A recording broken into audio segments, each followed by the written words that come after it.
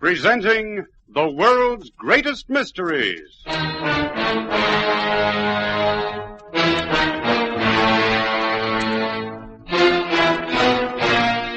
And now, your host. This is Basil Rathbone. In drama and fiction, newspaper men are invariably tough, hard-boiled characters. In real life, this is, well, it's not necessarily true, although several newspaper men I've known were as colorful as anything fiction has ever had to offer. Mike, whom you'll meet in a moment, is based on a real person who actually works for the European edition of a famous American newspaper. Not only is the character real, but, many of the stories which Mike tells are also based on fact. The tale you're going to hear today, for instance, you may even recognize from the headlines in your newspaper of, not so long ago. In a moment, Mike will introduce you to another mystery solved and signed with his own unmistakable trademark. Europe Confidential.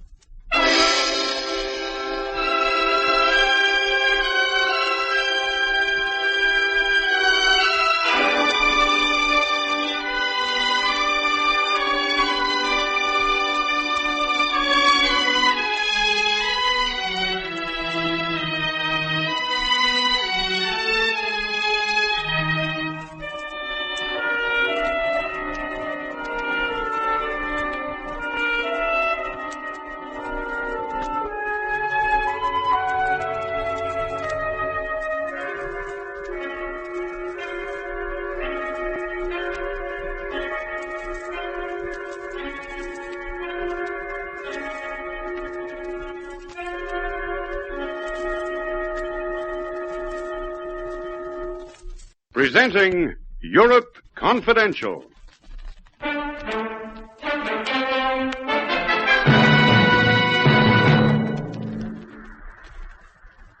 Why have they sent you, Mike? Because you are so experienced in espionage? Well, of course not. That isn't the reason. Then you know, Mike. You know why people like you are sent on missions like this? No, I can't say I do. Because you do not matter at all, that is why. Because they do not care what happens to you one little bit. Because you are, how do you say, expendable.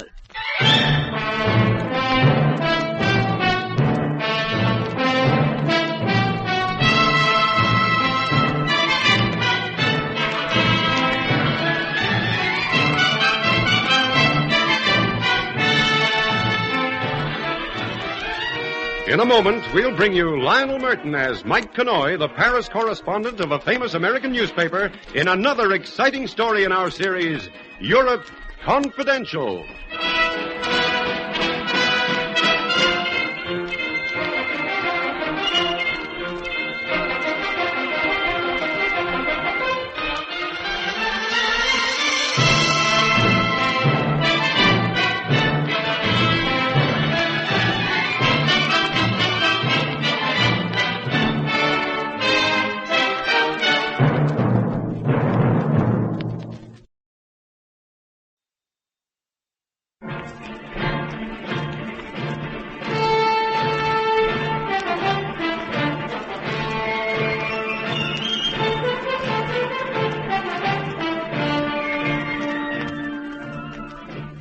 I write a column called Europe Confidential for the Paris edition of an American paper. You know, it's a strange thing, but the Army and I never got along very well together.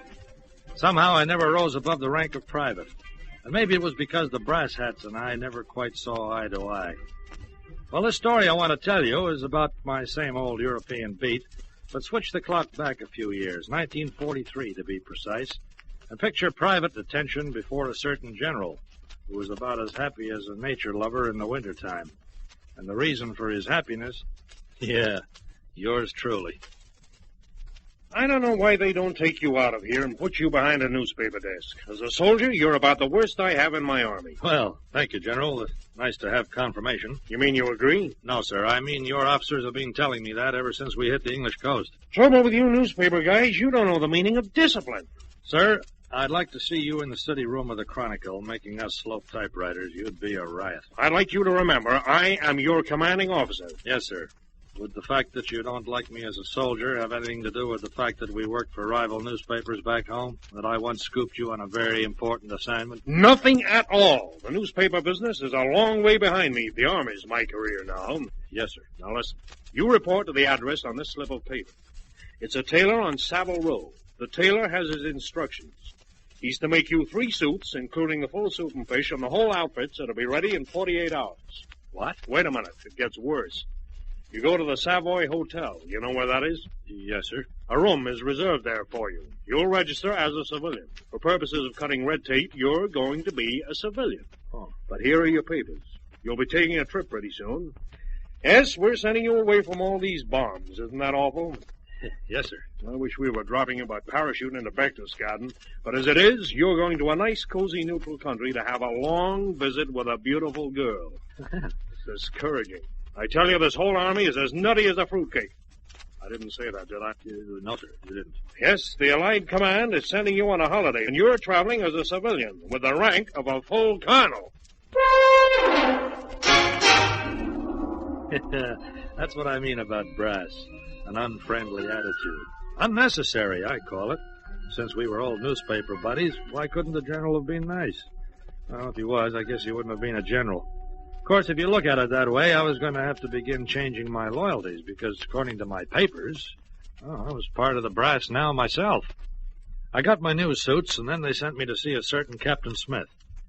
I don't think that was his real name. He was something very high in the hush-hush department. It was all set up for midnight on the right side of Cleopatra's Needle. Oh, I can tell you the whole thing was very cloak and dagger.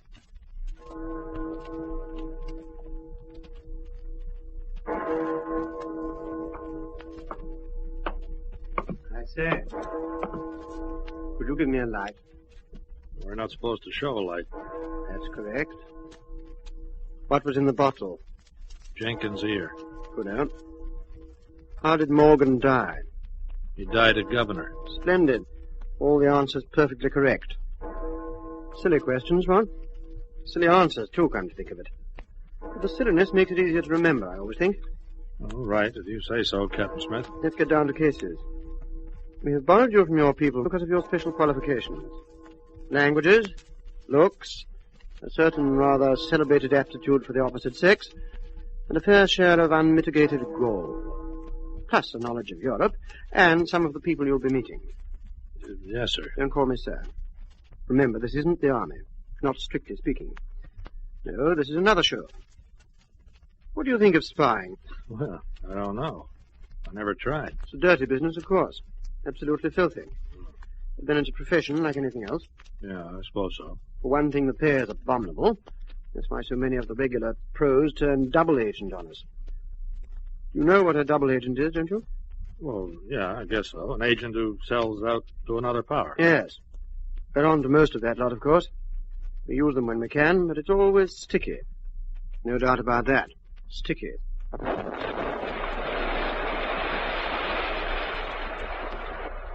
Another one of those V2s. That was in Chelsea, I'd say.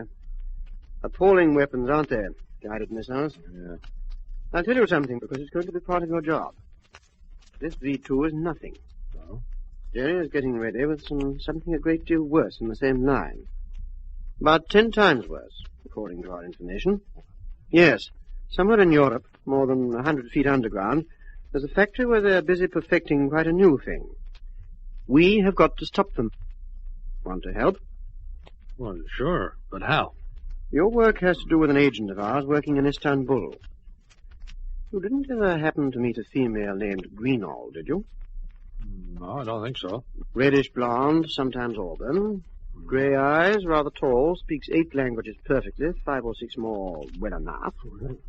She's been a professional agent for more than 15 years. Good at her work, too. Yes, she's been quite valuable to us off and on. This, it appears, is one of the off times. Oh? Very much off. She was due to send us something rather important. You know, I gave you a hint about that. You mean this new rocket factory?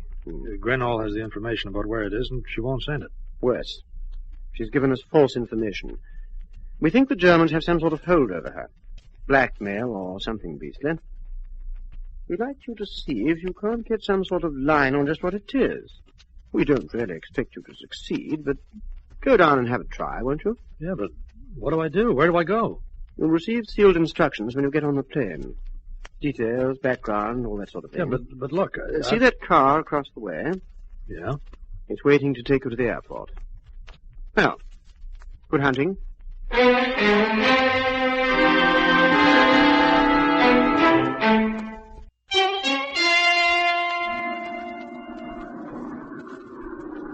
Hey, pilot! Pilot! Yes? That doesn't look like the Bosphorus to me. No, it doesn't at that. Looks like the Atlantic Ocean. Yes, it does, doesn't it? But don't you know what it says in my instructions? Oh, mustn't tell that, you know. Those instructions are supposed to be secret. Well, that's all very well, but I'm under orders to proceed to Istanbul. And here we are in... Well, where are we, anyway? Well, this flight isn't part of your show at all. We just happen to be carrying you, if you see what I mean. A little out of your way, of course, but there's an awful lot of red tape attached to getting in and out of these neutral countries. Yeah, but look, my instructions... Don't worry. There's bound to be some one of our chaps waiting to take you the rest of your journey tomorrow morning. Meanwhile, relax and enjoy Lisbon. We're coming in now. Oh, so that's where we are. Yes, better fasten your seatbelt. Wizard Place, Lisbon.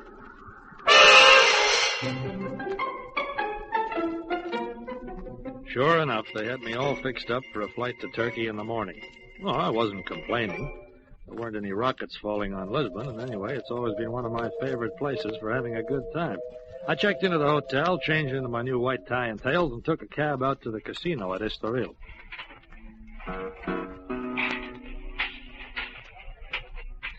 Comment vas-tu?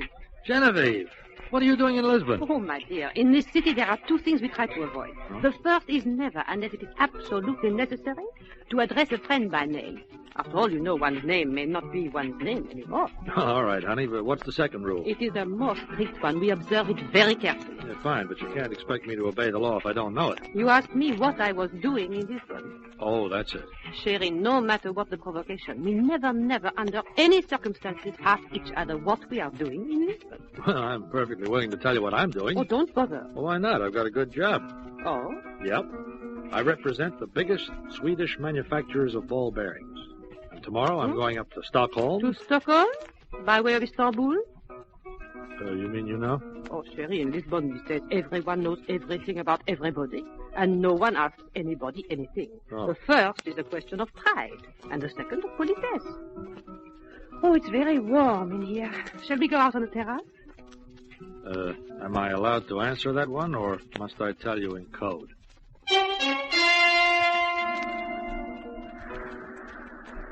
What are we allowed to talk about now? Oh, why should we talk? That's true. Why should we?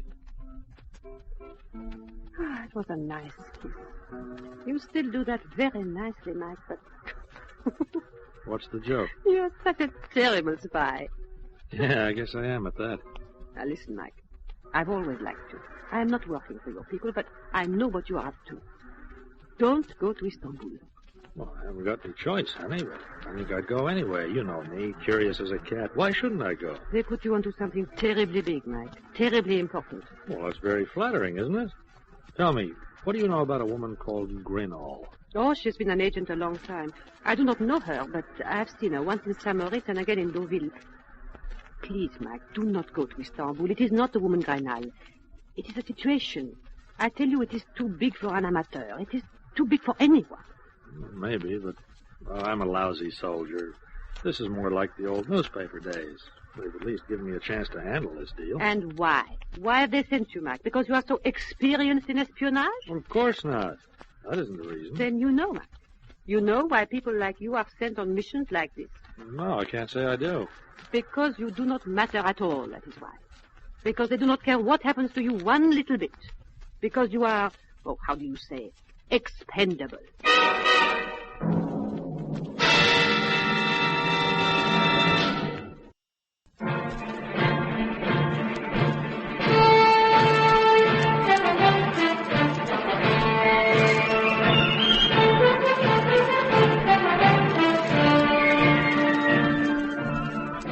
Well, I was on my way, and I'd been warned. Promptly at 6 the following morning, we took off from Lisbon Airport and made Istanbul in good time and without incident. Well, when you're on a story assignment and you don't know where to start, what do you do first? That's right. You look up some old friends. Which was why around 11 o'clock that night, once again in the white tie and tails, I made my way to Georgette's, an upholstered sewer masquerading as a nightclub. I left my top hat with a check girl and called for the head waiter. Good evening, sir. You are alone, monsieur? Perhaps I can get mine here at table? Near the floor, senor? Where's Georgette?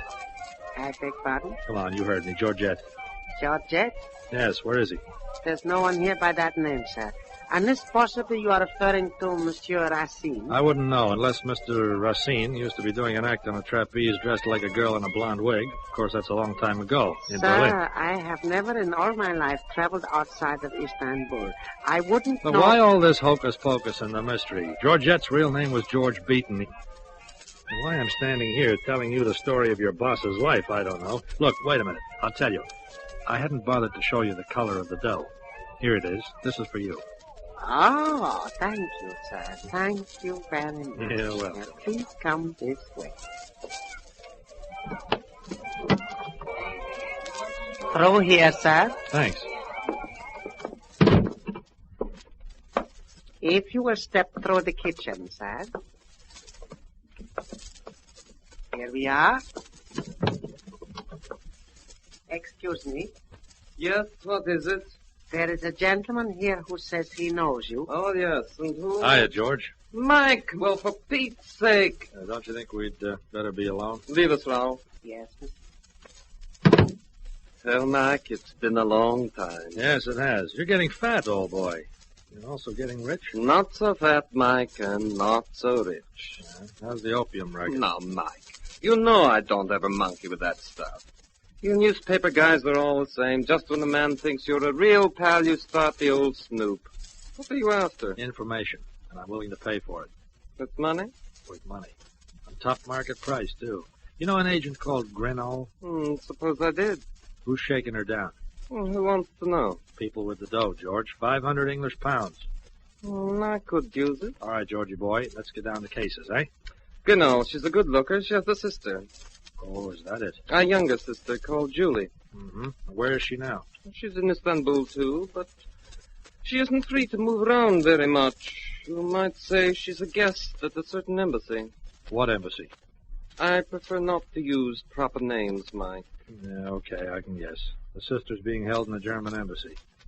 How long do they figure they can keep her? Your guess is as good as mine, I'd say, for as long as Grenell herself can be forced to function effectively. You mean as a double agent? Of course. She must have got onto something good, and the Germans must be particularly anxious for her not to spill it. Mm-hmm. They're probably hoping to use her to lead your people just as far away from the truth as possible, and for as long as possible. And what happens when Grenell gets tired of cooperating? She's very fond of that kid sister. Yeah, but what happens to her finally? To Julie, I mean. They knock her up, won't they? Yes, I should think so. Well, Mike, it's been pleasant meeting you. Goodbye.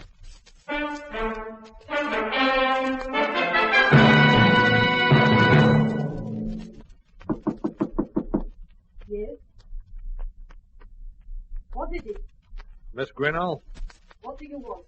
I came here to see you about Captain Jenkins. What about him? His ear's in a bottle. Also, there's Governor Morgan. Come in. Come in. Okay. No need for all that rigmarole. I know who you are. You used to work on the American Chronicle in Marseille in '37. I met you once in Monte Carlo. Now they've sent you from London. What is your message? Well, the message is supposed to come from you, Miss Grenell. There's about 500 RAF planes waiting for the address of a certain rocket factory. The information is past due. I've always given perfect satisfaction. My Look, record... save it, honey. Let's cut the whole thing down to facts, eh? Fact 1, you know where that rocket factory really is. Fact 2, I know where your kid's sister really is. And fact 3, get me that rocket factory and I'll deliver Julie. How can you do that? There are over 60 people in the embassy. She's up on the 3rd floor. There are armed guards. Yes, they're giving a reception, aren't they? Tomorrow night? Who? The German embassy, honey. Now, don't go stupid on me. I want an invitation. But how can I do that? You can do it. You're working for them, aren't you? They don't know me here. I've got a pocket full of papers to prove I'm an American businessman from Columbus, Ohio, interested in opening a factory. Here's the name. Get me an invitation for that party and get yourself 2 tickets for Switzerland. You mean you really The think plane that... leaves at 4:30 in the morning. Bring all the information on that rocket factory to the airport, and I'll bring Julie. Well, goodbye now. Sorry, but I've got to run. Where are you going? Yeah, you'd never guess. I'm going to play pinochle with the chief of the Turkish fire department. Goodbye for now.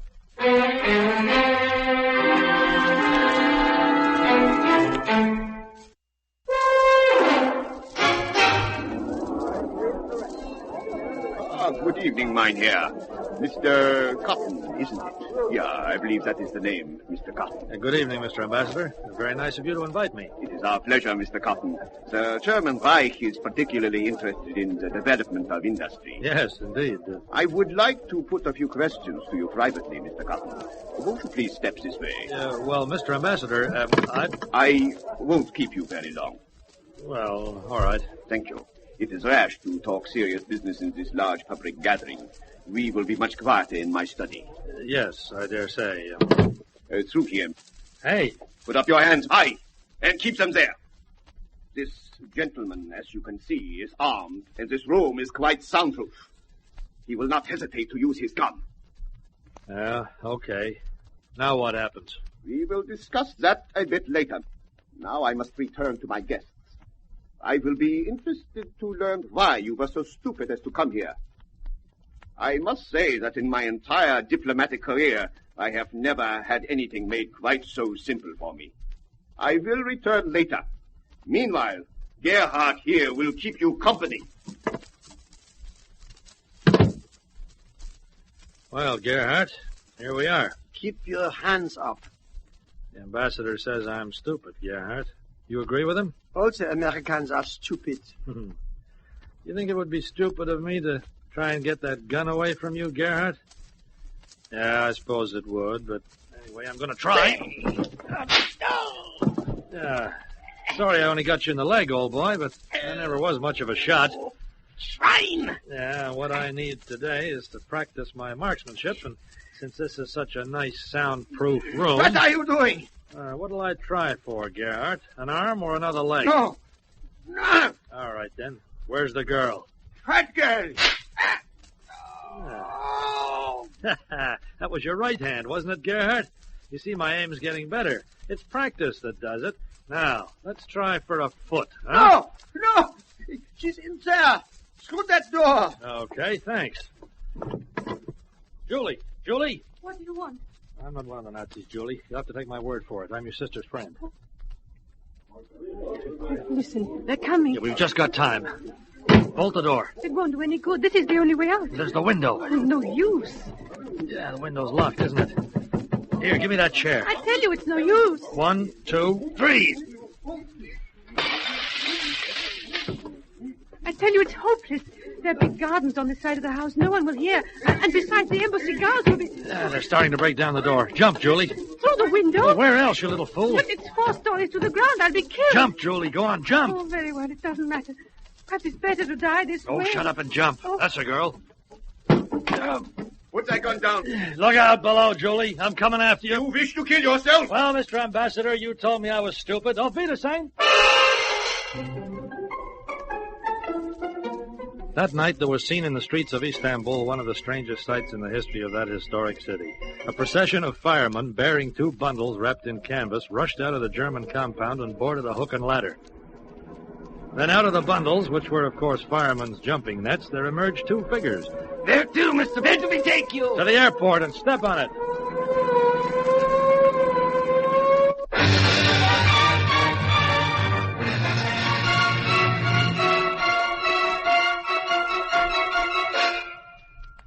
I've been reading your report. Very interesting. Oh, thank you, sir. There's just one thing. Turkey is a neutral country. How did you manage to get all that cooperation from the fire department? Well, I used persuasion, sir. You'll find it all down on the expense account. I thought you might like to know, Private, that there was quite an air raid the other night over a certain factory on the Baltic Sea. Mm-hmm. The Germans won't be making that new rocket, Private. Not for some time, anyway. Well, I'm glad to hear it, sir. And I suppose you think we owe the whole thing to you, don't you, Private? Well, we don't. No, sir? That air raid was held 3 nights ago when you were in Lisbon. But Grenell wasn't the only source of information, not by a long shot. I'm instructed to tell you that the facts we were looking for were sent to us from Portugal, from an agent by the name of Genevieve. However, the Allied Command are very grateful for your help. They've asked me to give you this. Now, wait a minute. Where did I put it? Oh, sometimes I think this isn't a war at all, but a grand convention of lunatics. I didn't say that, did I, Private? No, sir, you didn't. No, I didn't think I did. Here you are. This is from the Allied Command with their compliments. Thank you, sir. What is it? It's an address. They thought you might have lost it. It's that tailor in Savile Row. They want you to return the suits.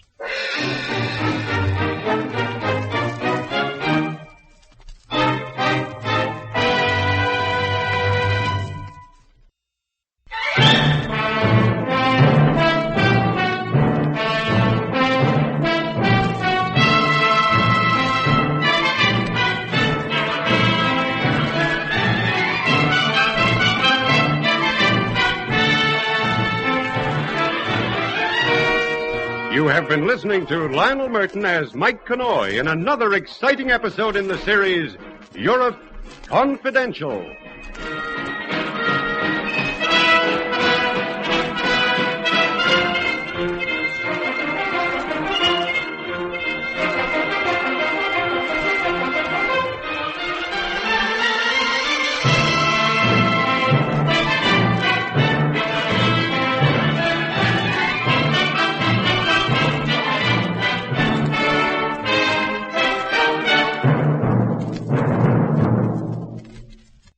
This is Basil Rathbone again.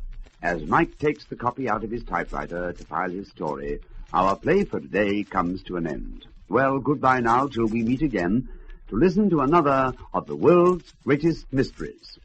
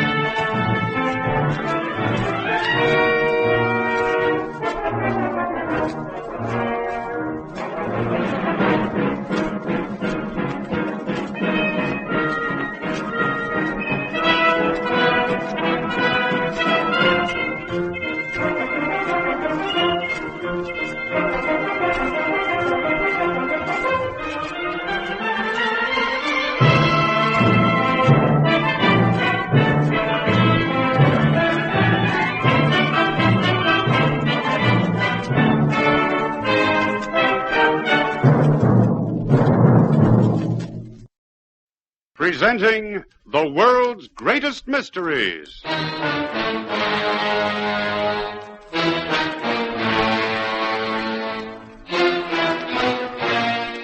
And now, your host. This is Basil Rathbone. In drama and fiction, newspaper men are invariably tough, hard-boiled characters. In real life, this is, well, it's not necessarily true, although several newspaper men I've known were as colorful as anything fiction has ever had to offer. Mike, whom you'll meet in a moment, is based on a real person who actually works for the European edition of a famous American newspaper. Not only is the character real, but, many of the stories which Mike tells are also based on fact. The tale you're going to hear today, for instance, you may even recognize from the headlines in your newspaper of, not so long ago. In a moment, Mike will introduce you to another mystery solved and signed with his own unmistakable trademark. Europe Confidential.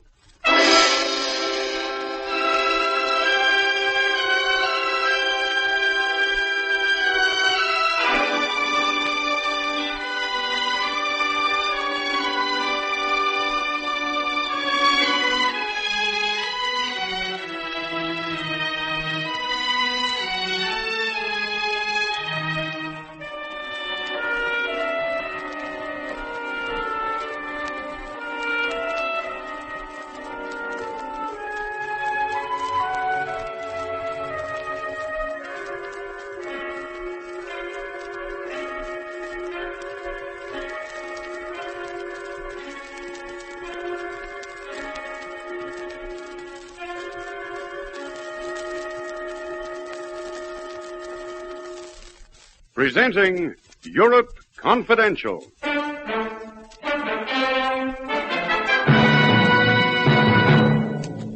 Luis.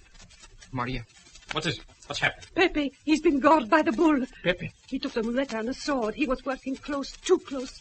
And he was slow, like you said, Senor Garcia. What are the picadors doing? Quick! We must get out there. The picadors drove the bull away, but they were late in doing it. They're bringing Pepe now to the infirmary.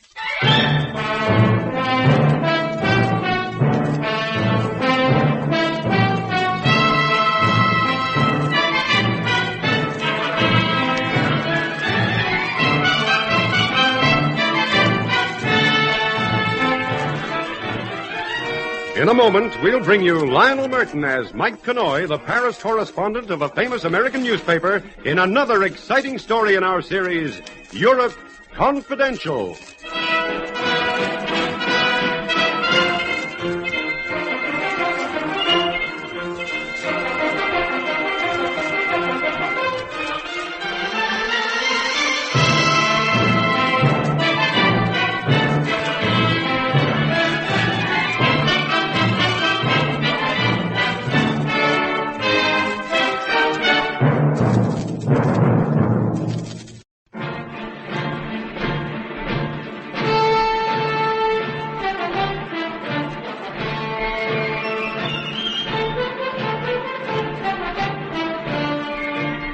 This is Mike Connoy reporting on another assignment for Europe Confidential.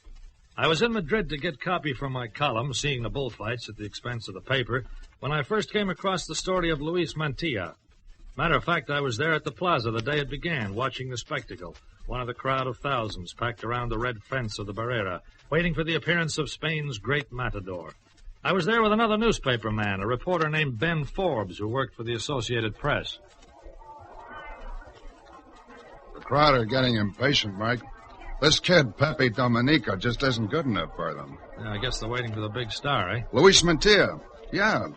He's the reason why Madrid is turned out by the thousand this afternoon. You wait till you hear the welcome they give him. Popular boy, huh? Ah, the current idol. Already they're starting to compare him to Maniletti and all the great ones. Uh-huh. He takes risks, you see. Works close and gives them thrills. The crowd come for that. Yeah. Say, that kid down there is working pretty close himself, isn't he? He nearly slipped that time. He ought to be careful. Now, they'll get impatient with him soon. Then Mantilla will be brought on. Hey, would you like to meet him later? Who, the great Luis? Well, sure I would. Okay, I'll arrange it. I'm on drinking terms with Jose Garcia, his manager. We'll go around to meet him after the show's over.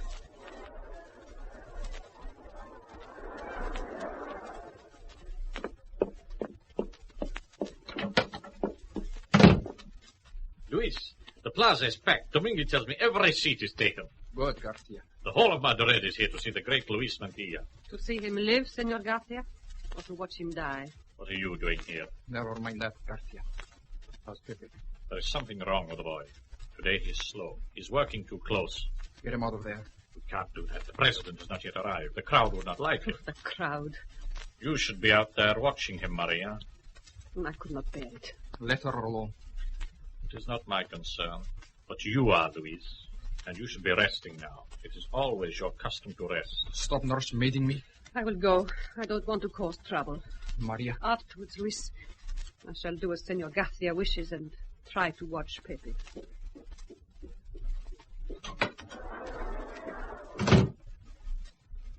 Luis, I don't wish to interfere. But you are. It's wrong. It's always been wrong. Does that mean we can help it? Ever since she saw you, that Maria has only had one idea in her head. You can't blame Maria. It was a mutual thing. A bad thing. Nobody wanted it to happen. Now let me alone. You want me to give those patrons their money's worth this afternoon? Well, get out and stop preaching. Luis, I'm on your side. I'm only trying to do what is best for you and for everyone. Luis! Maria. What's happened? Pepe! He's been gored by the bull. Pepe? He took the muleta and sword. He was working close, too close, and he was slow, like you said, Senor Garcia. What are the picadors doing? Quick! We've got to get down there. The picadors drove the bull away, but they were late in doing it. They're bringing Pepe now to the infirmary.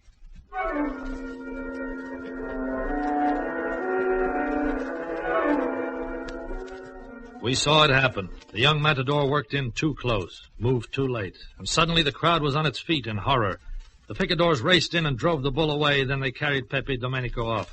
The crowd waited, patiently at first, and then with mounting irritation as the program was not resumed and the arena remained empty. Officials of the plaza sought out manager Jose Garcia. This is terrible, Garcia. The boy was too young. I should never have allowed Luis to persuade me he was ready for an appearance at the plaza. The whole program is threatened. And now, where is Luis himself? He should be out there. He went to the infirmary. We must give him a little time. We cannot give him much more time. The crowd is becoming impatient, and the Presidente is due to arrive. Get him out into the arena, Senor Garcia, or there will be trouble.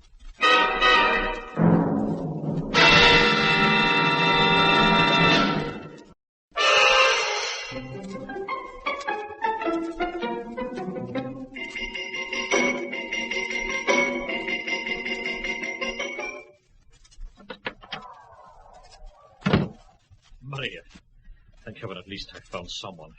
Where's Luis? I don't know. He left the infirmary. Are they operating on people? Is that why you are waiting here? There wasn't any need. Then he's all right. I'm glad. I'll tell the officials. It'll cheer them up. He's not all right. But Maria? Pepe is dead.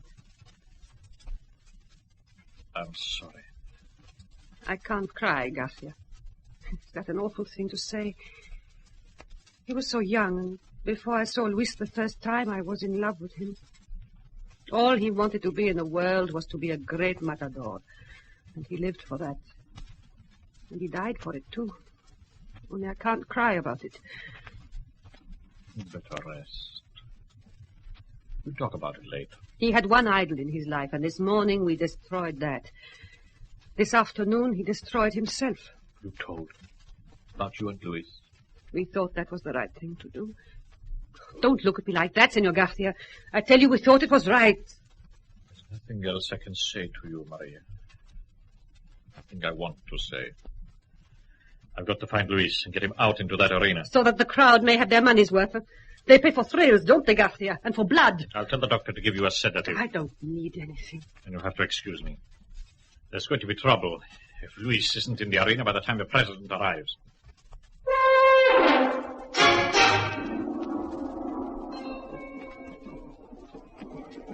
This is intolerable, Senor Garcia. What do you mean you cannot find him? Senor Domingue, give me a little more time. Idiot! The Presidente is here. The people are waiting. And the arena? It is empty. Never in all my years has such a thing happened to me before. I've searched everywhere, senor. None of the picadors or the banderillos of Escandria have seen Ah. him. No one has seen Since he left that girl at the infirmary. Go back and question her. She must know where he is. Perhaps it would be better to provide a substitute, Matador. Substitute? That is Cabello. A second later, the crowd would tear the place to pieces. But, senor. Garcia, there are 40,000 people who have paid to see Luis Mantillo. And by heaven, they are going to see him. I'll speak to the President, and he can make an announcement about the delay. As you will, sir. And you find him. Question the girl again. She must know where he is. It is simply impossible for someone like Luis Mantillo to disappear.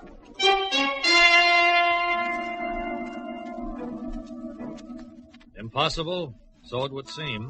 But that was what had happened. The waiting crowd was finally told the program was to be abandoned and their money refunded. They went home disgruntled, speculating on the strange behavior of their favorite torero. Of course, the story was headlined in Madrid the next day, in fact, for days afterwards, and the disappearance of Luis Mantillo was a topic of conversation wherever people gathered. The police came in for criticism because of their failure to find the missing man, but they were at a disadvantage. The one person who might have been able to help remained silent. It was just 4 days after this that I first met manager Jose Garcia. With Ben Forbes, I talked to him in a small cafe off the Avendita Franco. Senor Forbes said you wished to meet me, Mr. Connoy. That's right, senor. I've got a suggestion, and I'd like to get your opinion on it. Yes? Well, I'm a newspaper man, as you know. I'd like to conduct a private search for Luis Mantillo. Are you serious? Sure, he's serious, Garcia. I can't talk him out of it. Mike's been deep into this thing. He knows all the facts. Such as? Well, that Pepe Domenico who was killed was Luis Mantillo's younger brother. And that Luis and the girl Maria were in love. And, of course, Maria was married to young Pepe.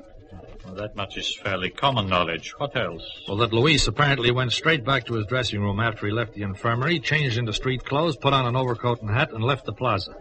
One of the gatemen thought that he recognized him and tried to speak to him, but Mantilla just kept walking. The guy thought he might have been mistaken. All Madrid knows that, Mr. Connoy. And since then, he has been cited by no one. But what I wish to know is why you think you can succeed when everyone, including the police, have failed. Because for a start, I don't think the girl Maria would talk to the police, or to you. But she might to you, the newspaper man? I doubt that. She'll have my word, and you can have it too, that I don't print any stories unless you agree. Well, it's worth a try, isn't it? Yes, perhaps it is. I want to find Luis, and that is all that matters. Shall I make an appointment with Maria? No, just give me her address. Leave the rest to me.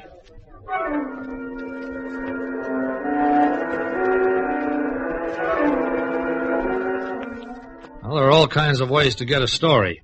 Going in search of a missing matador was a new way for me. The address of the girl Maria was a small apartment building in the central residential area of Madrid. I went there the same evening. I rang the bell of her apartment, but there was no answer. So I went downstairs and I found a janitor, an old guy with a smattering of English who gave me the news. Maria Domenico.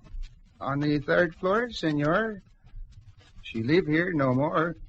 Where's she gone? Oh, I do not know.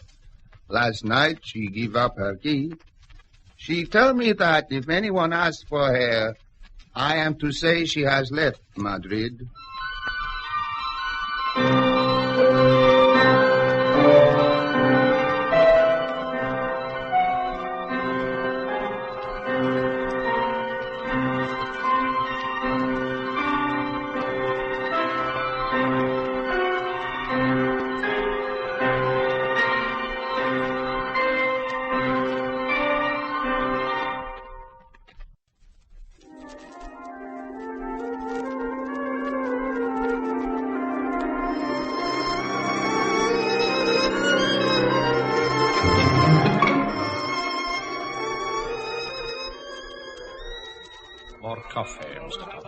No more, thanks. Look, the fact that Maria's disappeared isn't the end of everything. It confirms our guess that she knows where Luis is and she's going to join him.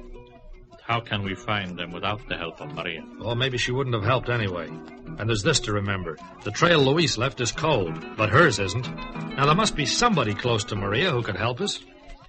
I don't know of anyone. Well, think. Her friends, family. There must be someone. Ah, Garcia. It is good to see you again, amigo mio. Sebastian, stop that row. I'm talking with a friend, an American. I know your friend is American. You kindly stop playing that thing. I'm trying to think. So you are trying to think. With what, huh? You want to impress the American brainiest Jose Garcia. And you, Americano, you are a great aficionado. He means, are you attracted to the bullfights? Go away, Sebastian. Take that noise box with you. So you are irritable. You are never the same since Luis, he goes away. When are you going to get a new torero, amigo? I think if we ignore him, Mr. Connoy, he'll get tired of this. Oh, tired of you, senor? Never. You are always good for a laugh. And, little Maria, huh? Oh, what a one she is. Pepe is dead. Louis gone. So now she takes a third one. What are you talking about, music maker? Mathiel Domenico. I seen him in here. The day before yesterday.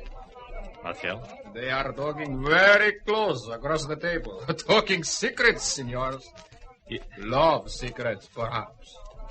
By heaven, she was with Mathiel? Well, what's all this about, senor? Luis's elder brother. The family name is Domenico. He's a lawyer here in Madrid. I think it is important that we see him as soon as we can.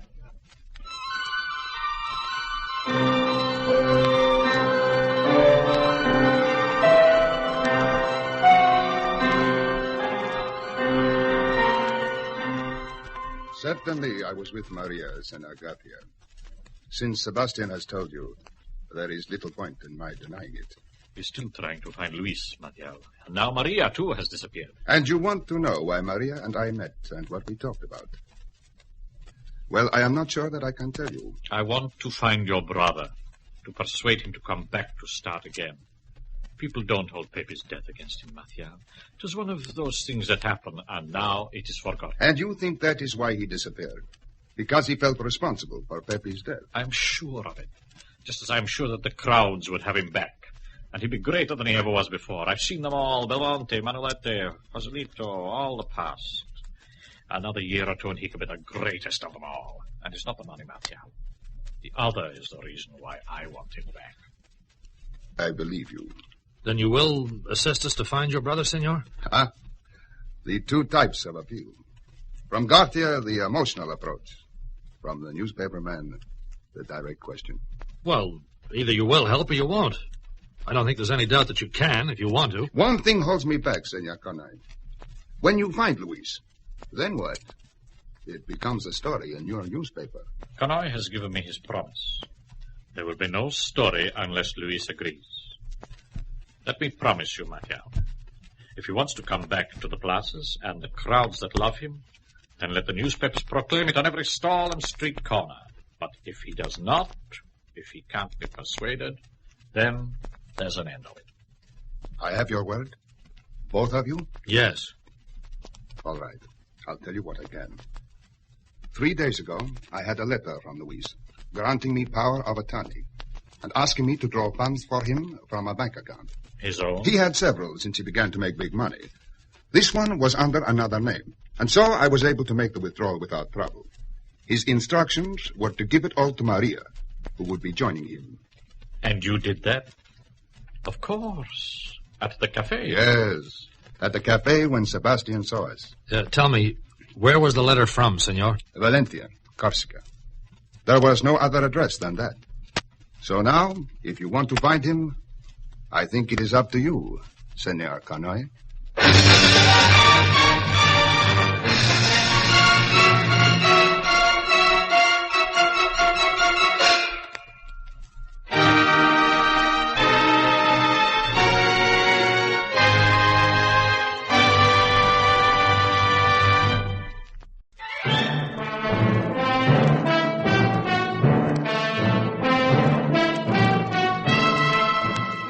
I took off for Corsica the next day, and in the town of Valenti I set out to search for Luis Mantilla.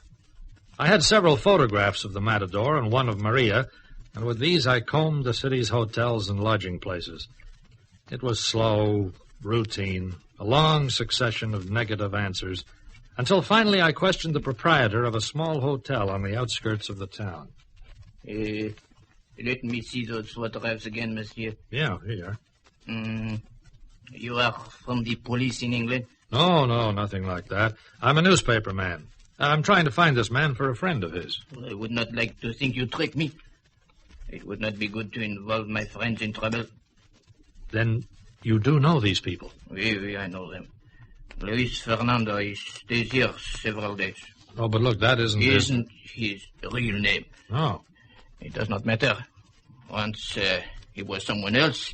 Now he's Luis Fernando. And Maria, the girl who came 2 days ago, she is Maria Fernando now. You mean they were married? As soon as she arrived, monsieur. Me, I am a witness at their wedding.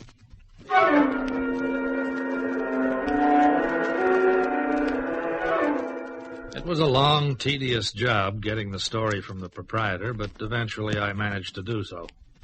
Luis had stayed in the small hotel while waiting for Maria's arrival, and during that time he and the owner had become friends. After the marriage, Luis and Maria had returned to a village in the mountains, some miles outside the city. With a great deal of persuasion, I learned the name of this village. Well, from that point on, it was very simple. Inquiries in the village led me to a small farm, and in a hired car I drove there, arriving shortly before sunset. 2 people were working in a field near the farmhouse, and even without another glance at the photographs, I knew that my search was at an end.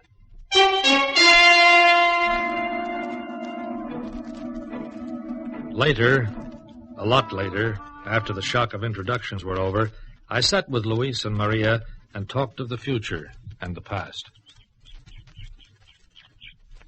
So there it is, senor. Luis Mantilla is dead, and Maria is dead. We're two other people starting a new life together. That's how it is, and always will be, Senor Connoy, if you keep our secret, as I think you will. Well, what about Garcia and your career back in Spain? I'm sorry about Garcia. I find it hard to be sorry for him. Luis was just a meal ticket to Garcia. He will find himself another one. Well, I think you're misjudging the man, you know. I believe what he told your brother, Martial. Perhaps, but Garcia wouldn't understand. You won't go back because of Pepe and of what happened? Pepe? Well, wasn't his death the reason why you chose to disappear? Pepe's death? No, senor. It touched off a spark that had been smoldering a long time. You tell him, Luis. It was very bad for me when Pepe died. Maria was his wife, and I loved her from the first time I saw her. And because of that, in a kind of way, I killed my brother. And after he died, I walked back from the infirmary through the crowd. And they were hushed, it's true, but I saw the eagerness for tragedy, and the sense of death that was through them. And then suddenly I knew why they were all there. Why, Luis? To see death, senor. Not the bulls. The toreros themselves. That's what they came to see. It is nothing to watch a bull die, but a man riding out there on the yellow sand of the arena. Oh, yes, senor. That was it for them. Oh, I've heard old men tell their sons. I was there the afternoon Farida died. And those who were there would have been able to boast that they'd seen the last time Luis Mantilla walked in the Plaza of Madrid. Well, all right, so you were suddenly sickened by it. Couldn't you have announced your retirement? Manolete tried to do that. They spat on him, and people threw stones at his house, senor. The one thing the crowd will never forgive is for its idol to walk away unscathed. They taunted him into coming back for one more season, and he never lived to see the end of it. Mm-hmm. Besides, I couldn't have gone out there into the arena, even for one more fight, because I think I would have been killed. As for now, senor, I have the feeling I'm going to live to be a very old man.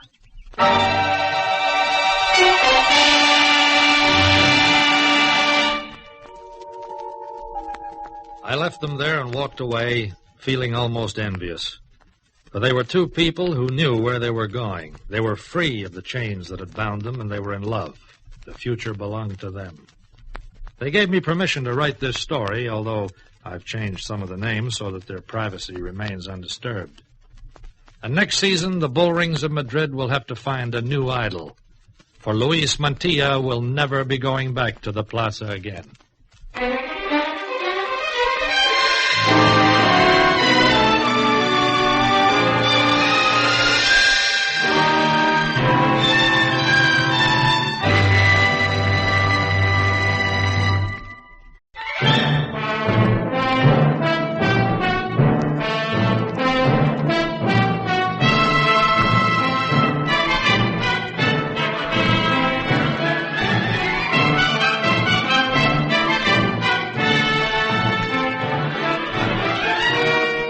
You have been listening to Lionel Murton as Mike Connoy in another exciting episode in the series, Europe Confidential.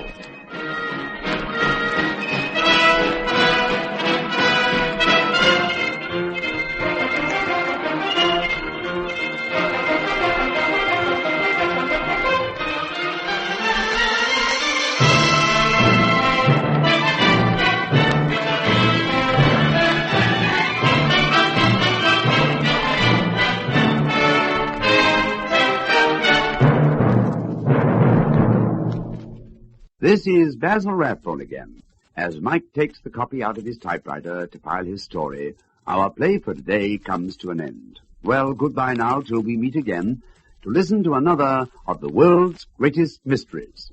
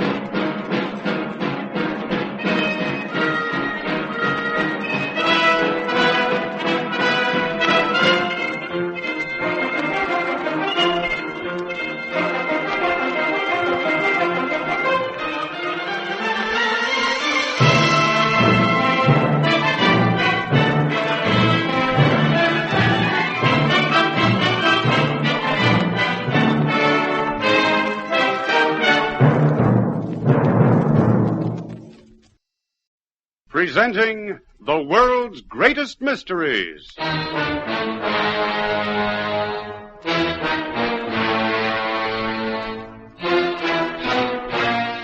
And now, your host.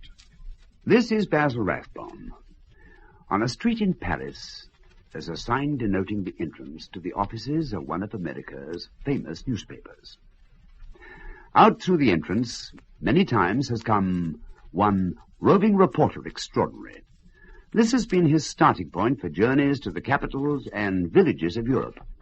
His aim has been to investigate, to search into, to find the secrets behind those mysteries that result in front-page copy and make the headlines of this famous daily.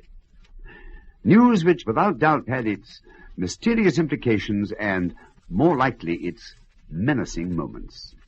In a moment, one such story. It carries Mike's byline, and he tells it the way he saw it.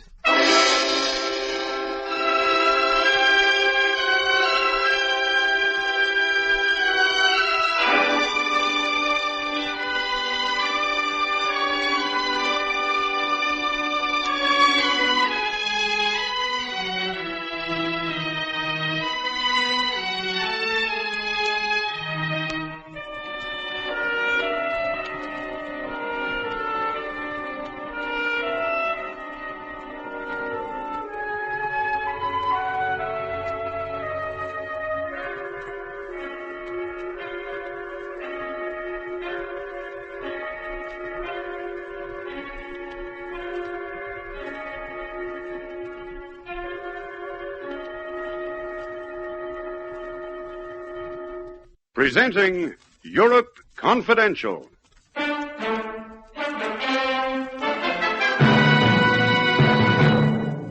Das ist Friedhausen, Frau Weinriche. What is it, Ruth? This is where Otto leaves us. We're not a quarter of a mile from the frontier. And the mist's coming up. Tell Otto we'll never be able to thank him enough. Never as long as we live.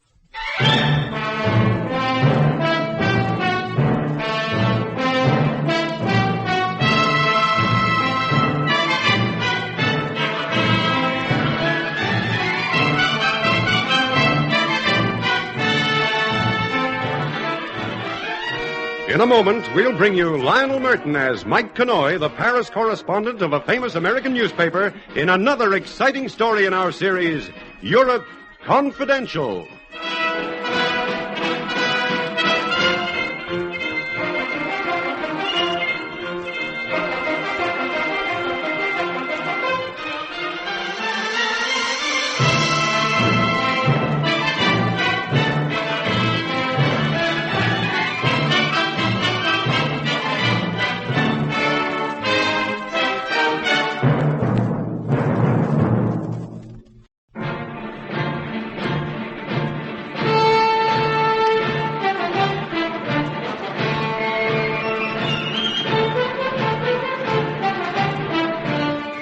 This is Mike Connoy reporting for Europe Confidential. The story I want to tell you right now is not a news story.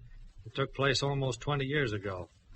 At the time, I was a copy boy back in New York, and Europe Confidential was being handled by Paul Rogers, a correspondent with long experience of Europe between the two wars. This story happened to him on an assignment in Germany in 1938.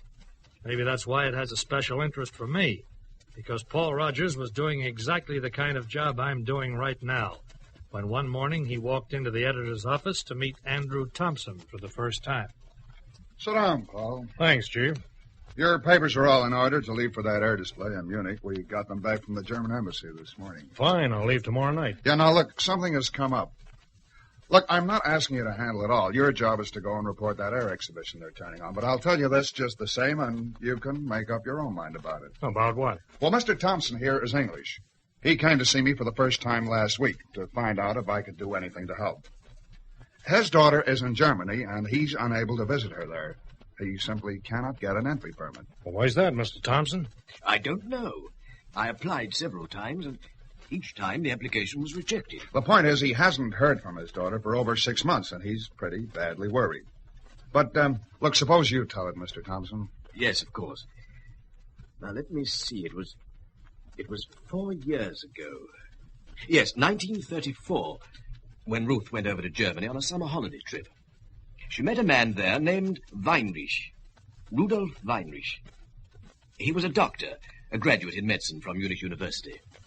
Over our protests, she married him. Have you met him? Once. My wife and I went to visit Germany in 1936, 2 years ago. And, of course, we met Rudolf then. Yeah? Well, actually, we were quite impressed.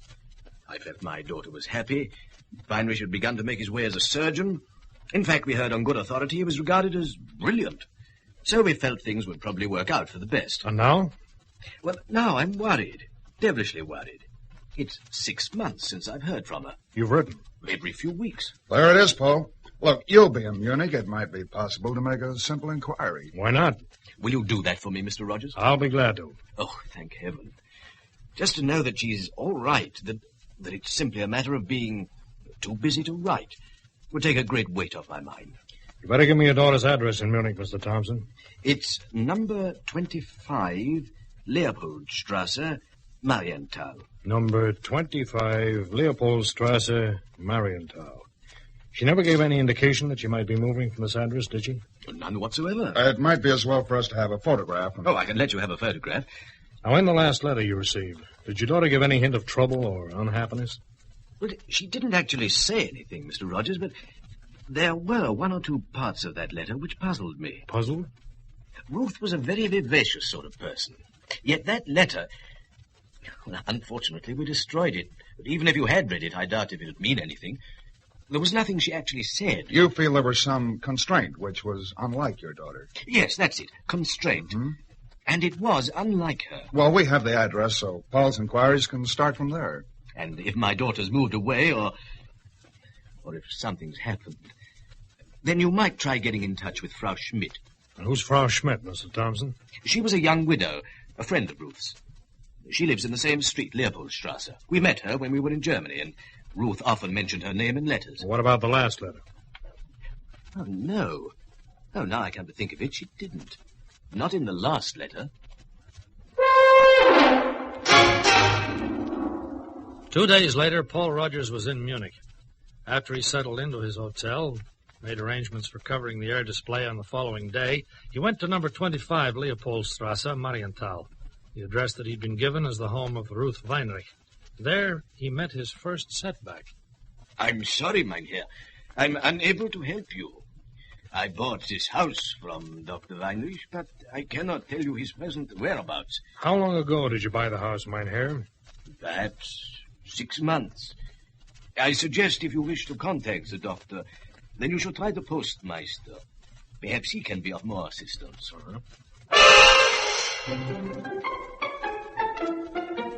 It was when Paul Rogers had to begin making official inquiries for Ruth Weinrich that he decided to use a subterfuge that would explain his interest and his reason for trying to trace the doctor's wife.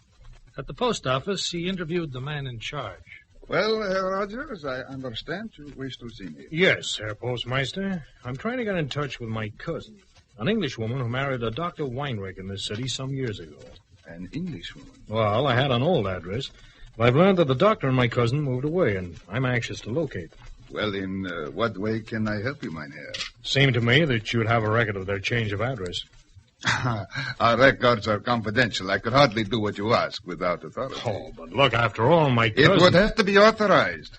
Such things can be arranged, perhaps 3 or 4 days, perhaps a week. That wouldn't help. I'm on a business trip, and I won't be staying long.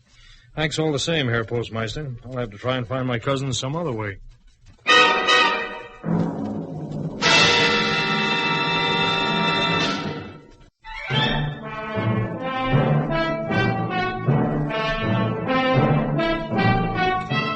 Paul Rogers had not come to Germany to find Ruth Weinrich.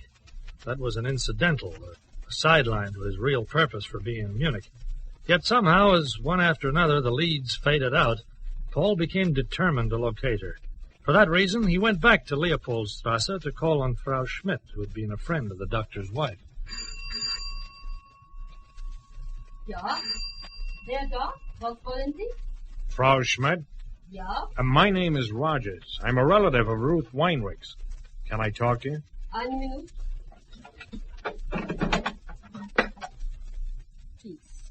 Please, come in. Thank you. You speak English? Yes. What about Ruth Weinriche? Well, I'm anxious to get in touch with her as soon as I can. Just passing through, you understand, on a business trip. I went to her old address, but the people there couldn't help. A relative, you said? Cousin, about 3 times removed, American branch of the family. Her parents asked me to drop by and give their regards. Of course, I agreed. It's proving a bit of a job to find her. Post office wanted me to fill in forms and things, but I don't have time for all that red tape, so I thought you could help. You went to the post office? You spoke to the postmaster? Yeah. That wasn't very wise, Herr Rogers. Look here, this is ridiculous. I know things are different to England and the States, but after all, a man wants to find his cousin, and it seems to cause all sorts of complications. Now, do you know where Dr. Weinriche has moved, or don't you? Dr. Weinrich? Yes, I can tell you that. You can? Of course. He has become a very important person. He has moved to Geiselgasteig. He bought a big new house there. Geiselgasteig. It's pretty exclusive, isn't it? I told you, Dr. Weinrich has become an important person. Well, what about the exact address? It's not listed in any directory because I've already looked them up. I'm not sure of the exact address, Herr Rogers, but I've no doubt anyone in the district will be able to tell you. A person of his importance would be well known there.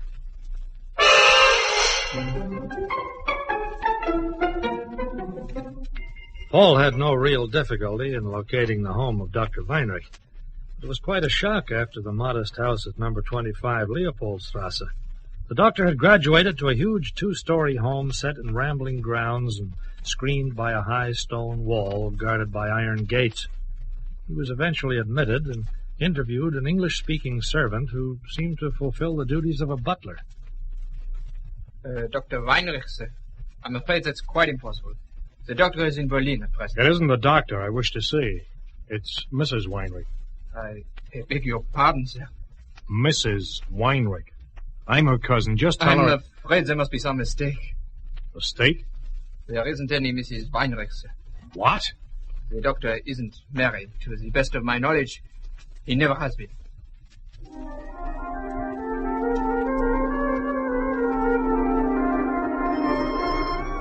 When Paul Rogers left the house in Geiselgasteig, it seemed as if the trail could end there, and Ruth Weinrich could become one of those untraceable people.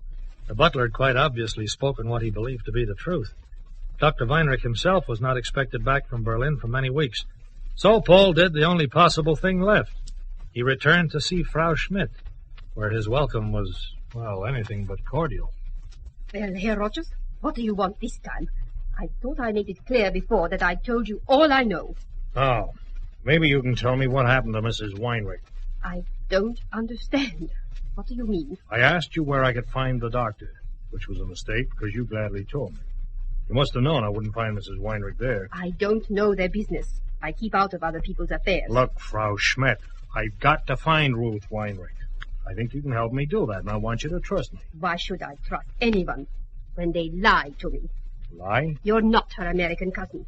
She hasn't got an American cousin. Really? I think you'd better go, Herr Rogers. How do you know she hasn't got an American cousin? Please go. When you answer my question. You didn't know it before. How could you know? Unless since the time I was here last you found that out. From Ruth Weinrich herself.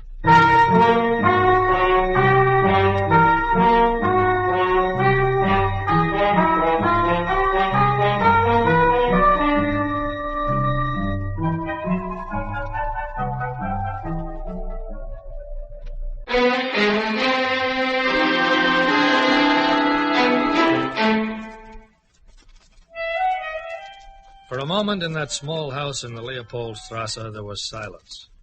Frau Schmidt was the first to break it. I don't know what you're talking about, Herr Rogers, but if you don't leave this house, I'm going to call the police. I don't think you will, Frau Schmidt. Please, leave me alone. I think it's time I told you the truth. I used that cousin routine to explain my interest in Mrs. Weinrich. Perhaps it was a mistake to try it on you. Who are you? My name's Paul Rogers. I work for the paper in Paris. A newspaper man? I'm here on a routine assignment in Germany. When he found out I was coming, Mr. Thompson asked me to try and locate his daughter. Look, let me try and prove you can trust me. Now, here's my passport. You'll see the name's really Rogers. Yes. What's more, I can tell you that Ruth Thompson came over here first in 1934, that she met Weinriche and became engaged to him. She went back to England, then returned to marry him. Her parents visited here in 1936. I understand they met you while they were here. That's correct. Of course, if the information doesn't convince you, then I'll just have to ask you to trust me. I think I do. Is the Gestapo after Ruth Weinriche? They're not sure. They may be. What happened between her and the doctor? That's a story Ruth could tell you better than I. Do you know where she is? Yes, I know. Will you take me to her? I understand your caution in the matter, but if she's in trouble, I might be able to help her. Oh, it would be a relief to have someone to trust, someone who might be able to help her. All right, Herr Rogers. I'll take you to Ruth Weinriche.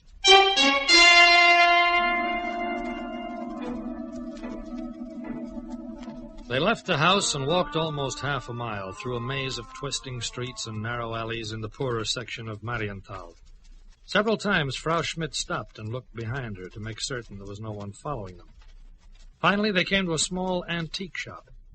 They passed through the shop after Frau Schmidt had spoken briefly in German to the proprietor and climbed a narrow stairway leading to the residence above.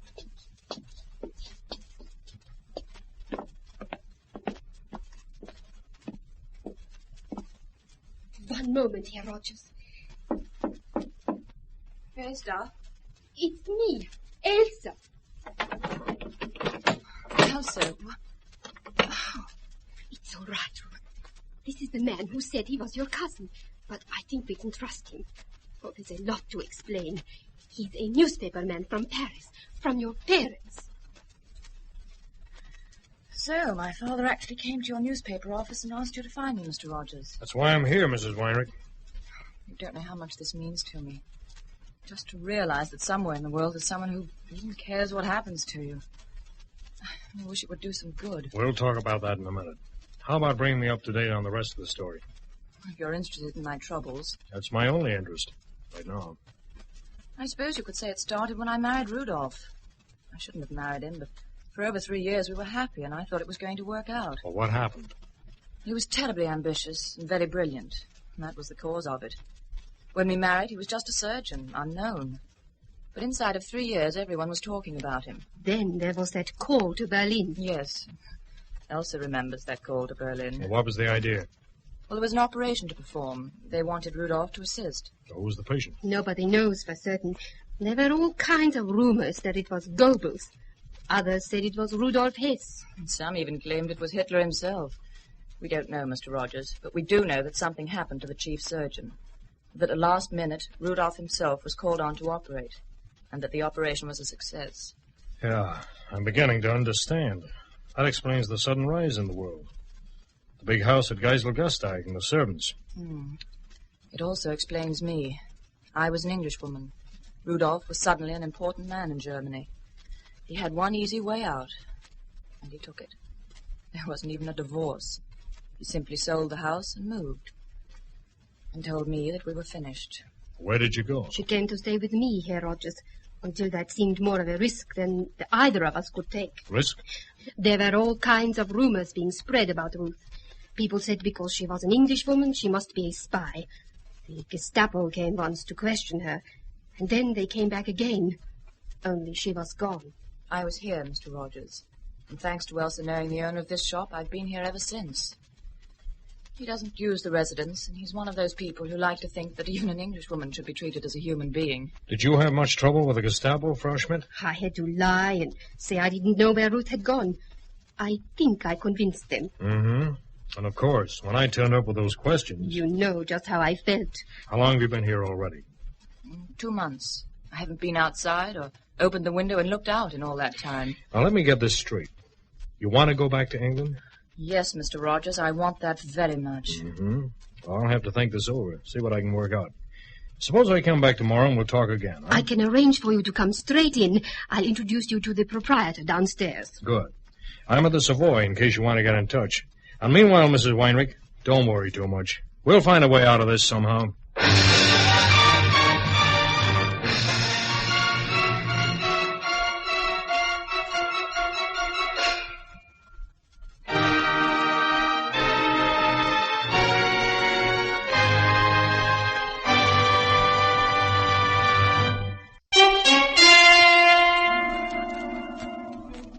Paul Rogers went back to his hotel to puzzle over the problem of Ruth Weinriche and of her safe return to England. He bought a detailed map and studied it late into the night.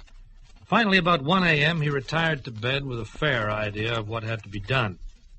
Barely 15 minutes later, drowsy with sleep, he heard a soft, insistent knocking at the door. Oh, what on earth? All right. Wait a minute. Frau Schmidt. Quickly, let me in. What's happened? Oh, everything. Those inquiries you made at the post office. The postmaster reported them. It started the Gestapo searching for Ruth all over again. Gestapo? They came to question me earlier tonight. I had to lie and lie. Then I had to wait until it was safe to come out. You sure you weren't followed? Certain. But it won't be long before they start watching me all the time, and then we'll be helpless. Because they'll watch you, too. Seems as if I made things all the more difficult for her. They might have given up entirely, but now they're convinced that there's something in that spy story. There's still time for both of you to get away, but it's got to be tonight. Now. Do you think they'll be watching the station? Sure to be. You've got to keep away from the railways and the main roads. Do you know a place called Auweis? No, but Ruth does. It's only 5 miles or so from the Swiss border. I have some friends there, people called Schweigler. They have a farm. Ruth's been there and she'll be able to guide you once you reach the district. They won't ask questions? They're my friends. As for food, I've brought a little. All I had in the house. One day, I hope we can thank you for this, Elsa. Just to remember, when you get back to Paris, Herr Rogers, that there are some people in Germany who want to live in peace. I won't forget. That or anything.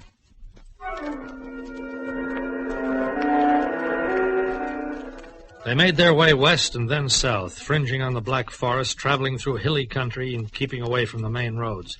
A distance of 140 miles that took them 7 heartbreaking days. On the evening of the 7th day, they reached the Schweigler farm, where they stayed for 24 hours, and where no questions were asked and hospitality was warmly given. Long before dawn the next day, with Otto Schweigler as guide, they were on their way to Friedhausen, and less than 2 hours later, they saw the lights of a small frontier town ahead of them. Das ist Friedhausen, Frau Weinrich. Ich muss jetzt zurückgehen. What is it, Ruth? This is where Otto leaves us. We're not a quarter of a mile from the frontier. And the mist's coming up. Tell Otto we'll never be able to thank him enough. Bedanken Sie sich nicht. Ich habe gern getan. Alles Gute für Sie weiter. He understood. He wishes us luck. Alles Gute und auf Wiedersehen. And goodbye. They went slowly forward toward the lights of the small town and then swung east toward where they knew the frontier lay. Barely 50 yards from freedom, they crouched, waiting in the mist, waiting until they heard the distant changing of the border patrol. Zugestanden! They're relieving the guard now. This is our best chance, Ruth. Ready? Ready. Come on! Leutnant, was ist das? 2 Leute, Flüchtlinge. Sie rennen zu Franze. Schießen, Sie schnell. Jawohl, Herr Leutnant. Agland, Böhr, zum Donnerwetter!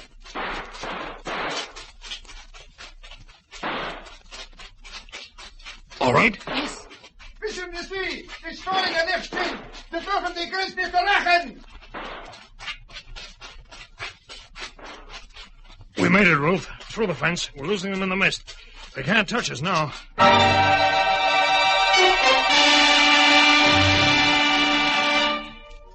Through the wire strands of the border fence and then on into the mist, leaving the shouts of the patrol and the sound of shooting far behind them. They slowed to a walk and finally came into a small Swiss town. It was an hour after dawn. The mist was lifting, and in clear outline against the sky, the mountains of Switzerland lay directly ahead. A few days afterwards, Paul Rogers was back in Paris. Ruth Weinriche was with her parents in England, and the paper had itself a scoop that could have pushed the Munich air display right off the front pages. But the irony of the newspaper business never gets into the headlines. They couldn't use the story because of Elsa Schmidt and the safety of the others involved. It never got into print. Until now.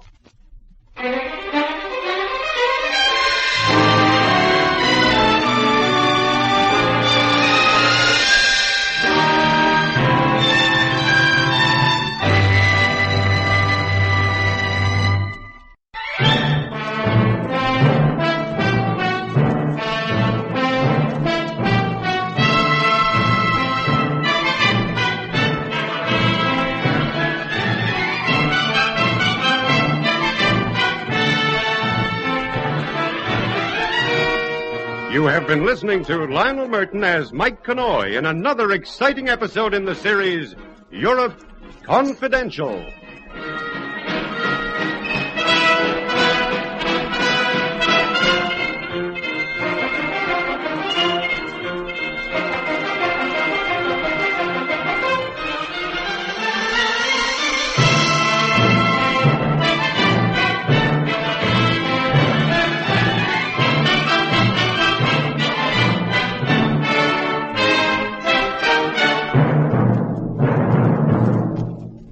This is Basil Rathbone again. Well, that was Mike's story. This roving reporter friend of ours certainly has what I think the journalistic profession calls a nose for the news. I'll be back again with another of these mystery adventures, and I hope you'll join me. Goodbye now, till we meet again to listen to another of the world's greatest mysteries.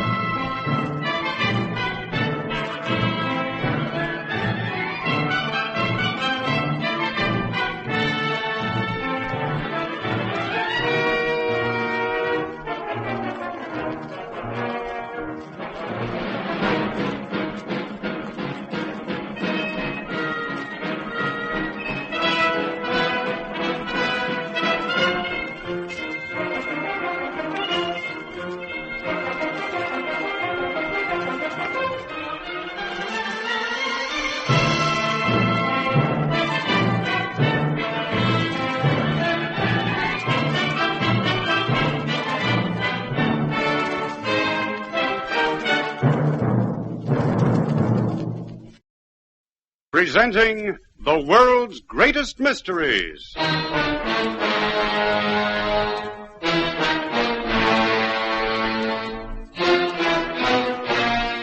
And now, your host. This is Basil Rathbone. Mystery, suspense, perhaps sudden death are the tokens of a roving reporter's trade. They're all here in these tales which Mike tells. They are the ingredients that make the news, and Mike finds them where the news is made. To anyone else, it might be just an unrelated fact. Perhaps, not very interesting item of news which came in on the ticker tape. Or a word which was dropped in casual conversation. But it's enough to make him grab the fastest transport at hand and send him speeding to the scene. In a moment, our story.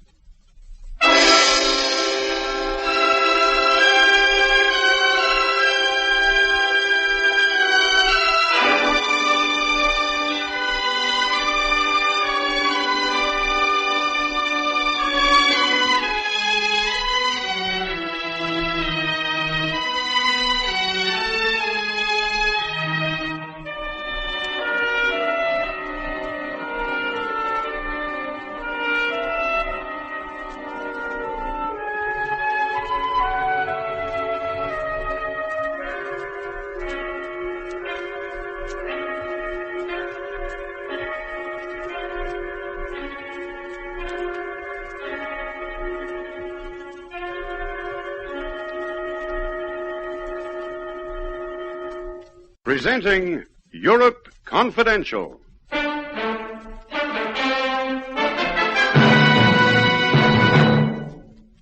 Can you get that draft through in time for the fight? That's by next Thursday? I should think so. I'll fix it from the bank in Madrid. And my thousands, you still have it? It's safe? Don't worry about chicken feet like that, honey. By next Thursday, you'll be on Easy Street, in the biggest house on the block.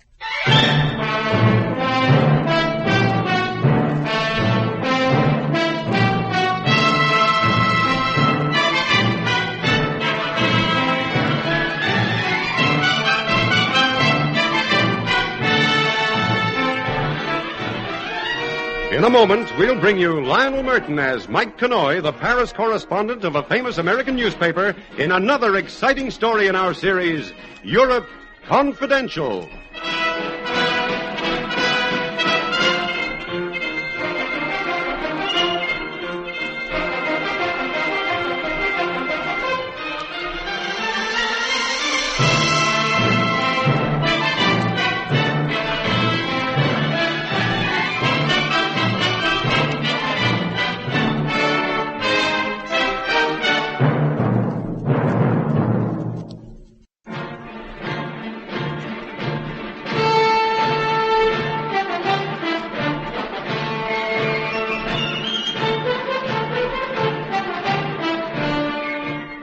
This is Mike Connoy. Writing this column of mine, Europe Confidential, you come across all the stories in time. The sad ones, the solemn ones, and the amusing, the bizarre right alongside them. This one, I think it might go under the title of High Comedy with a Kick. Or should I say, a knockout?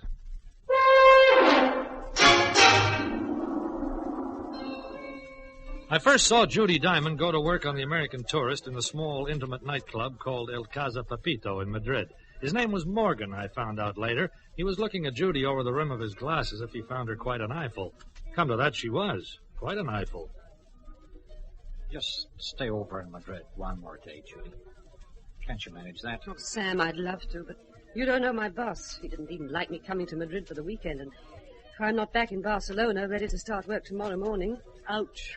He sounds like a slave driver. Charles W. Charrington is a stinker, especially to his secretary. You say that name like I should know it. Oh, only if you're connected with high finance. He's an American who's really in a big way here in Spain. And I'm just a tourist, but not a pauper. Oh, I didn't mean to imply that, Sam.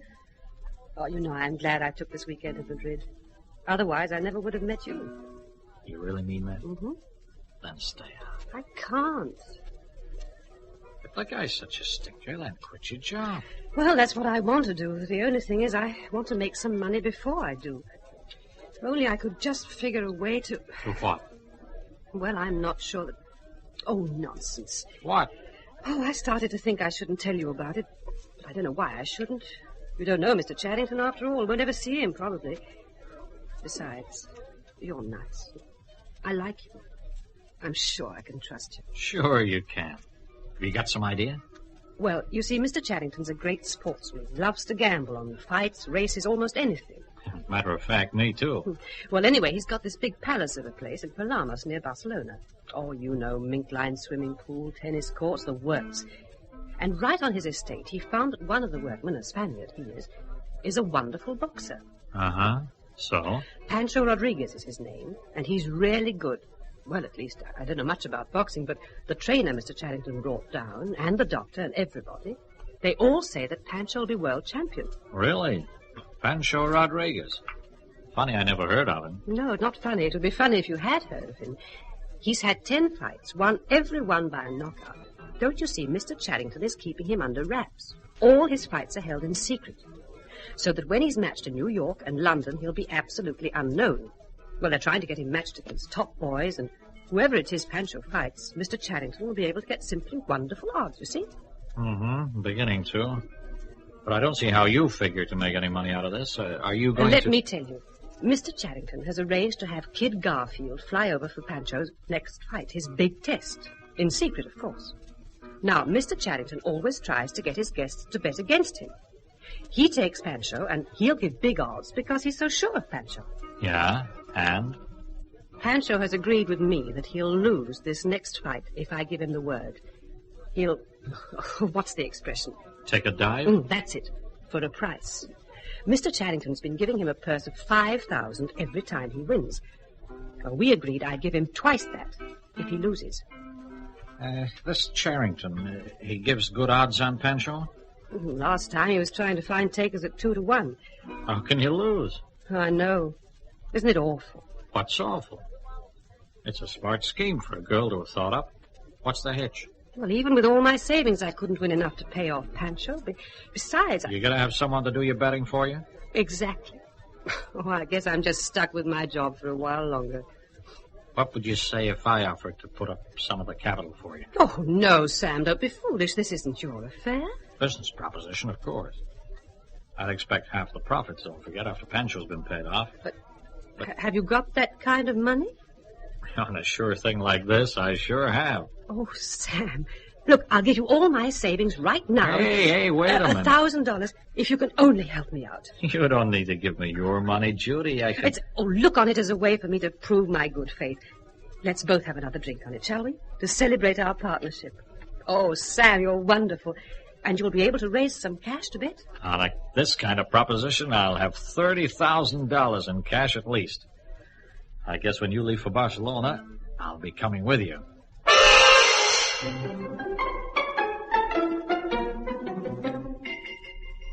Quick work, Judy. Where'd you park him? He's at the National Hotel. Is the estate all rented? Everything's under control. I only have it for a week, though, so we'll have to work fast. Mm-hmm. Where have you planned to have me meet him? At the bullfights tonight. Fine. Make a bet with him, any kind of bet. And being certain to lose. Fine. Is he right? He's itching to meet you, dear Mr. Charrington.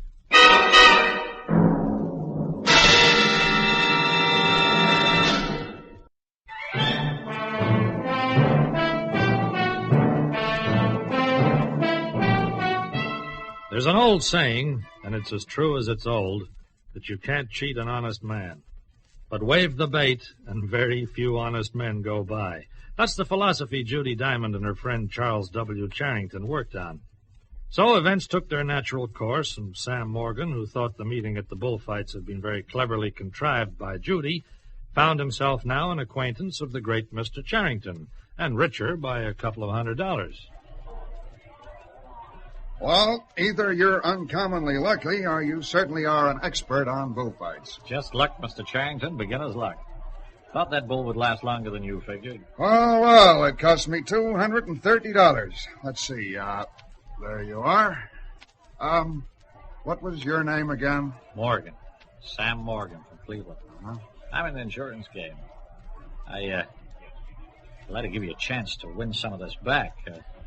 When's the next bullfight? Well, I believe it's next week. How long do you plan to stay in Barcelona? Well, I'm not sure. Hey, tell me, do you like boxing much? Oh, yeah. I get to the fights whenever I can. Well, maybe you'd like to drop out for lunch sometime. I've got a little place along the coast. Oh, that's very kind of you. you. It makes a difference when you meet people abroad. I know that. Let's say Thursday. How would that suit? Fine. Tell me, where are you staying? At the Nacional. Well, I'll have my chauffeur pick you up at noon. Just a few friends, you know, General Van Store and a business acquaintance of mine and one or two others. And my secretary, Miss Judy Diamond. The technique of the confidence man is delusion, and delusion can be so simple. A big car and a chauffeur in livery, a rented mansion, a few actor friends playing distinguished parts as luncheon guests. Oh, Tim, let me introduce Mr. Morgan, Rear Admiral Jansen and Mrs. Jansen. How do you do? And this is General Van Sickle, Mr. Morgan. How do you do? I'm very good. Miss Frazier, Mr. Morgan. Frazier. Oh, Mary, maybe you'd better get Mr. Morgan a cocktail. And this is Miss Diamond, Mr. Morgan. Miss Diamond is my right hand and general factotum. Anything you want, just mention it to her. Excuse me, will you? Yes, please. Yes, they set the stage well. A phony rear admiral, a phony general, a phony movie starlet. First they fed him lunch, and then a good Havana cigar.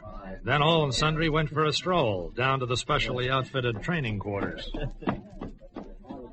Oh, Charles, this is the fighter you were telling us about. Discovered him yourself, I understand, Charrington. That's right, General. Hey, how about that? Is that why you were asking me if I went to prize fights, Mr. Charrington? Well, what do you think of him? He's fast, isn't he? Certainly is. What's his name? Well, I call him Young Pancho. Of course, I don't know yet whether he's any good or not. He hasn't fought a single fight. He hasn't? He hasn't?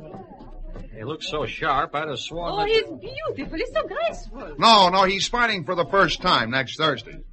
Tell me, you've heard of Kid Garfield from the States? Oh, sure, I've seen it. I understand Garfield's pretty good. He's been holidaying in Paris. So I've gotten him to fly over and go a few rounds with young Pancho. I'm making up a purse for the winner. Charles, off Kid Garfield's record and seeing that young Pancho has never had a fight, I hate to do it, but I might take some of your money away from you at a friendly wager. Oh, trust Mr. Charrington, General. He'll see to it that the odds work for him. Maybe I can give you a chance to win your $230 back, Mr. Charrington. Oh. What's the matter? Excuse me, Mr. Morgan.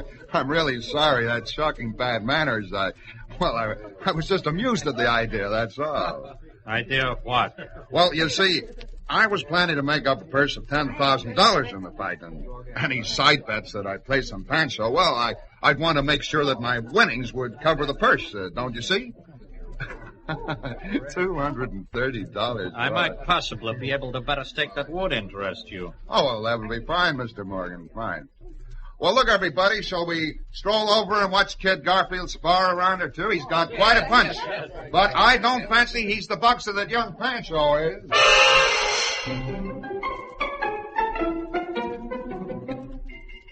Well, what do you think, Sam? He said this was Pancho's first fight coming up. Oh, he always tells people that, don't you see? That way, they're likely to bet him a lot more money. That's the kind of man he is. And that's one reason I hate him so much. I see what you mean. Well, say, here he comes. Who? Oh, Pancho. Senorita. Have a good workout? Gracias, it was fine. I feel best I ever feel. Well, don't forget now, Pancho. Third round, that's our agreement. Senorita, what are you seeing? Oh, don't worry about Sam here, Pancho. He's my partner in the deal. But, Senorita, if too many people find out... Now, don't worry, Pancho. I said it's all right. Third round, and that's our bargain? Si, third round. Good. Hey, you Pancho, get in the showers. Buenos tardes, senor, senorita. Well, Sam? I'll go in with it, Judy. Looks good to me. Oh, wonderful. Charrington, he got me a little sore. I'm going to show him. I'll take him for plenty. What do you mean? I'll have to get a draft from the States, but I think I can work it so that I can put my hands on $45,000. Oh, Sam. Yeah. At good odds, say 2-1, we'll clear... So much, I just can't think of it. Oh, Sam, I just want to kiss you. Okay with me, honey. Can you get that draft through in time for the fight? That's by next Thursday? Mm-hmm. I should think so. I'll fix it with the bank in Madrid. And my thousands, you still have it? It's safe? Don't you worry about chicken feed like that, honey. By next Thursday, you'll be on Easy Street, in the biggest house on the block.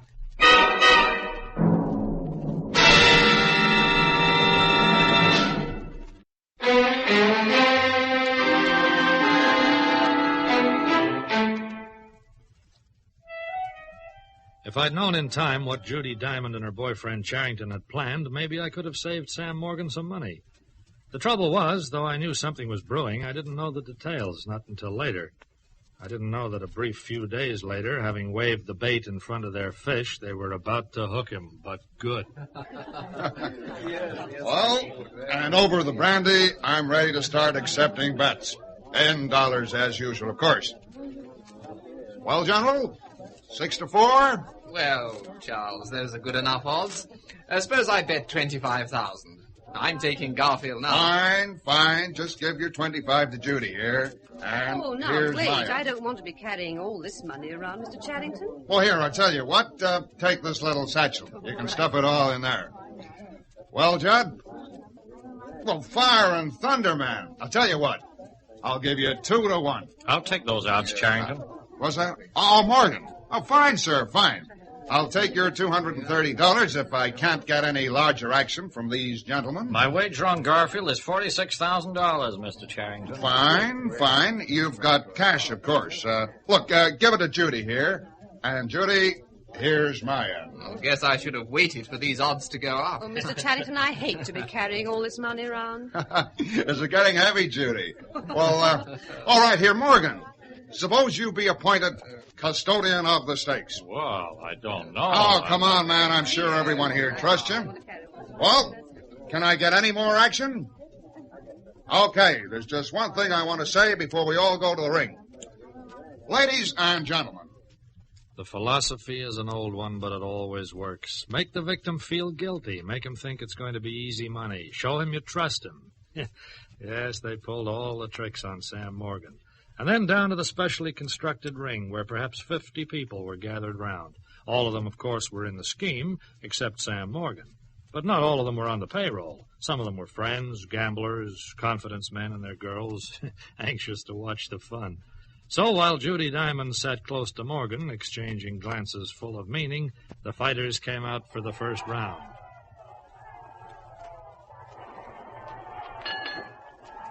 Round one was a warm-up, the fighters pretending to measure each other, fancy footwork. Come on, Pancho! Watch him, Garfield. Trust Charles for a good show. Come on. Yes, it was a good show, artistic, even some action. Whoop! That was because Pancho went down on his knees. Garfield really clipped him. Morgan, down at ringside, eyed the satchel, hoping that Pancho would make it look good. Then Pancho went down again. 2, 3, 4, 5. How about it, Morgan? Enjoying the fight? Yeah, sure. But your boy didn't look very good in there. Don't you worry about Pancho. He'll be all right. I'll just go down and have a word with his handlers. Sure. Judy, you ought to make it look better than this. What's the matter, Sam? Pancho. He should make it more of a fight. Otherwise, they'll Oh, suspect. you leave that to Pancho. And be careful. We don't want to seem too friendly. So the fighters came out for round two, and the farce went on. A cut opened up under Pancho's eye. The crowd responded. He's all yours, Pancho. Garfield. What's that laugh? Upstairs. Work on his eyes, Garfield. Another spectacular piece of artistry. Pancho is down. He gets up again, weakly spars his way through to the end of the round. The principals are working to a climax now. Morgan jovially chides Charrington about his fighter's form. Charrington appears surly and worried, and they wait for round three. This is where it happens. The fighters come out both slugging. Pancho shoots a left to Garfield's face, takes a right cross, dances back with hands down and guard wide open. Then another right from Garfield catches Pancho, who falls back and looks very dazed. Now the moment has arrived. Garfield steps in, measures Pancho, swings a terrific right, and misses. And Garfield falls, arms flailing, blood spurting from his mouth. What happened? Pancho never touched him. Where's the doctor? Hurry, man! What's happened? What happened, Judy? Gosh, Sam, I don't know. He just fell over. The doctor's getting into the ring. Get me my bag at once. On the seat there. Doctor, what happened? This man is hemorrhaging. He's in a very bad shape. I never touched him, Santissima Madre de Dios. Apparently, you didn't need to touch him. Stand back, please. Doctor, what is it? Nothing serious. Serious as it can be, Mr. Charrington. This man is dead.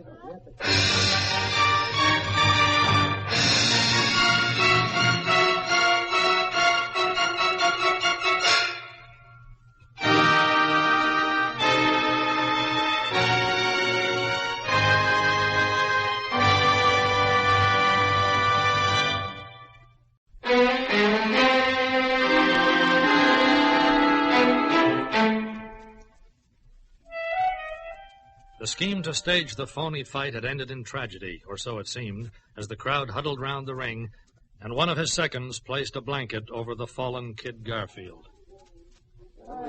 Dad? But how? What on earth could have... Apparently, Mr. Charrington, when he missed that terrific swing, he burst a blood vessel. Completely chance. Couldn't have been predicted. But are you sure? Charrington, your guests. Oh, yes, of course. Ladies and gentlemen, I must ask you all to leave at once. Now, look, please say nothing of what has happened here tonight. I'm very much afraid we are accessories to homicide if this ever gets out. Sam? Yeah? Quick, Good night, the money. ladies and gentlemen. There. What are you going to do? What do you think? Take it. But we lost. We lost the bet. I don't care. He'll never be able to report us. He'll be too busy trying to hush this thing up. Yeah, but... Listen, a plane leaves from Madrid at 11 tonight. Grab it. I'll meet you at El Casa Pepita tomorrow at noon. But, Judy, we're liable to be arrested on a homicide rap. Well, don't you think I know that? Well, go on, beat it. I'll meet you in Madrid. Hurry. But I've got no money left. Here. Quick, before they see I've got the satchel. Here's 100. Goodbye, Sam. And Sam, listen. Yeah, what? Hurry.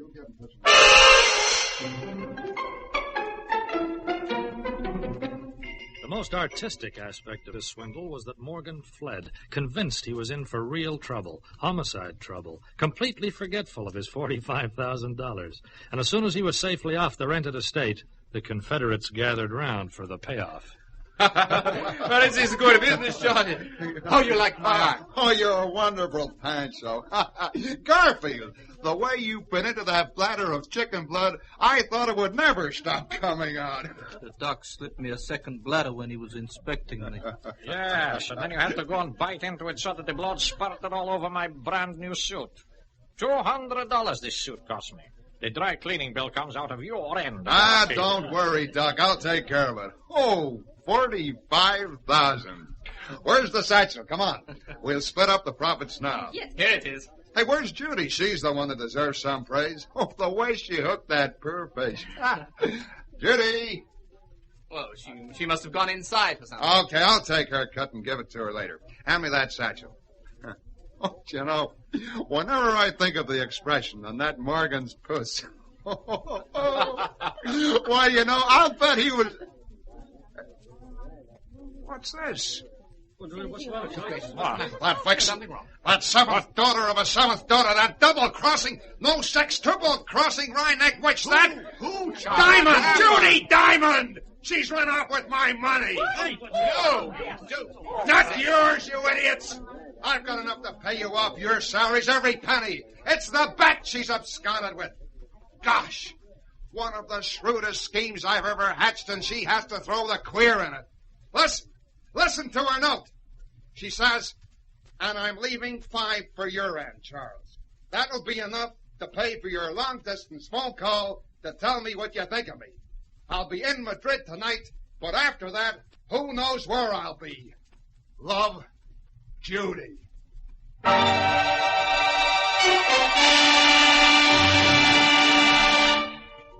So the best laid schemes, they say, can come unstuck. How did I get all the details of this little plot and counterplot? Well, I got them from Judy Diamond herself. I ran into her in Madrid, and the story was so good she couldn't resist telling me before she vanished into smoke along with her newly acquired husband. Yep, Sam Morgan. She picked him up in Madrid the next day as arranged and found that she kind of liked him after all. People are funny, aren't they? Goodbye now.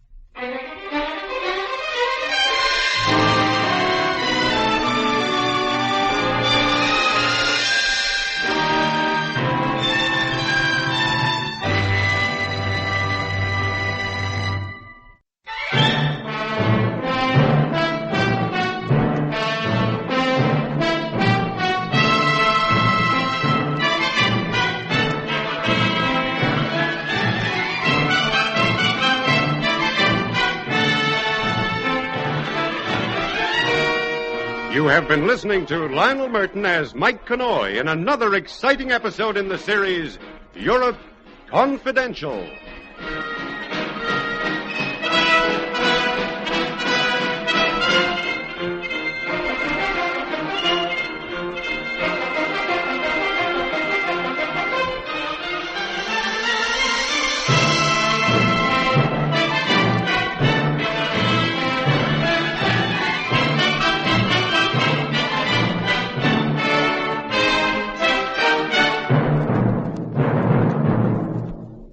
This is Basil Rathbone again.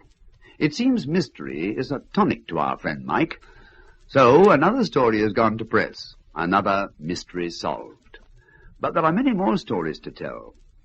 They have their beginnings in the dark alleyways or the, brightly lit boulevards of Europe. We hope you'll join us again to hear them. Goodbye now till we meet again to listen to another of the world's greatest mysteries.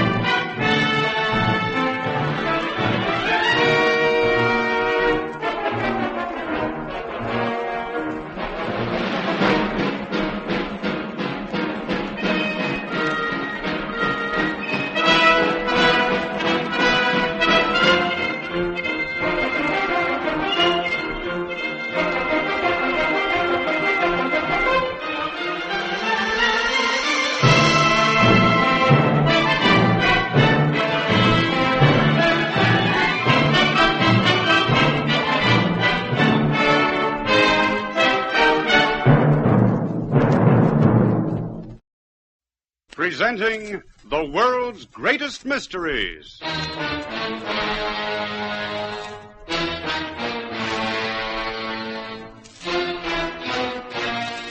And now, your host. This is Basil Rathbone. Mystery, suspense, perhaps sudden death are the tokens of a roving reporter's trade. They're all here in these tales which Mike tells. They are the ingredients that make the news, and Mike finds them where the news is made. To anyone else, it might be just an unrelated fact. Perhaps, a not very interesting item of news which came in on the ticker tape. Or a word which was dropped in casual conversation. But it's enough to make him grab the fastest transport at hand and send him speeding to the scene. In a moment, our story.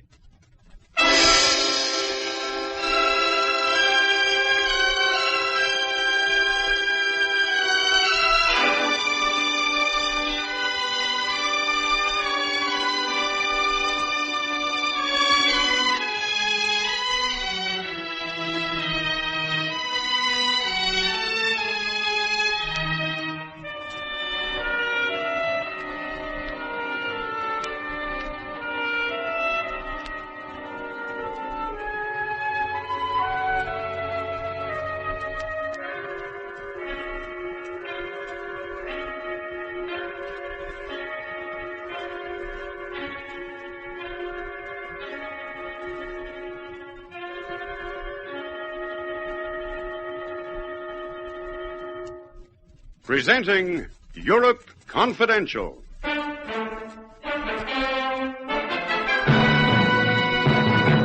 You fool.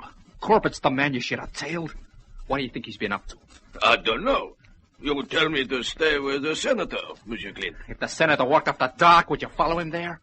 Please, that would be silly. Dave Corbett is the only guy, but the only one who can louse me up. He would have to be in Paris. Come on. To where, Monsieur? The Dauphin Hotel. If Corbett's gonna come into this game, he's gonna be on my side. Alive or dead.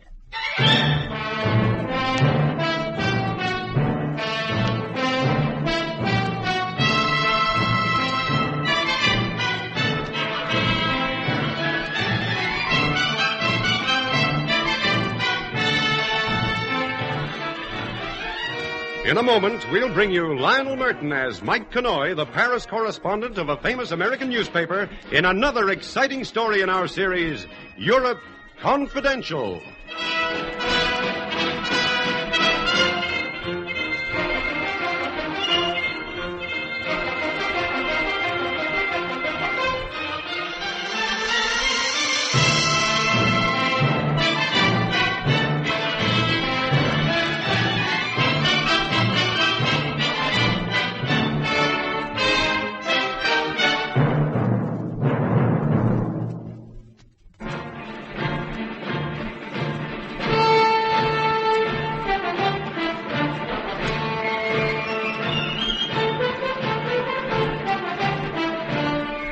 This is Mike Connoy. I was sitting in my office at the press building trying to figure out where my next column was coming from when I had an unexpected visitor. The door opened without any preliminary knock, and a thick-set man pushed his way in. You Connoy, Mike Connoy? Sure, but to what do My name's Corbett, Dave Corbett. Maybe you heard of me, huh? Had I ever heard of Lucky Luciano? Sure I had, and I'd heard of Dave Corbett, too. At one time, Corbett was almost as big a name in the rackets, but things had gotten too hot for him in the States, and he'd been living on his wits in Europe these past 5 or 6 years. Yes, I'd heard of him, and I told him so. Well, then, maybe you're interested in the story, Connoy. I'm always interested in a story. Sit down. Thanks. You heard of Senator Payne? Senator J.G. Payne? Payne. Yeah, wait a minute. Wasn't he the man who... You got it. Yeah, he was the man who headed the Senate investigation into my activities and ran me out of the country. Okay, so they had right on their side. I was playing the rackets. But Payne made it a personal vendetta. So, what's the angle?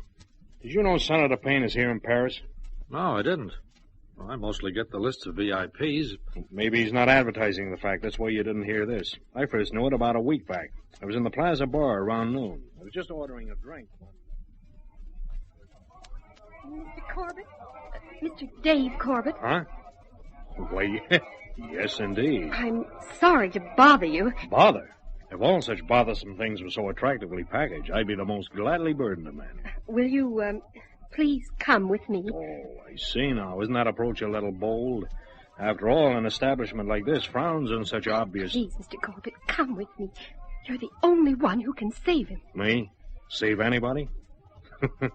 You come to the wrong man, honey. Please, you must. Even though you hate him. Hate him? Now you interest me. Just which antagonist do you mean? My enemies are legion. Wasting time. He'll pay you a great deal of money. Money? You can name your own price. The price of my hatred comes high. But for money and hate, Corbett goes anywhere. Lovely lady, lead on.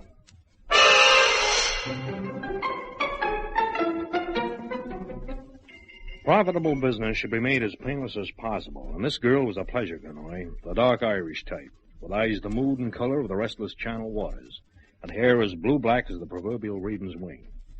We took the elevator in silence to the third floor and walked along the hotel corridor. We're almost there. Tell me, Baldan Sonon, are you bringing me on a wild goose chase? If it is, then it's the goose that lays the golden egg, Mr. Corbett. Well, the rose has thorns. This is it. Yes? I found him, sir. Come in, by all means. The Honorable Senator James Payne, I believe. Aren't you surprised to see me, Corbett? Not particularly. This morning, when the wind from the Seine brought with it the usual aroma of stale grease and ancient garbage, I had an idea I might run into some old enemy before the day was through. Aren't you in the wrong country? Still the same old Corbett. Insulting, conniving. And you're the man I'm supposed to help? It's not by choice, believe me. That I do believe, Senator. The dislike is mutual. How much has Diana told you? So her name is Diana.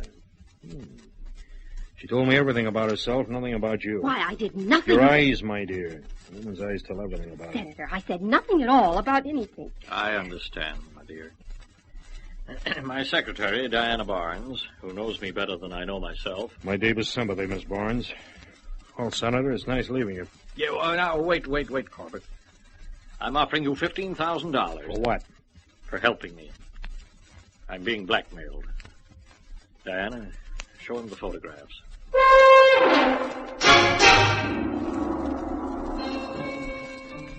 The lovely Diana passed me the photographs, Connoy. She should have been blushing, because they were really something, believe me, even for Paris. And they were dynamite. The kind of dynamite that can wreck political careers.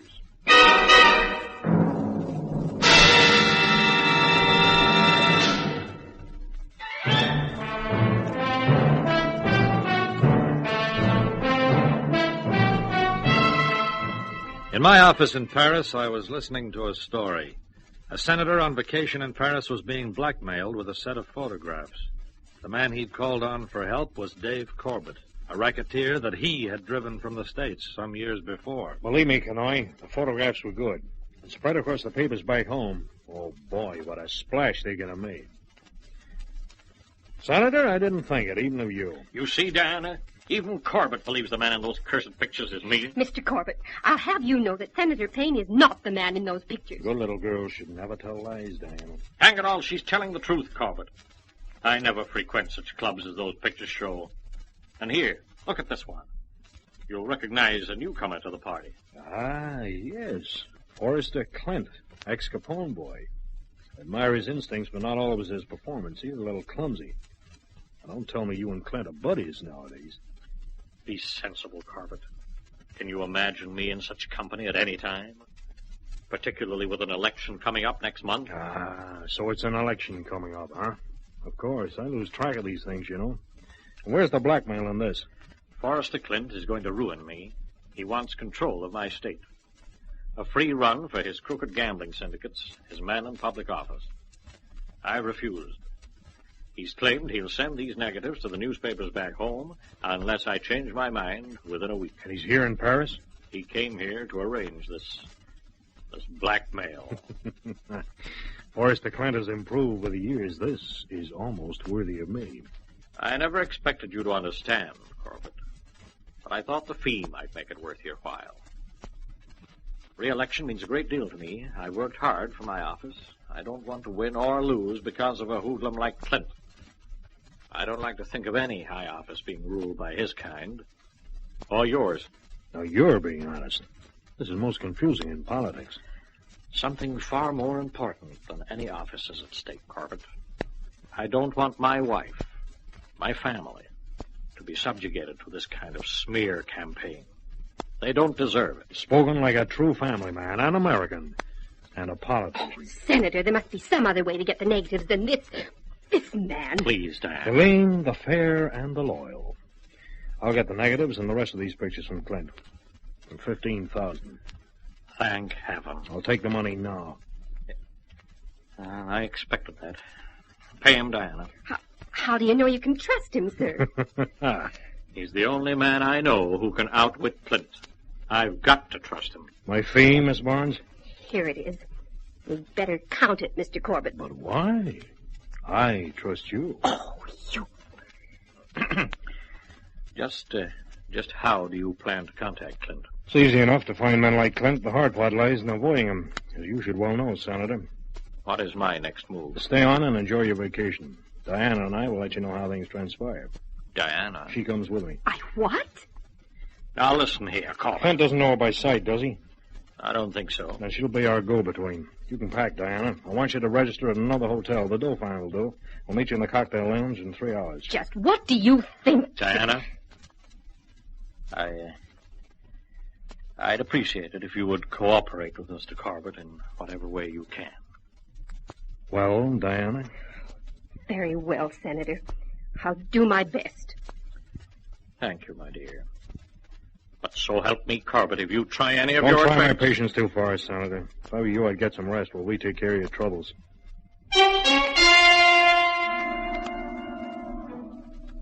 Well, come on, Pierre. I employed you so you could keep tabs on him in this city. What's happened?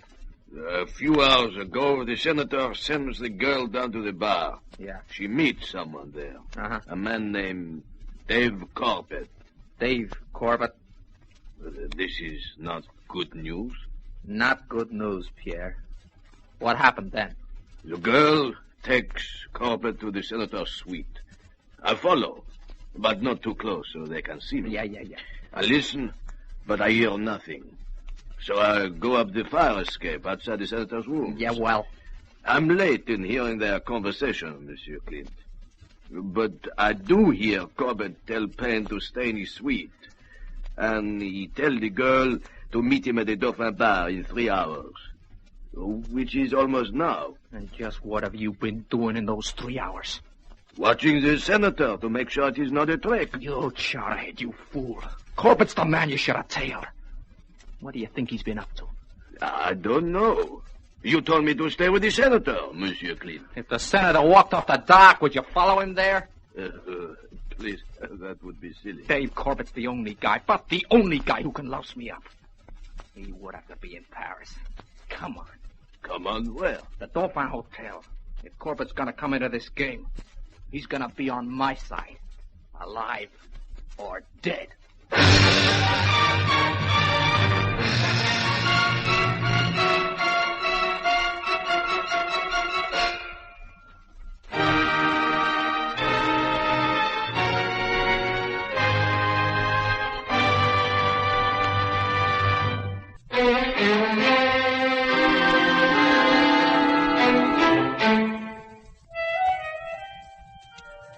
So things were warming up, Connoy.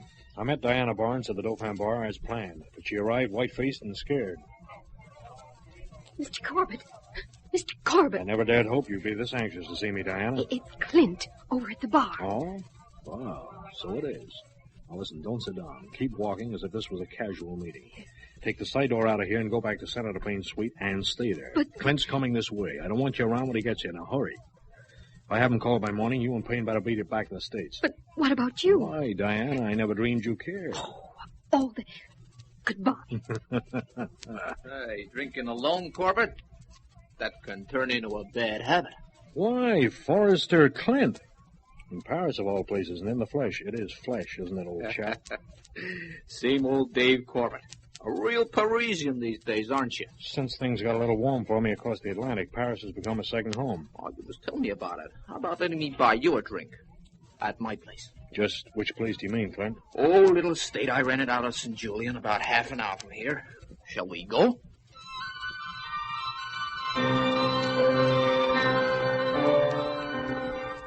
I suppose it could have looked like they were taking me for a ride. Maybe that's how it was meant to look. We drove out into the country, Clint and me, and a gorilla-like French chauffeur in the front seat. We stopped outside a remote farmhouse and got out. After a long tour, you bring me to a ruin like this? Really, Clint, I thought you were doing pretty well. Oh, I'm doing fine, Dave. I like the open spaces. More room to breathe in town. Come on in. Enter. A web? Why not? Hey. Forrester? You back again? This is a surprise. Senator Payne.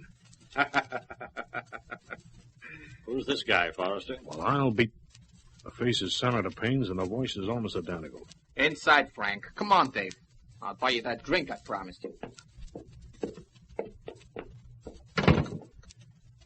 Yeah, I could use one. Sure. Drinks on the house. Sit down, Dave. I didn't figure to see you back so soon, Forrester. What happened? Shut up. Pour the drinks. Oh, yeah, sure, Forrester.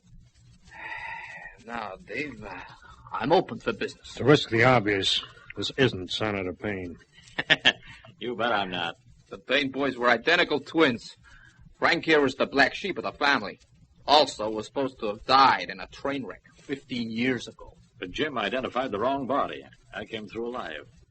Made myself scarce, and I've been waiting for the day when I could get back at that mealy-mouthed brother of mine. Identical twins. The oldest pitch in the world. Yeah, Frank was the man in those pictures. So simple it always works. Even fooled you, Dave. I can be fooled. Frank's lived on jealousy and whiskey ever since the accident. He crossed my path several months ago, just as I was figuring on how to move into Jim Payne's state. He was an answer from heaven. We found out Payne was due for a vacation in Paris, so how much better we could set it up here. And that's it. Very neat. Oh, I can give you a fat fee, Dave, and a chance to pay off an old grudge against the senator. Fat fee? You only paid me $500. Shut up. Dave, I put him over a barrel. How much did he offer you to get those negatives? $15,000. $15,000, and I got a lousy $500 to pose. I'll give you $25,000 to come in with me, Dave. $25,000 in advance? Half. The rest when the deal is completed. Listen, Clint, if you want to throw money around, toss some my way. I've been cheated. Did you hear me? Cut me in on this, or I'll go to my brother and tell him... What? You what, Frank? Well, nothing, Forrester. Oh, I didn't mean it. What are you going to do, Forrester? Here. Monsieur Clint. Take him and walk him over. He talks to you. No! Forrester, no! Get him out of here. And hurry. I'm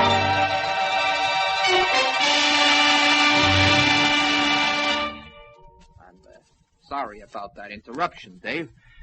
Not in the answer to my offer. Here's the answer, Clint. Our deal has to be 50-50 or it's no deal at all. Half share of all you clean up. 50-50? Why, you?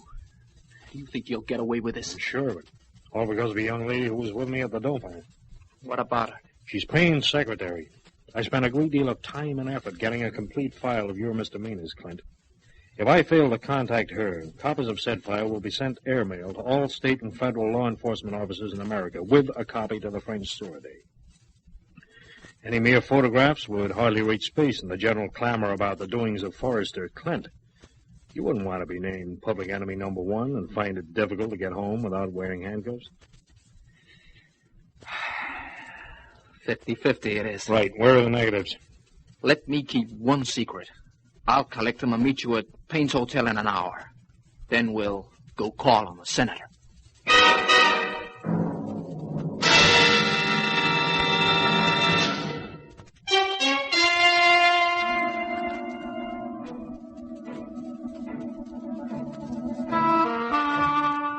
What time is it, Senator? Nearly 2 p.m. Oh, what's happened to him? What's gone wrong? I know he was taking a risk. Don't you realize? Somehow Clint must have found out that you were hiring Dave. Impossible. He was expecting trouble. He made me leave. I never dreamed that Corbett could fail. Diana, what am I going to do? Oh, is that so important now? What? Anything could have happened. He may be dead. Why don't you call the police or do something? The strange charm of Dave Corbett. I don't understand. I never will. He's a criminal without a scruple of any kind. He's blinded you, Diana. Yes? What? Downstairs? Yes, of course. Ask them to come out. Thank you. What is it, Senator? Corbett and Ferris Clint, downstairs. Dave? But Clint, what does it mean? We'll soon find out. They're on their way up now.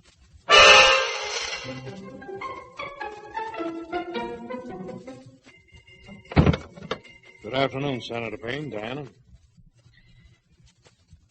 Mr. Corbett. And Forrester Clint.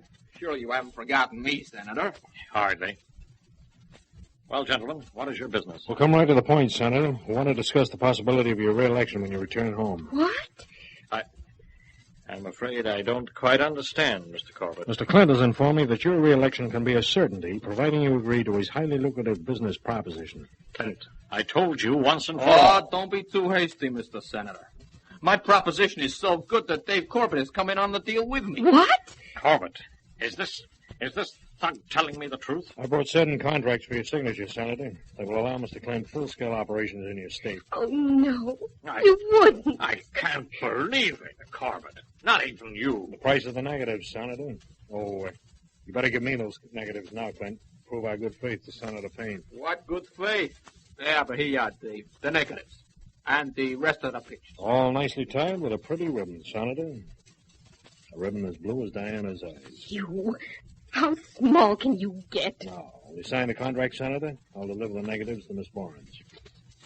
Yeah, that's right. Just sign on the dotted line, Payne. Everybody'll be happy. Sold out. Because I trusted a rat. Here's your pen, Senator.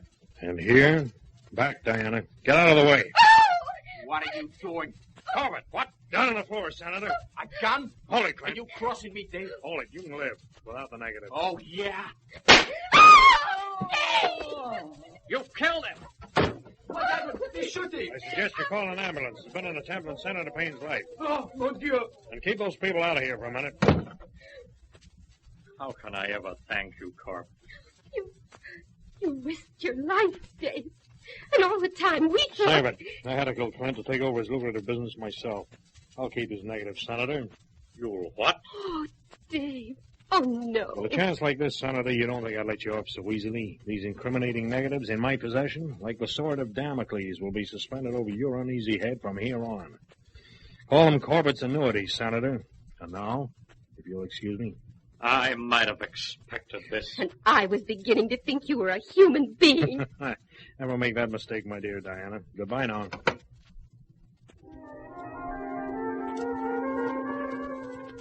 Well, there you are, Connoy. Happened a half hour ago. By now, the news will be out. Yeah, quite a story. But I don't understand. You must have come straight here to tell me this. Why? Well, I get a little homesick at times, Connoy. Maybe the day will come when I want to take my passport along to the American consul and get a passage home. I like people to know Dave Corbett isn't quite as bad as the record says. Look, if I write this story, you'll be every bit as bad. According to your own confession, you walked out on a nice kid who was in love with you. You're planning to take over Clint's blackmail, quite apart from killing him. I killed him in self-defense. All I wanted was the negatives. Even Payne can testify to that. As for Diana, I did her a favor. Don't hold that against me. Okay. So all you want to do is get revenge on Senator Payne. That won't go down too well with the people who read my column, Corbett. Okay, Connoy. You got a fire extinguisher here. Not that it'll make much of a blaze. What on earth do you... This is what I came to do. Here are the negatives and the other photographs. Watch them burn. Want to warm your hands, Connoy? I don't understand. There. Ashes to the wastebasket. There's your story. I'll be reading tomorrow's paper, so make it good.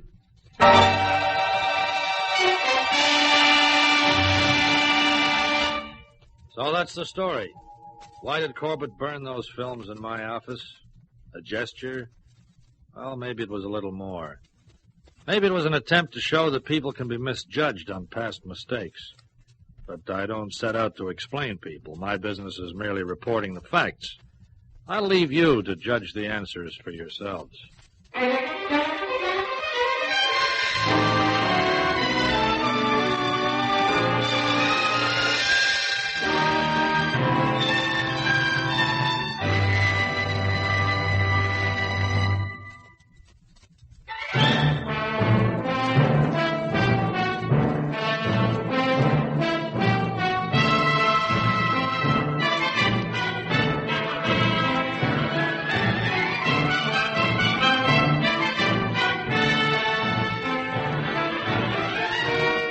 You have been listening to Lionel Murton as Mike Connoy in another exciting episode in the series, Europe Confidential.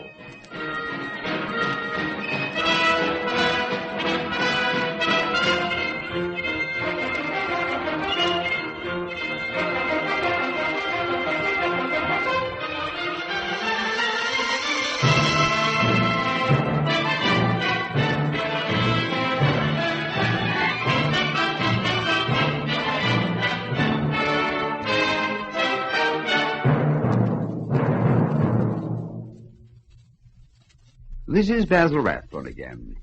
It seems mystery is a tonic to our friend Mike. So another story has gone to press, another mystery solved. But there are many more stories to tell. They have their beginnings in the dark alleyways or the, brightly lit boulevards of Europe. We hope you'll join us again to hear them.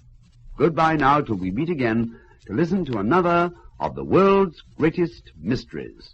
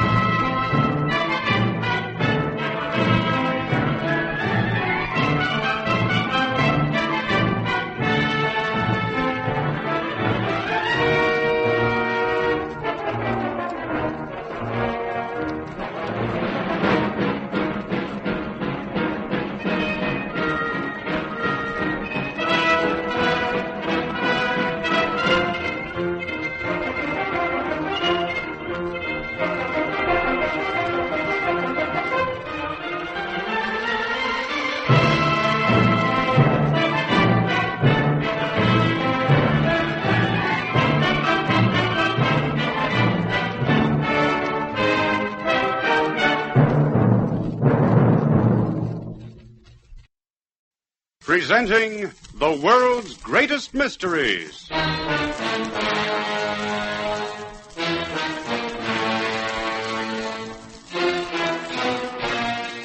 And now, your host. This is Basil Rathbone.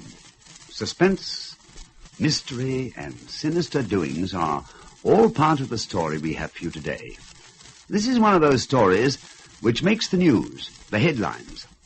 Often a news item may in the beginning give nothing more than a faint clue to the mystery which surrounds it. But it's that mystery, when found, that makes exciting reading.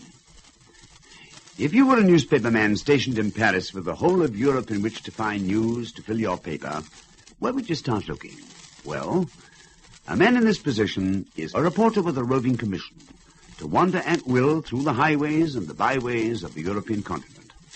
From all sources, where languages intermingle and sometimes nationalities clash, come the lead to those items you find on the front page of your daily paper. Yes, These stories make the news, and they are found where the news is made.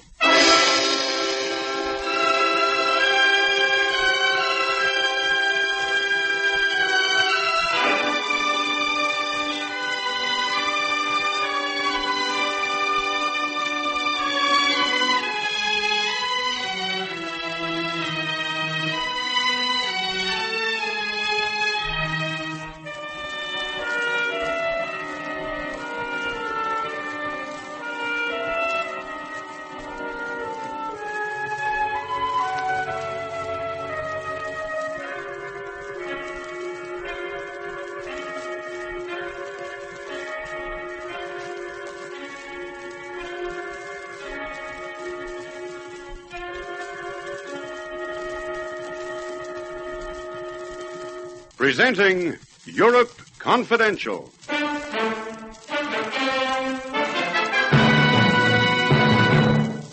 I've heard rumors of you. Wanted in the States, aren't you? Well, how did that get around? I heard it. Yeah. You've been in some big deals. All right, that covers my references. What about yours? You're a very cool one, amigo. You don't think much of your life, do you?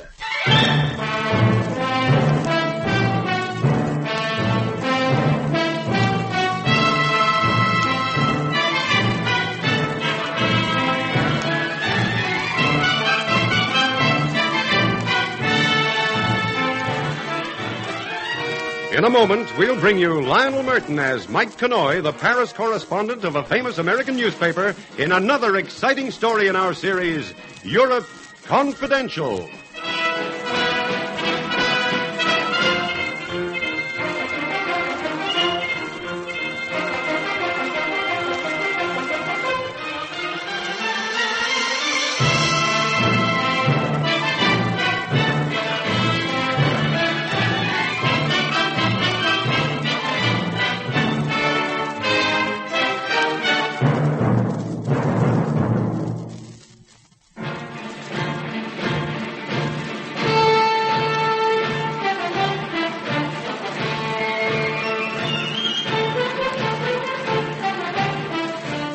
This is Mike Connoy. Did I ever tell you about the day I took a ribbing from the boys on the paper when I landed in Paris carrying a bunch of violets? It was March 1946, and it started in Marseille. I was there to get a story about a flourishing black market and the man behind it. I landed from Paris around 2:30 in the afternoon to be met by a member of our staff who'd arranged hotel reservations and other details. There you are, Mike. Single room at the Plaza Hotel under the name of Mike Maloof. So why you want to stay in that end of town? Well, for the same reason that I'm using an alias, Toby. We got wind of this black market in Paris. When the chief decided I was to handle it, we started sending the word around about a big-time American racketeer named Mike Maloof. Maybe it'll pay off, maybe not, but, well, that's how I hope to get into the black market. Seems like a risk you're taking. Well, stop worrying for me, Toby. Thanks for the hotel booking. I'll be in touch. So, for the sake of a story, I became Mike Maloof, American racketeer, occupying a hotel room in the seamy part of Marseille. For the sake of a story, I had to adopt a new identity and use the information we'd carefully built up in Paris from reports that had filtered through. I spent the night at the plaza, and early the next morning I was surveying the square outside my hotel when I was detected for a tourist and given a special kind of welcome. Violets, sweet violets, kind gentlemen. Spend a few pence for the good of your soul and a breath of English countryside. Well, it would take more than your violets to sweeten my soul, Mother. And tell me, what do you know about the English countryside? I was born in England, that's what. And if I choose to warm me old bones in a warmer climate, that's my own business, kind sir. You're a prickly old puss, aren't you? And just for such courage, with a possible customer, I'll purchase a bunch of your dilapidated blossoms. Oh, thank you, sir. I knew you were a proper gentleman the moment I laid eyes on you, I did. I might also buy a little information. What kind of information? You wouldn't happen to be acquainted with a certain pirate by the name of the Spaniard? The Spaniard? You ever heard of him? You'd remember the man. A scar like a gaping wound across his face. And instead of a left hand, he flourishes a wicked iron hook, I'm told. Oh, I know the Spaniard, though I pray to forget such as him.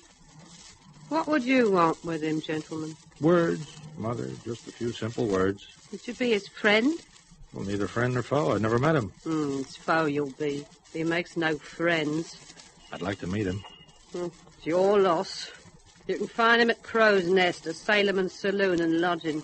Down the next street and one over. You can't miss it. Just follow your nose and the noise.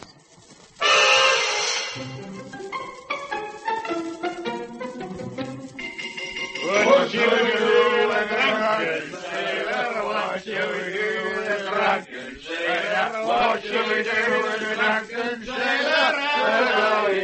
It was like walking into a page of Robert Louis Stevenson. Ship's lanterns lighted the place, fishing nets and cobwebs decorated the walls, and I swear that some of the patrons boasted barnacles. But at the bar, with a swearing green parrot on his shoulder, was the English renegade they called the Spaniard, complete with scar and iron hook. Well done, gentlemen, well done. But shouldn't the song have been 15 men on a dead man's chest, yo-ho-ho, and the rest of it? And who's that bright boy? Perhaps he comes too slow. Behold, he brings flowers. Let's heave him out. Come on, get out with you. Hold on, mateys. There'll be no heaving overboard of a man who comes to Crow's Nest with posies. He's either a maniac or a fox. And this one's no madman. Greetings from Reynard, Spaniard. Reynard, is it? I've read me fables, matey. What's the fox's other name? Mike Maloof. Maloof. I know that one, too. Your fame is also known to me. Judging by them dead violets, by way of Gentle Annie. Oh, is that her name? She's been called other things.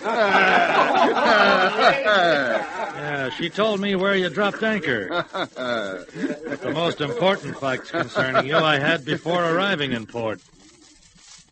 Well, maybe we'd better have a private talk, Mr. Maloof. I'm at your disposal. Follow me. Run in a bucket of grog for me and my friend Robbie. On the double, Spaniard. Welcome aboard, Mr. Maloof.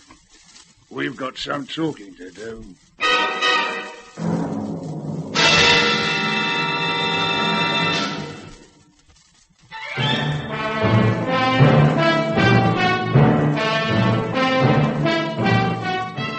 At last I was getting somewhere.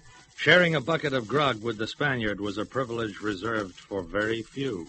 State your business, Mr. Maloof. I've come to Marseille to work. There are those who say you run a black market here. Who told you that? I never betray sources of information. You're a cool one. I've heard rumors of you. You're wanted in the States, aren't you? How did that get around? I heard it. You've been in some big deals. All right. That covers my references. Now, what about yours? You're a very cool one, amigo. You don't think much of your lot, do you?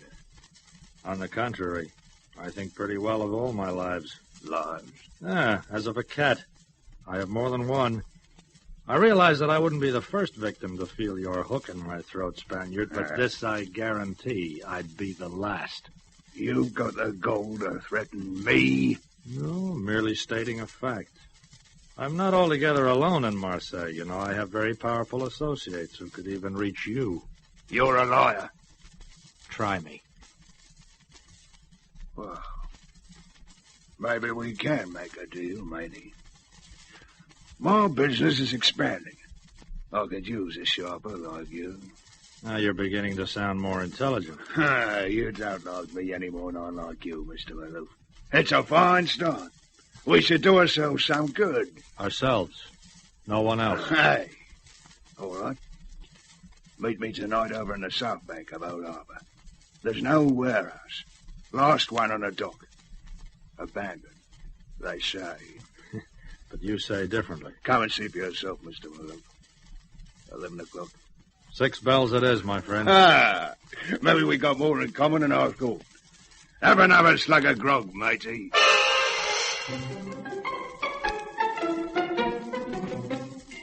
I begged off and left the Spaniard swilling his bucket of grog. I left Old Town and walked to one of the better hotels in Marseille to dine alone. I was enjoying an after-dinner liqueur when something new and uniformed was added. Am I addressing Monsieur Mike Malou? Why, yes. I'm Inspector Delarge, police. Let me speak very plainly. We have trouble enough here without importing it from America. I advise you to make your stay as brief as possible, monsieur, and to cause no incident while you are here. Au revoir.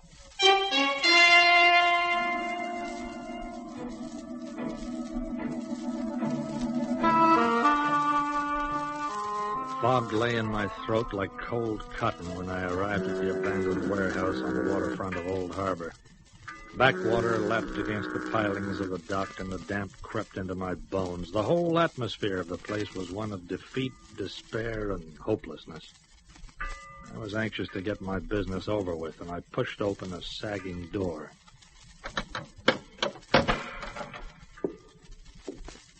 Hello? Anybody there? Mike Malou? Why, yes, I was to meet the...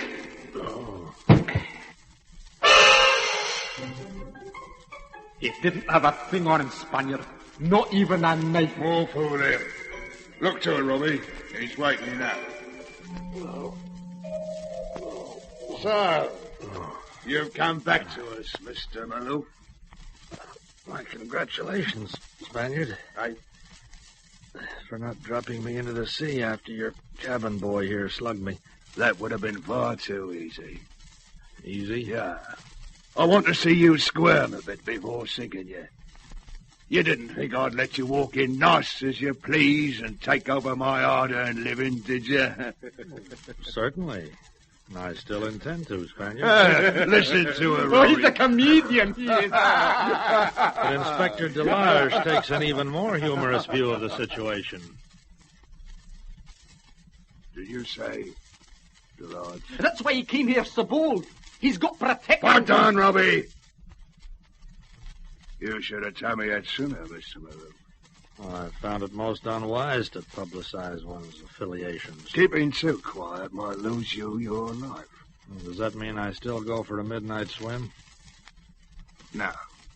No, I'll sign you on, Mr. Malou. But it's going to take more than your fancy talk or Inspector Delarge. How do you mean? Well, they're clamping down on me. I'm afraid to so. You find a safe way of making customer contact, amigo, and you're in. Can't your corrupt inspector assist you? So you know that, do you? Well, of course. I don't trust him, Spaniard. Shut up. Stay out of this. You're in on one condition, my love. Show my goods for me and you share. But if you fail, then you'll feel the cold steel of my hook against your throat.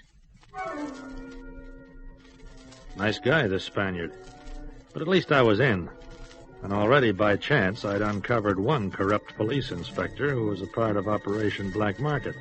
The next stage was to get enough evidence to break the story.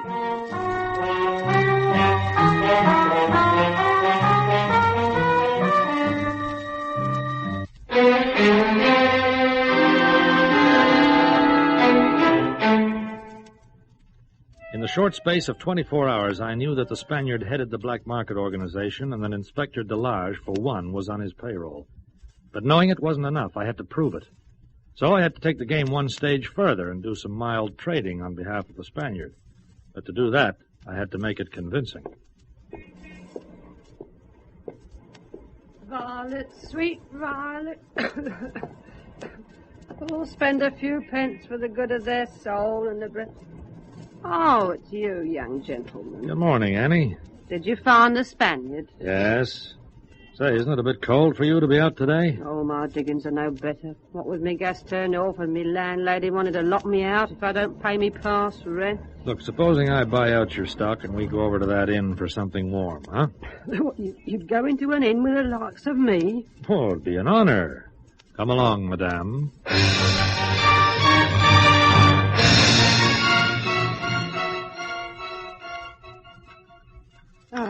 There's nothing like a spot of tea and brandy to put life in a body again. You want another cup, Annie? Oh, Lord love you, sir. I've had 3 already. Well, maybe I'd best have one. That's my girl. I'll brew the potion myself, huh? Well, I never thought that gentle Annie'd see the likes of this again. I see I'll have to take you in hand, Annie. How do you mean, sir? Oh, maybe I've taken a fancy to you. To me? Go on with you. Or perhaps I've got nothing better to do at the moment. Oh, that sounds more natural. Well, how's this for a starter? I'll bring you flowers from the wholesale market, the best and freshest blooms I can find, and they won't cost you a penny. How about that? You do this for me? If you'll do something for me, Mum. Oh, anything, Mr. Maloof, anything. You're going to have the briskest floral trade in Marseille, and whoever asks you for violets, sweet violets, remember this? Violets, sweet violets. Well, why, sir, that's my own song. Yes, but they must say those exact words when they make a purchase. Oh, see? yeah. Now, when they do, you give them my address. I'm staying at the Plaza. The Plaza, yes. Now, there'll be some who'll give you envelopes. These I'll collect every evening. Have business with such folk. Just follow my instructions, Mother, and you'll make us both very happy. Oh, that I will. And now, how about another spot of tea, huh?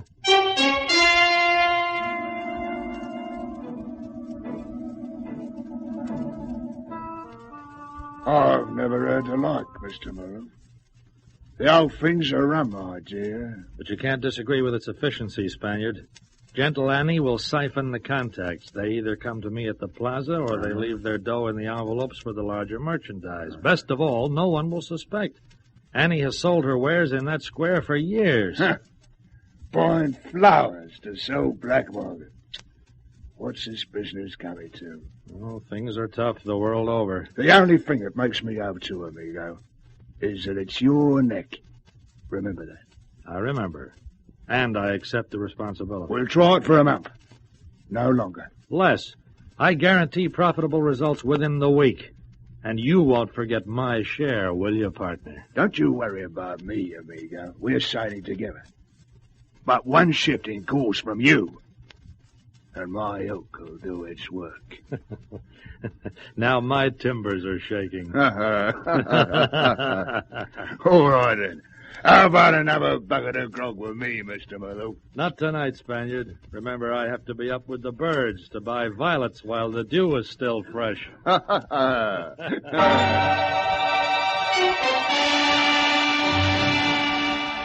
My plan was simply this, to do some minor trading, enough to get evidence. And if it had been given a chance, it might possibly have worked. But there were other forces at work, and my scheme fell down that night with a damp thud.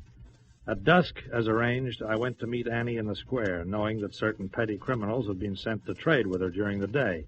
Not enough to matter, but enough to convince the Spaniard. So I went to pick up the envelopes, unsuspecting, unprepared. Good evening, Annie. You got some sweet violets for me? Sir, Mr. Maloof, look out. Mr. Maloof? Well, Inspector Delarge. Facing the other way, reading a newspaper. You know, I should have got to know the back of your head more thoroughly. You won't try to make any move, please, Maloof. I have gendarmes around the square. Oh? For black market activities, I hereby place you under arrest.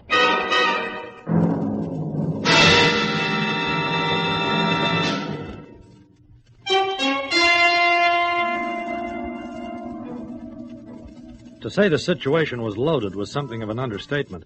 2 hours later, I was in front of the prefect of police with Inspector Delarge giving a highly colorful and fictitious story of my activities. That is the position, mon perfect.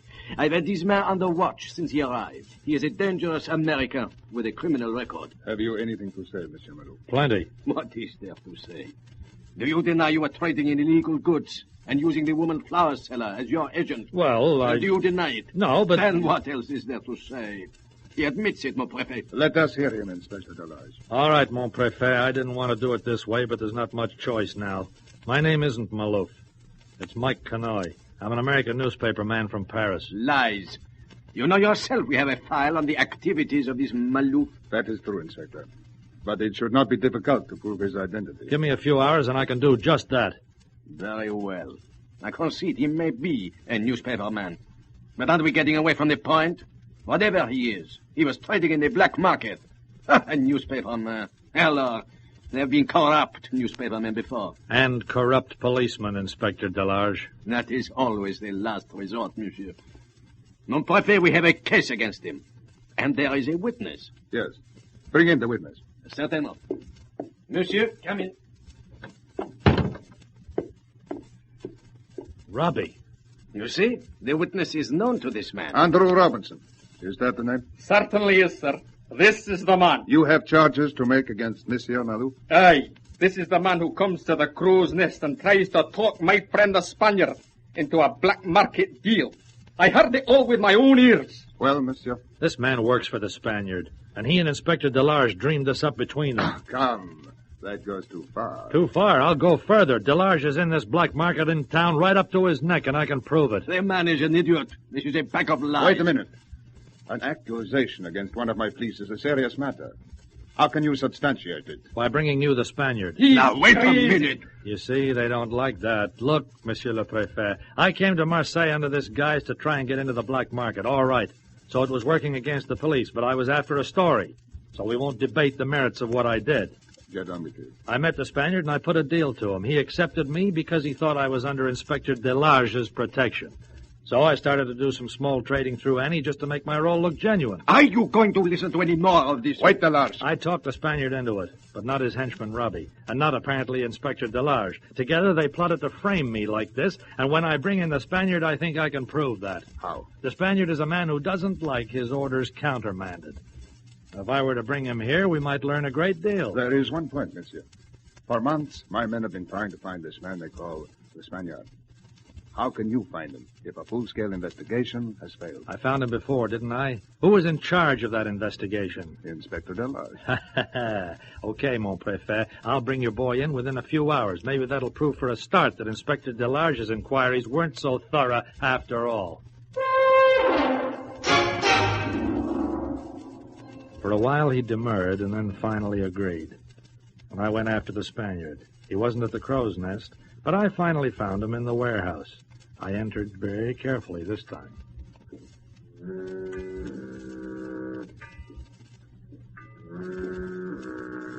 Oh, it's you, is it, my snooping amigo?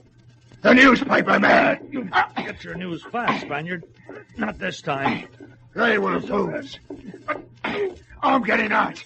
As soon as I play you on. It's you or me, amigo. I always knew it would be. And my yoke will get you. Not this time, Spaniard. Come on, get up. You've got a date with me at police headquarters.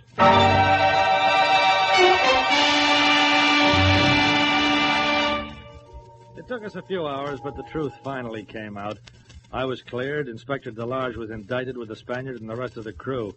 Oh, yes, it all tidied up very nicely.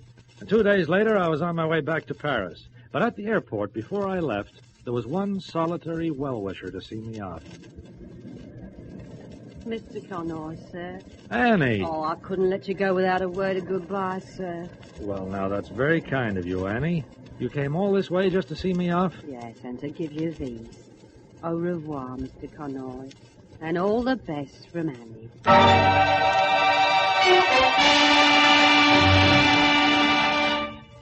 She was lost in the crowd, and I was on my way to the plane, deeply touched, I might say. I carried my small present up the gangway and down it again when we reached our destination. Well, what could I do? It was a gift. That's how I came to fly from Marseille to Paris, carrying a bunch of violets.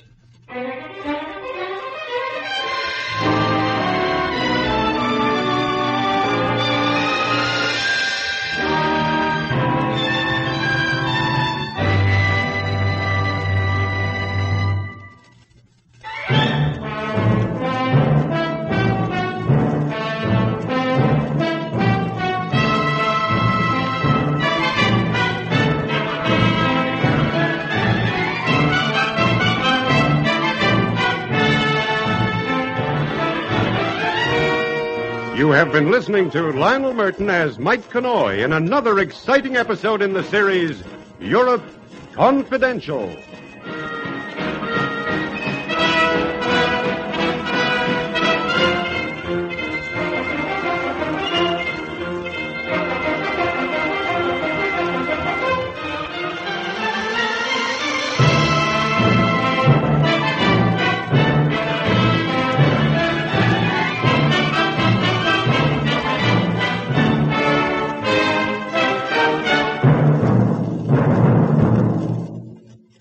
This is Basil Rathbone again. Well, that's a story that's hit the headlines, and that's the way it's found. From his office in Paris, Mike has set out many times to track down those little fragments of news which build into a headline article. Indeed, our roving reporter friend has many a tale to tell. I hope you will join me for the next one. Well, goodbye till then, till we meet again and listen to another of the world's greatest mysteries.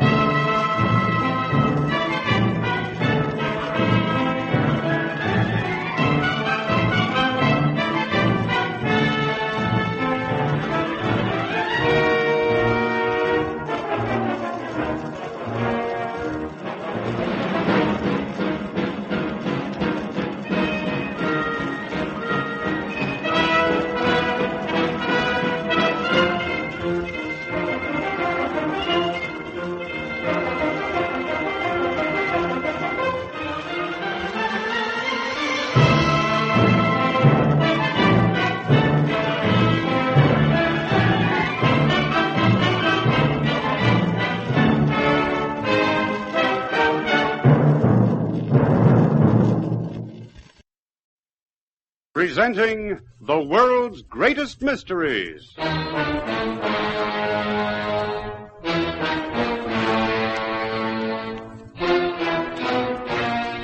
And now, your host. This is Basil Rathbone. Any reporter who can win a roving commission to discover the mysteries behind the secrets of one or several countries has certainly won his position because he has that special something that recognizes a story even before it is a story. In the likeliest and unlikeliest places of Europe, Mike has discovered intrigue and mystery and has searched behind the veil for the stories that will make the news. Not without danger, these stories have been transmitted to his European headquarters in Paris, and from there they have found their way into newsprint to excite the world. But in a moment, let Mike tell you himself of one such adventure.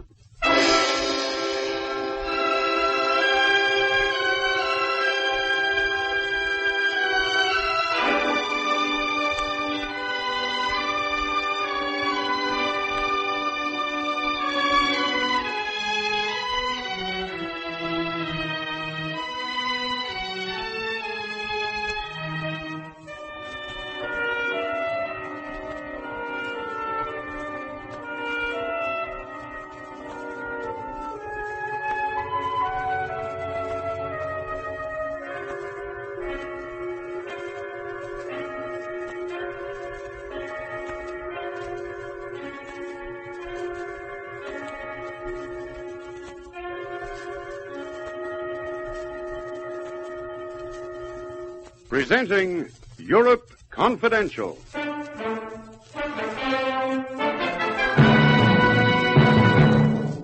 must be crazy, Thornton. Ringing me last night, telling me to be here with £10,000. Blackmailing me? Oh, that's a laugh, that is. I want your 10,000 in cash, or I'll put the police on your trail. For what? For the stunt I pulled on you in Genoa? No. I'm talking about something more serious. Murder.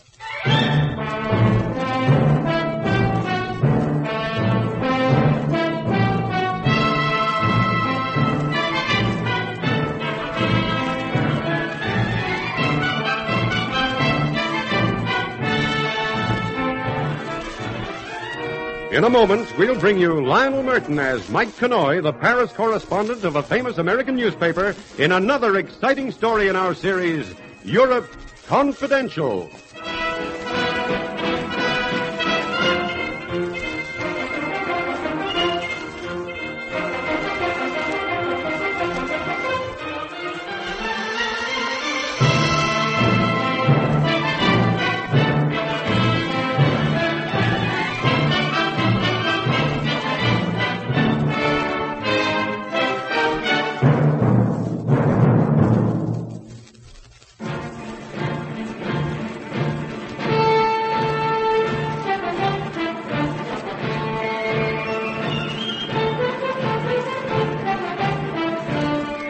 This is Mike Connoy.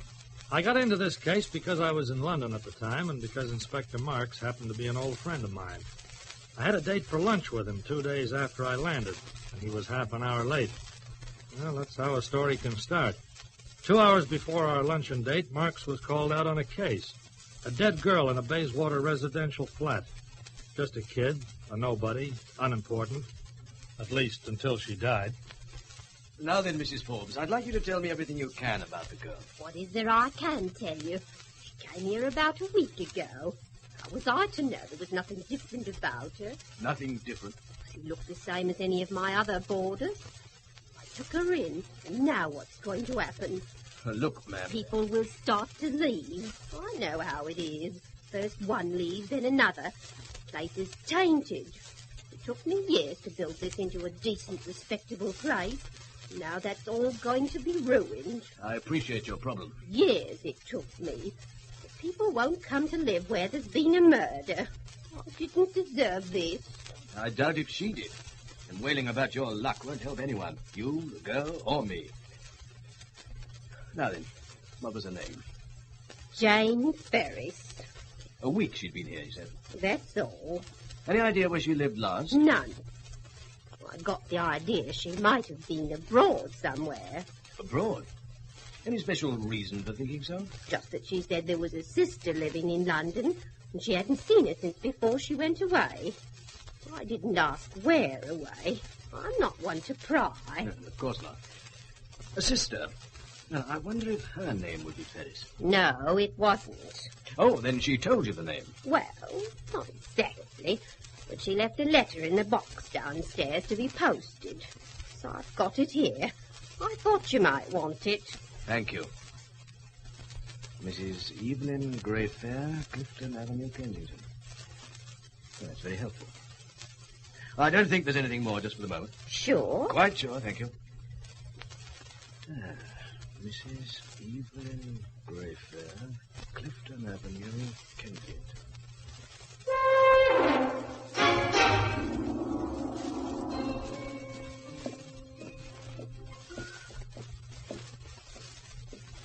Mrs. Greyfair, Inspector Marks from Scotland Yard, madam. Thank you, Gordon. From Scotland Yard, Inspector. This is rather unexpected. I've come concerning your sister, Mrs. Greyfair. My sister, Jane. I have some rather bad news for you. What kind of trouble has Jane got herself into this time? She's dead. What? Murdered. Murdered? Inspector, you don't mean... Jane, murdered? I'm sorry. She was found dead in a bed sitting room at Bayswater. She'd been strangled. Jane, dead like that? Yes, this is rather a shock to you, I know, but better from me than reading about it in the newspapers, ma'am. The newspapers? Well, when my husband will see it. I expect he will.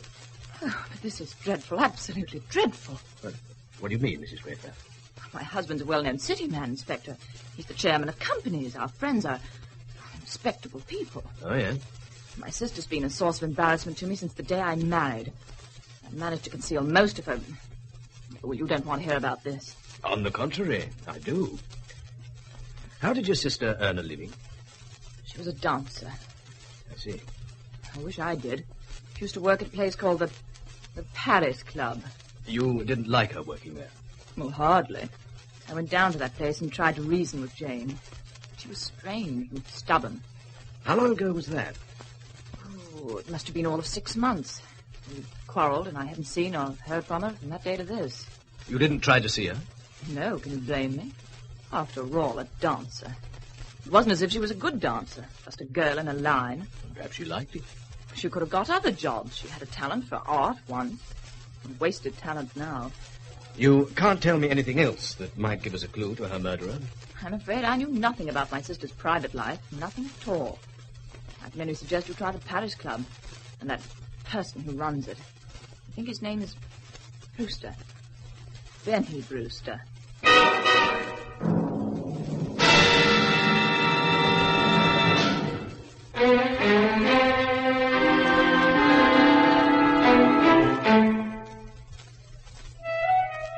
Well, that's how it all began. An ordinary, routine investigation into murder. If murder can ever be ordinary. Inspector Marks called a halt at 1:30 p.m. and remembered that he was long since due to meet me at the press club for lunch. And over that lunch, I first heard about the life and death of Jane Ferris. So there it is, Mike. My excuse for lateness. And my reason for having to hurry off from this very excellent lunch. You're going to see this guy Brewster, are you? Yes, we want to get the business cleared up as soon as possible. I suppose the rules prevent me from coming along. You? Just sit on the sidelines and watch. Well, I don't know, Mike. I don't think I've ever read any rules about that. Suppose we finish our coffee and find the Paris Club.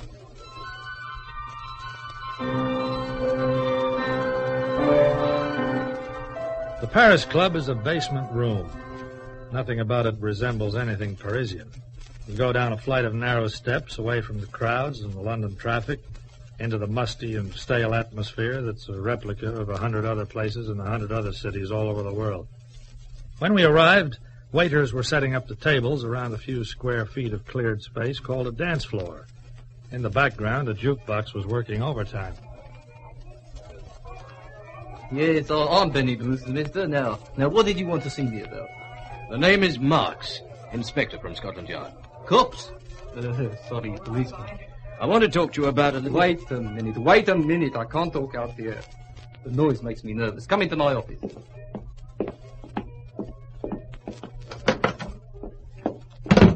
Now then, Inspector. Now, what do you want with me? I'm law-abiding, honest. Mr. Brewster, did you know a girl named Jane Ferris? Jane, yes. Yes, she used to work here. Well, how long ago did she leave? 4 months, and she didn't leave. Sacked? Yeah. Any particular reason? Now, look, mister, who I hire and fire's my own business. I run a respectable place here. Before you go any further, I'd better tell you this. Jane Ferris has been murdered. I'm investigating her death. Murdered? Things like that make me nervous. I know the signs, girls who start playing around with needles. Oh, they make me nervous. Needles? You mean drugs? What else? She got mixed up with Harry Klein and his crowd. I didn't want her around. Harry Klein? That name's familiar. Who is he? I don't know. Where did the girl go after she left here? No, that's something I can tell you. She went to Italy. They even sent me a little card with a drawing she did on it herself. It's funny, that. There you are. With the poor kid dead, I reckon you might as well have this. Yes, I'll take it with me. Strange sort of sketch. See it, Mike? Yeah, an old man sitting on what looks like the steps of a cathedral or something, feeding the birds. And the postmark's obscure. Italian stamps. Did the note say from where she posted it? Oh, some place called Genoa. Yeah, Genoa. Only I wouldn't know. Foreign travel doesn't go down with me. It makes me nervous, and I have to take things easy. We left the nervous nightclub owner, and Inspector Marks went back to Scotland Yard. I had a kind of a hunch that behind this case was the sort of story I could use. So I made further appointment to see Inspector later that afternoon. When I met him, his news was not very encouraging. Looks as if the case just peters out, Mike. No more leads. No one saw anybody enter or leave her room at the boarding house. No fingerprints, nothing to work on. What about this guy Klein? No, he's known to us all right. What you might call a big operator. Runs crime on an organized basis. Specializes in blackmail and drugs. Oh, nice guy. Charming. We pulled him in and questioned him. He admitted knowing the girl, but there's nothing else we can prove. He had his lawyers with him, of course, laying down the legal procedure. How does this guy get away with his organized crime, if you know about him? Simply for lack of evidence. Oh, well, we're going to keep working on it, of course. Perhaps we'll come up with something. What about the Genoa angle? Yes, I'd like to follow it up, but that's out of our province. We've made a routine inquiry through Interpol, and the Italian police don't know the girl. Inspector, supposing I wanted to take a trip. What do you mean? To Genoa. Find the church, eh? And the old man. And maybe get a lead on what she was doing in Genoa. And then maybe, well, just maybe, they'll tell us why she was murdered.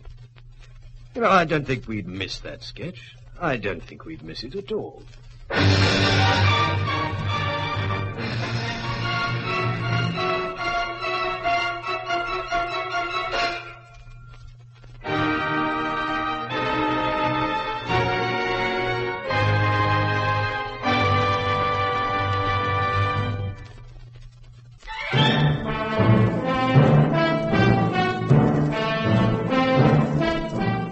The city of Genoa is a place of palaces and churches built on a hillside that looks down on the blue Mediterranean Sea.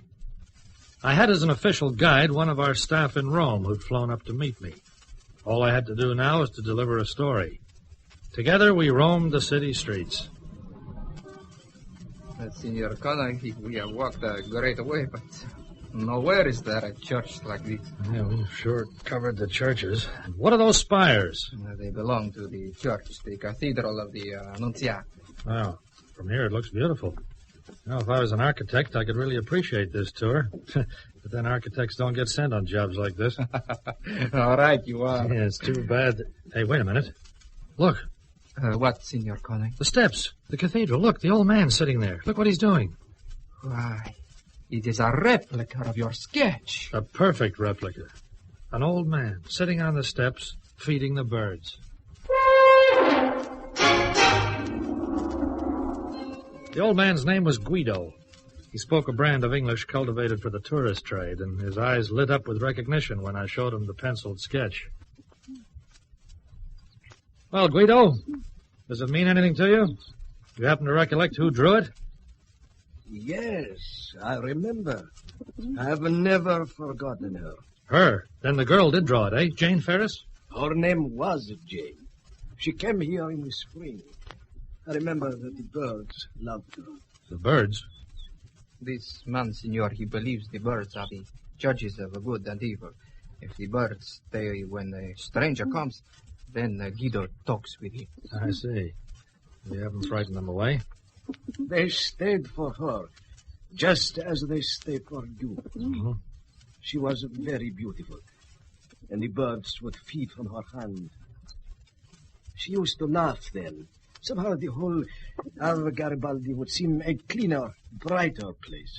Look, I want to find out what happened to her here. Is there anything you can tell us? You are searching for her, Signor? Well, not exactly. She's dead. Madre Diate. Oh, but she was so young. I'm trying to find out why she died, Guido. Anything you can tell me will help.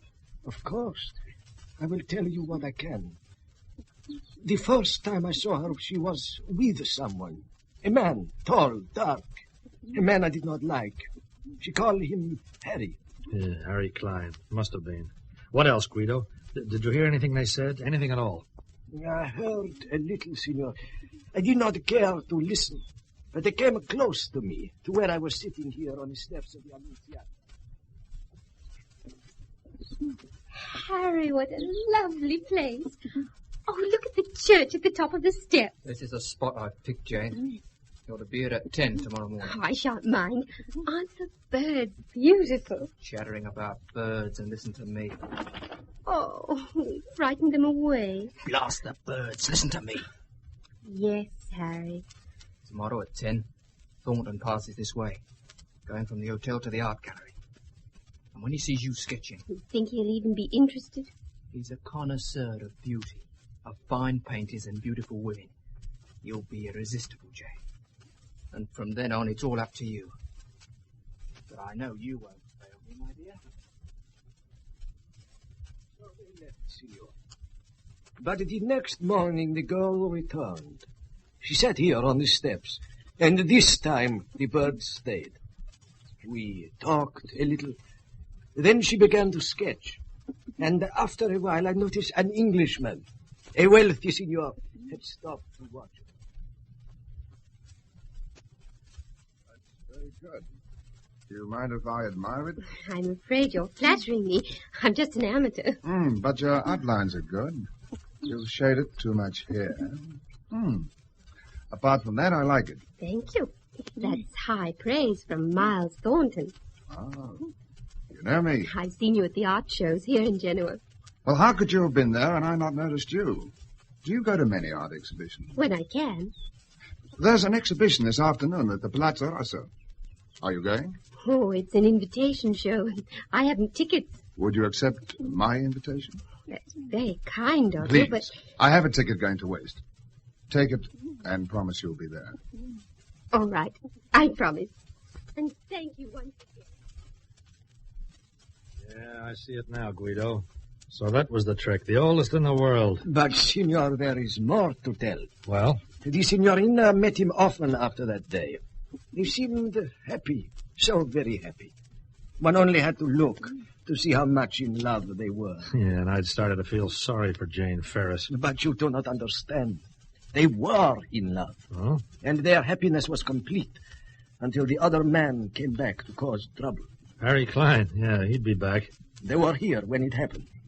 She was finishing her sketch while he watched. Then this Signor Klein, he arrived. There was an argument, but I did not hear what was said. I suppose it ended with Miles Thornton bringing out his checkbook. Yes, there was some talk of money. The man, Klein, seemed to be threatening the other. The Signorina was crying. Yeah, but that was an act. That's all you can tell me, is it, Guido?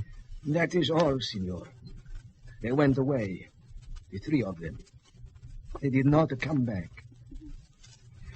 And now you say she is dead. It is very sad.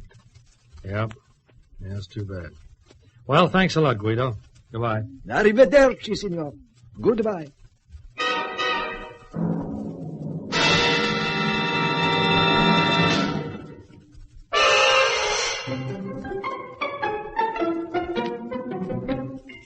Well, there was my story. The game of Chisel the Rich Unsuspecting Victim. The oldest game there is. It was all there now to write and forget about, except that Jane Ferris had been murdered and her death was still unsolved. So I went back to London and turned over my information to Inspector Marks. A few hours later, I was present when wealthy art connoisseur Miles Thornton came to Scotland Yard to be questioned regarding his association with the dead girl. Well, Mr. Thornton, there it is. We established your connection with the case, and by a stroke of luck, you happen to be back in London. Now then. I suppose you want a confirmation from me that I knew her. Well, that for a start. Yes, I knew her. The old man on the steps was right, gentlemen. I fell in love with her. Did you know she was dead, Mr. Thornton? Yes, the story was in the newspapers. It could only have been Harry Klein. When we split up in Genoa, he was swearing vengeance. She wouldn't go with him, you see. She wanted to stay with me. How much did you have to pay? £5,000. Yes, I know it was blackmail. But Jane really loved me. I know that.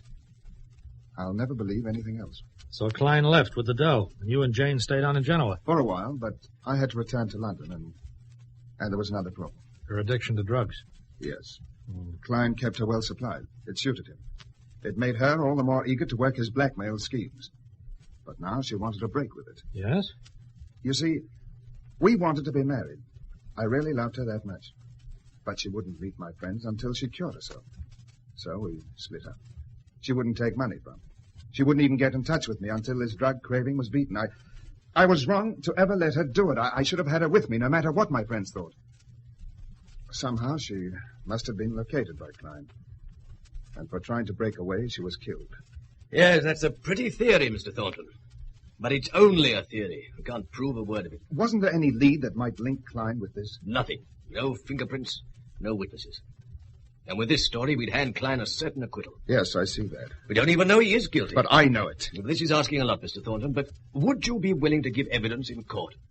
Tell this whole thing to a judge and jury, if it meant catching the girl's killer? Yes, Inspector. I'll do anything you say now. But you said you can't go to court with this, Inspector. No, Mike. I had something else in mind. If Mr. Thornton will cooperate with us, this is what I think we should do. It'll be our only chance of getting real evidence against Klein.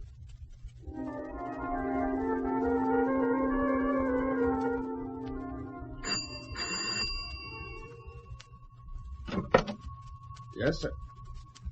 It's you, Klein. Come in. Thanks. I will. Well, did you bring the money? You must be crazy, Thornton. Ringing me last night. Telling me to be here with £10,000. Blackmailing me. Oh, that's a laugh, that is. I want £10,000 in cash, or I'll put the police on your trail. For what? For the stunt I pulled on you in Genoa? No, for murder. Jane's murder. You don't know a thing, Thornton. Not a thing. I know more than you think. I suppose you feel you were very careful. Do you know you were seen outside her boarding house the night she was killed? Who saw me? I did. Who have you told about this, Mr. Thornton? Nobody yet. I intend to tell the police if you don't pay up. You poor stupid fool. You really expect me to pay you 10,000? I'll pay you all right, Thornton. With this. Put that gun away! It'll be a pleasure, mister. You think I'd have come here for any other reason than to kill you? Now I'm certain of it. You killed Jane, didn't you? Yes, I killed her. I always pay all people who double-cross me. But knowing it won't do you any good, Thornton. All right, Klein, we've heard enough. Put your gun down. Why, you coppers. A trap, and you walked right into it, Klein. Thornton, you rat. Look out, he's crazy. Give me that gun, Klein. Give it. I'll give it to you, all right, copper. Where it hurts most. Drop it. Stop. You're breaking my arm. Drop the gun. Right. Handcuffs off, please. I'll take care of him, sir. Good. Mr. Thornton, are you all right? In the arm, Inspector. I'll call the doctor. We got to look after you. Don't forget, you're going to be our chief witness when Klein goes up for trial. You've got enough evidence now. Thanks to you, yes. I'm taking him in to charge him with the murder of Jane Ferris.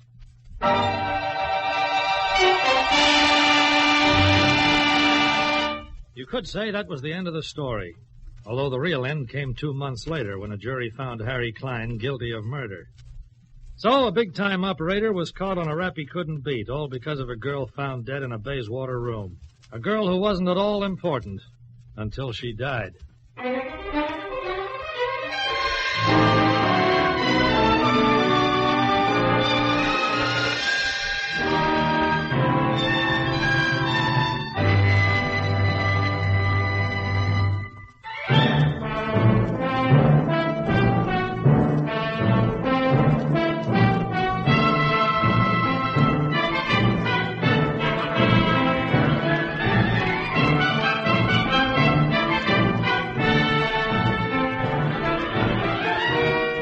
You have been listening to Lionel Murton as Mike Connoy in another exciting episode in the series, Europe Confidential.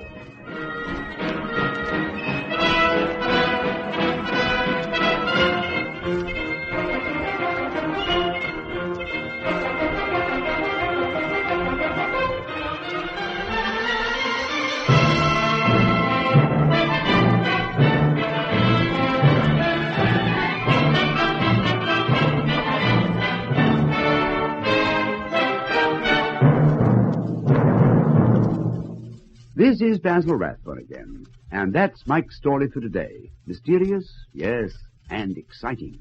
But then, that's our aim. These stories are exciting. That's why they're worth telling. We hope you will join us next time. Now, goodbye till we meet again for another of the world's greatest mysteries.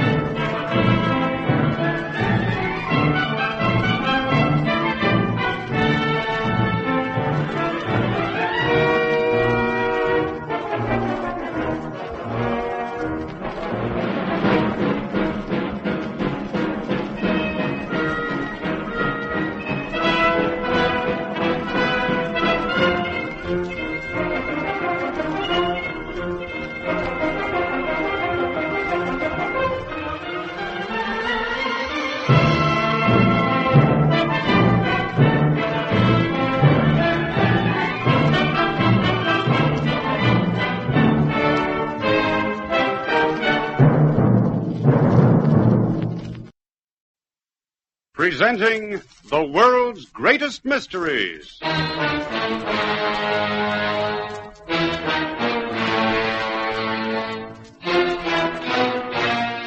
And now, your host. This is Basil Rathbone. Everybody loves a mystery, and I'm no exception. And that's why it gives me so much pleasure to act as your guide on this series. You see, we've gathered together some of the finest mystery stories in the world. Stories from many places and from many times. Some of them are up to date, well, as up to date as today's newspaper. Others are classic stories of the past. But today's mystery, for instance, it takes place in Europe, the Europe of modern times, a world of intrigue and suspense where a man's life can count for very little when a country's future is at stake. Mike, our storyteller, works in the Paris office of a famous American newspaper. His job is to look for the stories that make the news, and he finds them in the places where the news is made. In a moment, our play begins.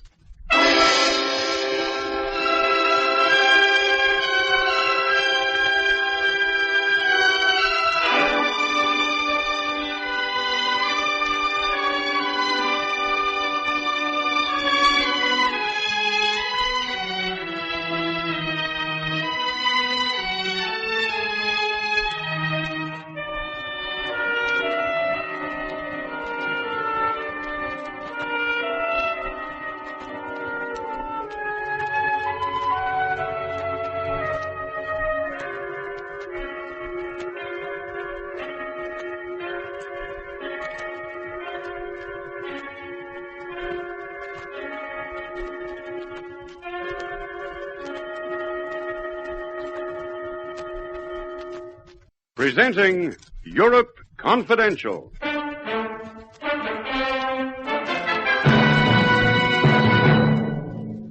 Mr. Connoy, thank heaven you're here. I don't know what to do. I just don't know what to do. What's happened? Whiplash went out for a walk last night, and he didn't come back. This morning, I found this note under the door. Mr. Connoy, Whiplash has been kidnapped.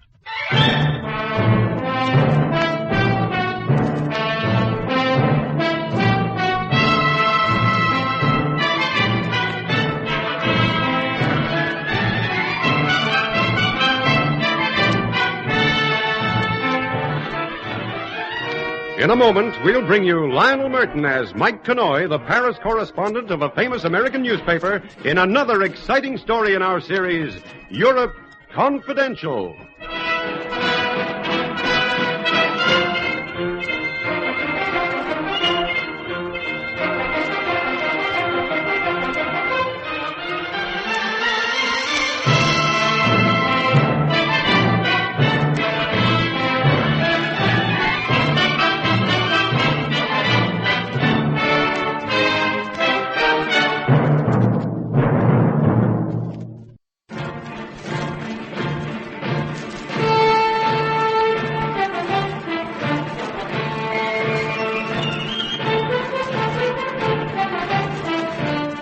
My name is Mike Connoy.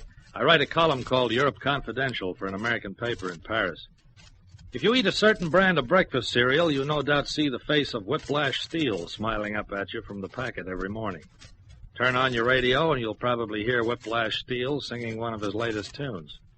And at night, if you're addicted to television, you're likely to see a Wild West picture starring Whiplash Steele. This guy is reckoned to be the most popular cowboy entertainer of all time, with more fan clubs than a hound dog has fleas. So when he arrived in London recently to begin a grand tour of Europe, I went along to interview him in his suite at the Ritz. I waded through the knee-deep carpet to door 203 and pressed the buzzer. The door opened, and there in all his splendor, toting a brace of nickel-plated 6 guns, stood Whiplash Steele.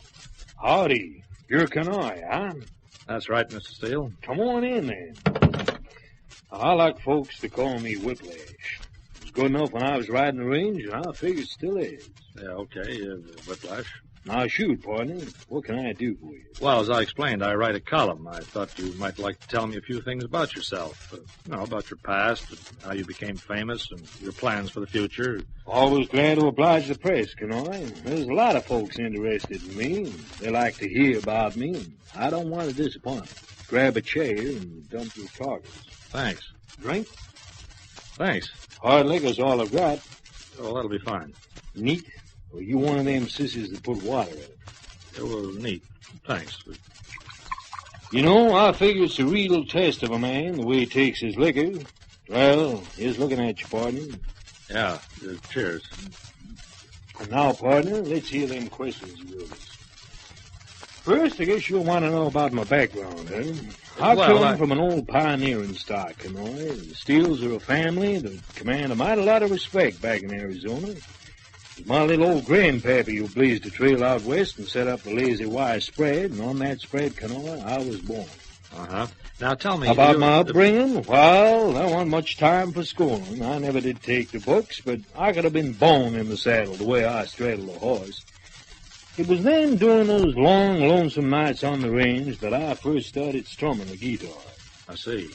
Then somebody heard you and offered you a recording contract? Yup. I didn't want no part of it for a while there. I was happy where it was on the Lazy Y Range. But then, I got to figuring. I decided that if my songs meant so much to folk, well, it was my duty to keep on singing. And those, can you use them? My 6 guns? Use it? Watch. I could drill you before you move the whiskey. Yeah, I see what you mean. Now, let's hear about your plans for the future. How long is this European tour of yours going to last, and what's your schedule? My manager's the one who can best answer that. He takes care of my bookings. Burns, come on in here. Yes, Whiplash? This here's the reporter fella, Connoy. This is Burns, my manager.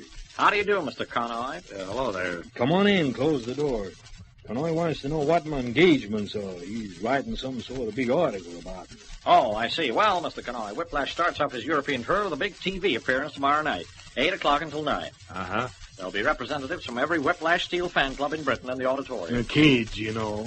I'm the rival. Then the following night, Whiplash is star of a big rodeo they're staging at the White City.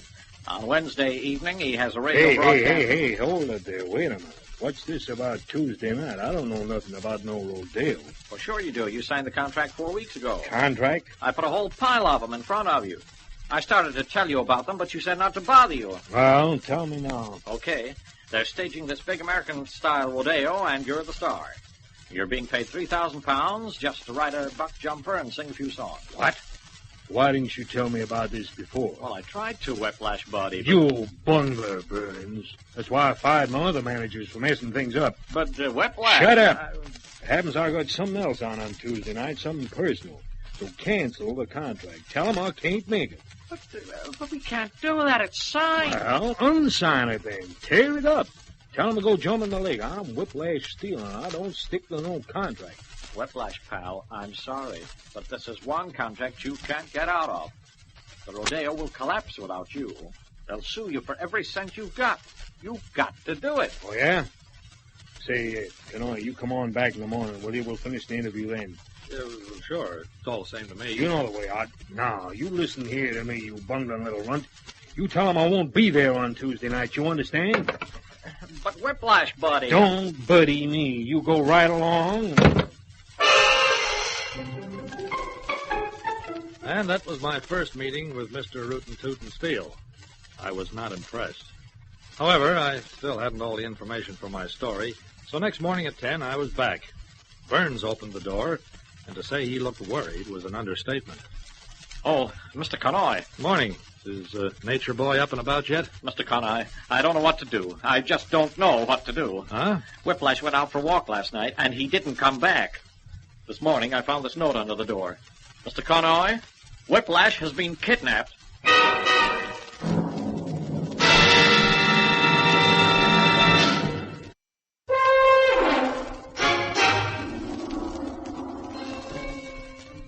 Yes, Mr. Connoy, Whiplash has been kidnapped. I've been almost frantic with worry, Mr. Connoy.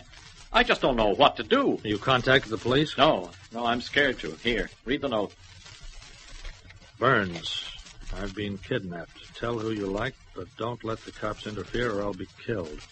Wait until you get another note and follow the instructions in it. Whiplash. Why do you think they've done it, Mr. Connoy? Why have they kidnapped him? Well, certainly not for his beautiful nature, that's for sure. I guess they want dough. He says not to let the cops interfere. Well, it's his life and his money, I guess. Well, what should I do, then? Well, sit around and wait for the other note. I imagine it'll contain a demand for money and instructions about where to leave it. After the dough's been paid and Whiplash is safely released, the police can have a free hand. And if I know Scotland Yard, Mr. Burns, they'll get the kidnappers. He goes out for a walk every night before he turns in. They must have known that, and they were waiting for him. Yeah. Mr. Burns, do you mind if I use your phone? I want to ring Paris. Paris? Well, I don't know, Mr. Connoy. Well, there's no point in keeping the story out of the newspapers, is there? I might as well make the scoop as anybody else. Well, it's publicity, isn't it? Sure. I guess so. And don't worry too much about Whiplash. He'll be okay. This is London, not Chicago. My editor almost skipped for joy when I told him the story. A kidnapping in England is news at any time, but when the kidnapped party happens to be a world-famous entertainer, well, that calls for headlines. Scotland Yard lost no time in contacting Burns, but they agreed not to interfere until the ransom money was paid. While we waited for note number 2, I stayed at the hotel suite with Burns. He seemed glad of the company.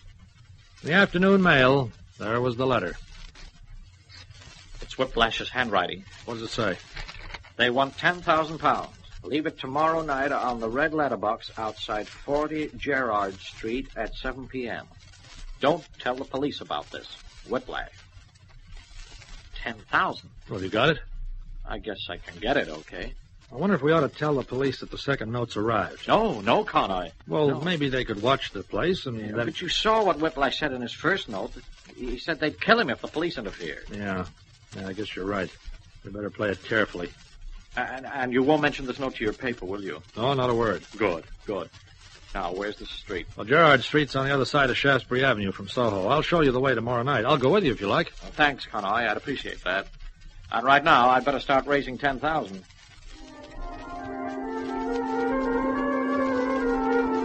£10,000 for the life of Whiplash Steele seemed to me about £10,000 too much. Or maybe I'm just a cynic. Anyhow, next day, Burns produced the money, and at 6:30 we set out together to find number 40, Gerrard Street. 36, 38. Yeah, there it is, number 40. And there's the letterbox. Will I put the packet on top? Yeah, so they can find it without any trouble. And now what? Well, I guess we go home and wait. Unless... Unless what? Well, if we went over the road and down to that doorway, we could stand there in the shadows and wait for... No, Mr. Connoy, I know. Yeah, but look... A man's life is at stake. Okay, you win. Are you coming back to the suite? I'll be there in a couple of hours. I've got a few things to do. If Whiplash should show up in the meantime, will you phone me at my hotel? I'd like to be first with the story. I'll do that, Mr. Connoy, I promise you. And I hope and pray that the news you give your paper will be good news.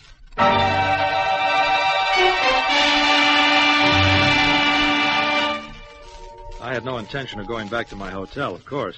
As soon as I saw Burns into a cab, I did a sharp about turn and went back to Gerrard Street. I stood in the doorway and waited. I saw a tall, dark figure slink along the street and pull up before the red letterbox. He took the packet of crisp 5-pound notes, looked very carefully around them, and then walked off in the direction from which he'd come. I waited until he turned the corner, and then I followed.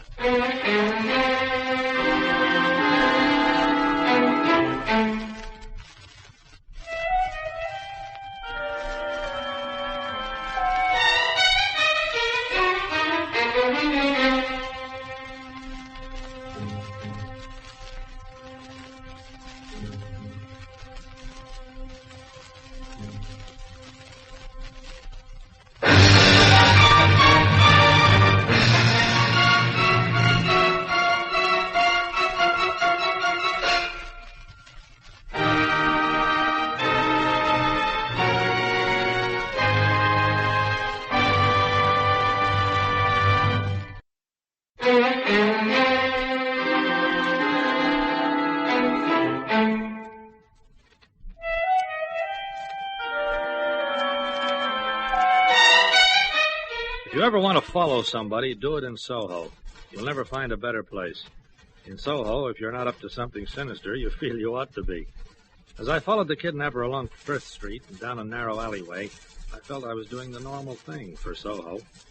He stopped at the doorway of a tall, thin, gray brick house and knocked.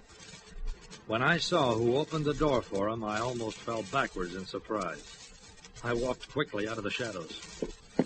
Well, if it isn't Mr. Steele. Connoy. Mind if I come in too, Whiplash? What are you doing here? Well, I'm paying social call like this fella here. Mr. Bullock, Gus? You fool. I thought I told you to be careful. Don't worry. I'll take care of Hold it. Come in, Connoy. Thanks. Hello. We kidnapped somebody else. Shut up, you. Fine pair of nincompoops I picked. Here now, lay off the language, Cap. Me and Charlie ain't used to that sort of talk, are we, Charlie boy? No, we ain't. It offends us. Don't you think you should introduce me to your friends, Whiplash? Friends? Why, they're... Now, manners. Now, I'm Charlie, Gov, and this is my mate, Dick. Would you? Am I correct in assuming that Mr. Steele employed you both to help kidnap himself? That's about the strength of it, as you might say. Connoy, if ever you breathe a word of this here to anybody, I'll kill you. What with? Your nickel-plated 6 guns? Out! Connoy, I didn't mean that, pardon. I guess I get a little hot under the collar sometimes. Yeah, I guess you do. Look, I'll tell you what. There's no reason why we should have any difficulty about this here matter. Connoy, you go away and forget you ever saw anything tonight, and I'll pay you £1,000. Now, what do you say? Okay, then. 2,000 it is. Oh, what the heck you want, then? Well, first and foremost, a story. About what? About why you kidnapped yourself. What'll you do then? Well, it remains to be seen. You won't print it? I'm not promising anything. Okay. I guess you hold all the aces, don't you? Fellas, can you leave us alone for a while? It's a pleasure, isn't it, Charlie? Yeah. We'll go and make a nice hot cup of tea. Off to you, Charles. Sure, I'm sure. Where'd you pick up that circus? In a pub. Well, I'm waiting. What do you want me to tell you? Everything. The lot. Okay. For a start, my name ain't Whiplash Steele. It's Alfred Skinner. I come from Arizona right enough, but my pappy don't own no ranch. He's got a garage in Greensboro. That surprises you, I guess. Nope. No? Nothing surprises a reporter. I've been living a lie, Connoy, for the past 3 years. Ever since I sang that song of mine over the local radio station and got offered a recording contract.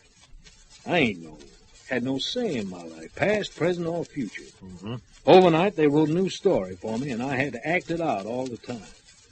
Well, the only fellow who knew the truth about me was my manager, Jeff Gilson, but he got a bit too uppity, and I fired him. And you hired Burns, eh? A defenseless little guy you could bawl out whenever you liked. You want to put it like that? Yep. But he didn't know my life story was all a fake, and he still don't. So he fixed me up the story on that rodeo at the White City. Well? Connoy, you should have seen what I had to do. I had to ride out in a bronc, the meanest old bronc they could find. I had to team it right there in front of 50,000 people. And Connoy, I've never been near a horse in my life. I'm scared stiff of horses. And it ain't no joking about it. Yeah, so you decided on having yourself kidnapped. It was the only way I could think of. I was desperate, Connoy. There was no way out of the contract. And if I went along to that rodeo, I'd break my neck. So I had to walk around sore. I got to talking to them two fellas at a bar.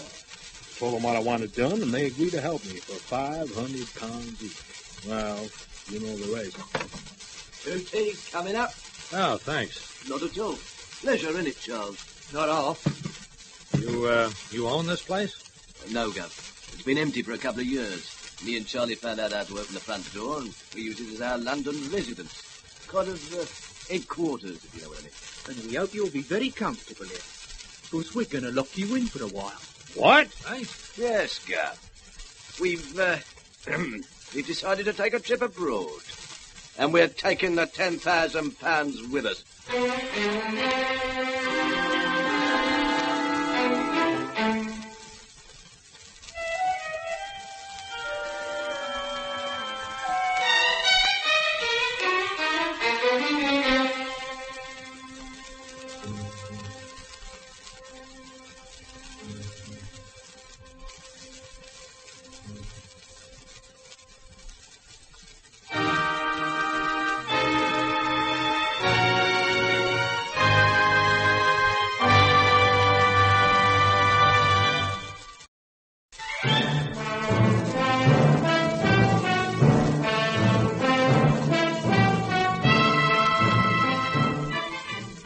Look, you two, you can't run off of my 10,000 pounds. It's robbery. I suppose it isn't that.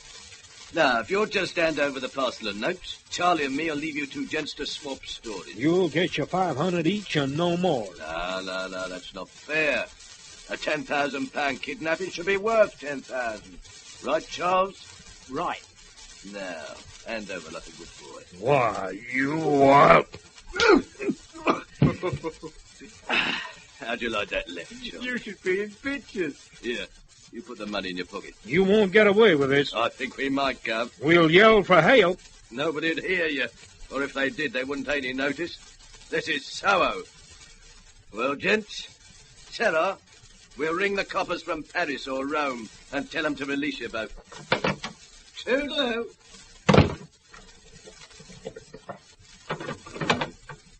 Connoy, what are we going to do? Now, what can we do?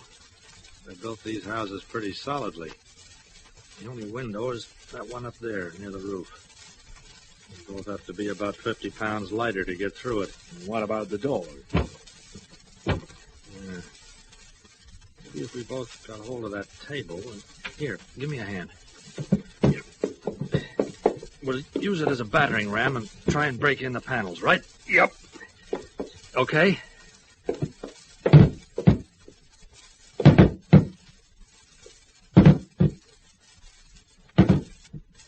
After 5 minutes, one of the panels finally gave way. I reached my hand through the opening and discovered that our two chums had left the key in the lock. In a matter of moments, we were free. There you are, Whiplash. I wonder where the nearest phone is. I'm going to get the cops onto those two guys. I won't be taking no vacation on my 10,000. Wait a minute. Have you figured out what'll happen when the police catch them? The story will come out. They'll tell everything. Holy smoke. What's it matter?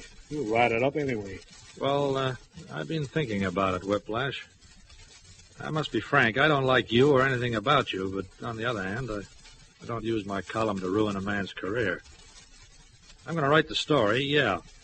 But I'll tell you what I'll do. I'll give you 3 months. Enough time for you to finish your tour of Europe and get back home.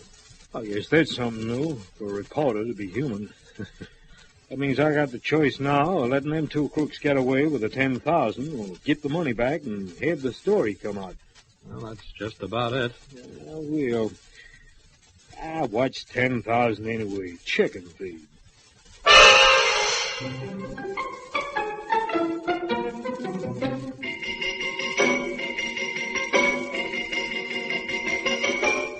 We caught a cab in Shaftesbury Avenue and headed back toward the hotel.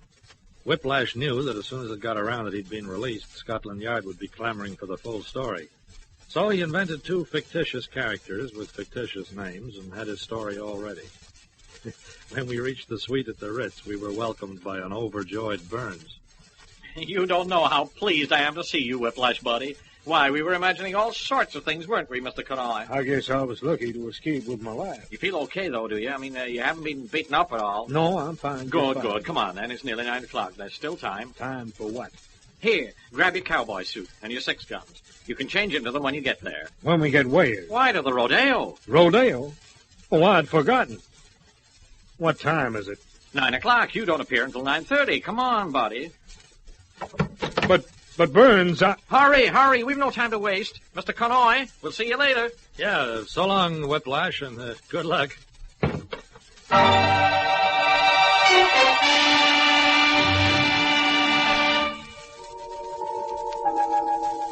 With all the excitement, Whiplash had forgotten that he wasn't supposed to show his face until after the rodeo was over and done with. This time there was no way out. He rode that bronc for exactly 3 seconds. When he left for the States last week on completion of his European tour, the bruises had just about disappeared, although he still walked with a slight limp. And you can take it from me, Whiplash Steele is one cowboy star who'll never retire to a dude ranch. I have it on good authority that he's going back to the garage business. There, the horses are all kept safe and sound under the hood.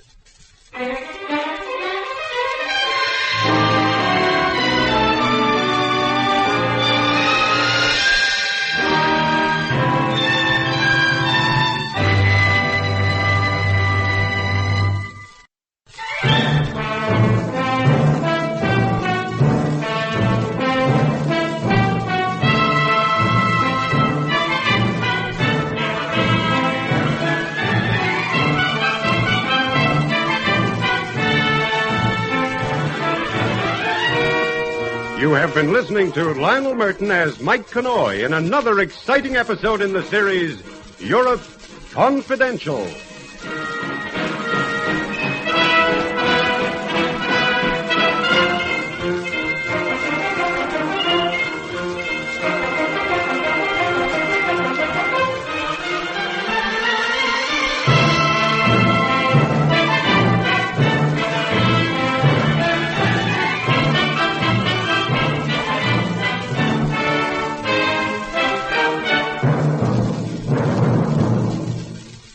This is Basil Rathbone again. We've reached the end of today's story, but I'll be back to introduce to you another unusual tale.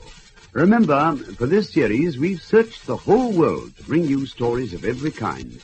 Tales of espionage, suspense, crime, and intrigue by famous writers from every part of the globe. In fact, a selection of the finest stories that have ever been assembled in one series. Well, goodbye now till we meet again to listen to another of the world's greatest mysteries.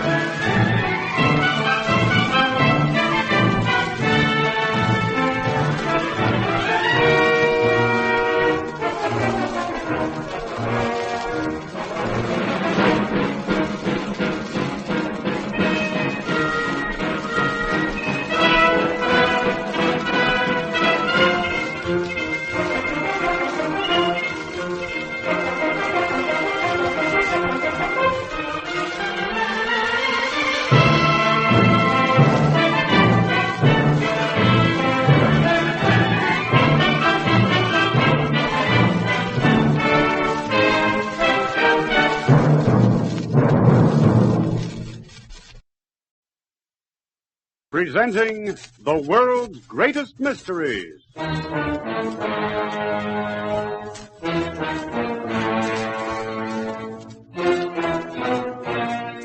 And now, your host. This is Basil Rathbone. On a street in Paris, there's a sign denoting the entrance to the offices of one of America's famous newspapers. Out through the entrance, many times has come one roving reporter extraordinary. This has been his starting point for journeys to the capitals and villages of Europe. His aim has been to investigate, to search into, to find the secrets behind those mysteries that result in front-page copy and make the headlines of his famous daily. In a moment, one such story. It carries Mike's byline, and he tells it the way he saw it.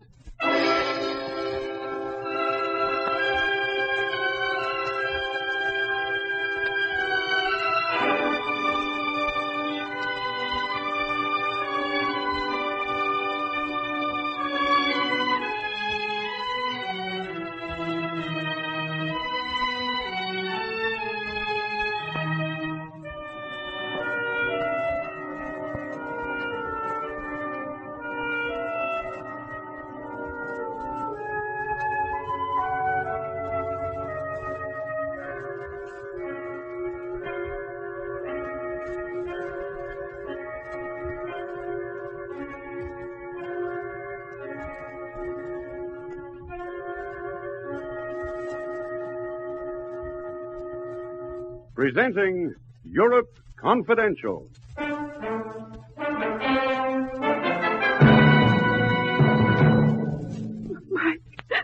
Oh, Mike, he tried to kill No, me. it's all right. It's all right now.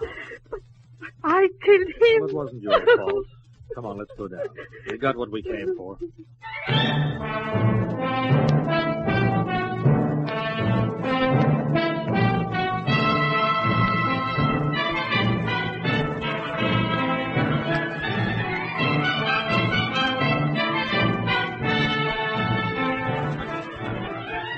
In a moment, we'll bring you Lionel Murton as Mike Connoy, the Paris correspondent of a famous American newspaper, in another exciting story in our series, Europe Confidential.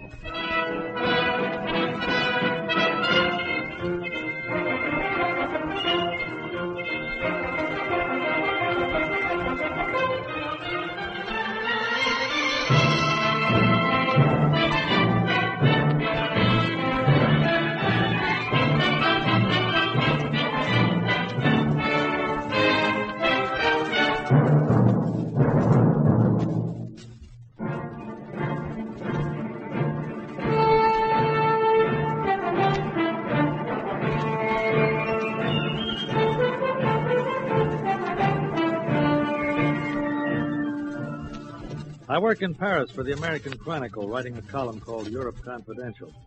All of us gamble at one time or another, with a card, or fall of a dice, speed of a horse, well, even the life of a man. In the newspaper business, we gamble to get a story, because in our philosophy, the story is what matters above everything else. Sometimes the gamble pays off, and sometimes it doesn't. I guess this is an example of, well, you judge for yourself. It started in Paris at the Chronicle office when I had a visitor, a genial, small-time crook by the name of Jacques. Mike. Jacques, the gendarme's delight. What are you doing here? I have important business to contact with you. Well, I'm not buying information on the black market this week, thanks. No. You buy nothing. Oh? At times in the past, I do favors for you. Now, I ask a return favor. Yeah? What is it? You know my friend Pierre Marron? Big Pierre? The cat burglar the cops could never catch? Oui, and now they never will. He died this morning. Oh, that's too bad, Jack. Anything I can do? Listen to me, monsieur. Before he died, Pierre asked me to remove a great stain from his immortal soul. Oh? He was afraid that when he enters the next world... Yeah, but look, Jack, you've come to the wrong guy. I've got no influence in those regions. Mike, Pierre Marron gave me this note. He asked me to take it to the police. Well, I understand your reluctance. You could always mail it. Oh, yes, I could, but I promise it will be given in person. Monsieur Mike, how can I go to the police in person? Why, Jacques, I'm surprised at you. Big Pierre was your friend and colleague. This is a last trust. Oui, but the police, they are not my friends. Could you not deliver the note for me? I am afraid. Here, let me see the note. See? Well, I don't know why you should be worried about this. Well? Oh, well. Jacques, as you say, you've done me a favor or two in the past, given me information, told me where I could locate guys. I'll take care of Pierre's note for you. Ah, merci, mon ami. You will take it to the police, huh? Eventually. Don't worry, Jacques. Don't worry about a thing. When I'd ushered the grateful Jacques out of the room with as much courtesy as my eagerness would permit, I sat down and studied this note more carefully. 17 years ago, the note explained, in a little French town of Léon, Pierre Marron had killed a man. Now, this note was his confession, a complete account of how he had permitted an innocent man, someone named Henri Dubois, to be accused of this murder. It explained that Pierre had hidden signed affidavits proving Dubois' innocence somewhere in Léon. Just where in Léon, he neglected to say. The police would be interested in this confession, of course. But then it seemed to me that before it went to the gendarmes, here was a story handed to me on a platter. All I had to do was dig for facts. So I started to do just that later the same day. I went to an oversized house in an exclusive district of Paris and met two lovely ladies, one old, one young, both of them named Dubois. Ah, an American from a newspaper? I write a column for the Chronicle. Ah, yes. We sometimes take the Chronicle, monsieur. But I don't understand. You said you have some document that concerns my husband? I don't think you can have anything of value for us, monsieur. Wait, Louise. Let the young man speak. The document concerns Henri Dubois. He was your husband. Ah, yes, but Henri is dead. Madame, how long has it been? Since his death, I mean. Well, we don't know. Not for certain. It has been a long time. Well, you needn't be delicate on my account, madame. I know. You know? Well, mademoiselle, I know that your father was accused of murdering a man in Léon 17 years ago. He did not. Henri would never hurt anyone. He was not a criminal. Well, I'm afraid the police don't share that view. When he escaped from prison before his trial, it seemed to clinch the case against him. Clinch?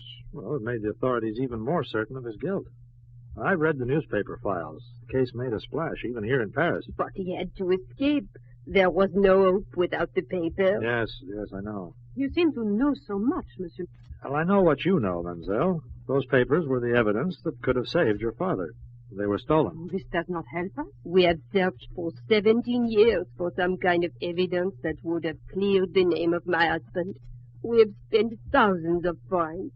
Thousands. What if you found that evidence now, madame? Oh, mon Dieu, if we only could. Madame, mademoiselle, those papers, they were affidavits proving absolutely that your husband was nowhere near the scene of the crime when it occurred. They were?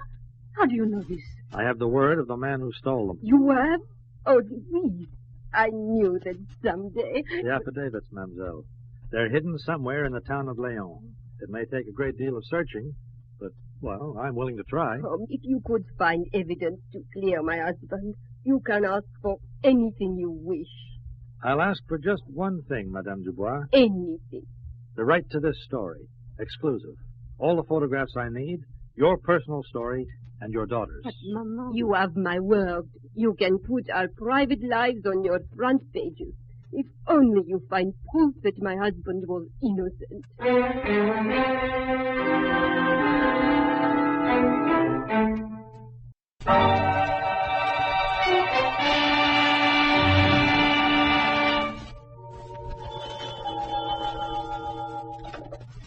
Yeah.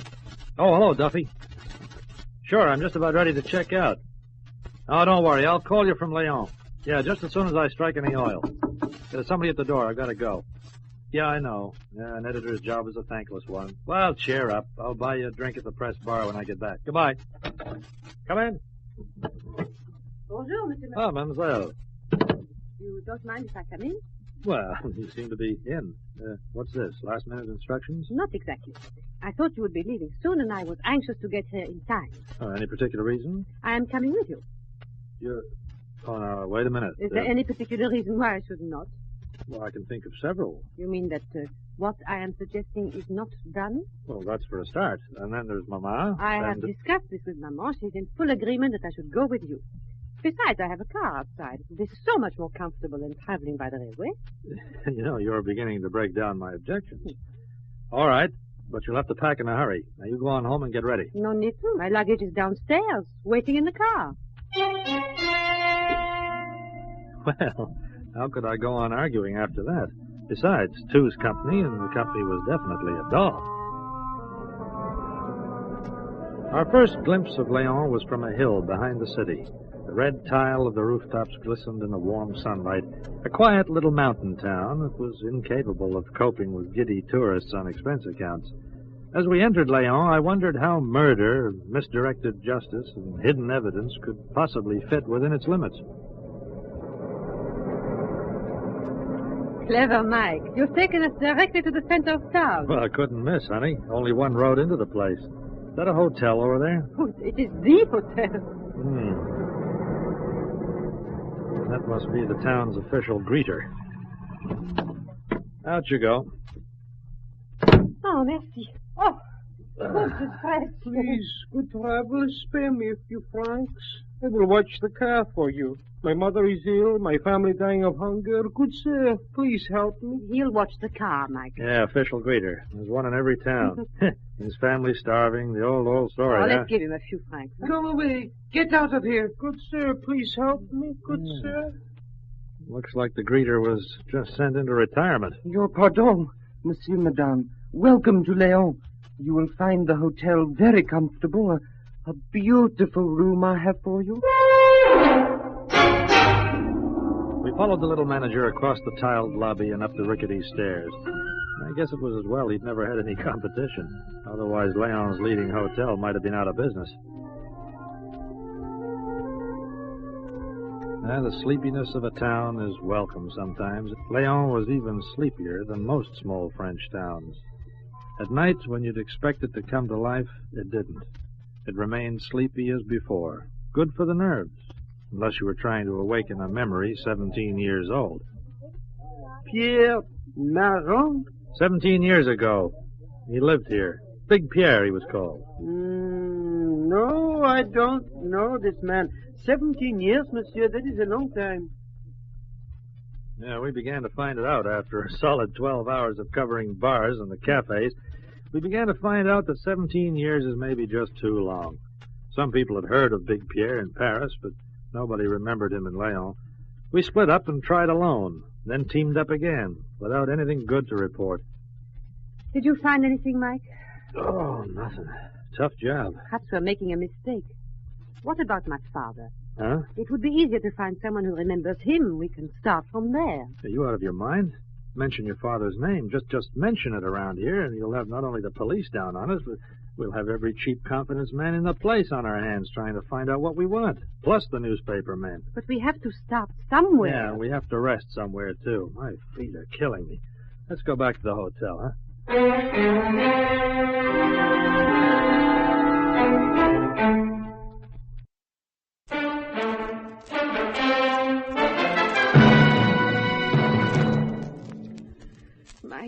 Mike, what are we going to do? Keep plugging. But it seems so hopeless. It would be better if we started finding people who knew my father. I told you, that would bring every news hound in France buzzing around here if the word got out. That's more important to you, isn't it, than clearing my father's name? Your story. It's the only thing that matters. Sit down. You don't even care. I said sit down. No, that's better. Oh, Mike, what can we do? Oh, now, come on. There's nothing to cry about. I'm sorry. I can't help it. Here, come here. Come on. Mike, please, no. You know, you're a very lovely girl, Louise. No, Mike.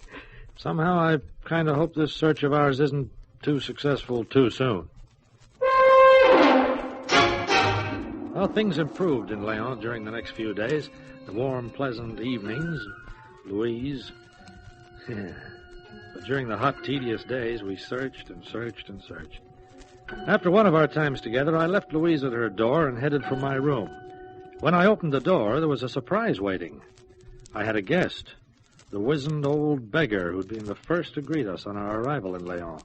His greeting this time was a little violent. Oh! I have been waiting for you. Hey, what you do? Oh! No, you don't. Who the devil? You tried to kill me. You died. You? What are you doing here? Come on now, what do you want? No. Panhandling business falling off? Robbing hotel rooms now, eh? Well, we'll see what the cops have to say about this. No, not the police. All right, let's have it. What's it all about? You come to kill me. What are you babbling about? Who wants to kill you? Pierre Marron. You look for Big Pierre. You come to kill me. Pierre? What's he got to do with it? Hey, come back here, you. Pierre? It was like a flash of light. Yeah. Suddenly in that crummy hotel room I knew. Henri Dubois, the beggar, the wizened old car-watching beggar. This was Louise's father. Buried in the dust of police records, rumors, and memory, but still alive after all these years. I had a story now, and what a story. I had a girl who didn't even know her own father. His identity buried under a scraggy beard and the guise of a beggar. Yeah. And a father who didn't even know his own daughter. Oh, I had a story, all right. Better than that, I had a chance to clear a 17-year-old miscarriage of justice. But it could only be done one way. It could only be done by finding those affidavits.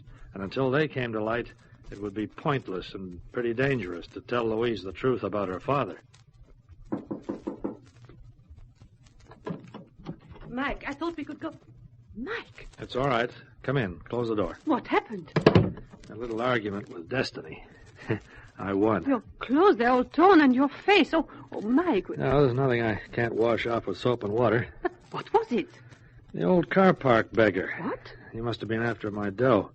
He tried to kill me when I caught him at it. Oh, Mike, you must be careful. We should go to the police. No, I don't want to talk to the police until we clear your father. If there's any further trouble, I can handle him myself.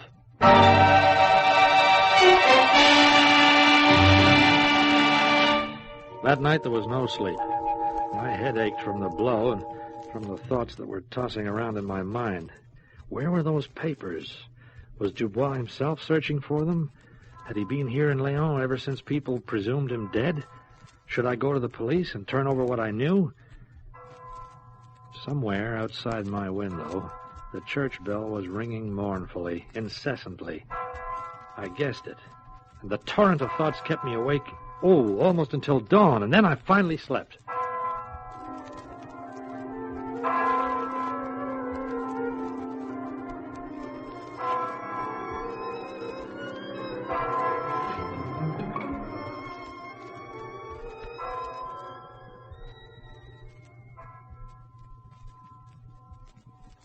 Ah, bonjour, monsieur. Where's Louise? The mademoiselle, where is she? At church, monsieur. Church? Oui. This is the patron's holy day in our town. At midnight, the bell begins to toll and does not stop until the sun sets tonight. You mean to tell me it's going to keep up that racket till sundown? That horrible noise, that clankety-clank? This clank, monsieur. It is the will of le bon Dieu. I need some coffee. Our punishment, monsieur. We atone on this day for the great sin of Leon. It must have been a whopper. Oh, a terrible sin, monsieur. On this day, 17 years ago, a man was killed in Leon. For this, le bon Dieu removed the music from the bell. It was... Wait a minute. What happened 17 years ago? There was murder in our city, monsieur. And the bell? A miracle. This bell was once of glorious musical tone. Then there came this terrible sin, this killing. Yeah. One of the men of Leon was taken by the police for this murder. Then there occurred this miracle. What miracle? Music left the tone of the bell, and this man was never seen again. He escaped. Some say he is dead. It changed its tone overnight, eh? Before the man was brought to trial? The will of the Lord, monsieur. Our punishment for permitting violent death in our town. Each year on this day, we pray that the music be restored to our bell. You say you wish coffee, monsieur? No, not now. When the mademoiselle returns, tell her to see me at once.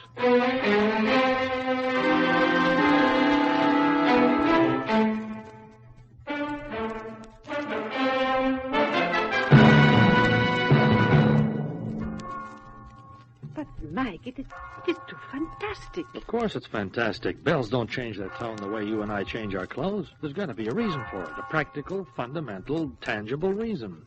Look, this note. What? Pierre's note. Here, look. He admits it right here. He stole the evidence that would have cleared your father. He says he hid it right here in Leon. Why did he not destroy it immediately? Well, who knows? Maybe he intended to confess sooner or later. Murderers are seldom logical people. But look, now we learn that just before your father escaped from the police, the tone of this bell suddenly, mysteriously, miraculously changed from a melodious ring to that clank that we hear out there. Listen to it, Louise. Listen. What makes a bell sound like that? I do not know, Mike. It may be... I don't know. Well, neither do I. But tonight, when this town crawls into bed, I'm going to find out. And you're going to help me.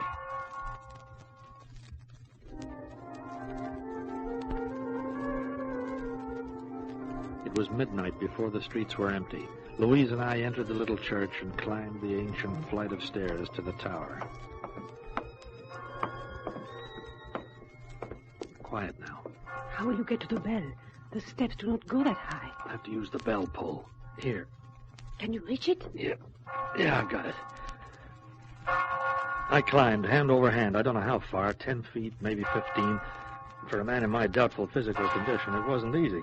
The bell made a horrible racket over me, and the sound grew in waves as I approached it, making me dizzier and dizzier until I almost let go. Finally, there was no more rope. My hand touched the inside of the bell, and it stopped ringing. The Malby Confidence was at a cockeyed angle and slipping away fast when I suddenly grabbed for the clapper and found what I wanted, a heavy oilskin wrapper tied around it, a bundle of the missing affidavits. One good tug pulled it away, and I stuffed it in my shirt front.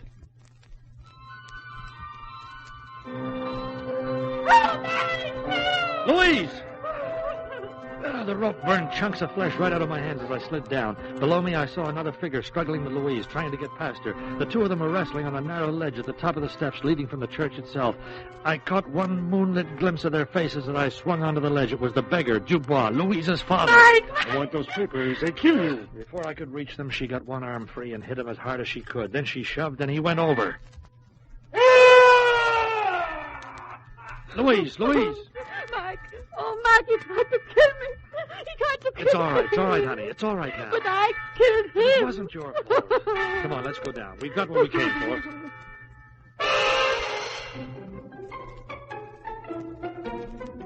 No man can die twice. Henri Dubois was considered dead. The man who fell from the bell tower was a nameless beggar who had come to an unfortunate end. I could have told the authorities otherwise.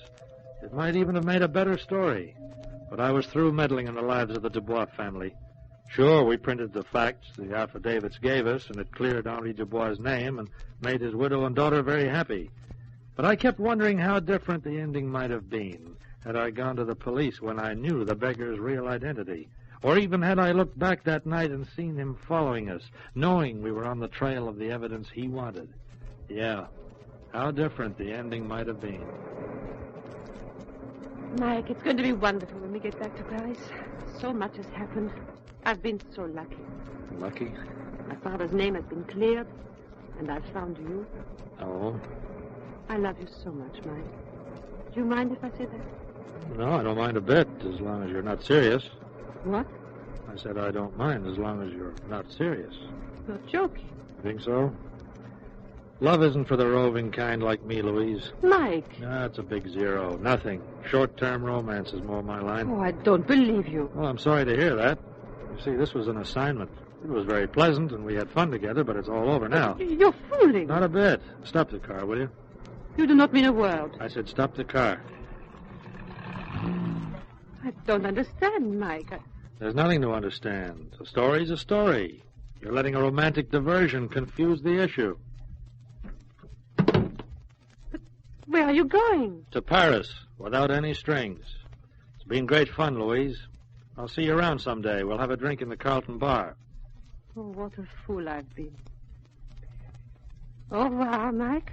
Or perhaps it's adieu.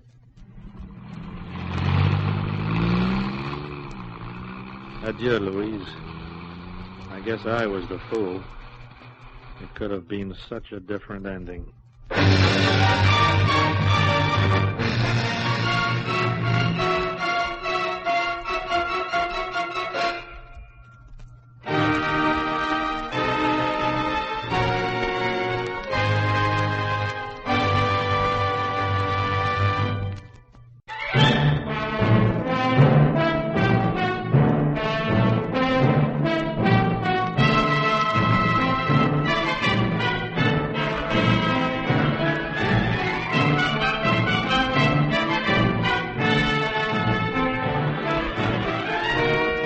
You have been listening to Lionel Murton as Mike Connoy in another exciting episode in the series, Europe Confidential.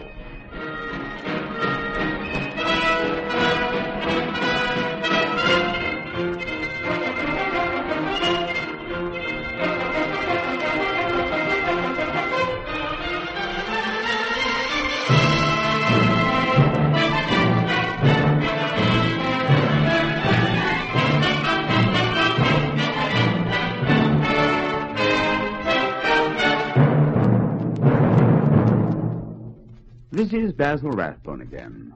Well, that was Mike's story.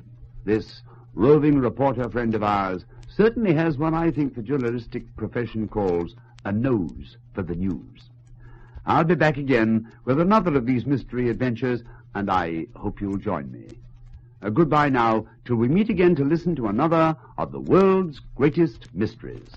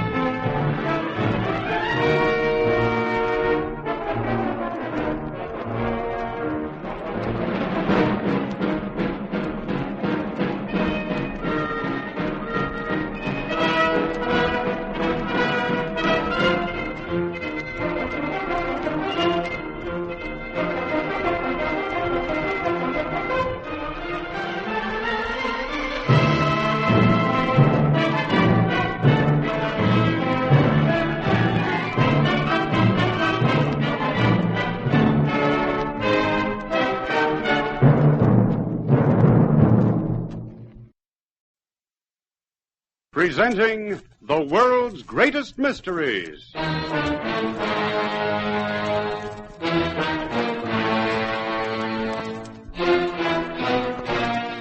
And now, your host.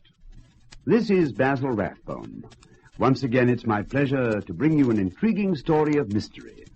Today again, we have as our storyteller the young American newspaper man whose home is Paris and whose beat is Europe. Europe, a continent full of all the ingredients beloved by mystery writers and yet in reality twice as mysterious.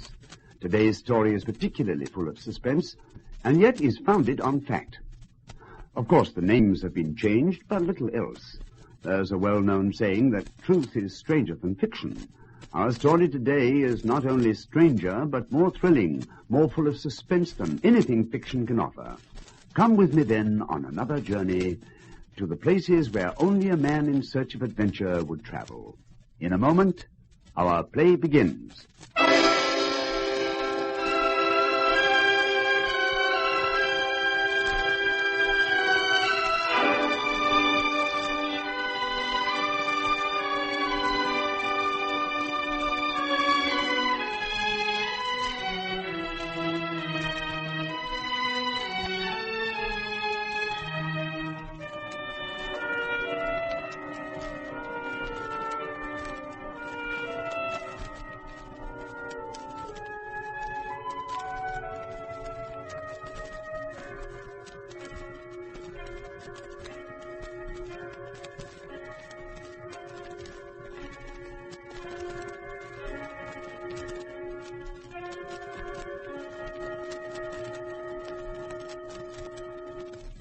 Presenting Europe Confidential.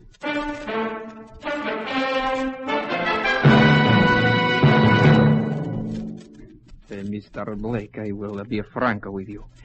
There is much money invested in this race. If you are to win, it would prove embarrassing. Are you trying to threaten me? As I said before, I come as a friend with some good advice. And if I don't want it? Then my conscience would be clear, and anything that happens to you would be your own fault. Get out, Peppina, before I throw you out. Very well, Mr. Blake, as you wish. But consider what I have said. Consider carefully. Otherwise, today's race could well be your last.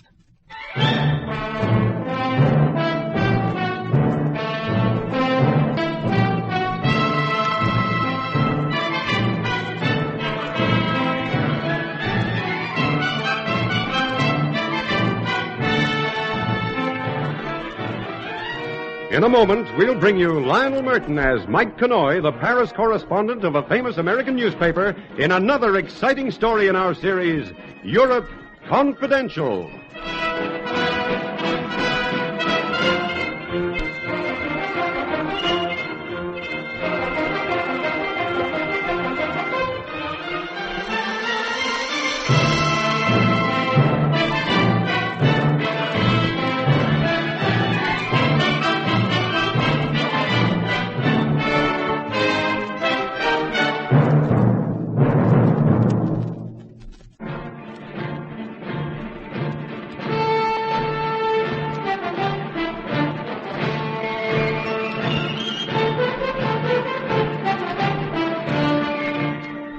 My name is Mike Connoy.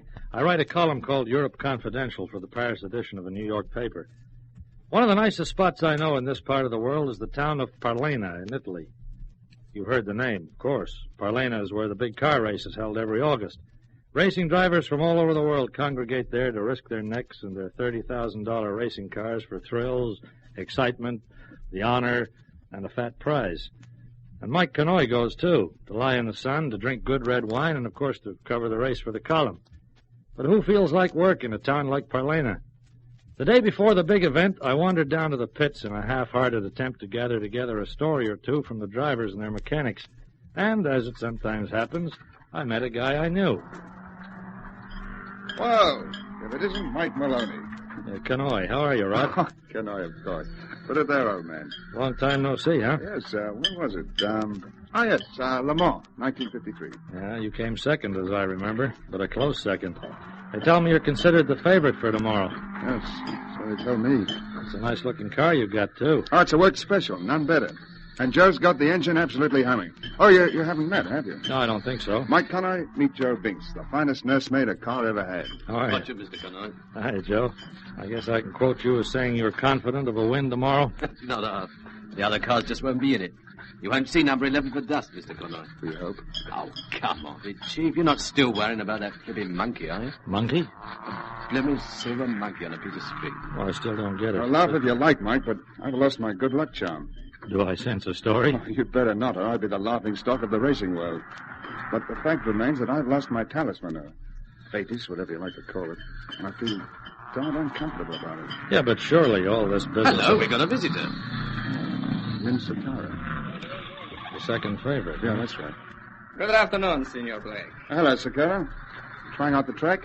Just a practice run to stop me getting bored. I know every inch of the circuit. I know it like the back of my hand. I just thought I would inquire how things were with you. Oh, excellent, thank you. Never better. I hadn't seen you for a day or two. Well, we've been occupied tuning up the engine. I never do much running about directly before a race. I like to save my energy. Well, some may think it a good plan, but this circuit can be very treacherous one, senor. It can be a killer to one who is unfamiliar with it. Well, I've been over it several times. It didn't strike me as being terribly difficult. It is a far different matter when you are actually racing, as you know. Two drivers I knew very well met their death here at Palermo. Well, that's a risk we all take, Sakaro, in any track, no matter how well we know it. Yes, I suppose you are right. However, I felt it my duty to warn you, and now, senor, I must go. And in case I don't see you before the race, good luck. Thank you, Sakaro. Same to you. So that's the famous Nim Sicaro, huh? Yes, my chief rival. A nasty bit of work if ever there was one. Well, pretty decent of him to warn you, though. Was it? Well, possibly I'm hypersensitive, but it sounded to me more like a threat. Threat? Oh, I suppose it's just me. I've got a nasty feeling about this race. And even the thought of 20,000 pounds prize doesn't make me feel any happier. And all because of a silver running monkey. Yeah, come on, give, Rod. What's this all about? All right. Well, you see, when I was a lad, I used to race motorcycles. Half an hour before my first real race, I found a silver monkey lying in the dirt of the pit. I was probably off some girl's charm bracelet. Anyhow, as kids will, I picked it up, put it in my pocket, and decided there and then it would be my good luck charm. Well, I won the race. And after that, I never raced without it, even after I graduated to cars. You believe that this piece of metal has some sort of magic about it? No, of course I Well, don't. then why all Well, this the nonsense? charm, it gave me self-confidence. While it was hanging around my neck, I could take risks and know they'd pay off. You know, I could go that little bit faster, take that bend a fraction sharper. Yeah, but if you realize that it was all in your own mind, why, there's nothing to worry about. If you could do it with that monkey, you could still do it without. Oh, Mike, I'm afraid I can't. And for that reason, I'm going to pull out. I won't be racing tomorrow.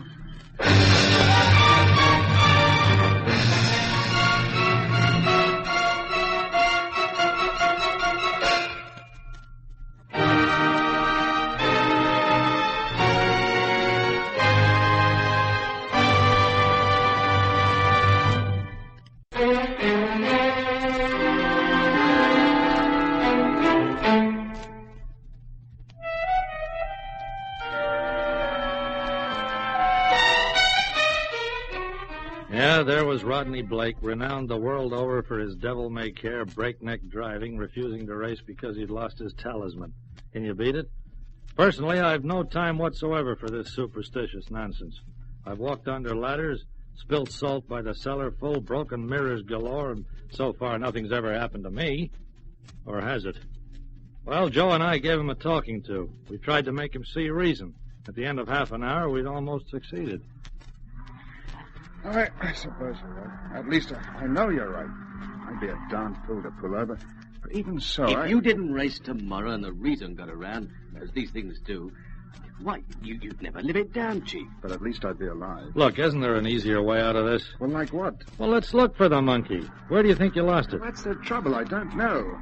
You see, I usually wear it around my neck, but yesterday morning I noticed it was gone. We've looked everywhere for it. My Mr. wife's Connoy. turned the hotel suite upside down. There's no sign of it. So the sensible thing to do is to forget you ever had a flipping talisman. Or get a new one. But whatever happens, Chief, you've got to race tomorrow. Tell yourself you've lost your nerve, and sure as eggs is eggs, you will lose it. Well, I won't make any promises, Joe. I'll see how I feel about it tomorrow. And Mike, do me a favor. Nothing about this in your column, huh? Oh, I don't write a word, much as I'd like to. By the way, why don't you and your wife have dinner with me tonight? Oh, love to, Mike. But I insist. You dine with us. Oh, okay, then. Either way suits me. Well, we're staying at the Hotel Napoli, Suite 206. About, 8 o'clock?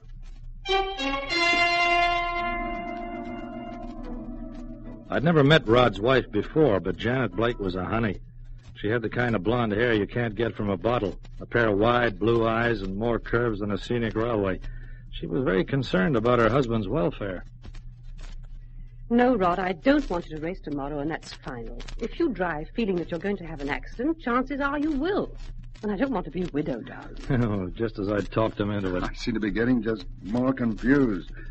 One part of me says 20,000 pounds prize money, and boy, do you need it.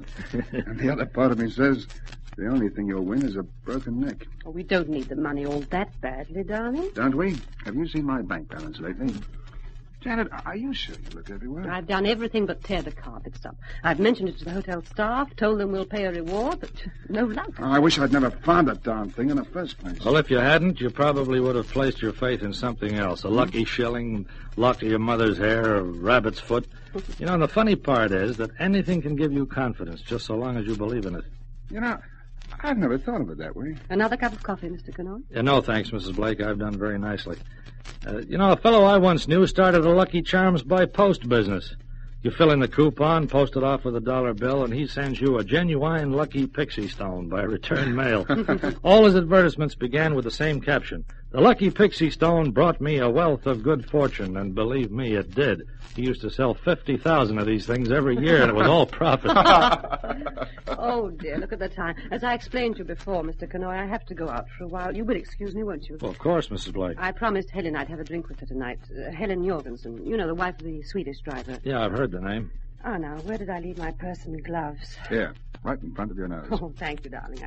Hey, careful. Oh, that was clumsy of me. Here, let me help you pick it up. No, thank you, darling. It's all right. All right. I don't know where you find the most odds and ends, in a man's pockets or a woman's purse. There. And now I must rush. Goodbye, Mr. Connoy. It's been so nice meeting you. Perhaps we'll see you tomorrow. We can watch the race together, all three of us. Yes. Good night, Mrs. Blake. Bye, darling. Be back in an hour or so. All right, Pet. And don't let Mr. Connoy talk you into anything. I'd rather have a live husband than a dead one. Well, I suppose that settles it. I don't race tomorrow. The decision's been taken from me, and I'm glad. Yeah. Rod, will you pardon me if I leave now? I just suddenly remembered I'm supposed to phone my editor in Paris with some sort of a story. Oh, you can do it from here if you like. Well, thanks. No, I've got to write it out first, so I better go back to my hotel. Anyhow, thanks for having me. I'll see you tomorrow sometime.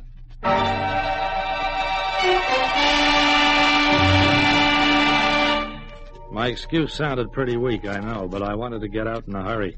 I was puzzled about Rod's wife. You see, when Janet dropped her purse and spilt the contents on the floor, I saw her hand close on something and shove it quickly out of sight. You'd never guess what it was. Yeah, a silver monkey on a piece of string.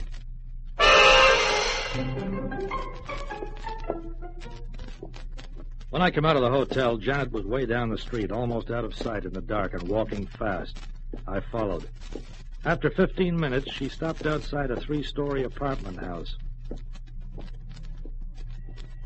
I watched without any qualms. She pressed a dainty finger on the bell, and who should open the door and take her in his arms but Nim Sicaro?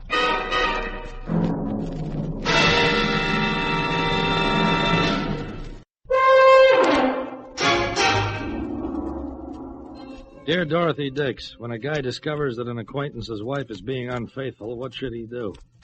Me, I decided to shut up about it, for the time being at least. However, next morning, first thing, I dropped into a jeweler's shop and made myself a small purchase. That done, I went down to the pits and presented my small purchase to Rod Blake. Have you ever seen a racing driver jump for joy? Mike, old boy, it's it. It's the monkey. Yeah. Joe, come here. Look. What's up, G? He's found my monkey. Well, I'll be... What wonderful luck. Oh, I thought you said you'd looked for it. Well, so he did. I found it not 30 feet from here, lying in the dust. I don't know how to thank you, Mike. You're just in time. I was about to hand my withdrawal in to the chief steward. Now this changes everything. So you'll be racing after all. By Jiminy, I will be. Ah, that's what I like. Oh, excuse me a moment, Mike. I'll get Janet on the phone. Is she going to be pleased?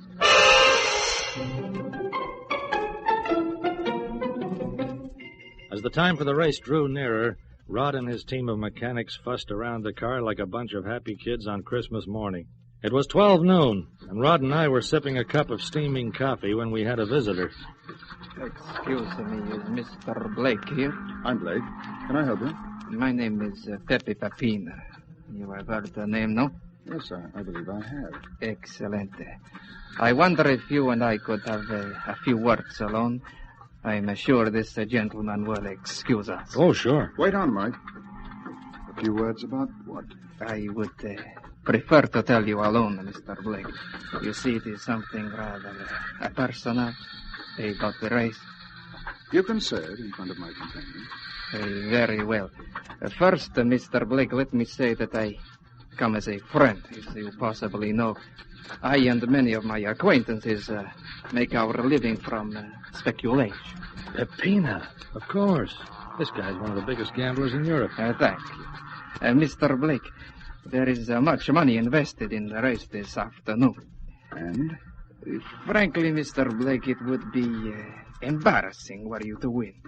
Knowing how ruthless my colleagues can be, I felt it was my duty to come here today and warn you. Are you trying to threaten me? Not at all, Mr. Blake. It is not I who threaten. Why, that would be a criminal offense, would it not? I come here simply as a friend with some good advice. And if I don't want it? Then my conscience is clear. And anything that should happen to you would be your own fault. Get out of here, Peppino, or I'll personally throw you out. Very well, Mr. Blake. As you wish. But consider what I have said. Consider it carefully. Phone the police, Rod. Let them take care of it. Police? What could they do? Well, arrest him. You've got me as a witness. Arrest him for what? Giving me some advice? No, they couldn't do anything. Anyhow, it's only a bluff. Well, I'm not so sure. They wouldn't be game. Besides, what could happen to me? I'll be wearing my silver monkey.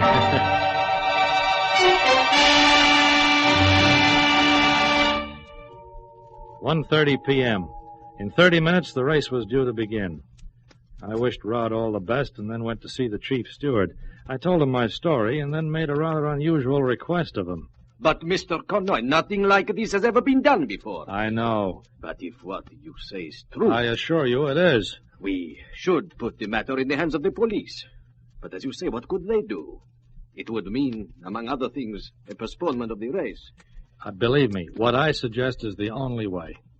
Very well, Mr. Connoy. In the interests of fair play, I will do it. Menko, come here, quickly.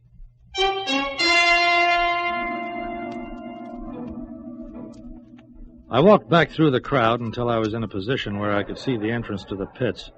The cars were being driven slowly into their starting positions along the track.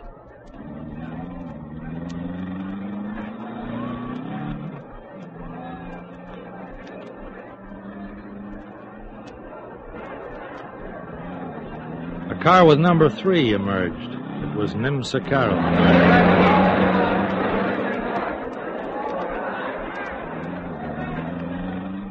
Then a few moments later, the other car came out. Number 11, Rod Blake.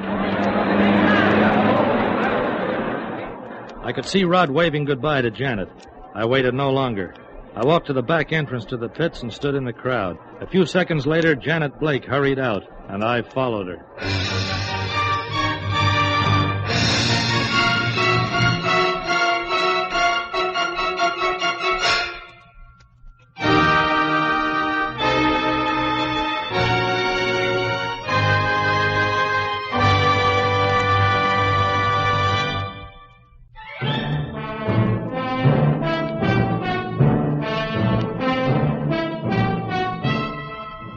I didn't even see the start of the race. All I heard was a scream of engines and a roar from the crowd. I was busy trailing Janet Blake for the second time in 24 hours. She was walking towards the west end of the track, some 2 miles away. There were hardly any spectators up this end, hardly anybody except Janet trudging through the long grass and me following. She disappeared over a small hill. I walked to the top and found myself peering into the wrong end of a .30-30 rifle. It was Pepe Pepina. Put up your hands. Surprise, surprise, Mr. Connoy. Oh, not so much of a surprise, Mrs. Blake. I guessed who you were going to meet. You see, I saw you and Sakaro last night. Frustrated detective, are you, Connoy? But you wouldn't have made a very good one. I've known you were following me for the last 10 minutes. Here, gag him with my handkerchief, and tie his hands with this cord. With pleasure. No, look, wait a minute. I will not hesitate to shoot. Look, there's something you ought to know. You see, There we are. With your breath, my friend. Walk over there where I can watch you. Sit down. That's it. You saw the monkey in my bag last night, Connoy, didn't you? I thought I got it out of sight in time, but apparently I didn't. Yes, you're right. I stole it in an attempt to stop Rodney racing today. And it would have worked if you hadn't given him that phony one this morning. I know you can buy them easily enough. Now we may have to cause an accident, and it'll be all your doing. Well, there he goes. Number 11. And there's Nim, right behind him. 24 more laps to go. And if dear Rodney's still leading on the last lap, he'll have the smash of his life. And all the good luck charms in the world won't save him.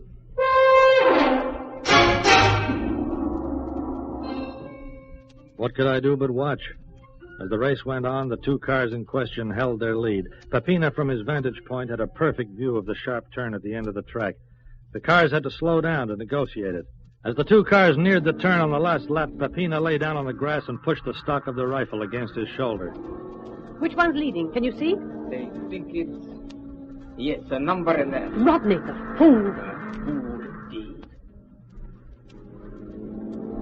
Pepe, please be careful. Don't. I am aiming for the tire, not the man.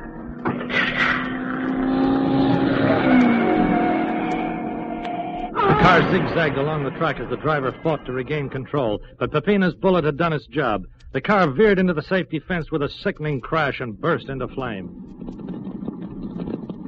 At that moment, half a dozen uniformed police appeared over the brow of the hill. Pepina grabbed Janet's arm, and they tried to make a run for it, but they didn't get too far. By the time somebody had released my bonds, the pair were being led back, handcuffed to a pair of tough-looking cops. An ambulance had reached the burning car, but I'm afraid they were too late.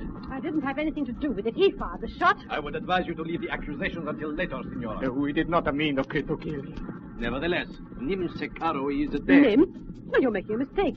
He's in car 3. No, Senora. At the last minute, the stewards had the numbers of the two cars changed. Number 3 became a number 11, and number 11 became a number 3. That is Nim Secaro who lies dead in that car, not your husband.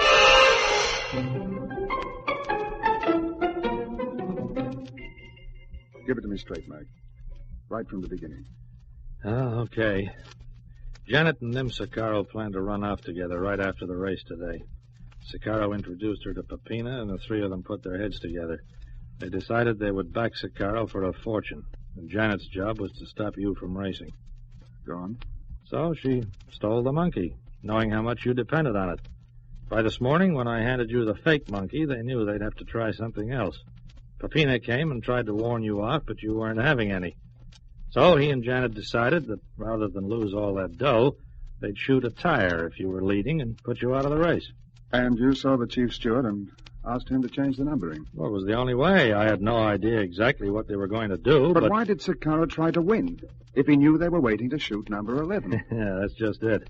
He didn't know. Janet thought he would have been against it, so she didn't tell him. The police arrived a fraction of a second too late. Unknown to me, the chief steward rang the police immediately I left, had me followed. But they lost sight of me as I was following Janet, and by the time they found us... I see.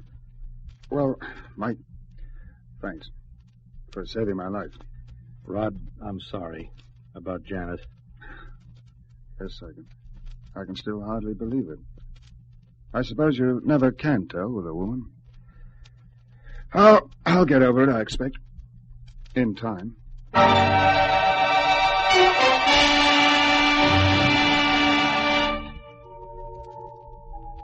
He did get over it, but it took a long, long time. Matter of fact, I saw Rod again last week at Le Mans. He won the Grand Prix. He told me after the race that he knew he couldn't lose. He was carrying a 4-leafed clover.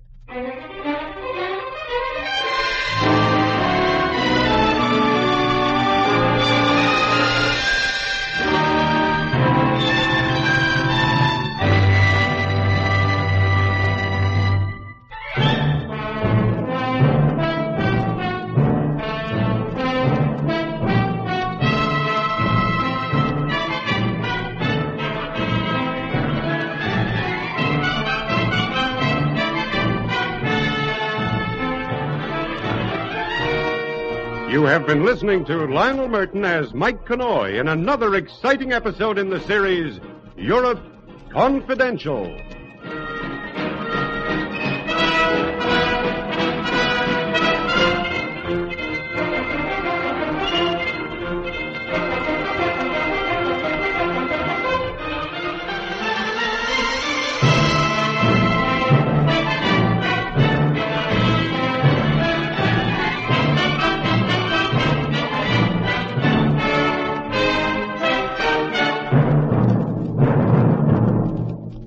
This is Basil Rathbone again, and so our journey into the realms of mystery is over. Soon, however, I'll be back with more of these tales of mystery which I know we all enjoy so much. Well, goodbye now till we meet again to listen to another of the world's greatest mysteries.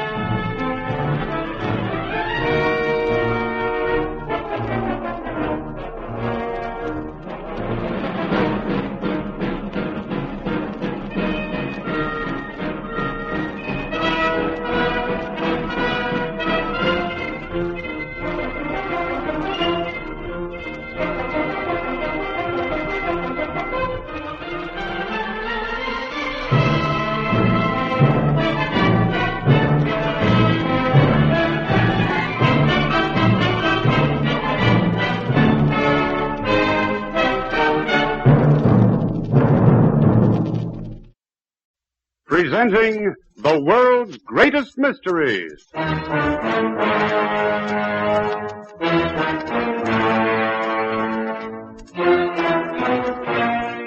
And now, your host. This is Basil Rathbone. Everybody loves a mystery, and I'm no exception. And that's why it gives me so much pleasure to act as your guide on this series. You see, we've gathered together some of the finest mystery stories in the world. Stories from many places and from many times. Some of them are up to date, well as up to date as today's newspaper. Others are classic stories of the past. But today's mystery, for instance, it takes place in Europe, the Europe of modern times, a world of intrigue and suspense where a man's life can count for very little when a country's future is at stake. Mike, our storyteller, works in the Paris office of a famous American newspaper. His job is to look for the stories that make the news, and he finds them in the places where the news is made. In a moment, our play begins.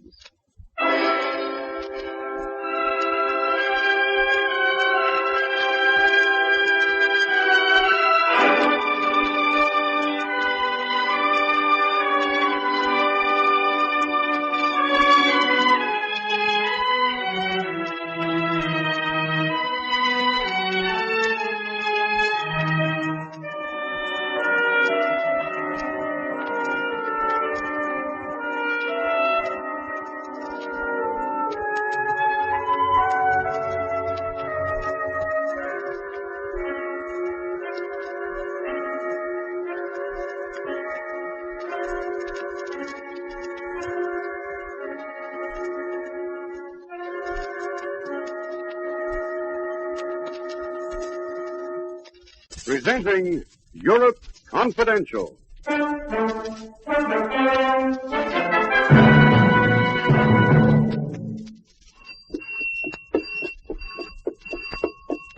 Stop, thief! Stop! Oh, are we shoot? No, don't shoot. Get to your feet. Stand up or let me have a look at you. And then we will call the police.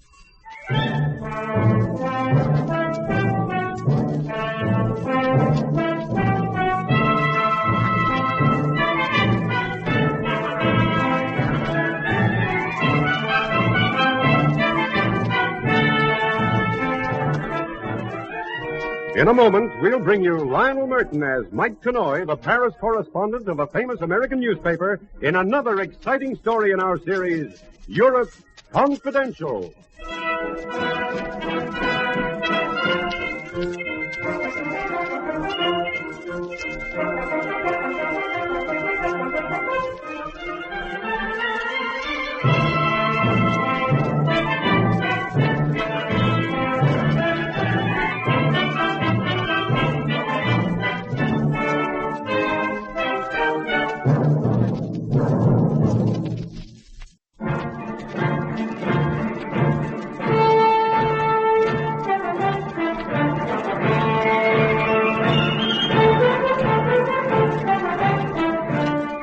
This is Mike Connoy.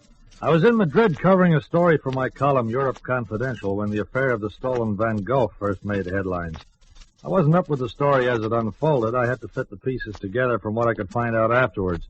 But here, as it was told to me, is the way it happened. Larry Morrow wasn't in Madrid for his health, or to see the tourist attractions. Larry was a clean-cut American boy looking for a chance to make a dishonest living. He had a letter of introduction to Senor Carlos Saville, the owner of an art gallery on the Plaza Cordova. He also had information that the senor was a man of good manners and no scruples. But when he called at the gallery Saville, it seemed as if he might have been misinformed, because Senor Saville sent out word that he was too busy to see anyone. And Larry went across the street to the bar of the Caserio to restore his morale and think this little setback over. Oh, bartender. Si, senor, si. Dispense usted me the more. Here, wait a minute. You're going to have to translate that. I don't talk Spanish. I wish to apologize for my delay. The supply of rum was being exhausted. What is your wish, senor? My wish is an absinthe. Muchas gracias, senor. You see, we use much rum in this bar, the specialty of the house. She is a drink I have myself invented, made with 4 different kinds of rum. Yeah. The juice of the pineapple, that's correct. I was drinking wait a minute, I'll have an absinthe. Si, senor. One absent. But you would like my specialty people from all over the world. You make a mistake in ordering absinthe for rum, the popular beverage. What is it? Why? And your clothing. You should buy clothes in the stores of Madrid as soon as possible. Miss Emily Post, I presume. My name is Saville.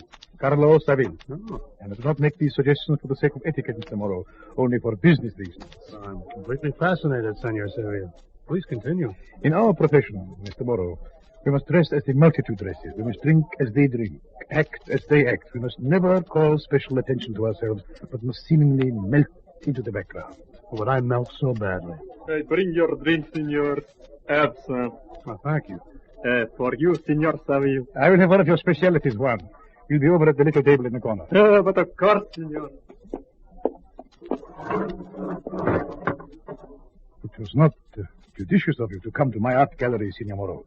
You see, the business that goes on in the front rooms is quite regular. But there is a back room where some of the transactions are a bit less orthodox. Yes? My back room friends must not be seen coming into my establishment by my front room friends. You do understand. Oh, of course. You're not giving me your full attention. No, how could I? Did you just see what came through that door? Hmm? Ah, the beautiful senorita with the off-the-shoulder dress. Oh, you don't miss anything either, do you? Not very much, I assure you, Senor Moreau. Well, who is she, do you know? If you and I come to terms, Senor, she is your first assignment. Carlos Saville didn't go into further details at this first meeting. Instead, he turned the conversation to the arts, and in particular to paintings. Apparently satisfied, he arranged a second meeting with Larry the following day, and there they got down to the details. Senor Moreau, I have a profitable business. Unfortunately, I'm a man whose reputation is known. There are, in Madrid, many new residents bringing in rich possessions, priceless works of art. And you'd like to get your hands on some of them, huh? Perhaps I shall, with your aid. It is my desire that you make friends among some of these new residents. You can gain invitations to their homes and go through their private galleries. There are many such private galleries. It sounds interesting. I could even get a job later as a tourist guide. Your job will be to guide some of my friends to the finest, most expensive works of art in town. You must equip them with full descriptions of the galleries, the houses containing them, personnel, entrances, exits. Oh, I get it. Those who take the greatest risk will get 50%. You and I will divide the balance equally. Okay, our souls have met. And now to the first assignment you spoke about, the senorita. Little is known of the senorita Francesca Morel. She came here a few months ago from Italy. She rented an expensive villa, and she has invited only a few close friends to see her art treasures. But, according to reports, she is the owner of the most valuable painting in the whole of Madrid, an original Van Gogh, worth a fortune. All that and an original Van Gogh, too, huh? Yes. She came into my gallery one day. I indicated that my heart stood still at the sight of her beauty, but she remained completely aloof. I want you to make friends with her. I want you to manage an invitation to her house. Well, even if Senorita Morel was the owner of a mere Cézanne, I think I wouldn't mind getting friendly with her. I have but one warning. Should someone guess your motives, should there be trouble of any kind, you are on your own. I won't even admit to knowing you.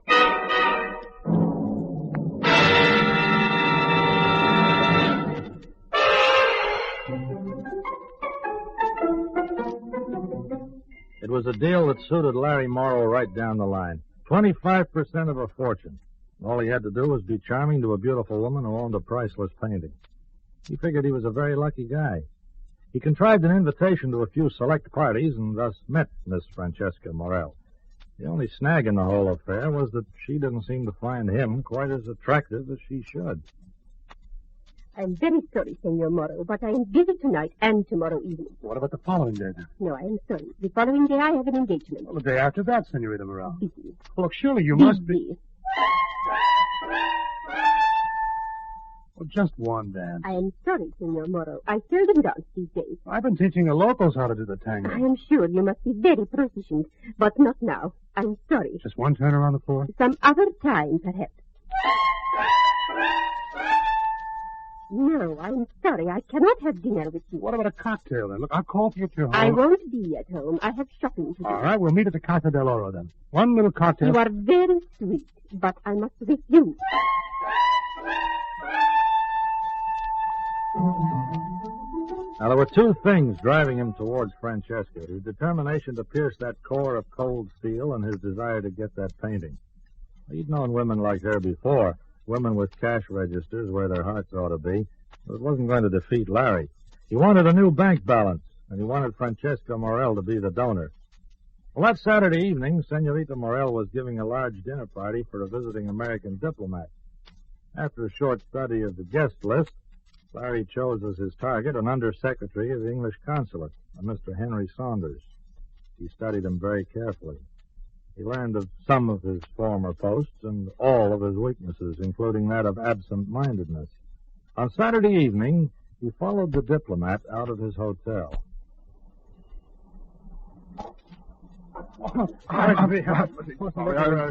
Henry! Henry Saunders in the flesh. Yes, in the flesh, yes. How are you, old boy? I heard you were connected with the consulate over here, but I really haven't had a chance to look you up. Oh, it is good seeing you again. Well, yes, it's been nice seeing you again. Imagine bumping into good old Henry right in the middle of Madrid. Yes. It's been a long time, Henry. Look, I hope you'll forgive me. Frightful memory, you know, but I don't seem to remember quite where it was last time. Oh, no, you're joking, Henry. The Shoreham Hotel, Washington. Oh, yes, of course. Right, stupid of me. Washington, eh? Well, it must have been about 40, eh? 1940 it was, exactly. Oh, you say you have a bad memory. Yes. Oh, this is really a break bumping into you. My first free evening since I got here. Oh, you gotta have dinner with me. Well, the fact of the matter is, I have a dinner engagement. Charming girl. Oh, having a bit of a party tonight. I promised I'd go. Oh, I'm certainly not going to say goodbye to you after being lucky enough to run into you now. Look, I hate these dinner parties myself, but well, maybe you couldn't take me along even if you wanted to. I dare say it would be all right, but... Well, as long as you say it'll be all right. Now, you sure I wouldn't be intruding? No, of course not. Why, a pretty girl like that would be delighted to have me bring a handsome young chap around. Your hot, senor? Oh, thank you. Ah, here comes our host. You look simply ravishing, my dear. I want you to meet an old and very dear friend of mine, Mr. Larry Morrow. I have had the pleasure. Oh, say what I didn't know. Sorry, Francesca. I didn't know Mr. Sanders was coming here. I bumped into him. It's all my fault, my dear. Larry and I met accidentally, and I hadn't seen him in years. I simply insisted that he came along. I suppose I was so busy chatting about old times, I didn't get around to tell him who our hostess was. I see. I hope you'll pardon an old dapper. Oh, yes, of course, Mr. Sanders. First, you could call the police or have your servants throw me out. I say, he is droll, isn't he, my dear? Very. Well, come in and have a drink. The others are a little ahead of you already. Oh, we'll catch up, won't we, Larry? Well, I don't think I'll bother to drink tonight, Henry. I don't want a chance dulling my senses, you know. I understand Francesca has an art collection that's really worth seeing. Ah, you are interested in art? Somehow I didn't think you would be. I'm very interested. Perhaps I've been wrong in my estimate of you, Mr. Morrow. I'll be glad to show you my gallery if you really think you'd enjoy it. Miss Morel, honestly, nothing could fascinate me more.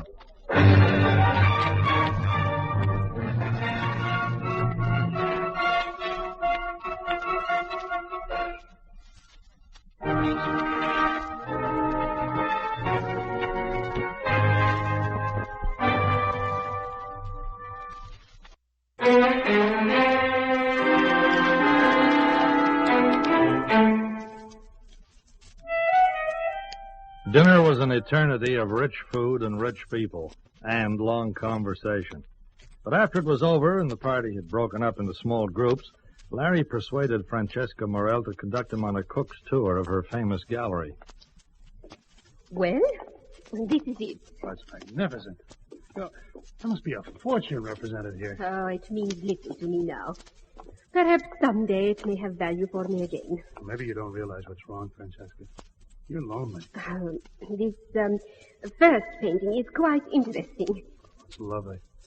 That's a Degas over there, isn't it? Yes. And a Van Gogh. That is a Van Gogh, isn't it? Yes. When I first got it, I thought it was the answer to all my dreams. It isn't now? It's almost worthless. Oh, Francesca, you can make things worthwhile again. You can learn how to dream again. Please, Larry, you're hurting my hand. Francesca, I don't know what's holding you back, but sometimes when we've been hurt, Well, we build up a wall around ourselves. I know, because I've been hurt. I've been lonely. Maybe neither of us has to be lonely again. No, Larry. Please. I didn't intend to kiss you by force. I think maybe I'd perhaps better go back to my other guests. Look around the gallery, Larry. Take your time. Have your feel of it. When you're ready to rejoin the others, just pull the door firmly. It's self-locking.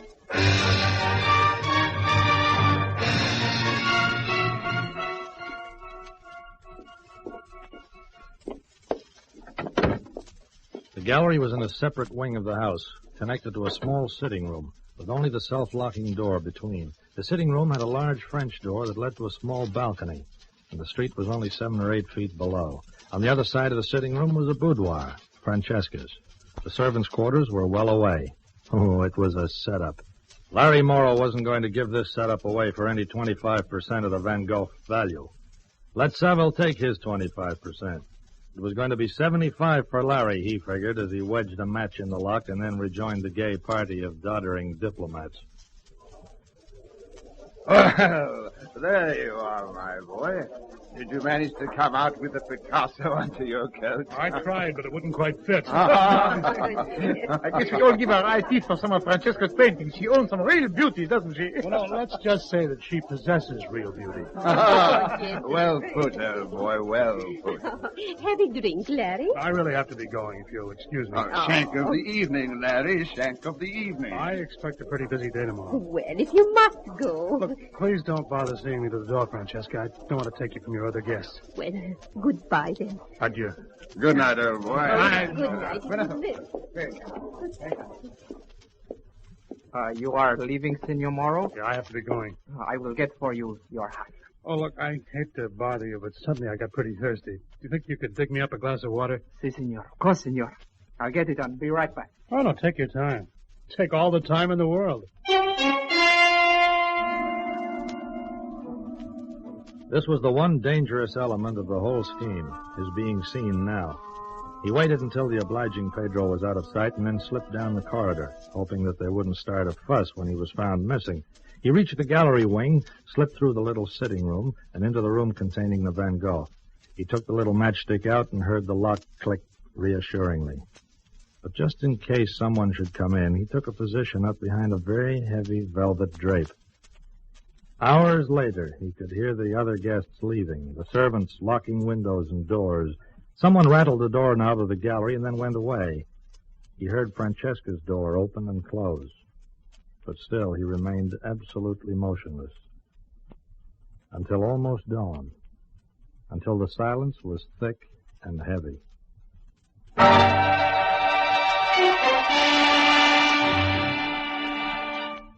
He stealthily approached the priceless painting, took a small knife and slit the canvas neatly from the frame, rolled it up and slipped it into the lining of his coat. He held his breath as he tiptoed to the door and opened it gently. He crossed to the French door that led to the balcony. Below was the street. Safety. The latch worked easily. He started to turn the handle.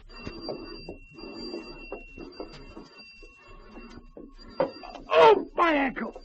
Oh, stop, thief! Stop! Oh, let me shoot! No, don't shoot. Get to your feet. Stand up. My ankle's Let killing me me, look Pedro. at you, and then we will call the police. Oh, my ankle, Pedro. Pedro, you call me by name? Carlos, flash your light in his face. No. No! Pedro, Carlos, what in the world is going on? We have caught for you a burglar, senorita. A burglar. He is Senor Morrow.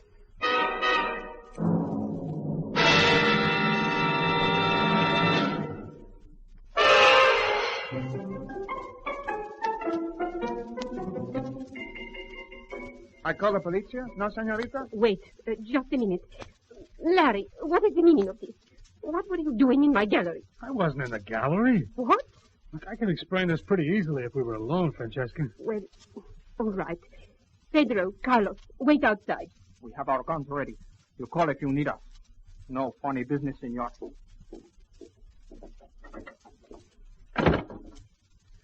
Well, Larry? Well, I guess I did a silly thing. Look, you wouldn't talk to me earlier, and I had so much to tell you. A lot of things I couldn't say in front of your other guests. Harry? I came back to steal something, all right. I wanted to steal a few more hours alone with you. Larry, that doesn't explain... I pretended to leave so I wouldn't embarrass you by being the last guest here. Then I stole into your little sitting room, and you didn't turn the lights on when you came through. No? I sat down on that comfortable sofa to wait for you, and guess I fell asleep. I didn't wake up until a few minutes ago, and it was almost dawn. I felt like a complete fool. Oh, Larry. So I tried to sneak out, and you know the rest. Oh, poor Larry. Your ankle hurts you very much. When you look at me like that, I can't feel any pain. You'd better get back to your hotel and rest. I guess I'd better. Could I phone for a cab? Oh, I'll send you home in my car. Pedro can take you. You're very kind, Francesca. It was probably some sort of innovation. A thief being given chauffeur service by his victim. Pedro drove him to the hotel, and he picked up a few things there and then slipped out the back door. He knew it wouldn't be too long before the theft was discovered and the police would be looking for him. The thing to do was to deliver the painting to Seville, collect, and then skip out of the country. But it was Sunday. He couldn't find Senor Carlos Seville anyplace.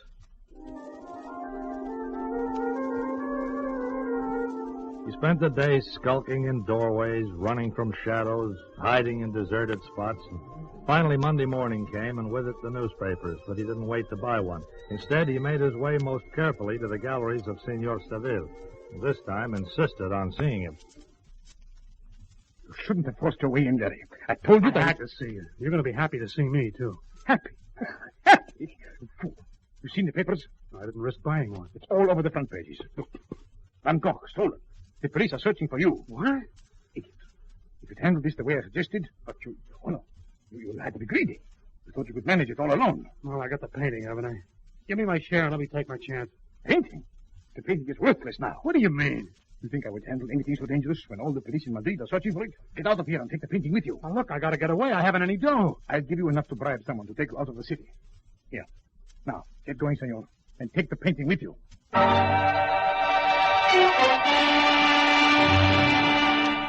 Oh, it was front-page stuff, all right. I read the story and remembered Larry Morrow as a clever confidence man, a little out of his depth in the genteel art of thievery. And meanwhile, in a fashionable restaurant on the Plaza del Franco, two people dined together in discreet alcoves. My dear Seville, you're a genius. I'd love to have seen his face. Everything went rather well, Francesca. It nearly didn't. Those idiot servants of mine catching him after all our trouble to give him his opportunity. Never mind, never mind. It will make an even more convincing story for the insurance company. You put in the claim. Yes, of course. Excuse me, senorita. The senorita Francesca Morel, is it not? Yes? Do you wish to see me? Police, senorita, as you observe. They told me at your house that you are dining here. What do you want? A short time ago, senorita, we arrested a man trying to leave the city. We took from him a painting which he has admitted is the Van Gogh, stolen from your gallery. Oh, you caught him? Indeed, senorita. He is now at the police bureau awaiting identification. Oh. But the painting, we are rather puzzled about the painting. You see, we called in an art expert who says it is a fake. That's impossible. The insurance company say it was pronounced genuine by Senor Carlos Seville and valued at 2 million pesetas. I think if you and Senor Seville will interrupt your luncheon, there are many people at the police bureau who wish to ask you some questions. If you please, you will both come with me.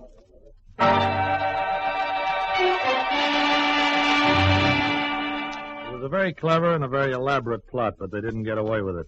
The idea was to employ Larry Morrow as the patsy.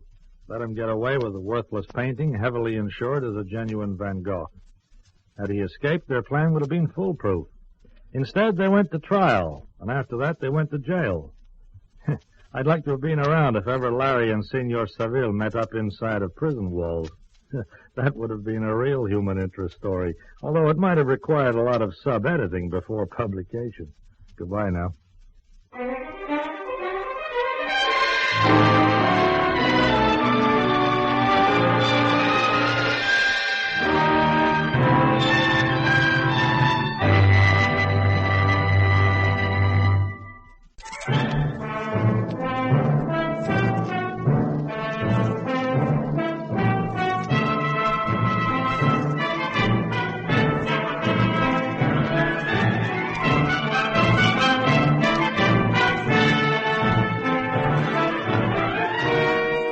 have been listening to Lionel Murton as Mike Connoy in another exciting episode in the series, Europe Confidential.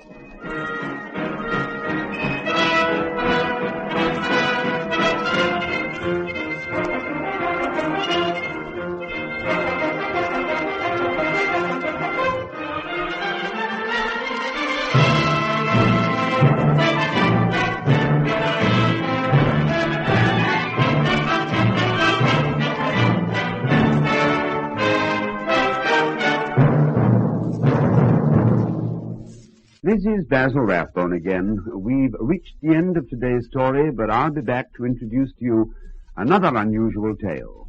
Remember, for this series, we've searched the whole world to bring you stories of every kind. Tales of espionage, suspense, crime, and intrigue.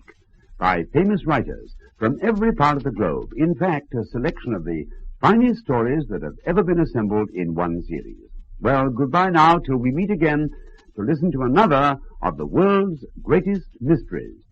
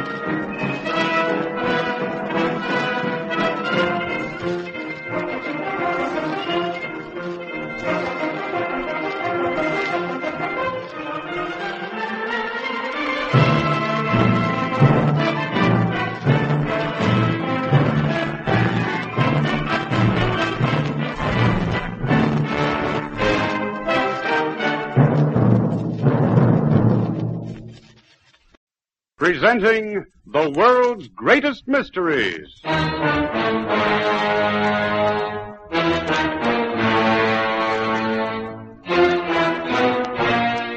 And now, your host.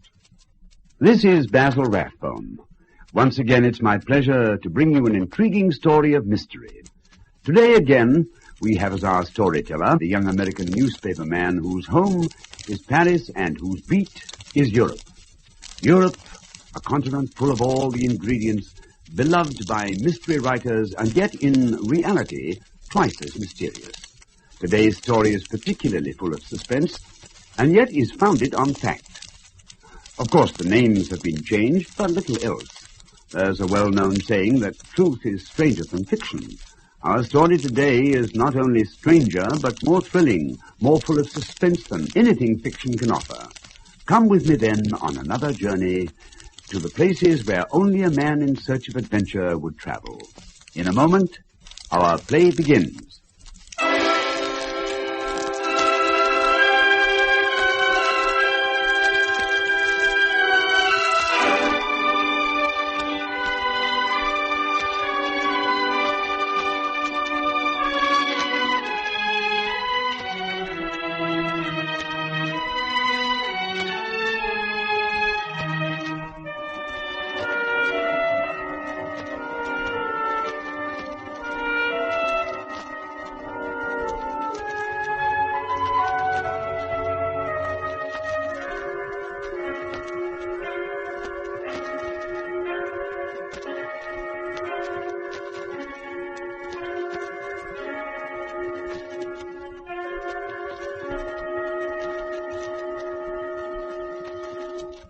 presenting Europe Confidential.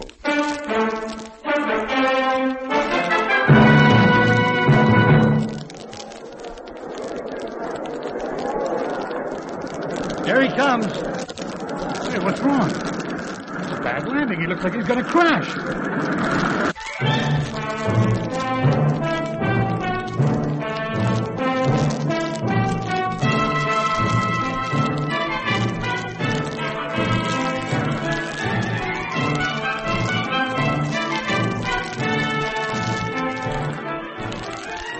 In a moment, we'll bring you Lionel Murton as Mike Connoy, the Paris correspondent of a famous American newspaper, in another exciting story in our series, Europe Confidential.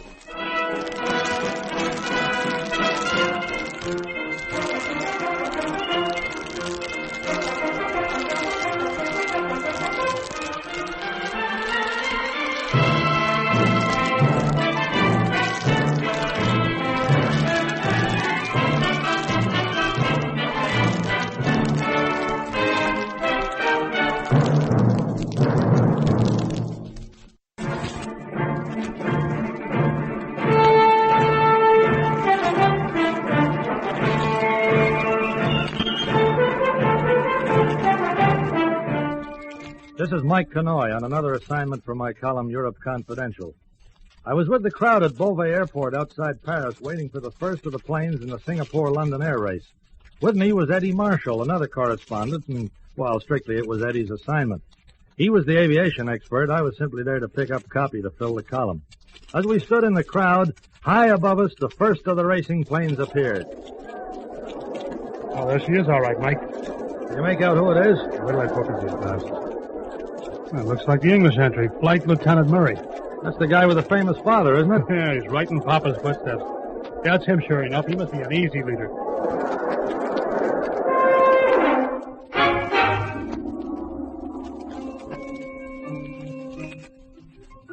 There's the airfield, Frank. And look at the crowd. How do you feel? Well enough to take over? Yes, I can manage now. All right, Tom. We're going down.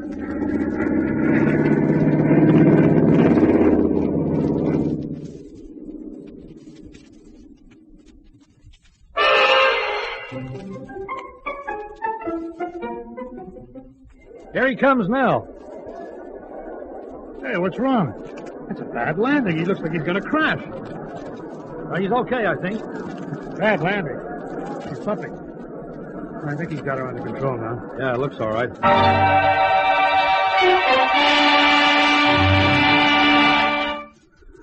Frank, are you all right? Yes, Tom.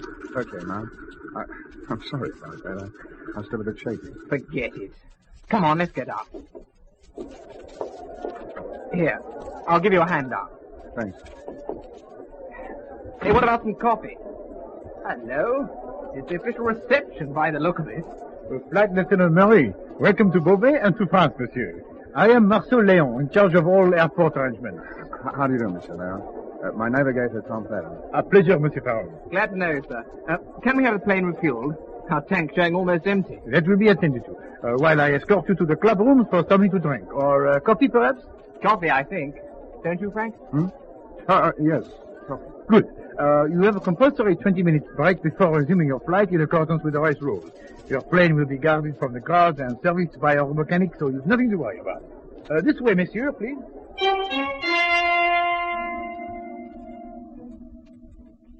Lieutenant, our radio reports you 30 minutes ahead of your nearest rival, the Spaniard L'Orfea. So you will be in the air again before he reaches his feet. 30 minutes. That's better than I thought.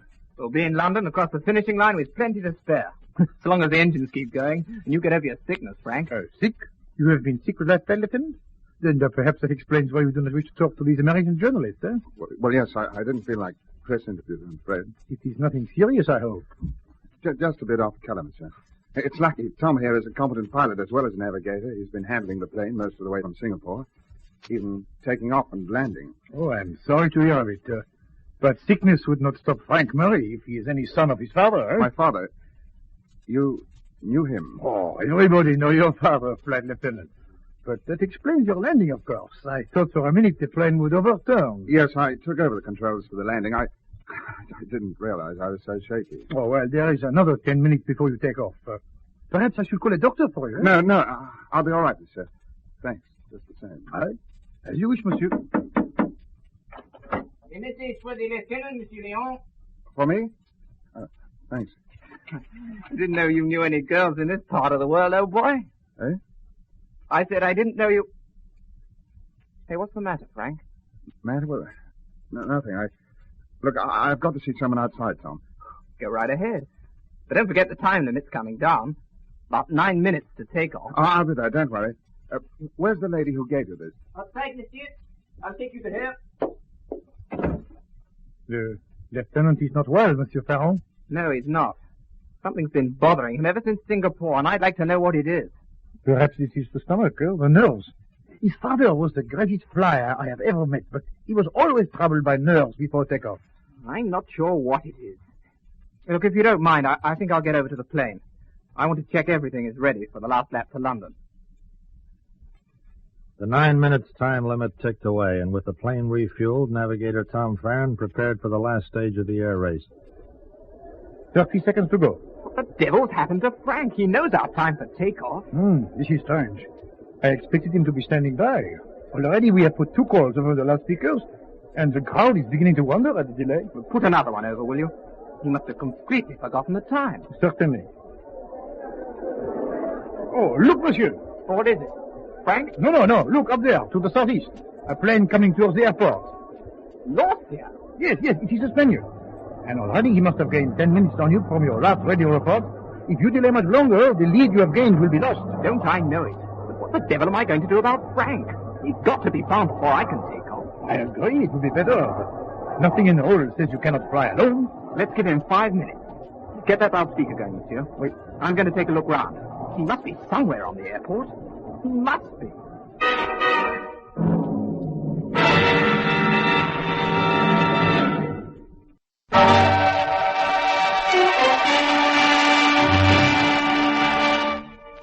Eddie Marshall and I weren't exactly surprised when Flight Lieutenant Murray refused to give us an interview. After all, they were near the end of a long flight, and their 20-minute break was a welcome respite. No, we weren't surprised, but what did surprise and intrigue us was the series of loudspeaker calls for the English pilot and the delay in the takeoff. Finally, with the Spanish Lothier only a brief 15 minutes behind, navigator Tom Farron made the only possible decision. Tell him to stand by out there, Monsieur Leon. Wait. I'm going to fly to London alone. It made headlines, of course. The navigator who flew on and won the race. The pilot who disappeared. A whole series of rumors were started, and for 3 days the papers were full of it. But then, as always happens, public interest began to wane. There was tension in Berlin, the World Soccer Cup in Paris. The strange affair of Frank Murray was soon forgotten, except by those who had known him. I guess I didn't give it much thought until one day, several weeks later, Eddie Marshall came into my office. Mike, boy, we got an assignment. Yeah? A double assignment. You for the human interest angle, and me because I'm a so-called aviation expert. Well, what's cooking? Mrs. Murray is in Paris. Who? Well, Frank Murray, you remember. It's his mother. Oh. She called up the chief this morning and asked if he'd be interested in making inquiries about her missing son. She did that? What did the chief say? What do you think? We have to get over to the Jardin Hotel to see her right away. You understand, gentlemen. The police have made no progress, and so I asked for their inquiries to cease. I felt it should not be a police matter. You want us to try and find him, Mrs. Murray? Your editor is an acquaintance of mine of long standing. I have his word that the story will not be printed without my approval. Oh, you can rely on that. I simply want my boy found, and to know that he's all right. Yeah. If there's anything I can do to assist your inquiries... Well, I guess you could send us some photographs. They might help. Of course. I'm going back to London tonight. I'll send them by the first post. And your editor has promised to keep me advised of developments.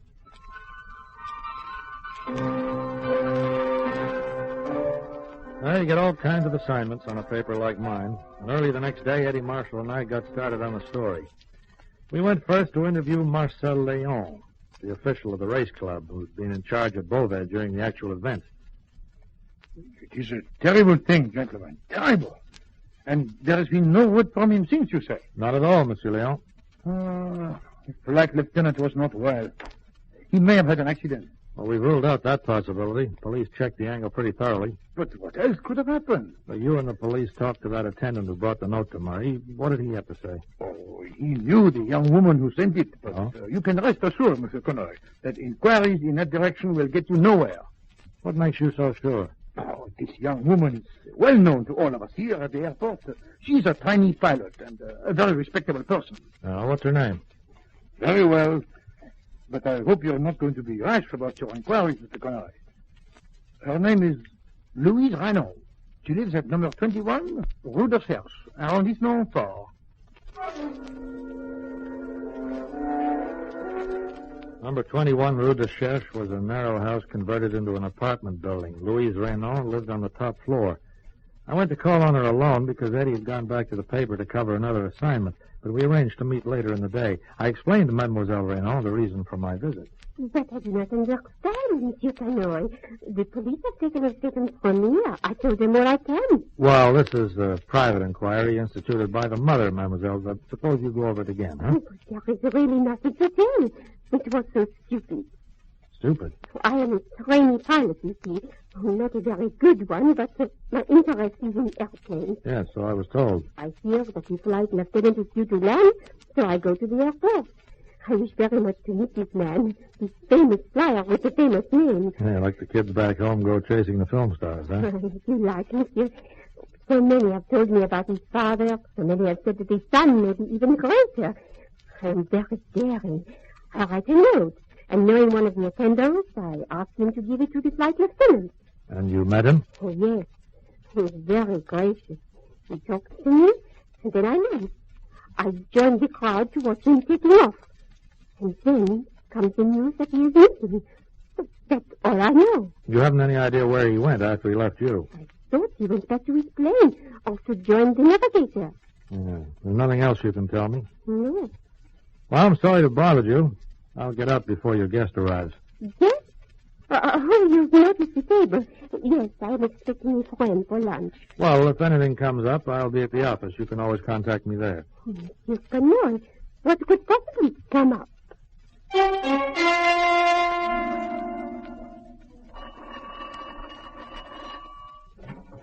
Mike Connoy. Mike, this is Eddie. I was on my way around to see you. Well, make it soon, will you? The photographs arrived from England. I think we got a lead at last.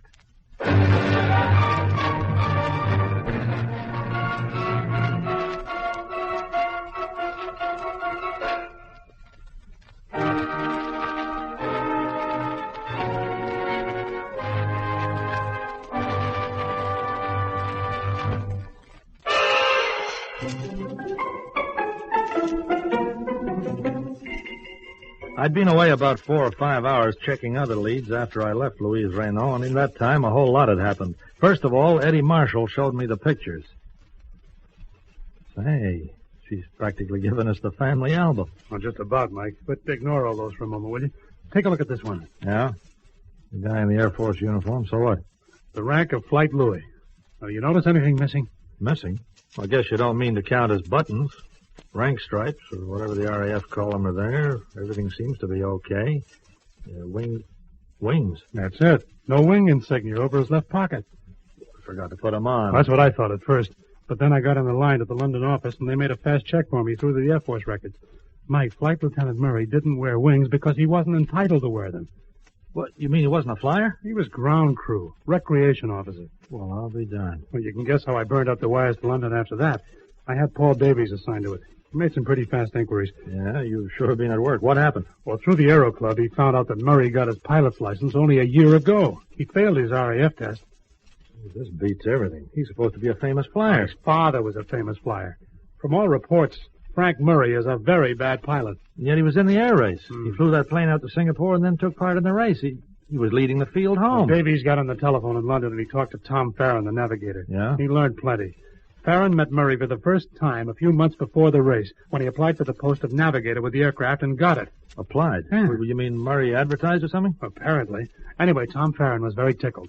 After all, the name Murray in aviation isn't far behind names like Kingsford Smith and Lindbergh. Yeah, I know what you mean. Not that anyone he asked knew much about young Murray's flying ability, but they all agreed he held the rank of flight lieutenant, and that if he was anything like his father, then the race was as good as over.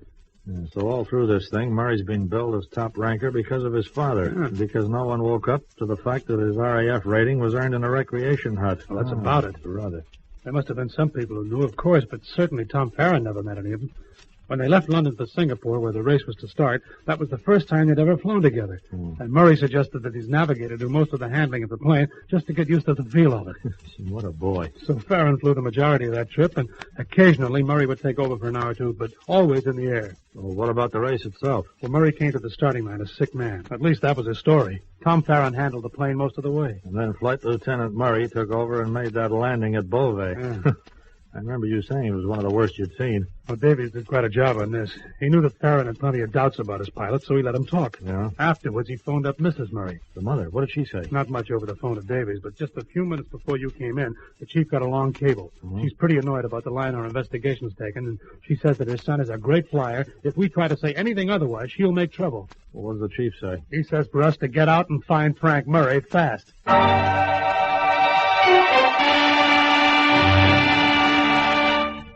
We searched Paris. We checked the big hotels, the small backstreet places. We checked the bistros, the bars, Montmartre, Montparnasse, the boulevards, and the Bastille. For 3 days we worked at it, getting nowhere. And at last we called a halt. We sat down in my office to try and figure out a new move. Well, we sure covered some territory. There are hundreds more hotels to check even now.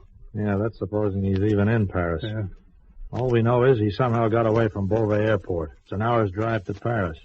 But he could have driven to Le Bourget and taken a plane for England. He could be anywhere. We need a break, and it just isn't going to be one. Let's have a look at the guy's face again. You got those snapshots? The family album? It's right here.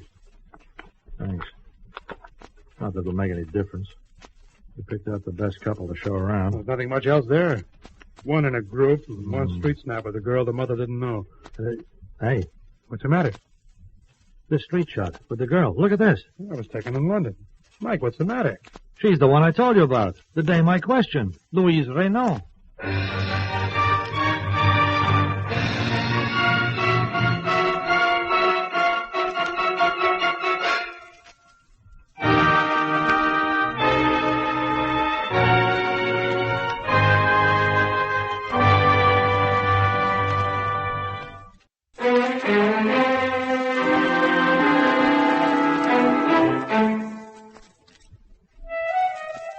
Eddie and I didn't waste any time getting over to 21 Rue de Cherche.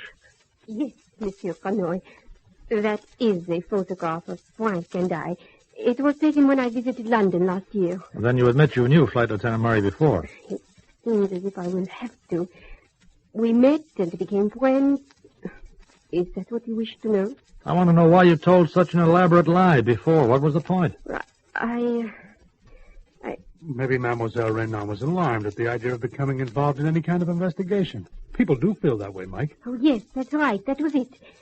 If it was known that Frank and I were acquainted, there would be talk that I was part of his disappearance. People were saying he might have been bribed to abandon the race, or that there may have been pressure on him to force him not to continue. I did not want to be mixed up in it. Of course, you knew nothing of his whereabouts. I know nothing. Well, we'll have to continue our search. In case you hear anything, mademoiselle, you can reach us at the office. You know, I wish I could find Frank Murray. I think he's running away from a myth. As long as you have to live a make-believe life, you can never be happy. A make-believe life? Well, I've always said nothing's so big that you can't talk it out. That's why I'd like to find him.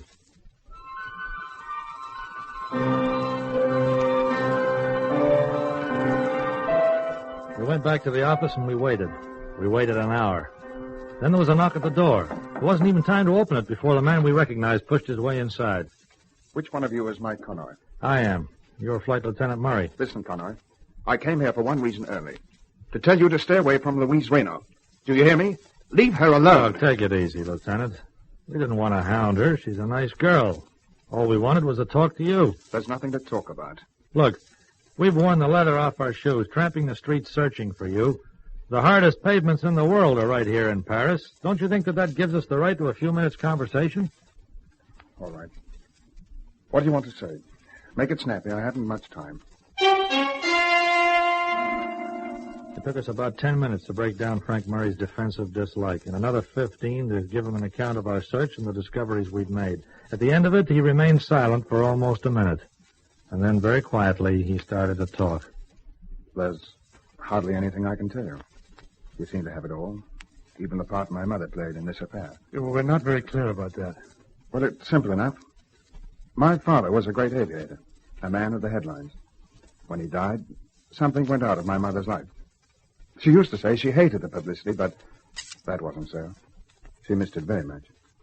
She missed the adventure, the thrill of being the center of a crowd at the end of a record-breaking flight. When I was a boy, she filled my mind with the stories of my father and his deeds. She desperately wanted me to be like him, and, well, I grew up wanting that, too. But you found it was a little beyond you. I failed in the RAF and sat out the war in an office. Yet, all the time, I wanted to do this thing, to be like my father. And some way, after I got out of the Air Force, I found the courage to take flying lessons. Well, you got through those all right. The instructor in charge was an old friend of Dad's. I don't think he should have let me through, but he did. Probably for Mother's sake, because he knew just how much it meant to her. Mm-hmm. But, well, I didn't realize that. I thought I was great. I had all the confidence in the world. And you decided to enter the air race. Yes, it wasn't a very important race. It seemed a good way to start. I was going to show the world, and my mother most of all. But I couldn't go through with it. I was sick, all right, when we took off from Singapore. I was scared sick. And by the time we reached France, and I was barely able to land the plane, I knew that was the end of it. And then when Louise, whom you'd known in London, sent a note at the airport asking to see you, she was the logical person to turn to for help. Yes, that's how it was. We got away from the airport in her car, and she hid me out while the police were searching for me. I knew that wouldn't last long. For Mother wouldn't have enjoyed that kind of headline, showing me up for what I was. A coward, you think? Well, what do you think? Look, we're all of us afraid of something. Only you tried to make the thing you're afraid of your whole life. You've been trying to create an existence that'll carry on from where your father died. Nobody can do that. I think the sooner you make that clear to your mother, the sooner you can start to live a life of your own.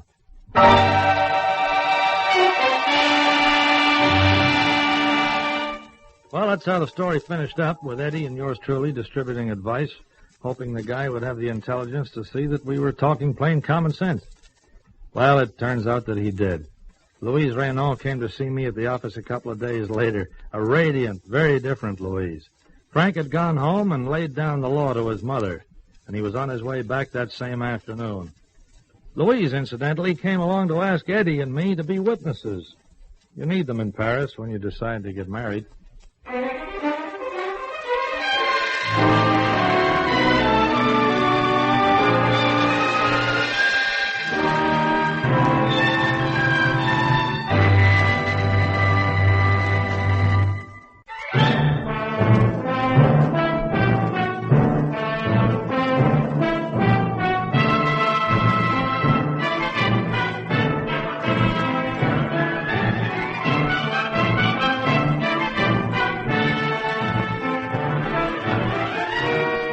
You have been listening to Lionel Murton as Mike Connoy in another exciting episode in the series, Europe Confidential.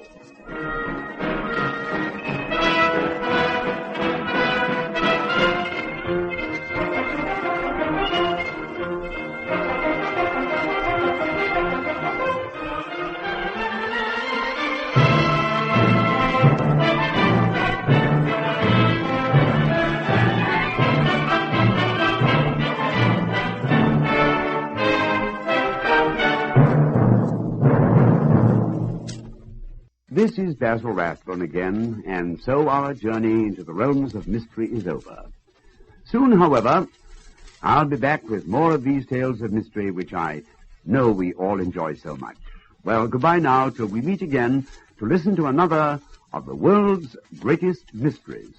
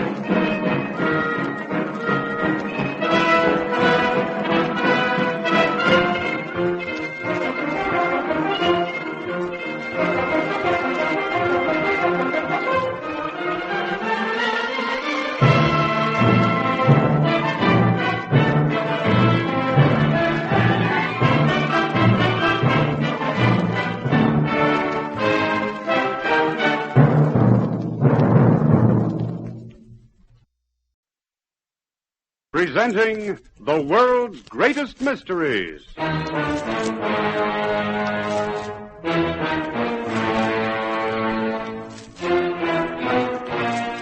And now, your host. This is Basil Rathbone. Once again, I bring you mystery. What's your pleasure for today? Gaslight or neon?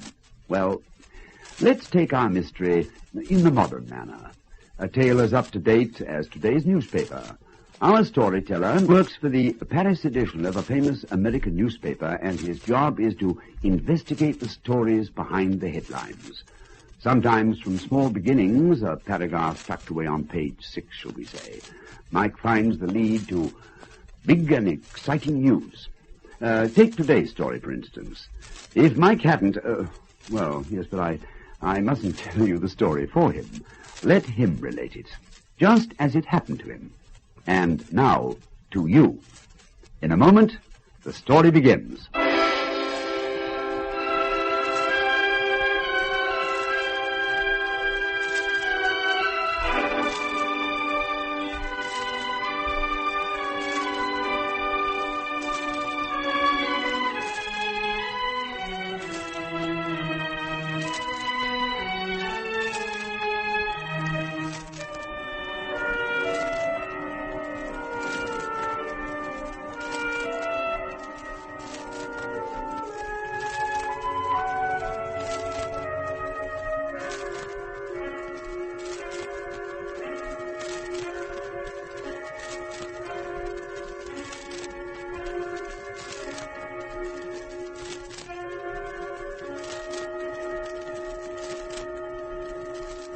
Presenting Europe Confidential.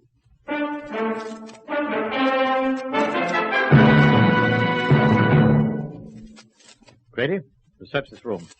Take the furniture to pieces, rip up the floorboards. Look for secret hiding places. You can't do that to my business. What's the idea? The idea, Mr. Roberts, is microscopic film. But you wouldn't know anything about that, would you?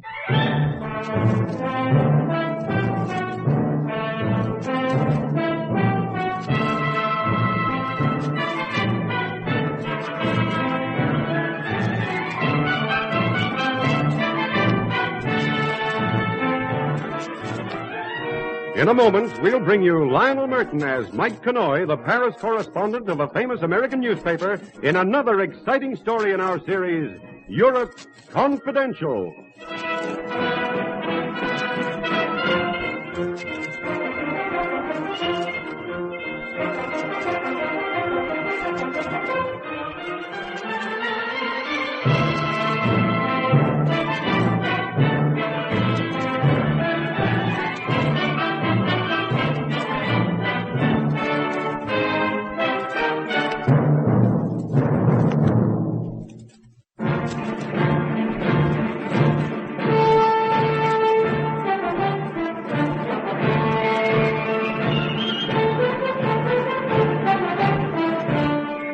Hi, this is Mike Connoy. Today in Paris, I saw Paul Winfield again. I was sitting in a cafe on the Boulevard Michel when he walked past, and at first I hardly recognized him. But when he stopped beside my table and spoke, I knew him immediately. Maybe he heard me give my order to the waiter, or else perhaps he knew me, but for a moment I wasn't quite sure. Sir, am I talking to a fellow American? It was Winfield, sure enough. I nodded for him to sit down, and then he leaned forward and began to talk, and I knew then that he didn't remember me. My friend, I've got to talk to a fellow countryman. I've had some trouble here. Bad times, you understand. I badly need help. What sort of help? Well, anything you could spare, sir. Dollars or francs. If you like, I can take you to some special nightclubs for $50. Sorry, I'm not a tourist. Well, then perhaps a loan, huh? Should I write a check to Paul Winfield? What did you say? Winfield. That's your name, isn't it? No, you must be mistaken. My name's Fraser. Excuse me. You must be confusing me with somebody else. Well, I wasn't confusing him with anyone else. He knew that I knew it. As I watched him move away, I remembered back all those years. Wartime London, 1943. To the two people with whom the story had begun long before I came into the picture. The two people who met in the plain office near St. James's Street. An office which was the wartime headquarters of MI5. Come in and sit down, Grady. Thank you, Cut sir. it off. Well, How are all our friends in Kensington? Oh, it's quite busy down there, Major. That photographic studio is really in business. Bennett, Rogers, and Miss Palmer all had a picture taken yesterday. They made independent appointments in the usual way. Find out anything? Well, they made their appointments dovetail. So while Miss Palmer was in the studio, Bennett had a chance to look around, and while Bennett was in there, Rogers did the same. Yes.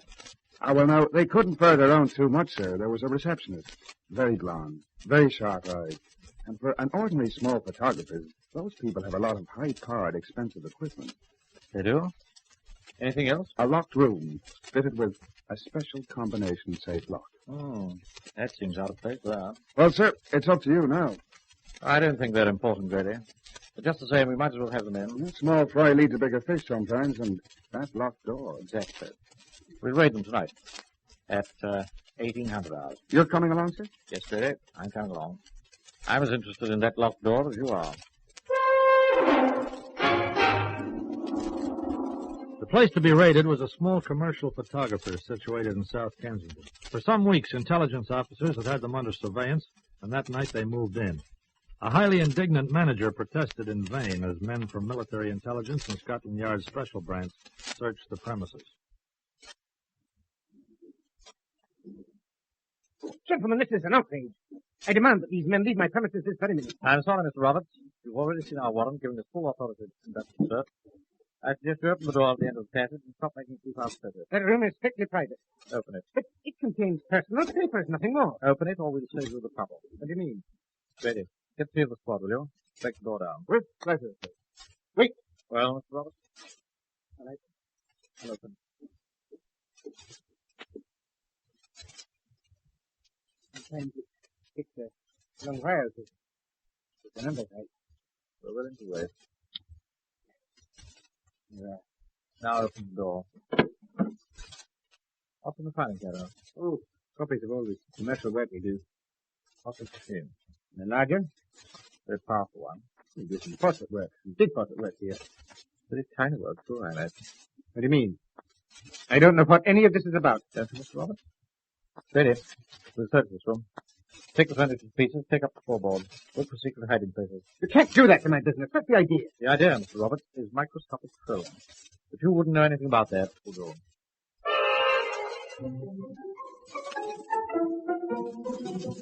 The search was very thorough and lasted for several hours. At the end of that time... Here we are, sir. That's ready. One of the men on further duty. Wow.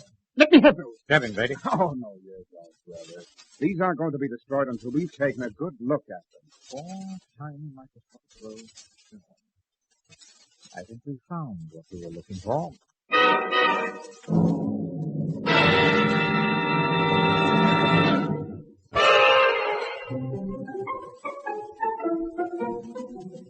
With a story in which you played only a minor part, it's often necessary to imagine certain events and to reconstruct incidents which were not actually eyewitness at the time.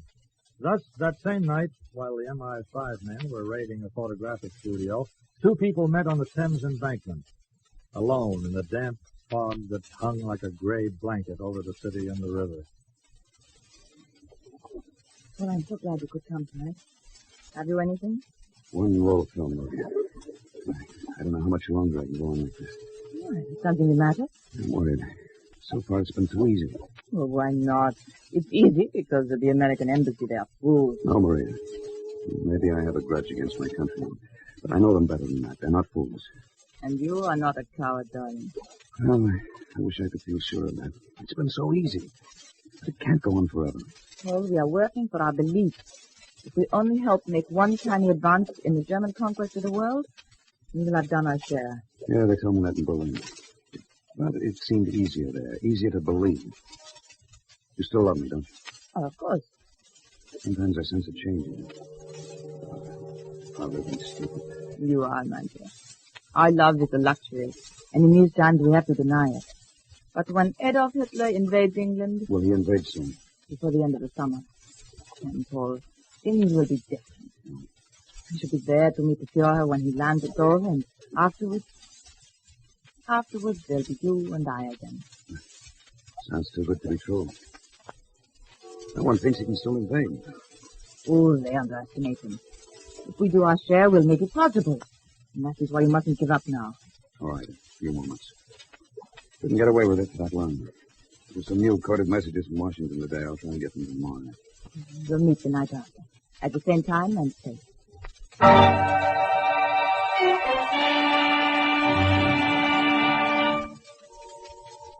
Come in, Major Anderson. Sit down. Thank you, sir. Now, you chaps at military intelligence have really got onto something this time. I thought we had, sir. These rolls of Macedon contain decoded messages passing between Washington and the U.S. Embassy here. Exactly, Major. This is dynamite. You talked to the American ambassador? Yes. I asked him to leave the case in our hands for the moment. I explained that the photographic studio was suspect for a long time, and that obviously they've been doing some developing work for a German spy ring in England.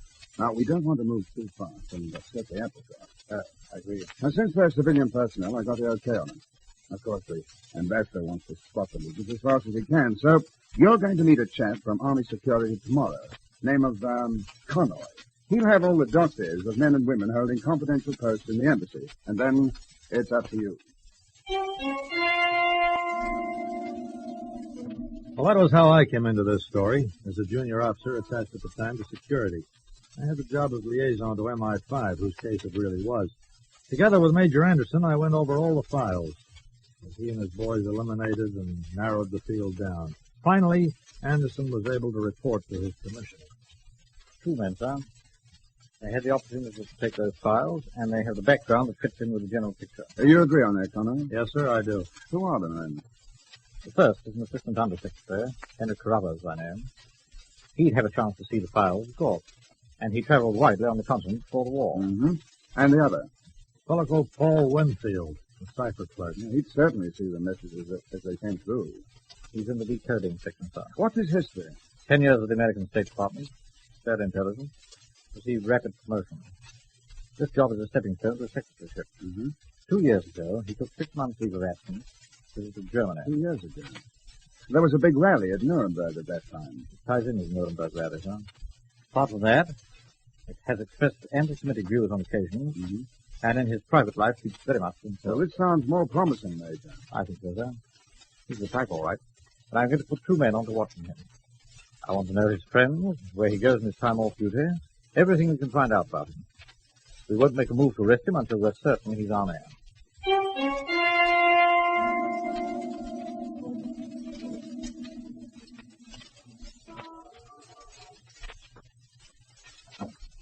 Yes?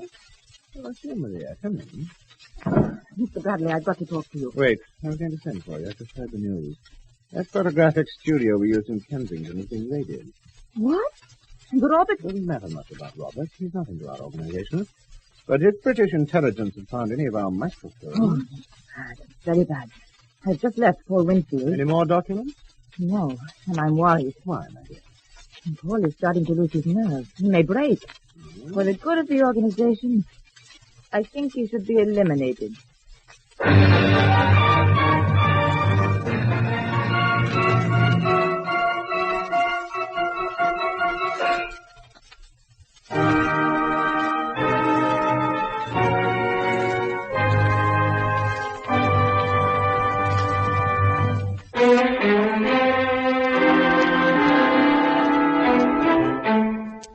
I was in Major Anderson's office when the call came from his agent, Grady. Hello? Anderson speaking. Major, this is the Wandering Irishman. Where are you, Grady? Still inside the U.S. Embassy. Their cipher shifts are changing over now. The rest of the group have come out, but our man is still in there. Now listen carefully. Yes, sir? Give Winfield every chance to get clear of the place. Uh-huh. Forbes and Elliot are waiting outside to tail him. If you can join them, do so. Understand? Sure. Here, listen. I can see the door of the cipher room from here. The boiler's coming out now. And keep out of sight. We'll stand by, and when you've some idea of where he's heading, try and phone me. Uh-huh. We want to be in on the final show. I'll do my best about that. I've got to go. Good luck. Goodbye.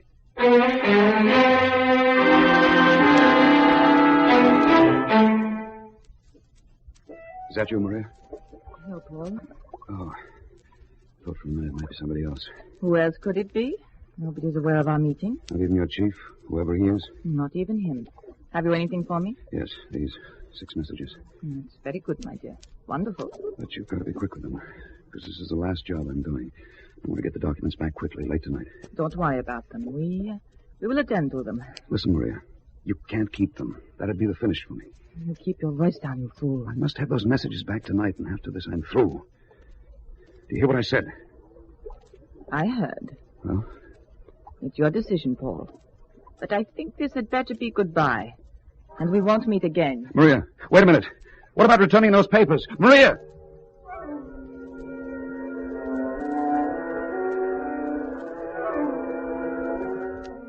Grady, did you get through to Major Anderson? He's on his way over, Connoy. Oh, good. Hey, wait a minute. What's happened down there? The woman's leaving. And Winfield's running after it. Hey, look. There's two men going for him. Yeah. They come out of those streets. Come on. Bennett, you get Winfield. We'll take care of these fellas. Yeah, we certainly will. Get him, Teddy! Hey, run for it! You won't be running anywhere, chum. Not after we're through. Let go! Let go!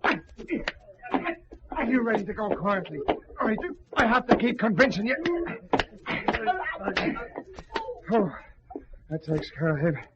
Is your chat quiet, Connoy? Yeah, sure is. You got the tough one.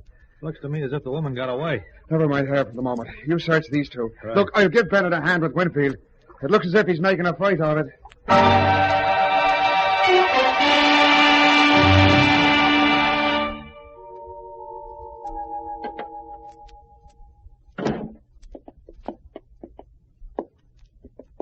The prisoner, Major Anderson.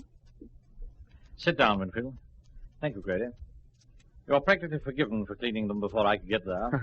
Thank you, sir. Winfield, I'm Major Anderson of MI5. You've been handed over to us by the American authorities in London, and you're going to stand trial on a charge of treason. He's not very good with the conversation, sir. I see. You might as well know, Winfield, the full penalty for your activities is death. High treason against your own people, your own country, is the most despicable crime of all. You can't put me on trial. I'm an American. You can't try a foreigner in the law courts. I'm afraid you've been misinformed. We can. And stealing top-secret documents and handing them over to Nazi agents is something we don't like very much. Hitler will annihilate the English and the Americans. Do you know that he's going to conquer the world? Shut up. Yes, he'll conquer the world for its own good. To give him the kind of rule he's given to Germany. Full production, full employment, happy, healthy homes. I said you better shut up. We're not Adolf Hitler fans around here. You English. You smart, pseudo-clever English. You, So will you, Winfield, and your friend Hitler. You'll go to trial on a charge of treason. Well, you can do whatever you like. I'll appeal to the White House. We'll arrange that for you. The man in the White House doesn't like Adolf Hitler either. All right, Winfield. The woman you met got away. We want to know who she was. If you try to protect her, you're planning a certain walk to the scaffold. And she wouldn't mind. What do you mean? We've questioned those toughs we arrested on the embankment. Their orders were to kill you. What? I don't believe it. You were getting jittery, Winfield. You were getting dangerous. Maria wouldn't let them do that. Maria? The woman you met? They conferred with her under the shadows of those trees before she came to meet you. She gave them their final instructions. It was the river for you, pal. A nice little suicide job, so you couldn't do any talking. Maria planned to kill me? Was that why she walked away so quickly? What was it she said? We won't meet again. Oh, Maria. I can't guarantee you very much, Winfield, but you'll get some remission for information received. What was her name? Maria Cordova. Where did you meet her? Nuremberg 6 years ago. She was a Spaniard by birth, but she lived most of her life in England. We were fond of each other. Our orders were to work together. Do you know if she has contact with other members of the Nazi spy ring here in London? Yes, she has. Someone she calls the chief. I had the impression he's an Englishman. Then this might lead us to the entire espionage organization here in London. All right, Winfield. There's only one more thing. Where do we find Maria Cordova?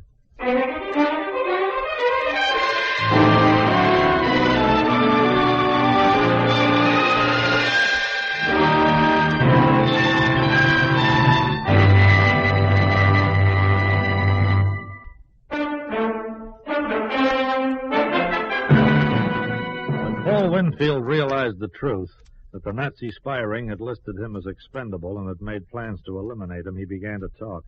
He talked long and steadily. At the end of that time, MI5 knew everything about the activities of the woman called Maria Cordova and where to find her. But they didn't make any move to pick her up. That'd be a waste of a good opportunity, Connoy. From tonight onwards, I'm assigning our very best men to trail her. To keep her under observation night and day. You're after the big fish, huh? Yes, the one Winfield told us about. The one Maria Cordova called the chief. Tell me, how did Paul Winfield get into a thing like this? Oh, he had German parentage way back, on his mother's side. I see. He was in Nuremberg to visit his relatives before the war. He met Maria Cordova there. And fell for her, huh? Pretty heavily. When they found out he was in the State Department, of course, they must have put her to work on him. They kept in touch. He wrote her he was being sent to England. That was before American entry into the war. And one day, Maria just turned up. Pretty soon, he was deep in the net. And he stole decoded documents, took them to Maria, who had them photographed by the studio in Kensington, and then returned them the same night. That's how it was done, huh? That's about it. Nobody suspected him. He had a clean record. What happens to him now? He'll be held until we're ready to grab the arrows. Then the lot of them will be tried for treason. 6 days later, the unsuspecting Maria Cordova led British agents to an apartment in the West End. They forced their way in and placed Maria and the occupant under arrest. You will come along with us to answer some questions. This is an outrage. My name is Bradley, John Cornish Bradley. I'm a director of several companies in the city. I demand that you get out of my house. I think we'll take the risk of being sued for false arrest, Mr. Bradley. I have a search warrant here. Search warrant? And a signed order for your arrest, should it be necessary. Maria, you little fool. You let them here, you stupid, blundering fool. I didn't know. You must believe me. I didn't know. All right, that's enough, Bradley. You can do the rest of your talking later. Bring them down to the car.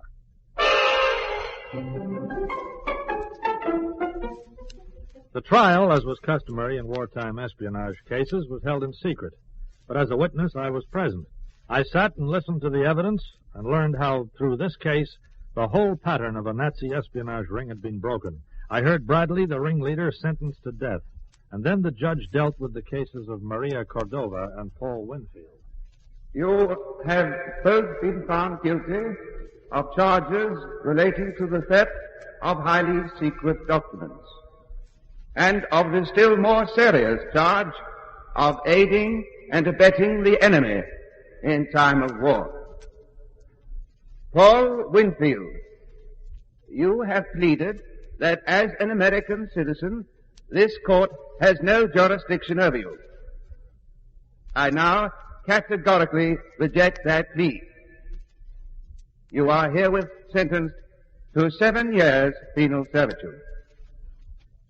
Maria Cordova, for you who accepted this country's hospitality from your earliest years, yet shamelessly betrayed it in our most desperate hours, I hereby sentence you to 10 years imprisonment.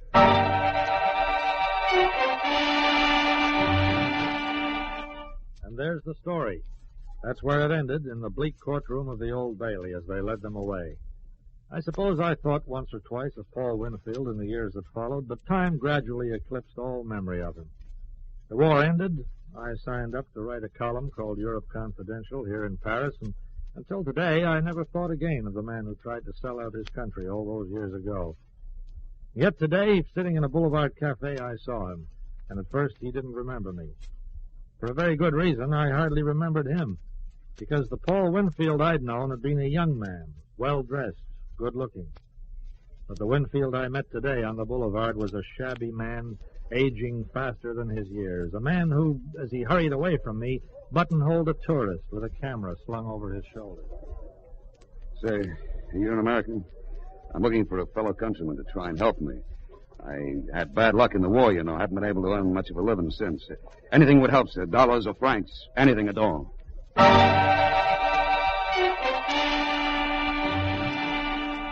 The man with the camera elbowed his way past with a look of disdain, and Winfield went shuffling along looking for another prospect. Me, I finished my lunch and came back to the office to write this story. The story of a man who backed a loser named Adolf Hitler.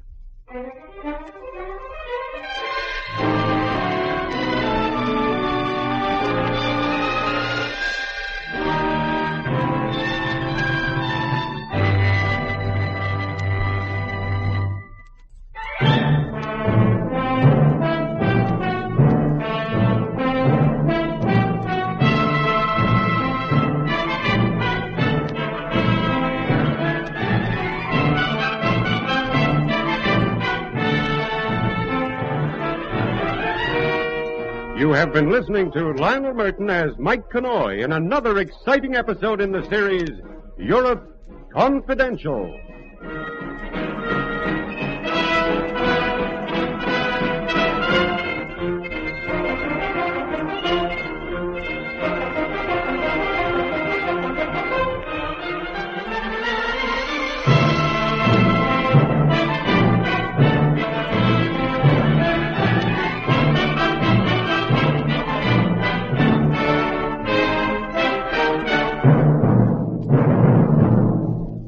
This is Basil Rathbone. Our half hour of mystery is almost over. Mike will be back again soon with another tale that makes the headlines behind the news. I, too, will be back to recall to you more of these stories which I hope you enjoy. Stories of mystery, suspense, intrigue, and crime. Well, goodbye now till we meet again to listen to another of the world's greatest mysteries.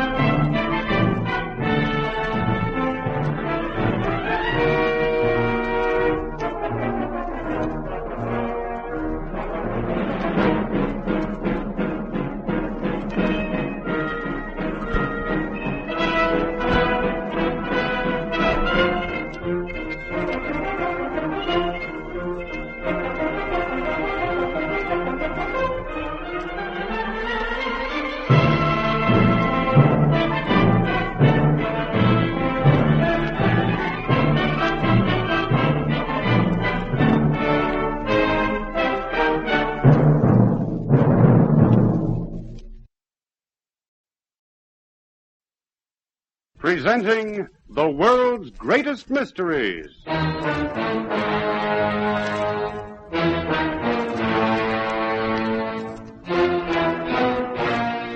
And now, your host. This is Basil Rathbone. Everybody loves a mystery, and I'm no exception. And that's why it gives me so much pleasure to act as your guide on this series. You see, we've gathered together some of the finest mystery stories in the world. Stories from many places and from many times. Some of them are up to date, well as up to date as today's newspaper. Others are classic stories of the past. Today's mystery, for instance, it takes place in Europe, the Europe of modern times, a world of intrigue and suspense where a man's life can count for very little when a country's future is at stake.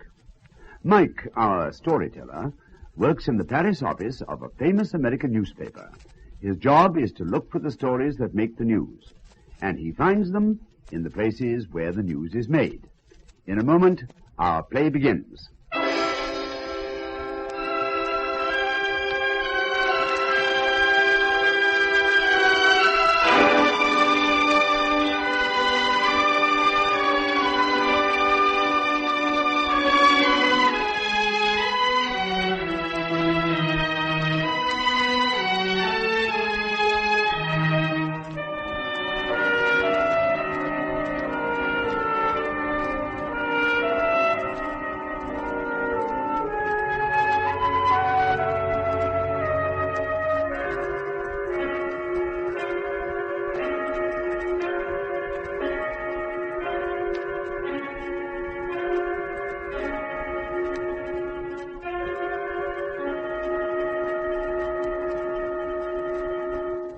presenting Europe Confidential.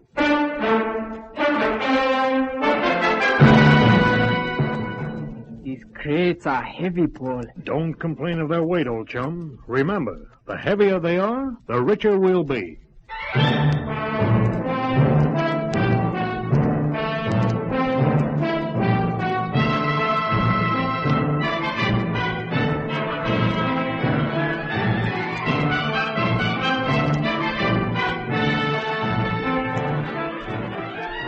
In a moment, we'll bring you Lionel Murton as Mike Connoy, the Paris correspondent of a famous American newspaper, in another exciting story in our series, Europe Confidential.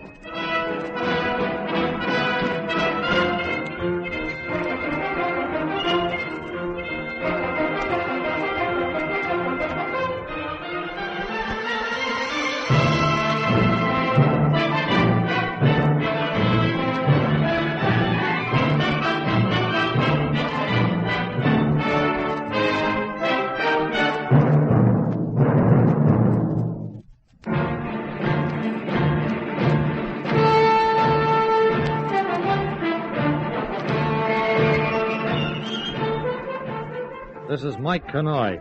It's my job on this news beat of mine to meet all shades of characters.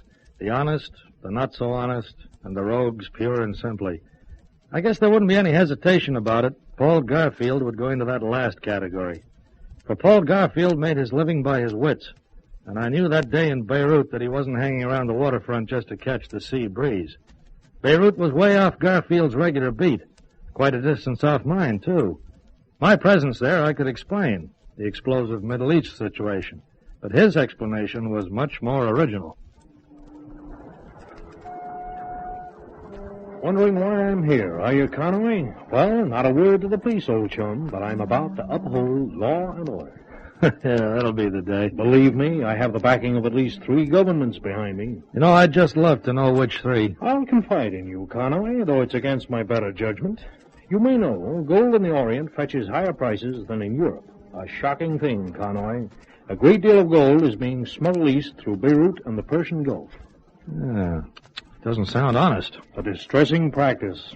I was approached on a high level and told that certain European governments would look very kindly on any efforts to halt this smuggling. For instance, if the smugglers were made to realize their shipments do not occasionally get through as planned.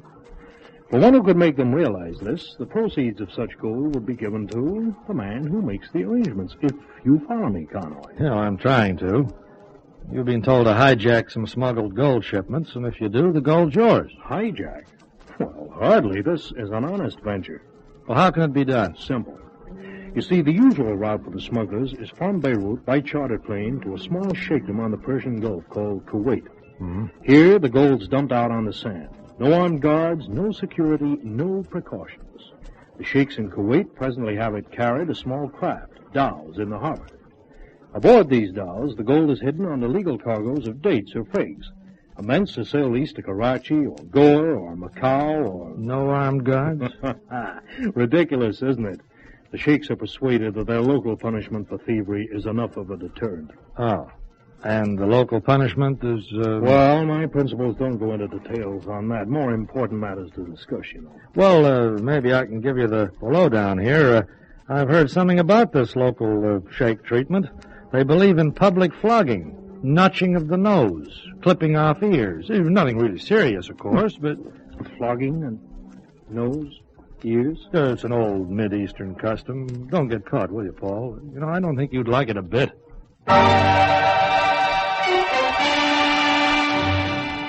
Away he went, and I'd have given plenty to go along, but he wasn't trusting any newspaper man that far.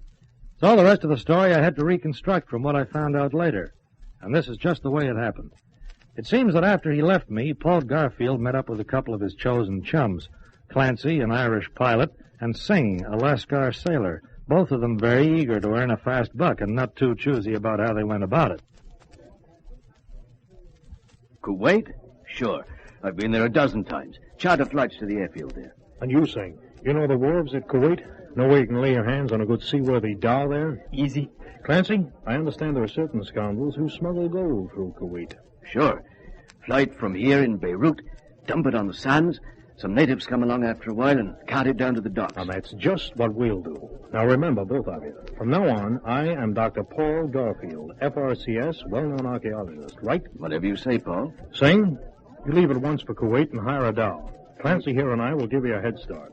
Then we'll fly to the airport, where we'll have to land because of engine trouble. I am an archaeologist looking for likely ruins to dig up. Clancy, you will not be able to fix our engine until the moment when there is a big shipment of gold lying on the sand by the airport. This begins to sound promising. At that point, you tell me the engine is all right again. I arrive, change inside the plane to the clothes of a native. Singh drives a cart up. He and I load the gold shipment into the cart, drive it down to the docks, dump it into the dhow, and sail 100 miles down the Gulf. Where I meet you with a plane. Right. And we fly on to Karachi and sell it. Why not? Nobody stops us. So long as everything works just as the sheiks always do it. Simple and sweet. He's worth a fortune. And a quarter share for each of you when it's sold in Karachi. Done? Done.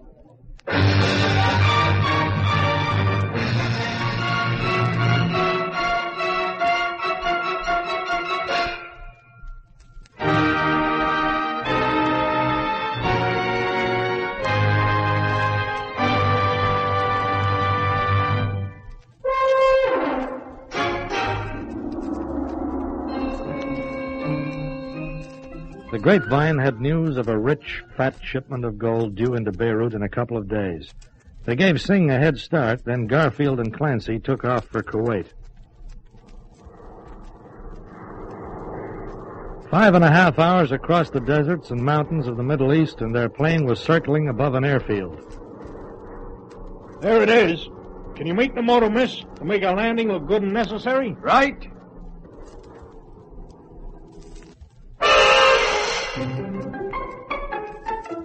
Heat reached up and met them, swallowed them. It was infernally hot, a moist, humid heat. Clancy went away to report his engine trouble, asked for parking space, but he was back in a few minutes. Hey, Paul. Paul! What's the matter? They didn't swallow your story about the plane? Oh, sure, that's okay. But I was in the dispatcher's office. I saw a letter on his desk. Yeah? Plane due in tomorrow with a consignment for the Sheikh Sir Suleiman Al-Hamad bin Tamur. So what? I know him, that's what. He's the biggest man in the gold business here in Kuwait. It must be the shipment we heard about back in Beirut, don't you see? In tomorrow, huh? I'll have to work fast and in this heat, too. You stay here and fuss with the plane. I'll get into town, buy some native clothes, and contact Singh.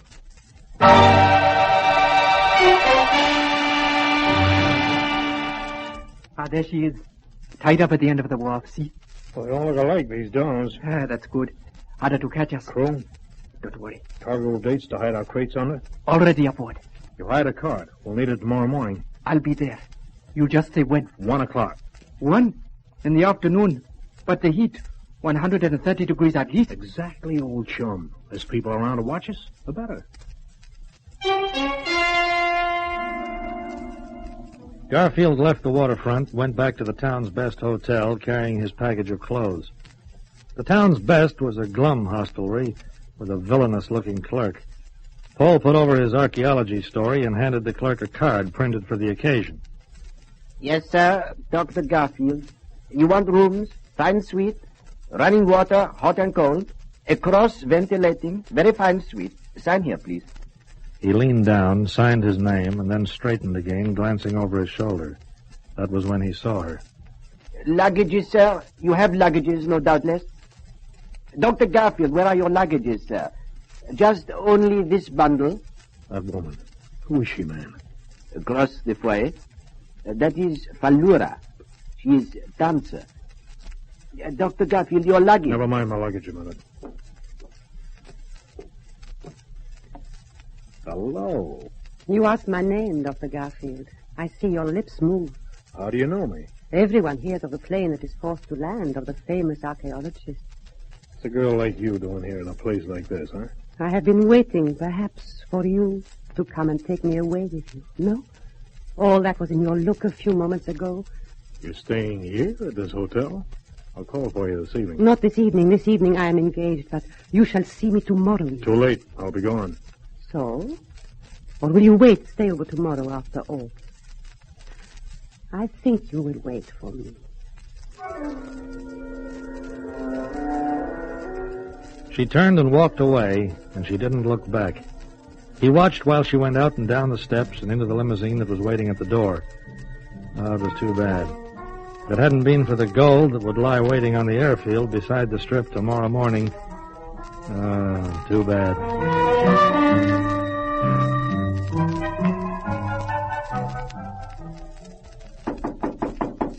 Come in. Dr. Garfield, sir. Oh, it's you. What do you want? An invitation has come for you, sir. The Sheik throws a big party tonight. He has heard that you, a famous archaeologist in town, visiting. He has sent you invitation for his big brawl. Very lucky for you, Dr. Garfield. Social event of the whole season in Kuwait. Sheikh? What Sheikh? Sheikh Sir Suleiman El Hamad bin Tamur. Sheikh Sir Suleiman. Greatly anxious to meet you, Doctor. Talk of scientific matter. Scientific matters? Sheikh, famous amateur archaeologist. Writes many books. Glad to talk with you, Dr. Garfield.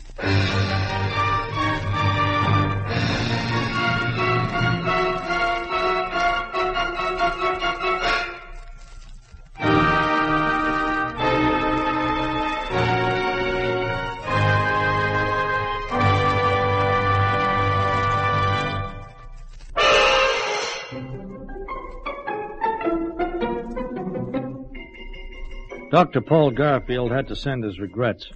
He would like to attend the Sheikh's party, but he had a splitting headache, the sun and the heat. It was too bad. Next morning, he was on his way out of the hotel. 0 hour was coming up, and so was a live and lovely girl on the stairs. Where do you go so early, handsome one? Flora, I'm leaving Kuwait.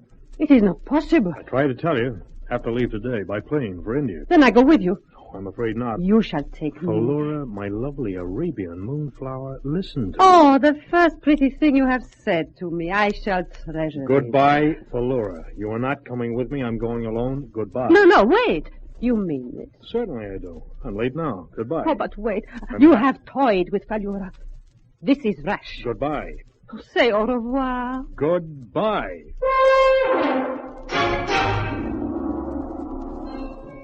Flora may have been beautiful, but she was beginning to get in Garfield's hair. A half hour later, he was in his native clothes, working with Singh, loading a batch of crates that had been landed by plane and which lay unguarded, defenseless, and ripe for the plucking. They loaded them into the cart that Singh had brought with him, under the broiling sun, while no one stirred in the midday heat. Oh, they're heavy, Paul. Don't complain of their weight, old chum. Remember, the heavier they are, the richer we shall be. Anyone around? No one. In this heat, not even a mad dog, my friend. Certainly no Englishman. Then into the cart with these crates.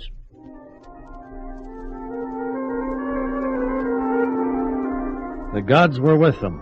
Why should anyone stop two Arabs from loading crates into a native cart? What could be more brazen, and therefore seem more innocent? Go on, you lazy devil. Off to the airfield, with Singh laying his whip across the backs of the two plodding, sweating beasts, into the town and down toward the docks, past the hotel. If you'd like, Paul, take a glance over at the hotel veranda. Oh, boy. Something I'd almost give my share of this gold for. And it was Falura, of course. Garfield glanced quickly out of the corner of his eye and just as quickly glanced away again. She was standing staring at them, and for a moment it seemed as if her hand was going up in an involuntary gesture of recognition. What's the matter? That girl, back in the veranda. Take a look. She's still staring at us. Are you crazy? Why should she? No, of course not. She's gone back into the hotel. Your nerves are jumping.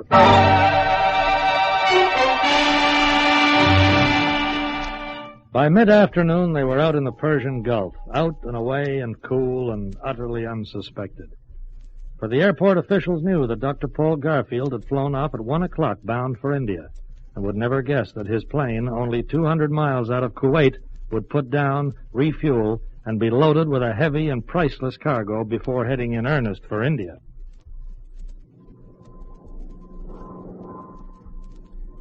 I feel better now. Almost weren't airborne back there. That's too heavy a load for safe flying, Paul. You too, Clancy, you too. Me too what? Like Citizen Singh back there, you complain of the weight of our payload? $100,000 worth. That's what we'll charge for this cargo in Karachi. Why not put down at Goa?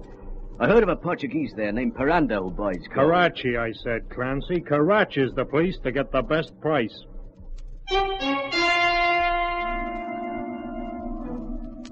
6 hours later, they landed at Karachi Airport. Everything was in order, but speed was of the essence now. Okay, Clancy? Everything clear? Sure, Paul. I just want to visit this dealer first, make sure he's the man for us. I should be back inside an hour. Don't let anyone near the plane. Trust me, Paul. I will.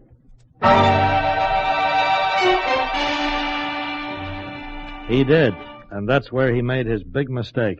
It took Garfield an hour to find his merchant in the city. 10 minutes to learn that he had a man who'd make a quick and profitable deal. Half an hour to get back to the airport. You Dr. Paul Garfield? That's right. This note is for you. No, not from whom? From a pilot named Clancy.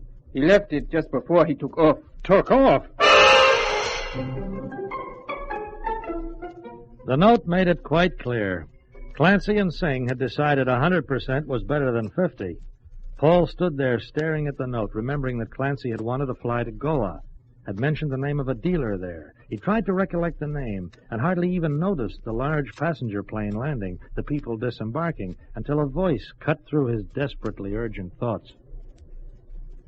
Dr. Garfield, Paul, my handsome one. Hello. I took a chance. I thought it would be Karachi where I would find you. A passenger plane was leaving soon after you, and here I am. You're crazy.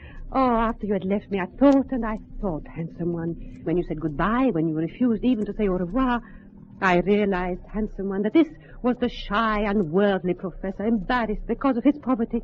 So I swallowed my pride and came looking for you. And I have found you again, handsome one. Piranda. That's it? That's the name. What? Whose name? Where are you going, Paul? Wait. Maybe I can use you. Hello? Yes? I've got to charter a plane to Gogh. It's a business matter of great urgency. A fast plane. I need the fastest. Can you help me with the language? And I will come with you. Oh, all right. If you insist, I guess... Come, we will charter the fastest plane in all Karachi. And Kamadeva shall be our pilot. Kamadeva? In this land, Kamadeva is the god of love.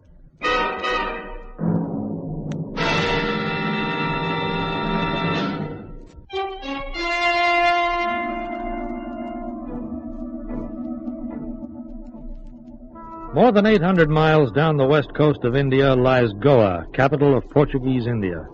Garfield reckoned that Clancy and Singh had an hour's head start. They couldn't take less than 5 hours, and the plane he'd chartered was guaranteed to get there in 4. He just had a chance.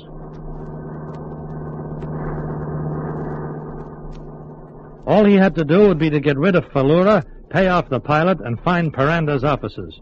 And just 4 hours later, he was circling above the ancient city of Goa.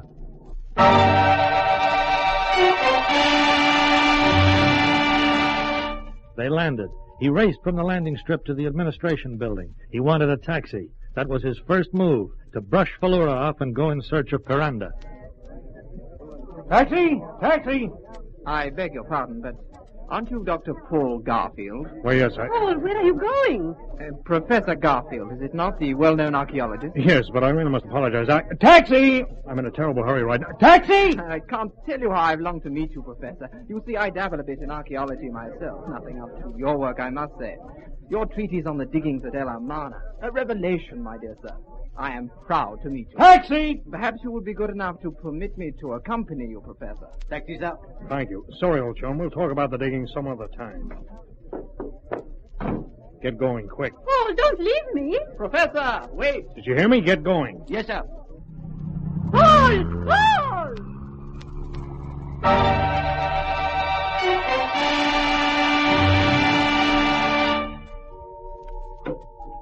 Gently, boys, gently. Yeah, gently, boys, gently. Paul! Yeah, well, you boys have rather inconvenienced me. Please, Clancy, don't reach for your pocket. As you may notice, my hand is already in my pocket, and it isn't my pipe stem that's pointing at you, I can assure you. What are you talking about, Paul? That little joke we had on you back at Karachi. Why, we were just... Yes, a joke, Paul, a joke. Well, if both of you boys are extremely cooperative, I still may let you have 10% of the proceeds to divide between you, minus my expenses in chartering a plane to catch up with you. Does that seem satisfactory, Clancy? Now, don't make me waggle this cumbersome pistol too long. Paul, listen. I know. We were just joking. Nevertheless, the penalty for practical jokes is severe when my profits are involved. Oh, my gosh. You see, he's stopping them. Yes, I think you're right, my dear. I think he is a fellow archaeologist after all. What? Certainly he is, Sir Suleiman. What's this, a Suleiman? Why, I thought you knew him, handsome one. This is the Sheikh Sir Suleiman al-Hamad bin Taimur. Delighted, Professor. I had been looking forward to a chat the other evening, except that you were suddenly taken ill, I understand. Well, yes, I must say I'm most grateful for all your efforts at halting these brigands. You'll forgive me, for a time I actually thought you were part of the plot to hijack my gold. As soon as you told Falura back in Karachi that the name was Piranda, he found the opportunity to ask Karachi radio operator to send me the information. I was, at the time, flying from Kuwait, and naturally I radioed ahead to my good friend Piranda. We've often done business together in the past. And he arranged to have some Gogh police inside his place of business here. Police? Yes, they're ready to take these two thieves in charge right now, I believe. Now, look here, Paul. And a very good thing, too. Oh, Paul, that did not turn out well. You're not getting away with it, Garfield. All right now, my men. Just move along inside the shop, please. Be good enough to respect this obviously emotional moment. These two wish to be alone. Yes, handsome one. Soon we will be alone. Believe me, Falura, I cannot wait for that moment. Oh, Professor, just before I go, is it possible I have confused your work in the field with that of Sir Paul Hartsfield? Your names are so familiar. Was it his treatise on the dig at El Amana? Well, it's very possible. Oh, how very embarrassing. Please, it's really of no importance. Suppose you just take care of those two scoundrels, and then maybe we can... have a real chat about archaeological matters. Fine, fine. Oh, by the way... Yeah? Please accept this, a small reward for your friendly intervention. Oh, really? It was... No, I insist. Here, Falura, you make him take it. Professor, you perhaps don't realize how valuable a shipment this was that you saved. I'll see you in a few moments. We will wait, Sir Suleiman. Oh, Lord. Yes, handsome one. You would prefer not to wait? To be alone with you. I understand. Come. We will see if there's a bank open which will cash the Sheikh's check. You see, the reward is for honesty, handsome one. Yes. Slender return on investment. Come, my moonflower. This reward for honesty can be best celebrated without the presence of the Sheikh.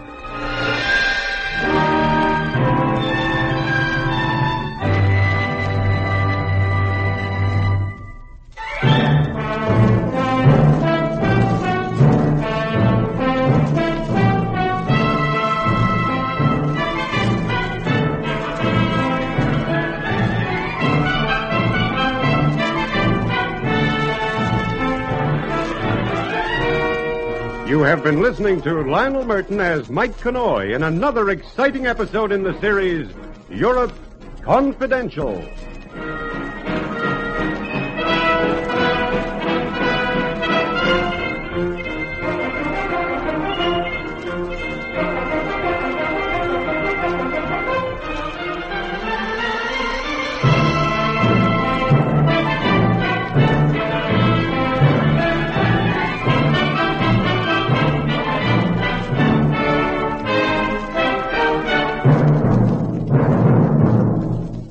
This is Basil Rathbone again. We've reached the end of today's story, but I'll be back to introduce to you another unusual tale. Remember, for this series, we've searched the whole world to bring you stories of every kind. Tales of espionage, suspense, crime, and intrigue. By famous writers from every part of the globe. In fact, a selection of the finest stories that have ever been assembled in one series. Well, goodbye now till we meet again to listen to another of the world's greatest mysteries.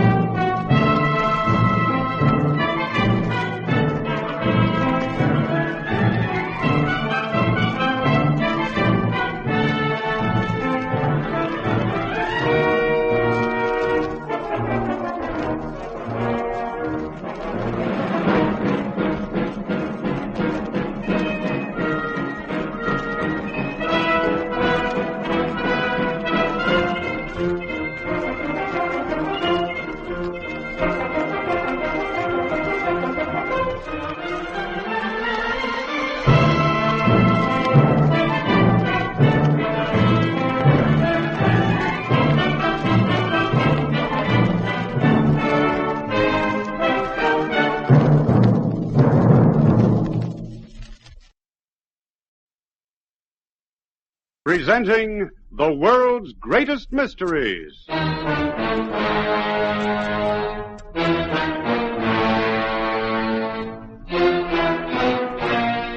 And now, your host. This is Basil Rathbone. The setting for our mystery today is Europe, a continent of timeless mystery. In the aftermath of war, with its bombed cities and refugee people, there are many strange tales. Our storyteller is an American newspaper man with his headquarters in Paris. He has seen many of the events that have made the news, and the stories that he tells us concern some of these events and also tales that have never been told before. The world in which he lives is one of intrigue, suspense, and danger. His job is to put these tales into nice, clean print for your morning paper. He does not always tell the whole story, but today, to you, he tells it all.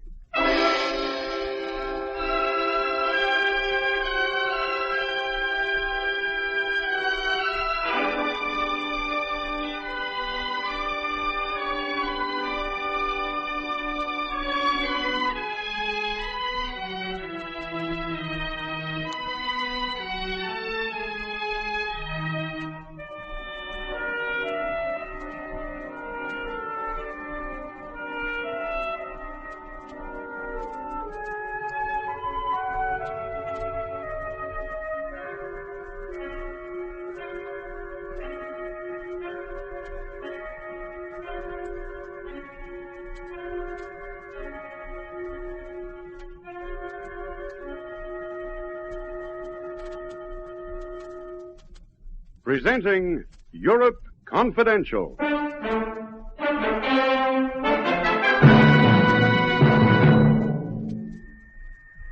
Well, Monsieur Connoy, the doctor is gone. The time machine has taken him 5 minutes into the future. That steel box? I don't believe it. No? Then allow me to show you. It is now safe to open the door. Holy smoke. Well?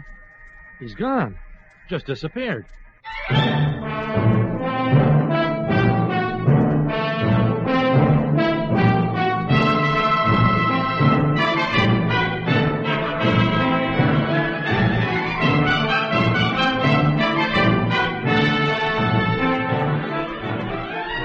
In a moment, we'll bring you Lionel Murton as Mike Connoy, the Paris correspondent of a famous American newspaper, in another exciting story in our series, Europe Confidential.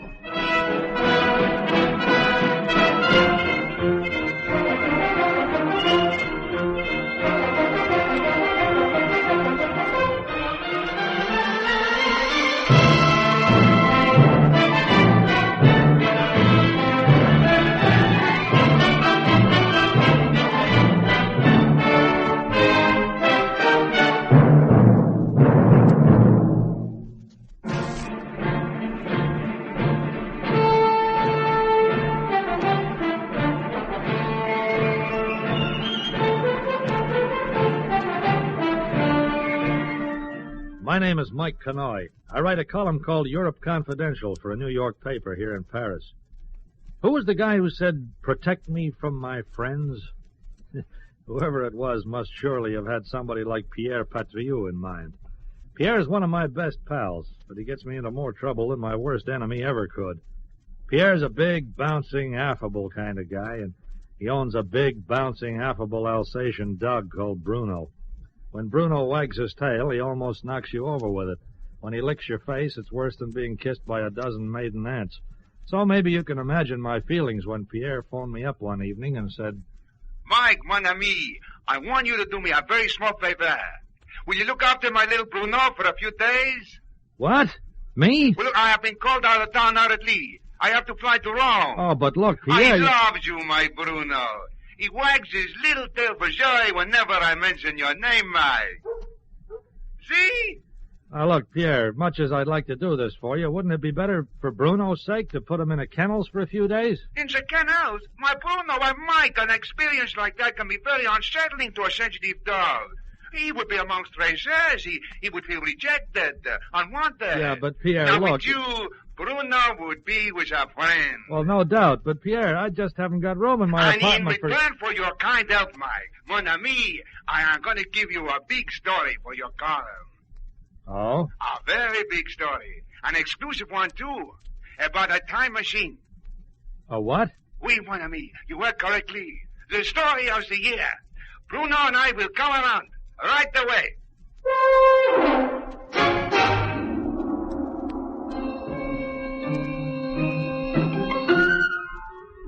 Sit down, Pierre. You care for a whiskey? Merci, mon ami.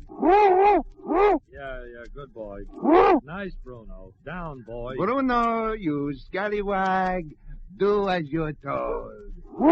Yeah, that's it. Nice old Bruno. Ah, yes, he is so very fond of you, Mike. Yeah. He considers you as one of his best friends. Ah, I know he will be happy here. And now, what's this nonsense you were spouting about time machines? Oh, it is not nonsense. So I am assured. A man called Dr. Gogh has invented a time machine here in Paris. You don't have a spare grain of salt, do you? I'd like to take it with this gag. Believe it or believe it not, Mike. Perhaps the man is just another crackpot, but the person who told me didn't seem to think so. He told me of this time machine in strictest confidence. He made me swear not to breathe a word of it. Yeah, so you're telling me. Well, you're a friend. There are no secrets between friends. Well, what's this machine look like, then? And what does it do? That I don't know. But you will find Dr. Gogh's address in the telephone directory. Why don't you ask him yourself? And now, Mike, I must go. My plane leaves in 30 minutes. Goodbye, Bruno.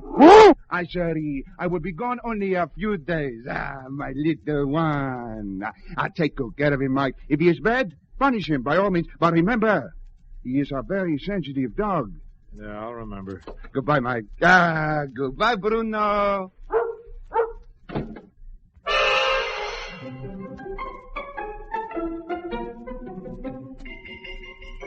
So there I was, left with 130 pounds of sensitive Alsatian and the wildest story I'd heard since Tommy Manville said he'd never marry again. So what did I do? I locked Bruno up in my sitting room and went out to see Dr. Gogh. As Pierre had suggested, I found his address in the telephone directory. He lived on the outskirts of Paris, an hour's drive from my apartment, in a very nice-looking house set well back from the sidewalk. I strolled up the path and knocked on the door. Yes? Oh, good evening. Is Dr. Gogh in, please? I am Gogh.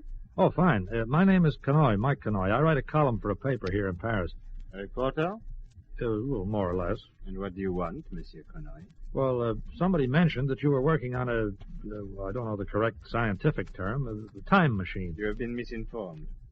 Oh. You mean you definitely haven't been doing any experiments with time travel? If I had, that would be my own business. Yeah, I guess it would at that, unless you cared to change your mind. I do not care to. Well, have it your way. But look, Dr. Gogh. Yes? Perhaps you'd like to make some short statement, just a few words? Certainly. Oh, good. And the statement? Get off my property before I call the police. Have I made myself clear?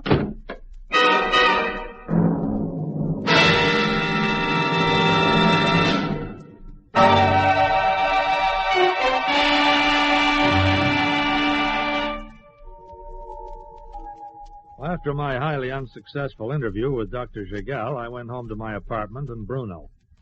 Man's best friend had sunk his teeth into a coffee table, chewed a pair of slippers to shreds, and was just starting on my best pair of brogues. I called him half a dozen names that would make a prairie dog hang his tail in shame, but not Bruno. He just grinned at me and wanted to play games. So I tossed him a couple of pounds of steak from the deep freeze and went to bed. Next evening, after a show, driving home, I suddenly realized I was just a few blocks away from Gogh's place. For some reason or other, I got to wondering about Gogh. I thought it'd be nice just to have a look around his house. I pulled up, swung the car around, and I headed in the direction of the Gogh residence. Why? Hunch? No, not even that. I guess I was just curious. I parked the car a few doors down the street, and within a few minutes I was walking around Gogh's house like a commoner garden prowler. The place was in darkness. I strolled around to the rear of the house and Attached to the main building was what looked to be a large workshop. I stood on tiptoes and tried to peer in the window. Suddenly, I heard a noise behind me. I wheeled around, but it was too late. Everything went very, very black.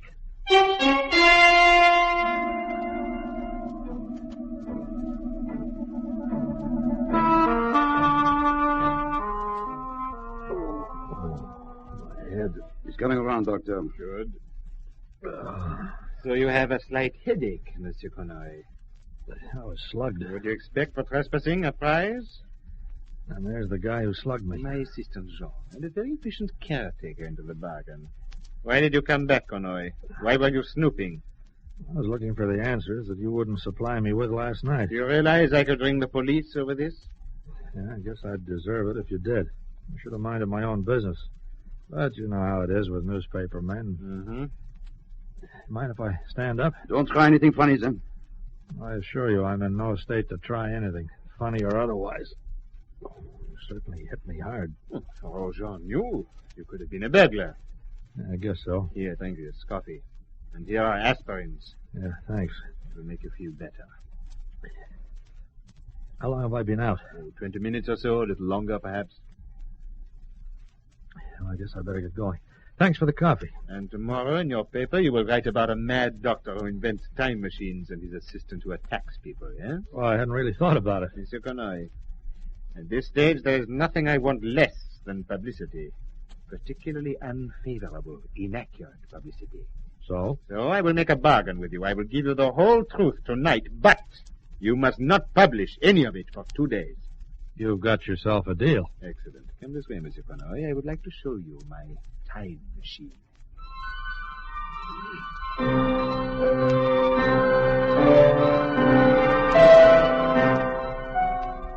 In the same way that anyone else would show you his prize snapdragons, Dr. Gogh ushered me into his workshop and proudly showed me his time machine. Gogh's workshop looked like a combination of Frankenstein's laboratory and an amateur radio ham's transmitting room. And right in the center stood a solid steel box, about 8 feet square. And there it is, monsieur. That's a time machine? Yes, my own modest contribution to science. And what if I say I don't believe it? You don't have to. But surely this sort of thing can't be possible. I have brought you in here to show you that it is. Well, I'm waiting. It is possible to give you a demonstration, but not a very impressive one. Not at this stage, anyhow. Well, any kind of a demonstration will do. Very well. May I look inside? Certainly. It just looks like a steel box with dials and a few switches. That, in fact, is what it is. But the dials are to measure travel through space and time, and the switches are to control it. Well, Doc, I'm waiting. Jean, the controls are still set as they were this afternoon's experiment? Oui, Doctor. Excellent. Monsieur Connoy, Mm-hmm. I'm about to travel 5 minutes into the future. Please promise me not to touch anything or get in Jean's way. I promise. Good. All set, Jean.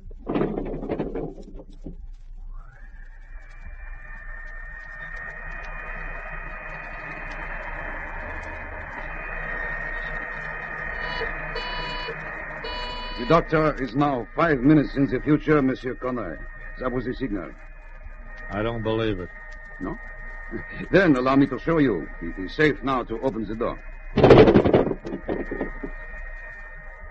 Holy smoke. Well? He's gone.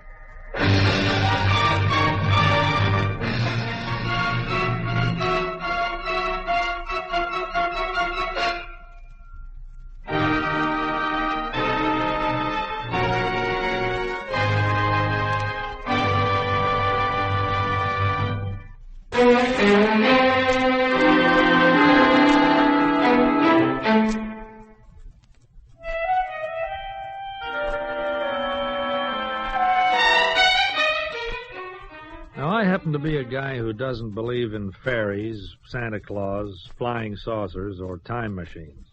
At least, up to that moment, I didn't. But right before my eyes, almost, a man had disappeared into the future. That sort of thing just can't happen. But it had. Jean closed the door again, and we waited for the doctor's return.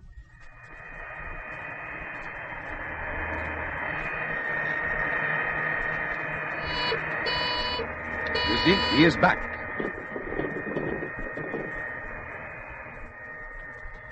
Well, Mr. Connoy.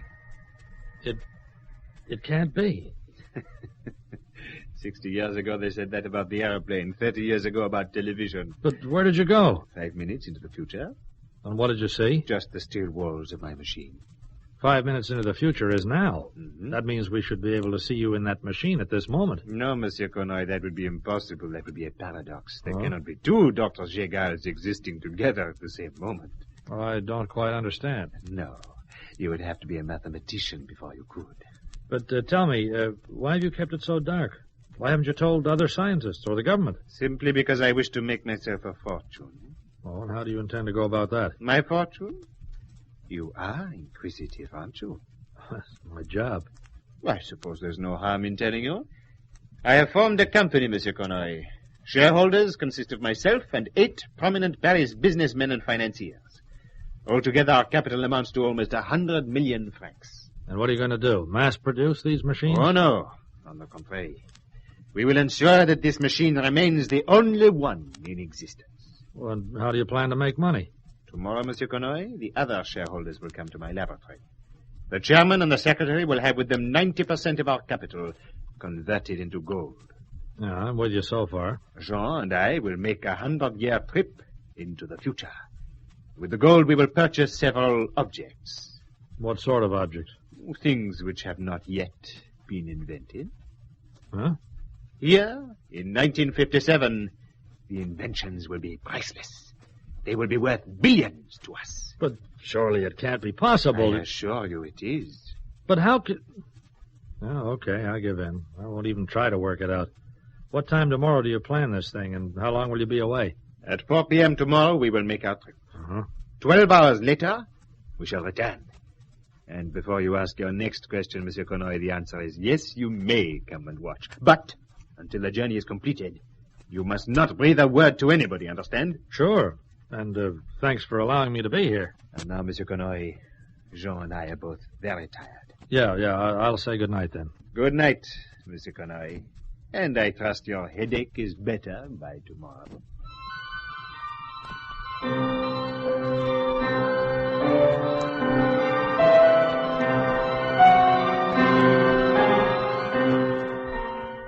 Have you ever had the feeling of complete unreality?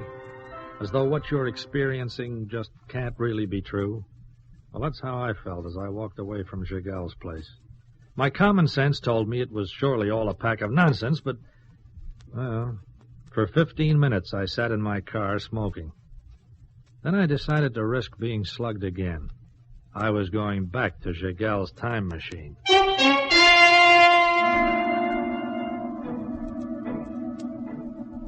I waited nearly an hour to make sure Gégals and his bodyguard were both sound asleep. Then I crept back to the window of the workshop. It gave me no trouble. Within a few minutes, I was standing before the time machine itself. I opened the door. And I walked inside.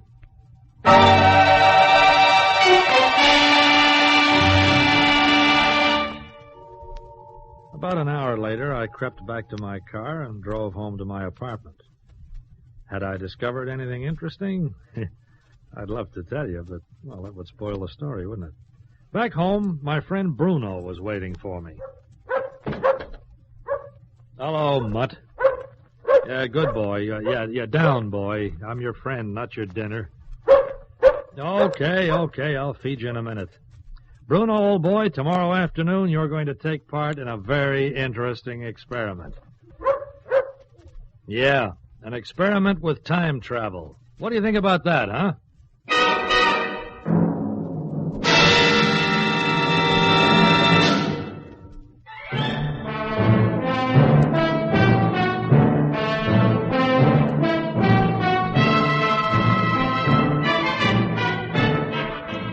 Next afternoon at 3:35, I arrived at Gégals' house. The 8 other members of the company were assembled in the workshop. Gégals introduced me, and I began chatting to a Monsieur Blanclin, whose firm makes a very well-known maker of refrigerator here in Paris. Oh, Monsieur Connoy, I can see no reason at all why this venture should not prove a success. I take it you've invested pretty heavily in the project. Most of us have. Well, have you investigated Dr. Giggal's equipment at all? Investigated it? No. But the doctor has explained the principle of it to us on several occasions. Why should we have it investigated?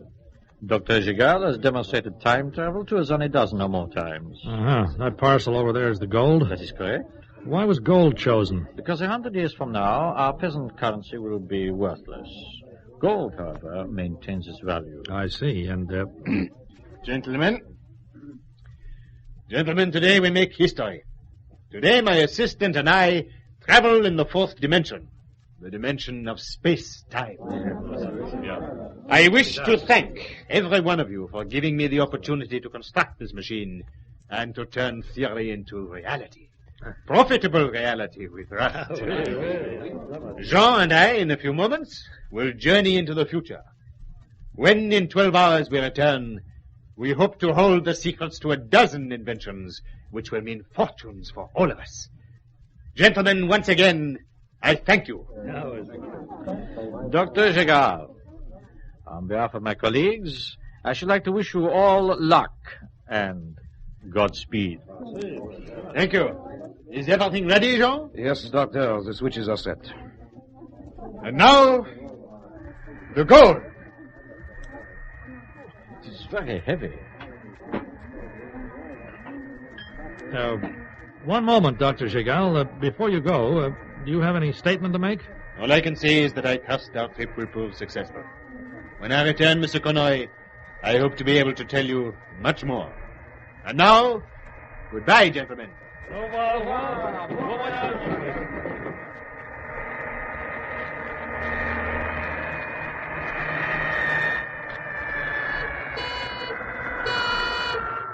Well, they are gone. And now, all we can do is to wait. Well, I wouldn't worry about it, Monsieur Blanclair. I somehow feel that you won't be waiting for very long. What do you mean by that, young man? Oh, let's call it a hunch. A hunch? An old American term meaning premonition. See what I mean? Never fails. Sounds like a dog. Hey! Take him off! Get away! Get away! Get away! Get him off! Quickly, Jean! The door! Get him away from me! Can it be a dog? Here, Bruno. Here, Bruno. Good boy. Can it be a dog from the future? No, Monsieur Blanclair. It's a dog from the underground. Underground? Yeah. Gentlemen, may I demonstrate something to you? No. Keep away from my machine. Take it easy, Doctor. I just want to show these gents how your invention operated. A trapdoor. Yeah, hidden beneath that metal plate. It leads to a tunnel which emerges at the end of the doctor's garden. Blast you, Connoy! It was only... Blast you! Exactly. Dr. Giggal intended making a trip with your gold, just as he said. But his journey was not into the future. He had no intention of coming back. If I were you, gentlemen, I'd ring for the gendarmes.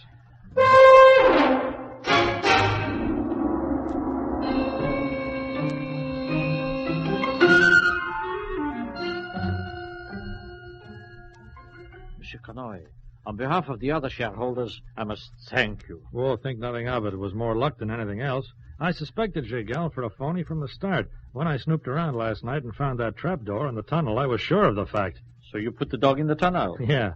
Bruno didn't attack them. He just wanted to be friendly. But Giggal and Jean weren't to know that. We should have suspected that it was all a trick. But there was something about the doctor's manner. Oh, he was a first-rate confidence man.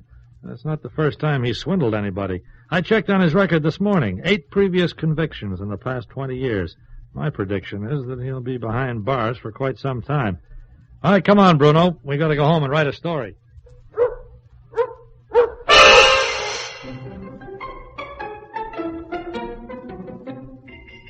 And so ended the episode of Dr. Giggal and the Time Machine. Bruno had proved very useful. But when Pierre called for him 2 days later, I wasn't sorry to see him go. Pierre remarked how healthy and well-fed Bruno looked. Well, and so he should have. He'd just eaten 6 of the best pairs of shoes in Paris. My shoes.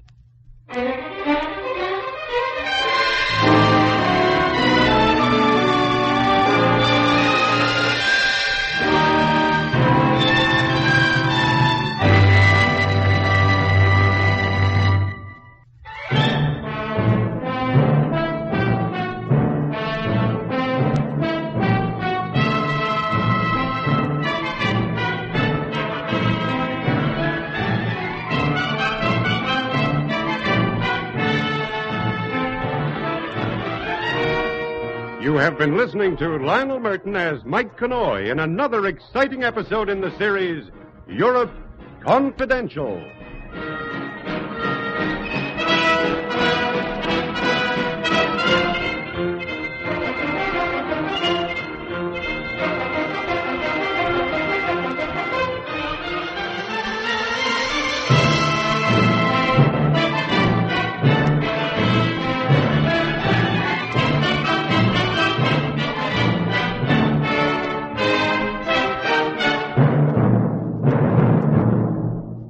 This is Basil Rathbone again. You've learned a little more of the secrets related by Mike from his headquarters in Paris. He'll be with us again soon with another exciting tale. So, goodbye now till we meet again to listen to another of the world's greatest mysteries.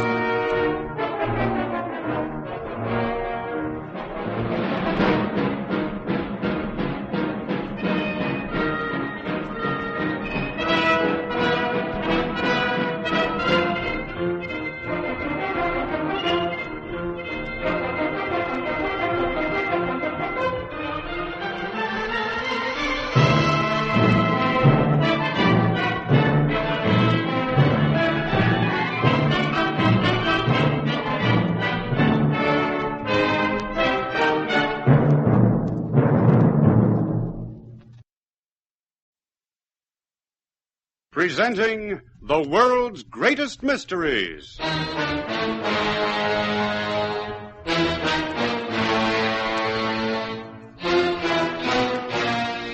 And now, your host. This is Basil Rathbone. Once again, I bring you mystery. What's your pleasure for today? Gaslight or neon? Well, let's take our mystery in the modern manner. A tale as up-to-date as today's newspaper. Our storyteller works for the Paris edition of a famous American newspaper, and his job is to investigate the stories behind the headlines. Sometimes from small beginnings, a paragraph tucked away on page 6, shall we say, Mike finds the lead to big and exciting news. Take today's story, for instance. If Mike hadn't... well, yes, but I mustn't tell you the story for him. Let him relate it, just as it happened to him. And now, to you. In a moment, the story begins.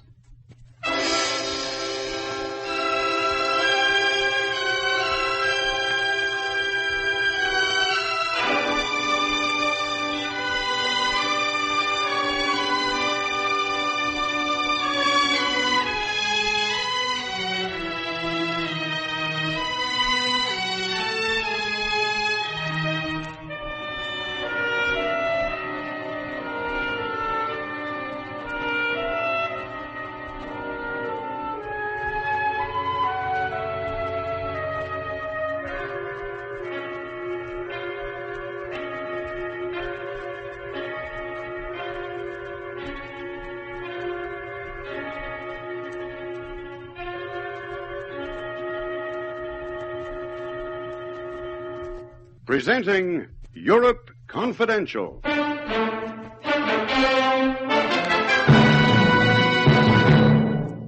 Good evening, mein Herr.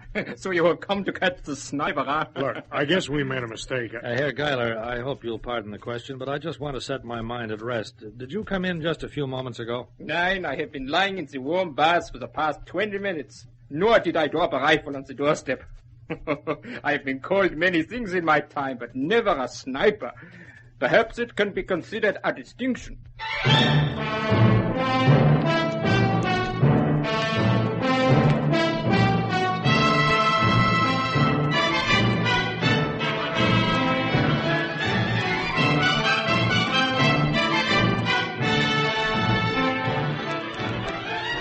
In a moment, we'll bring you Lionel Murton as Mike Connoy, the Paris correspondent of a famous American newspaper, in another exciting story in our series, Europe Confidential.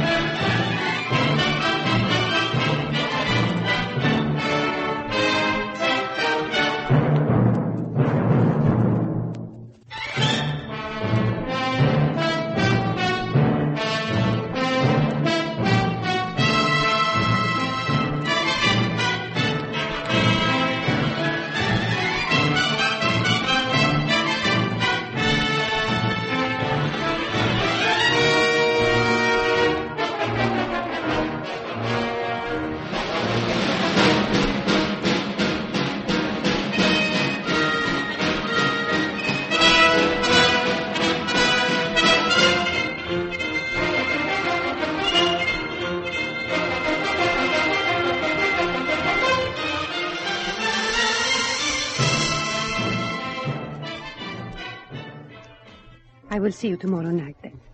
At the same place? Yeah. Now I must go. Gute Nacht, Lily.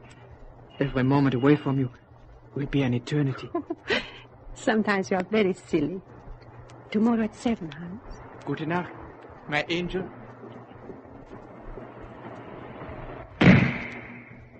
Lily! Lily! Oh, the sniper! She's been shot! The sniper!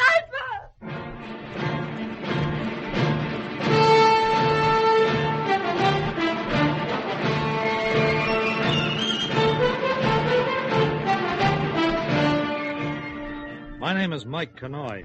I write a column called Europe Confidential for a New York paper in Paris. One day last month, I flew from Paris to Berlin to get a story for my column.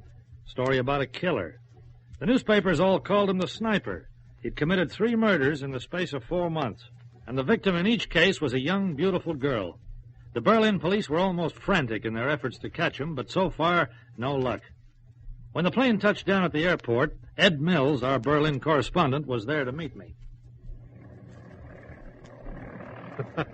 Mike, you old so-and-so. Hi, Ed. Well, what's the big idea, moving in on my territory? Why doesn't Paris get a sniper of her own? Well, I'll tell you, we advertised, but, well, nobody's willing to take the job.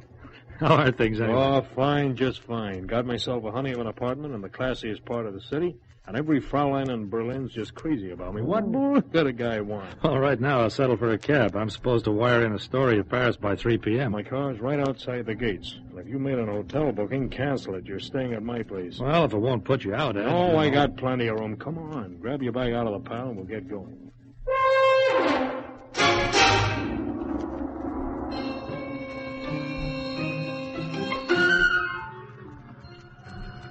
Now, the thing I want to know is, how does a columnist come to be hunting a murder story? Human interest. In a story like this? Well, a killer's human. People are interested. Well, yeah, when you put it like that. Well, I'm not after the main story. I'll leave that to you, Ed. I just want the odd angles, cute stuff, you know. Sure. We'll be able to work together then. Although if you plan to stay in the city until the sniper's caught, you better prepare to be away from Paris for a long time. It's like that, huh? You can't blame the cops. Where do they start? Every time a murder's been committed, it's been in a different part of the city. The only thing each crime has in common is the victim. Pretty girls. Every time. Guy uses a .22 rifle, probably fitted with telescopic sights. He takes up his position on the roof of a building and waits. A pretty girl comes into view, and he fires. Crowd panics. By the time the police arrive on the scene, he's gone. Well, a rifle's a pretty large article to conceal. Maybe he dismantles it and hides it under his coat. It wouldn't be difficult. Yeah. Well, there's nothing much the cops can do except wait. Hope that the next time they catch him before he gets away. That's about it. Well, he's obviously crazy, but why's he got this desire to kill? Why are his victims always the same? I can't answer that one. For this evening, I'm interviewing somebody who possibly can. Herr Dr. Atzwarn. He's one of the city's fashionable psychiatrists. Get your story phoned through as soon as we get to the flat, and then you can come along with me if you like. Fine. I've always agreed with the guy who said anyone who goes to a psychiatrist ought to have his head read, but nevertheless, it should prove interesting.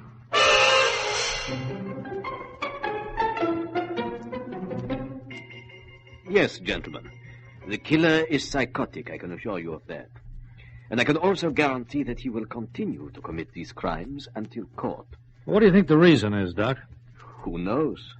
The illness could have been triggered by any number of things. Mm-hmm. The real cause probably lies buried deep in the killer's childhood. Perhaps for some reason he once wished his mother were dead.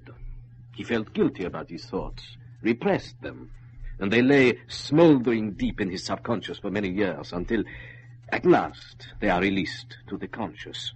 So? Suddenly he's aware of a desire to kill, an overpowering urge to destroy beautiful women. So he buys a rifle and sets out to do just that. Exactly. Or perhaps he imagines himself to be repulsive to women. He feels that no woman wants him. He feels rejected, resentful. And so he takes his revenge in this way. But, gentlemen, until he is caught and examined, we can only surmise. What sort of a guy do you think he'd be? Well, superficially, he is probably as rational as I. He could probably hold a normal conversation with you, joke with you. And a few moments later, he could go out again and kill. He could, in other words, be almost any adult male in Berlin. Exactly. Yeah, no wonder the police are having trouble trying to trace him, then. Yeah, Herr Connoy. Compared to this, looking for a needle in a haystack would be the play of a child.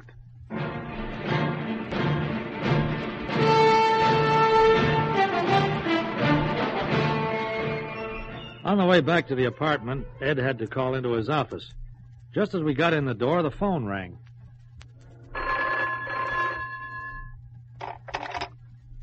Edmund speaking. Oh, yeah, Otto. What? When? Holy smoke, where was it? Yeah, I've got it, Otto. I'll get down there right away, and thanks for the tip. Come on, Mike. Victim number 4? Yeah, he's killed again. We're not 200 yards from this office.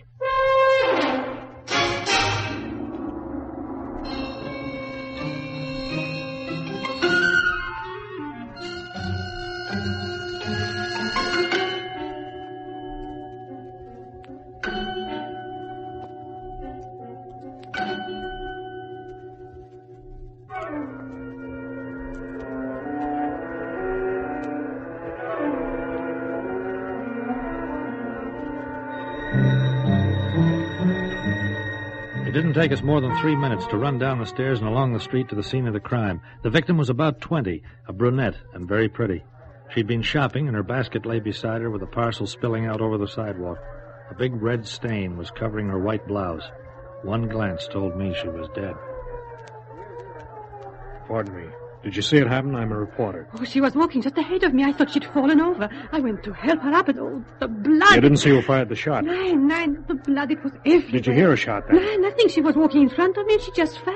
I thought she was sick. You don't know the girl? She's a complete stranger to me. The blood, it was horrible. She just fell over as though she was sick. Come on, Ed, I've seen enough. I never did have a very strong stomach for this sort of thing. Me neither. Out of the way there, please. Let the ambulance men through, and nobody leave until you're given permission. And of the cops. Once again, too late. Sergeant, have your men set up a block at the intersection, and jump to it. Let nobody through unless I tell you to. Now, who saw this happen? Even with our press cards, it took us 15 minutes to get out of the area. The police fenced in 4 city blocks and went over every building. They questioned and searched every man they found. I think they were even suspicious of one another. Result? Nothing. Once again, the sniper had got away. Ed and I phoned our stories through to Paris and then went back to the apartment. Whiskey bottle, glasses. Grab that pitcher of ice water, Mike. Yeah, with pleasure. We'll take them out on the balcony. pleasant there this time of the evening.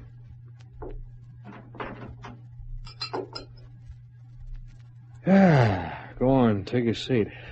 I don't know about you, but I need a stiff one. I'm gonna have nightmares for a month. Better make it 2 stiff ones.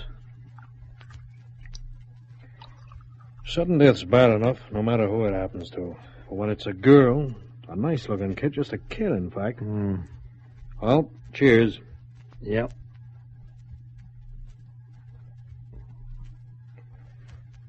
This is one time I could get tight and say I had an excuse. You know, I've got a theory, Ed. On the sniper? Yeah. How come he always gets through the net? Every time. Could it be because he's, well, somebody with a reason for being on the scene? Like who? Well, a cop, say, or a reporter. Interesting. What about the weapon? They let us through, okay, but they frisked us. And a cop would either have to dispose of the rifle, in which case it would probably be found, or carry it with him. Yeah. So that theory's out.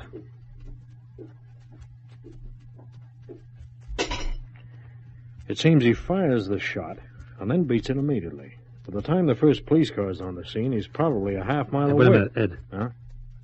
Across the road. There's somebody standing there. Where? He just went in one of those doors. So what? Ed, look, I know it's pretty dark, but I'm willing to swear that guy dropped a gun barrel out of his coat and then picked it up again. Oh, now, come on, Mike. I'm serious. You heard it drop yourself. You must have. Sure, but I didn't take any notice. Well, I did. As he stooped down and picked it up, I saw it glint. You know, the way metal will, even in the dark. Now, look, Mike, you got this sniper business on your mind. We both have, but... Imagination or not, I'm going to cross the street and take a look. You coming, Ed?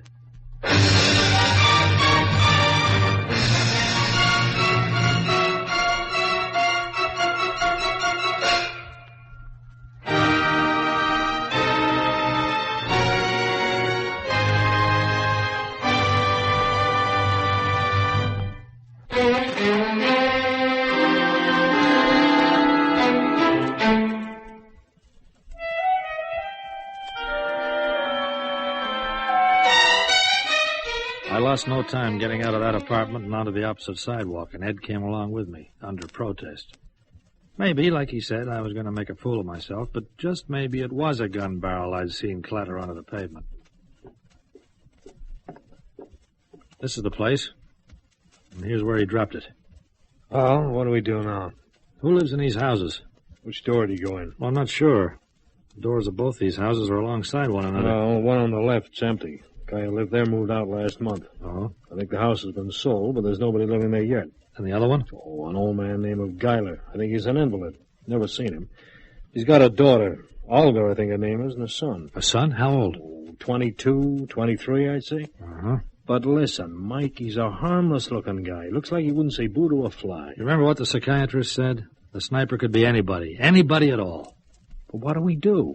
Just knock on the door and say, "Pardon me, but are you the sniper?" Look, do you know these people at all? I've spoken to the girl. She's a plain Jane, not too friendly. Just good morning, that's about all. Mike. Stretch your vocabulary to good evening. But listen now. Oh, why, hello there. Herr Mills. Yeah, it's me, Fraulein Guyler. This is my buddy, Mike Connoy. He's a newspaper man like myself. Yeah, how do you do? Will you come in? Yeah, thanks. Thanks. Connoy, I'll kill you with this. Well, guess you wonder what this is all about. Our calling in, I mean. Yeah. Yeah, well, you see... Maybe I'd better explain, Fraulein Guyler. It's really my fault, you see. Herr Mills and I are both covering the sniper story. Oh, the sniper, yes. I just heard on the radio he has killed again. Yeah, an hour ago, to be exact. Well, Ed and I were both there. When we came back, we were sitting up on a balcony, and I saw somebody come to your door. I couldn't see what he looked like. It was too dark, but he dropped something on the doorstep, and it looked and sounded like a rifle barrel. Then he picked it up, opened the door, and came inside. Inside our house? The Yeah. sniper? But it is impossible. We have no sniper in our house. There is nobody here but my father, my brother Jero, and me. Sure, that's what I told Mike. Well, I don't want to scare you, Fraulein, but is your brother Jero in? Oh, yes, but... Oh, you don't think Jero the sniper, but... Well, do you think we could have a word with him? Oh, certainly, Herr Connoy. It will make you happy. Although I don't know whether Jero will be pleased to be disturbed in the middle of his bath. Fraulein... Now I'll see what you've done. The whole family will probably sue us for defamation of character or something. In the middle of his bath, she said. Oh, you can sue for thousands over a thing like this. Oh, well, the paper can afford it.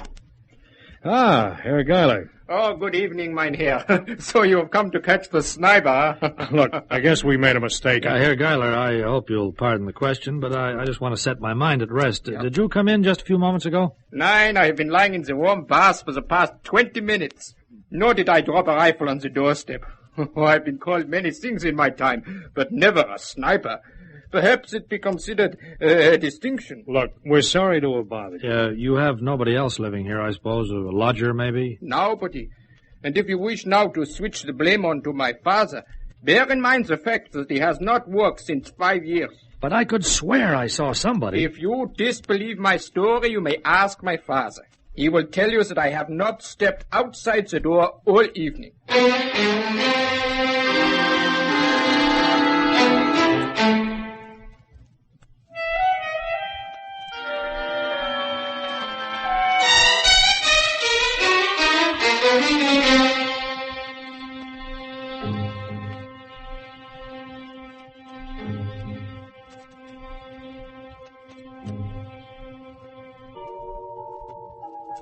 Sure, I know.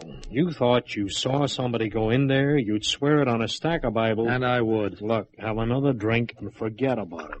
Maybe he went into the house next door. We checked, remember? Cobwebs on the doorknob. Nobody's opened that door in weeks. Well, then they must be covering up for him for some reason. Oh, nuts. You spoke to the guy. He was laughing about it, fortunately. He'd taken it into his mind to sue. Yeah, that's what Dr. Atzvan said. The sniper would joke with you and then go out and kill. And he's the sort of guy that could have a grudge about his looks. Geiler? Well, he's no Adonis. How about that hook nose of his? Everyone in the Geiler family seems to have it, even Olga. She's no beauty. But getting back to the kid, it still doesn't make him a killer. Oh, what the heck. I'm going to bed. I tossed and turned all night. And the next morning I was still puzzled. It just didn't add up. Late that afternoon, I went for a stroll. I walked past the Geiler's house and stopped for a moment where I'd seen the rifle barrel fall. A shiny little object against the wall caught my eye. I stooped down and picked it up. It was a cartridge. A .22 rifle cartridge.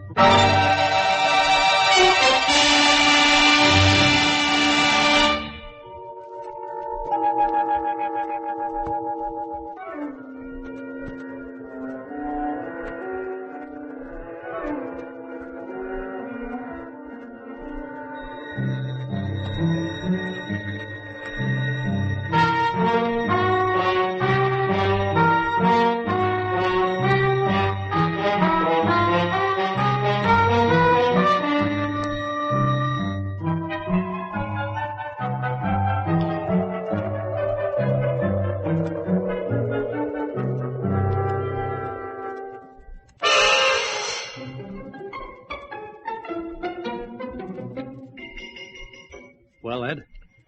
It's a .22 cartridge right on him.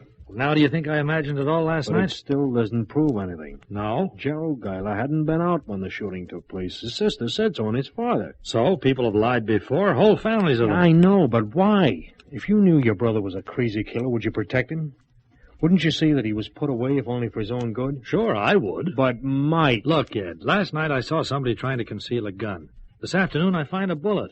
I'm going to phone the police. Now, hold on. We made fools enough of ourselves last night. Let's not repeat the performance. Well, then what do we do? Forget the whole thing and wait till the sniper kills again? Look, the sniper in every instance is killed in the early evening between, say, 8 and 10, right? Check. If young Geiler is the sniper, and tonight he gets the urge again, he'll leave by that door. There's no back exit. Behind the Geiler's house are more houses. Yeah? So? So, tonight we sit out here and watch. Just to prove you're wrong, okay?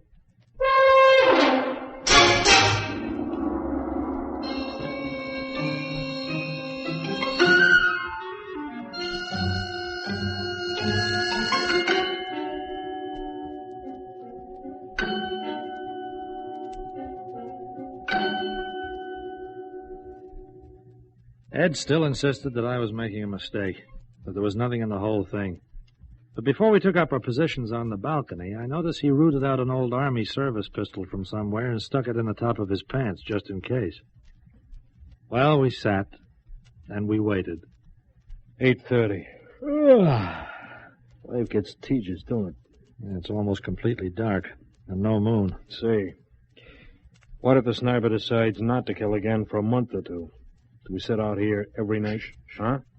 The door's opening. Yeah, somebody's coming out. Come on, Ed, and hurry.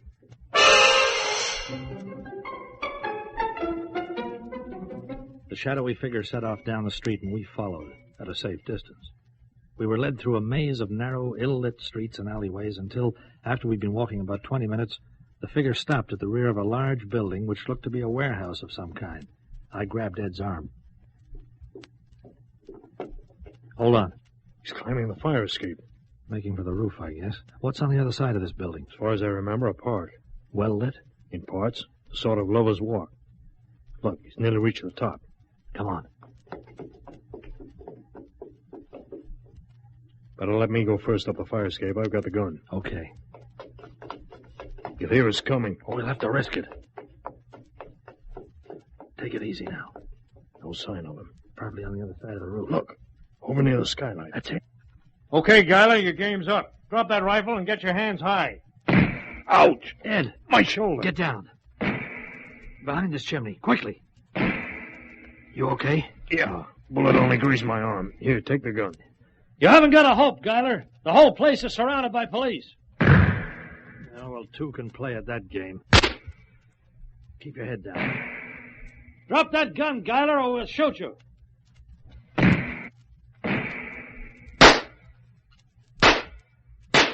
Did you get him? That's all bluff. I can't even get my head up far enough to see him. His rifle's empty. I'm coming to get you, Guyler. Get your hands up and drop that... Oh, no, you don't. Let me go! I'll kill you! Let me go! Holy smoke! Let me go! Olga!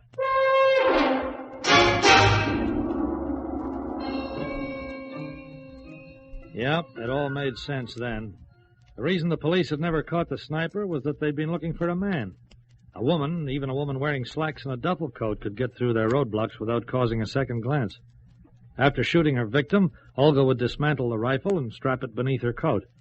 If she hadn't dropped the barrel that night, she might still be free. Why did she do it?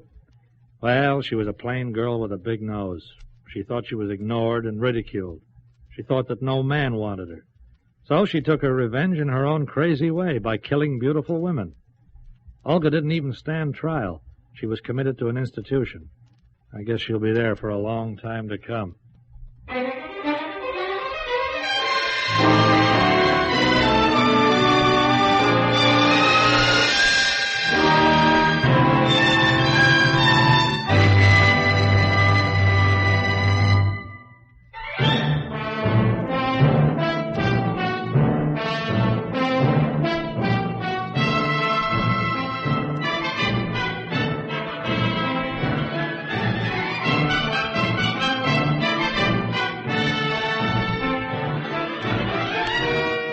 You have been listening to Lionel Murton as Mike Connoy in another exciting episode in the series, Europe Confidential.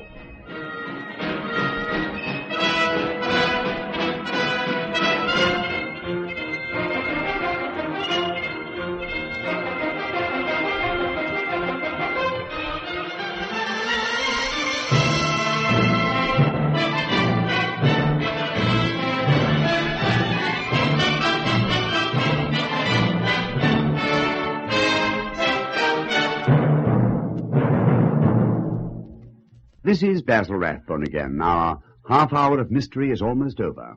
Mike will be back again soon with another tale that makes the headlines behind the news. I, too, will be back to recall to you more of these stories which I hope you enjoy. Stories of mystery, suspense, intrigue, and crime. Well, goodbye now till we meet again to listen to another of the world's greatest mysteries.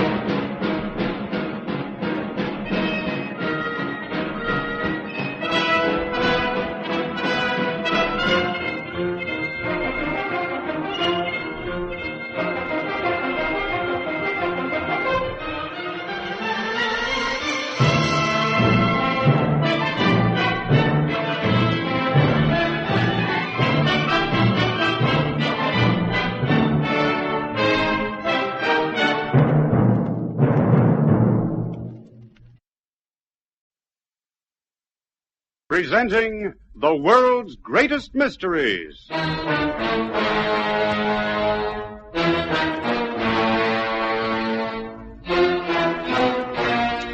And now, your host. This is Basil Rathbone.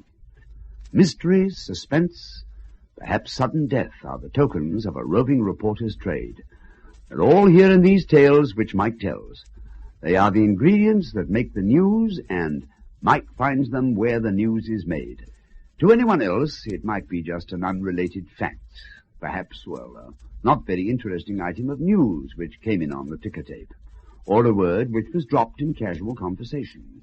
But it's enough to make him grab the fastest transport at hand and send him speeding to the scene. In a moment, our story.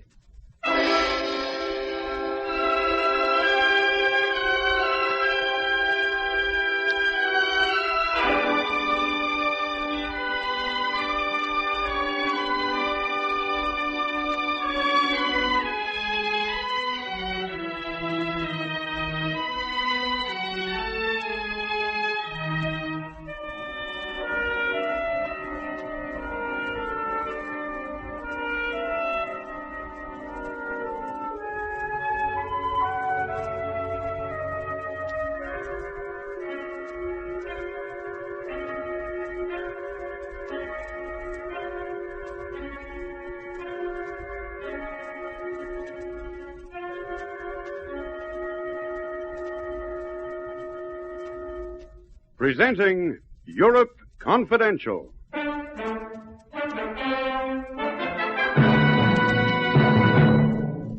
Count del Garno stayed here almost 2 months, and during that time he made no attempt to pay his hotel bill. I asked him to settle several times. Always I was put off with promises. You mean he finally cleared out the back way? I thought it would happen, but it didn't. Just 3 weeks ago he left here, Mr. Connoy, and his account was paid by a woman.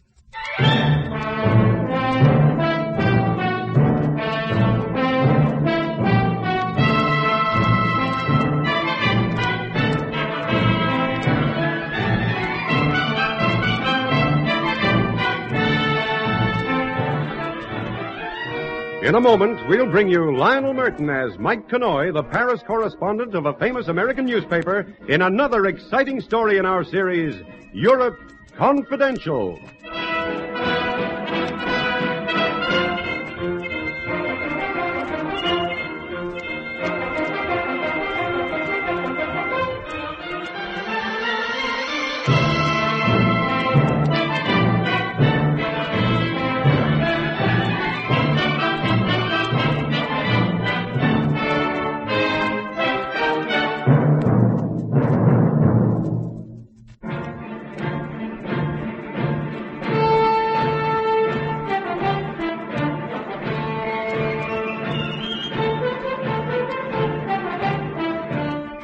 This is Mike Connoy.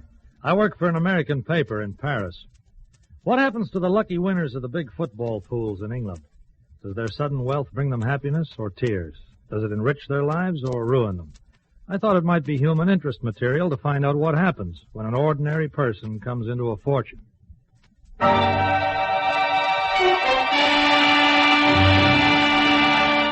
About the time I was gathering my first stories on winners of spectacular football pools, an incident took place at an airport outside Paris, where 2 people, an Englishman and his wife, were waiting the arrival of a plane.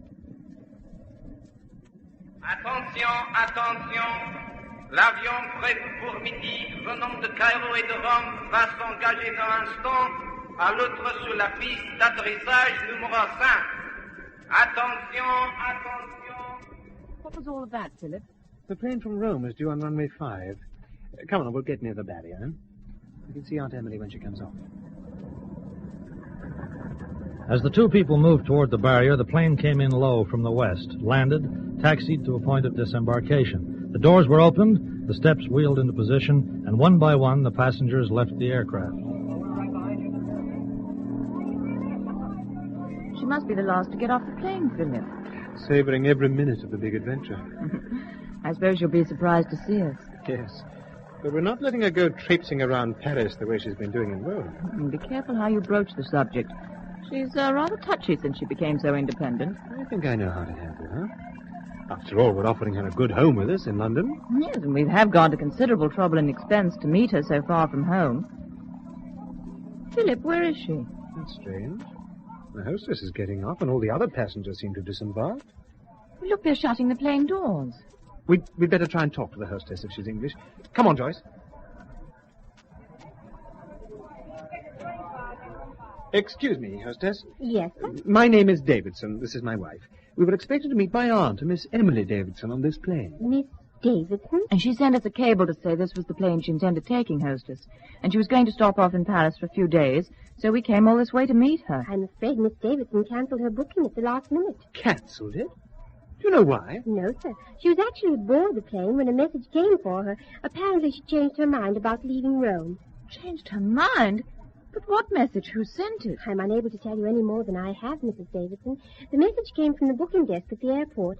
When we were due for takeoff, I went to the clerk there and asked about the passenger. I was told that she'd ordered her luggage removed from the plane and had cancelled her seat. This is really very strange.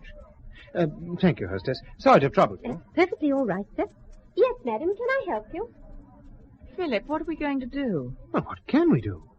Well, let's send a cable to her hotel in Rome. Tell her we're waiting in Paris and make her realize the trouble she's put us to. No, that's not the way. Well, what do you suggest? I think we'd better go home. Home to London after all this? We can't stay on in Paris meeting every plane. Anyway, it wasn't such a bright idea. Well, it was your idea. I know, but I was wrong. Far better we wait for Aunt Emily to turn up in London, and when she does, then we'll welcome her as if nothing had happened. Is she going to turn up? Well, of course. We'll wait a couple of weeks at least. And if we haven't heard from her by then? We'll wait and see. Come on. Let's see about getting a plane back home.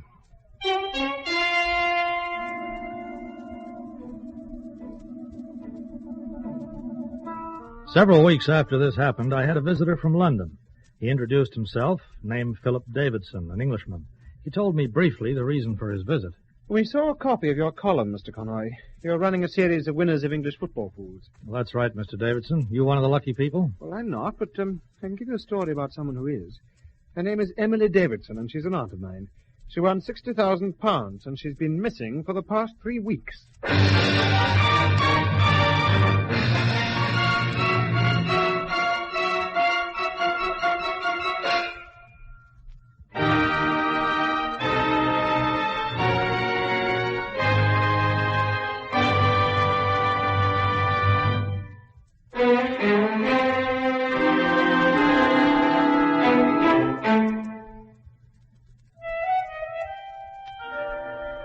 Emily Davidson was 42 years of age, a spinster who had lived a quiet and uneventful life.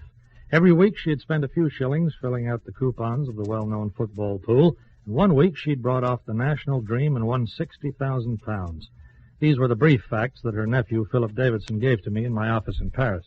I don't know whether you're interested, Connoy, but she won a pool, and now she is missing. Oh, I'm very interested.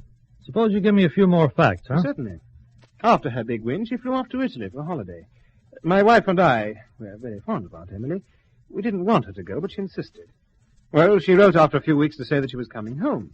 And we flew to Paris to meet her, hoping to give her a pleasant surprise. Instead, she gave you the surprise by not turning up. That's about the strength of it. You know where she stayed in Rome? Yes, a hotel on the Via Nazionale. I have the address. I wrote there, and they said that she'd left to catch her plane. What's more, she actually boarded that plane, so the hostess told us. But a message came that made her change her mind. And since then, we've heard nothing. Did you go to the police about it? I don't feel we should do that. We thought of a private inquiry agent. And frankly, when we saw your newspaper series, we hoped you'd be interested. Interested enough to try and locate her. I see. Well, I can't go chasing off at the slightest whim just because a pool's winner disappeared, Mr. Davidson. Still, the chances are that I have to go to Rome at the weekend to cover another story. Supposing you give me the address of that hotel in Rome and any other details you can. It happened that while I was in Rome the following weekend, I went to a hotel where Emily Davidson had stayed. At that stage, the story was only of minor interest, and I didn't intend to be anyone's free detective, as it seemed Philip Davidson hoped I would be. Yes, Signor. We remember the Signorina Davidson. She stayed here for several weeks. She didn't return at any time since May the 15th, the day she was due to take that plane home. No, we have not seen her. There was a letter from some relatives in England. Yeah, I know about them. Tell me, while Miss Davidson was here, did she meet any people, get friendly with anyone in particular? There was a one man. He was not a resident here, but often he came to visit her. Can you recall his name or anything about him? Oh, yes, senor. He was a count, a Hungarian, I think. A Count Delgarno. He was very attentive to the English signorina. Very attentive indeed.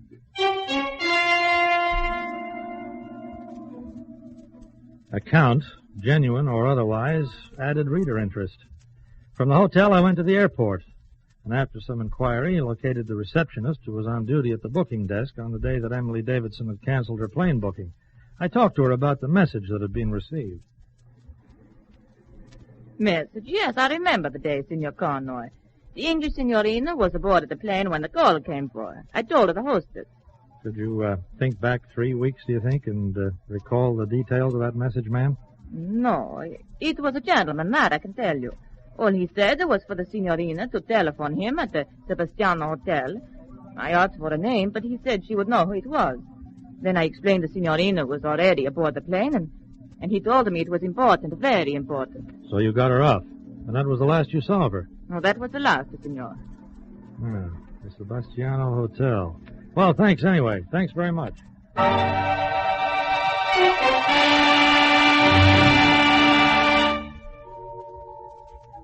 No, Mr. Connoy. I'm afraid there's no record of a Miss Davidson ever staying at our hotel. Certainly not in the past few weeks. Let's see. You got any record of a guy called Delgarno, Count Delgarno? Delgarno? You know him? Certainly.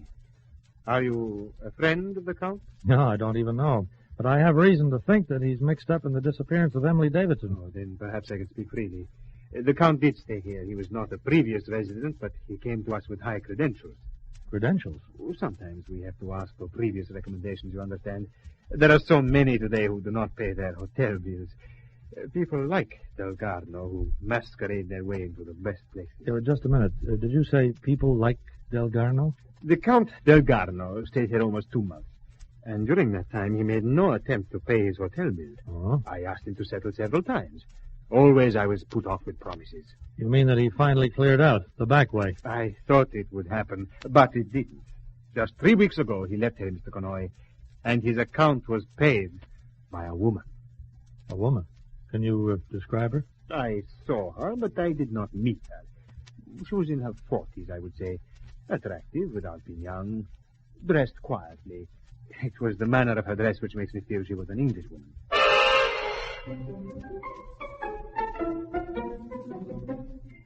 Well, that night I called my paper in Paris and told my editor the progress I'd made, because he was the kind of guy who had to okay the expense sheet if I stayed on in Rome. I learned that a cable had come from Philip Davidson in London with the news that he'd received a letter from his aunt with no address but postmarked Naples.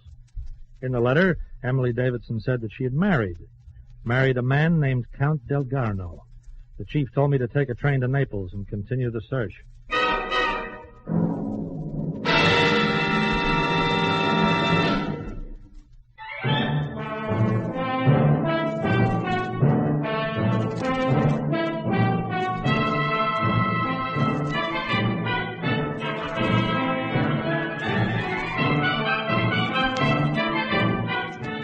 My stories about the people who had won big pool prizes had so far been routine. But here at last we seem to have a tale with an offbeat flavor, if not something more sensational. Naples is a big town. Checking the hotels there is a man-sized job, but I kept at it knowing that if they were in this city, they'd have to be living somewhere, and, well, eventually that was how I found their trail again. Un momento. Ah, buongiorno, signore. Bella giornata. Desidera una stanza? Yeah, say, wait a minute. Do you know any English? Ah, English, no. Americano. Yeah. Oh, swell. Ah, no swell. That means good. A swell day, you think? Yeah, great. Look, I wanted to ask you... You are Americano. Yeah, that's right, Bub. Ah, my cousin Mario. He goes to America to live. New York he lives. You live in New York? When I'm home. Ah, then maybe you know my cousin. Sure you know him. Everybody knows everybody in America. Well, it's a pretty big place. We could have missed each other. Ah, but you couldn't have missed my cousin. He's a very fast. Yeah, well, look, forgetting your fat cousin for a moment, have you any record of two people staying here in the past couple of weeks? A guy called Count Delgarno? Ah, the Count. You know the Count, too. He was in America once, and he remembers my cousin. You mean to say that Count Delgarno is here? Was Signor Americano, the Count, and the Countess. The Countess? You mean Miss Davidson? I mean, his wife, the Countess. Oh, was her name Emily? Oh, so you know her, too. Everybody knows everybody. Yeah. It's a very good. Yeah, when did they leave? Oh, wait a days ago. The Count, he wants to go to sea. The lady, she says we buy a boat. What? Oh, she has a plenty of money. You ought to see, senor, the way she spends it on him. Oh, she is a very in love, very happy. And the money, it flows like a wine in the festival. Yeah, I'll bet. Yeah, you wouldn't know where they went to buy this boat. Sure, from my cousin. Huh? But I thought he was in the States. Ah, this is another cousin. Castro, he has more cousins than you can count. The one who sells the boats is called Gino. Yeah, where do I find Gino? He has a boat shed on the South Shore. Wait, I give you a note to take to him. You tell Gino I say for him to help you.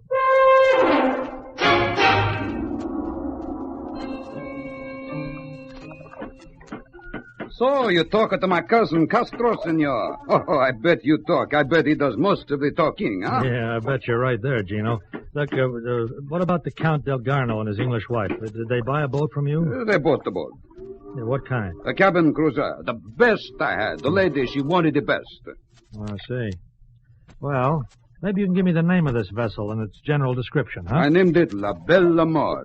Oh, it is a white cabin cruiser, senor. I can give you all the details if you'll come up to the boat shed, huh?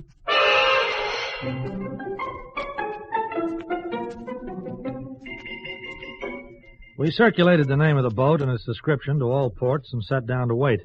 Meanwhile, two things were becoming more obvious.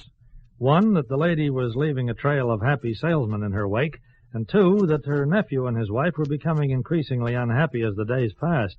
The night after I returned to Paris to await developments, there was a call from Philip Davidson from London. I appreciate that you're doing all you can, Mr. Connoy, but I think if she's not found soon, there's going to be trouble. What do you mean, Mr. Davidson? I learned from the bank today. She's withdrawn her entire account, over £50,000 sterling. She's carrying that amount with her in cash.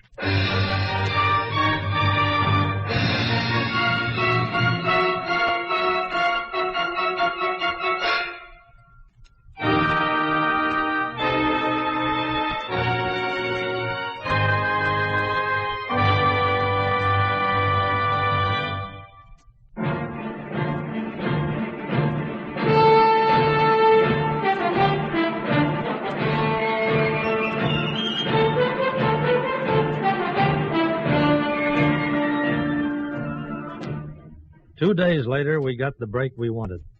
The harbor master at St. Elmo on the Italian coast reported that the cruiser La Bella More was at anchor there.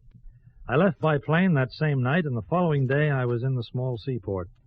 Small ships were riding at anchor in the harbor, and the sun was an orb of fire at the edge of the horizon. A motor launch guided its way toward one of the stationary cruisers.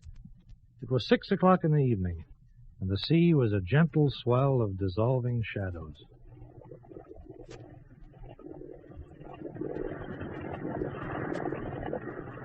La Bella More! Ahoy there! Ahoy!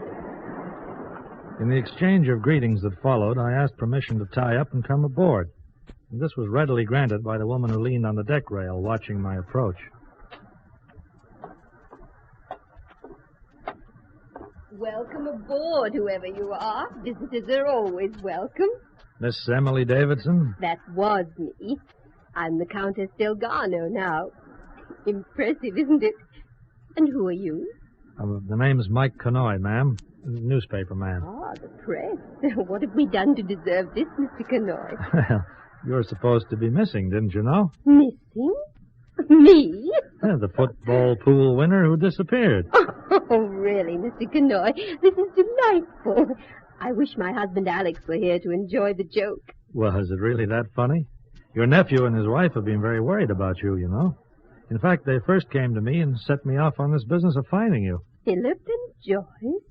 Ah, I see. Oh? I suppose I should have written to them, but that was something I kept putting off. I'm rather afraid they won't understand. You mean about Count Delgarno? About your meeting in Rome and getting off the plane at the last minute? I see you've been catching up on my activities, Mr. Connoy. Oh, we know most of the story.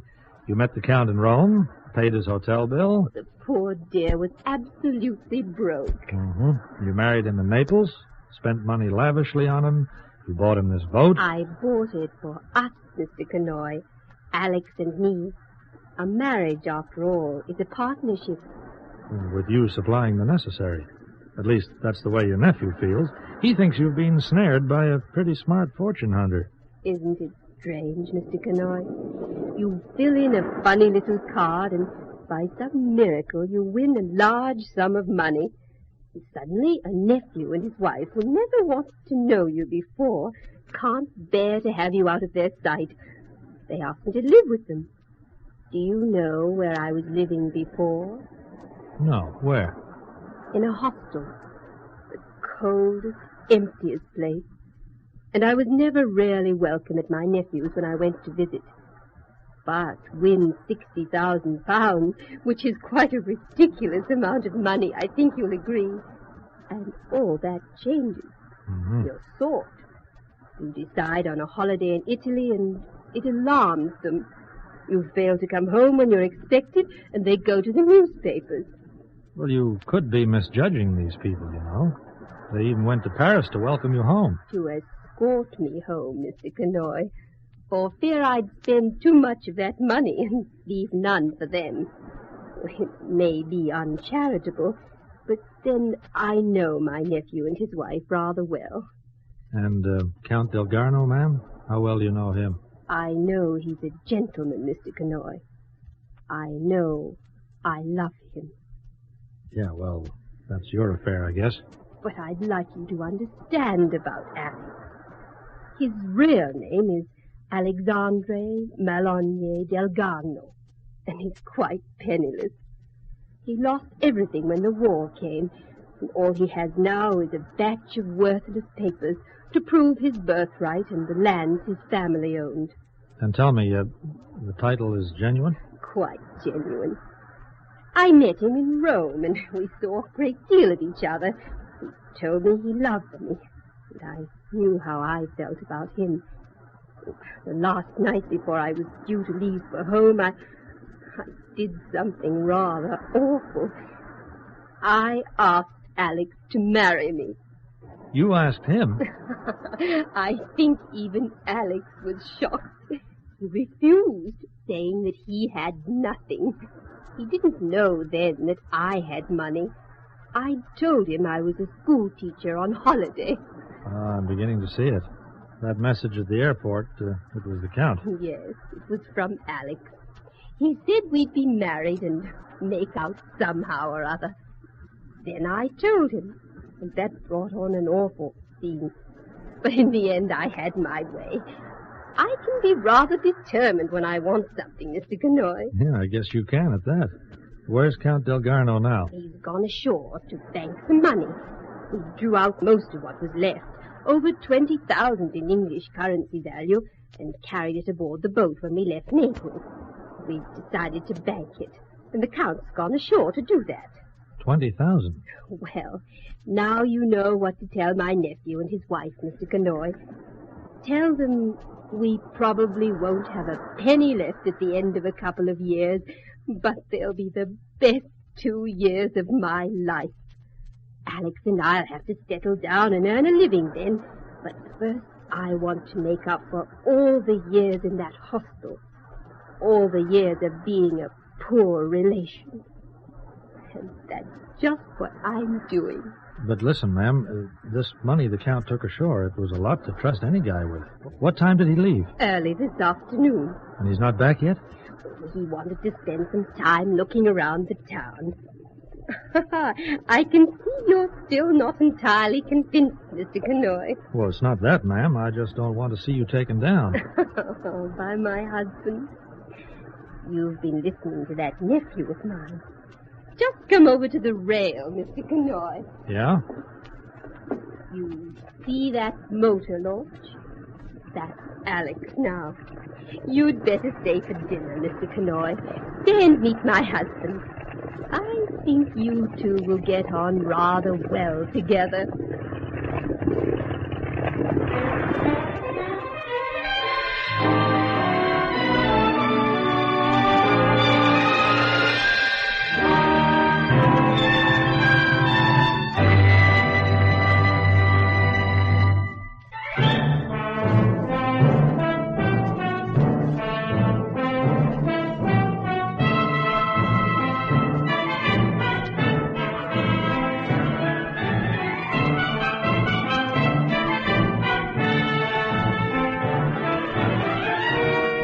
You have been listening to Lionel Murton as Mike Connoy in another exciting episode in the series, Europe Confidential.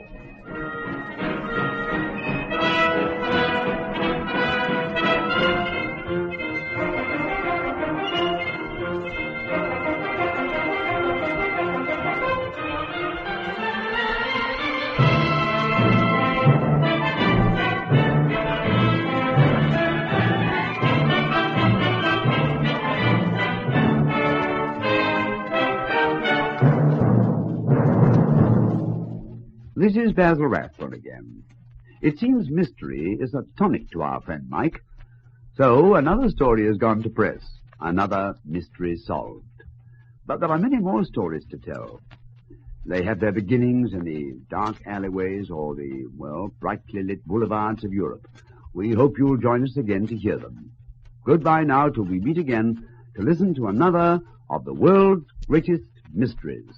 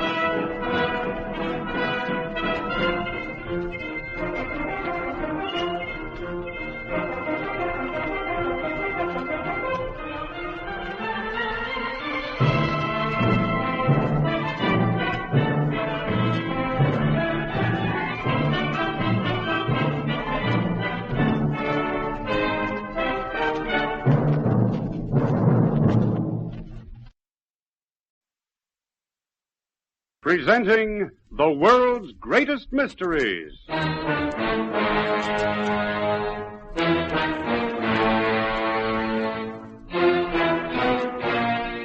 And now, your host. This is Basil Rathbone. Everybody loves a mystery, and I'm no exception. And that's why it gives me so much pleasure to act as your guide on this series. You see, we've gathered together some of the finest mystery stories in the world.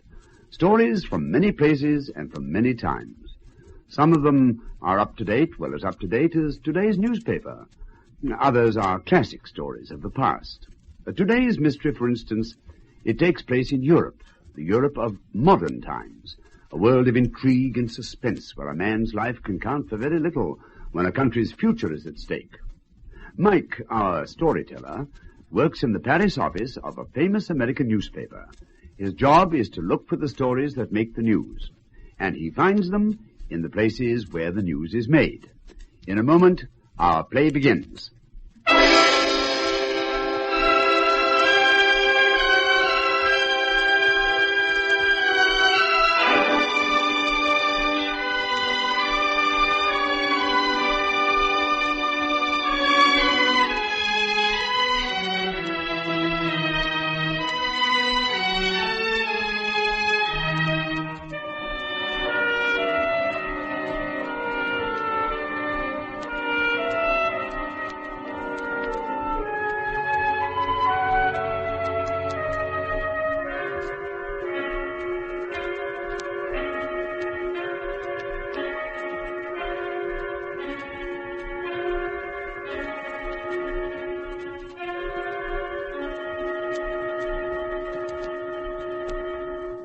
presenting Europe Confidential.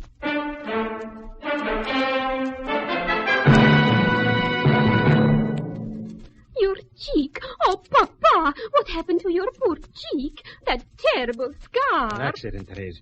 Another reason why you must not stay. It is impossible.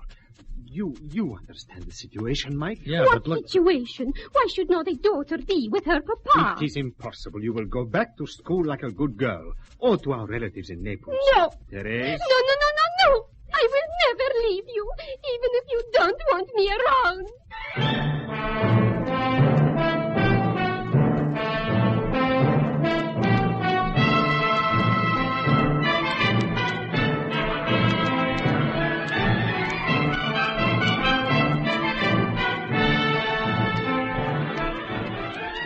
In a moment, we'll bring you Lionel Murton as Mike Connoy, the Paris correspondent of a famous American newspaper, in another exciting story in our series, Europe Confidential.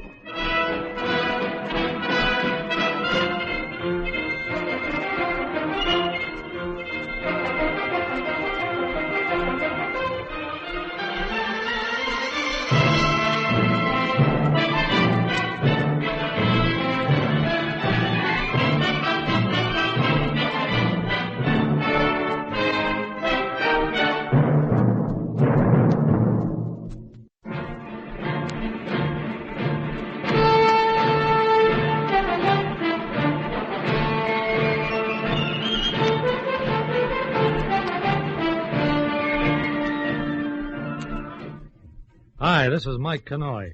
I'd come to Taormina in Sicily for a holiday. For once, I wasn't looking for a story, or at least I didn't think I was. Anyway, I'd no sooner entered my room at the San Domenico Hotel when a long-bladed Sicilian knife whistled past my ear and wickedly winked at me from the bedpost. Well, since I was naturally somewhat curious, I turned around. Quick. There in the doorway was a man I'd known some years previously when our paths had crossed during the Allied invasion of Italy.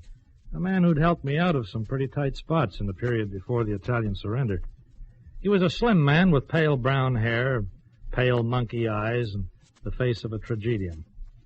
Although several years had passed since I'd last seen him, I recognized him at once. Tony. Antonio Vegas. Of course, it is you, Tony. Mike, you old devil. What brings you to Taormina? Oh, the climate and a certain weariness. And you? Simple. The circus is playing here. A circus in Sicily? Mm-hmm. Isn't that bringing coals to Newcastle? Well, not everyone is laughing and happy in Sicily. And clowning is my peacetime business. I was born to make people laugh. Ah, yes, I remember. I also seem to remember that you were born a fairly accomplished crook, too. No, Mike. I have a certain talent for crime, perhaps sleight of hand, facility with a knife, but not the heart. No, I'm afraid I'm an honest man, Mike. Well, all the more reason to be my guest tonight, Tony. Share the pleasure of my first night in Taormina. To the contrary, you shall be mine. Oh? I'll serve you Sicilian pasties for hot dogs and champagne for pink lemonade. I'll introduce you to every freak on the Midway and seat you in a box for the main show. How would you like that? I would like. Yes, Tony, I'll be happy to accept your invitation to the circus. Who could ask for a better host than a clown?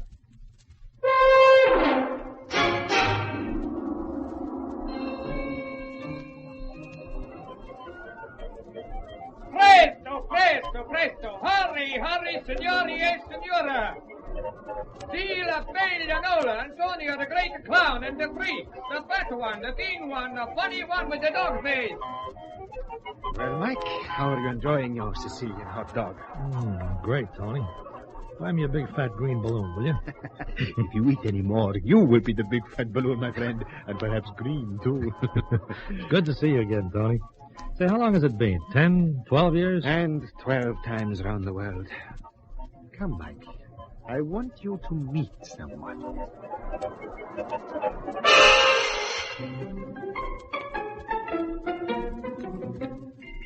The way he said that intrigued me. We left the Midway crowd, the lights, the blaring calliope, the manufactured gaiety of the herd, and the smell and growl of jungle beasts came to me. We approached a small dressing tent, and the clown humbly called for his friend. Nola? Nola, are you in there? You again, Antonio. What is it? I want to see you. You will see me later. Go away. But I have a surprise for you, Nola. A wonderful surprise. A surprise? A present, perhaps? The canvas flap snapped back, and she stepped into the yellow glare of the lamps. Nola. Hair as black as though it had been poured out of an ink bottle. Body sinuous, graceful, like a cat's. Yes, she was like a cat. And her ice-gray eyes flared strangely when she looked at me. So, this is your wonderful surprise, Antonio? Nola, this is Mike Connoy, my friend. I'm always happy to meet a friend.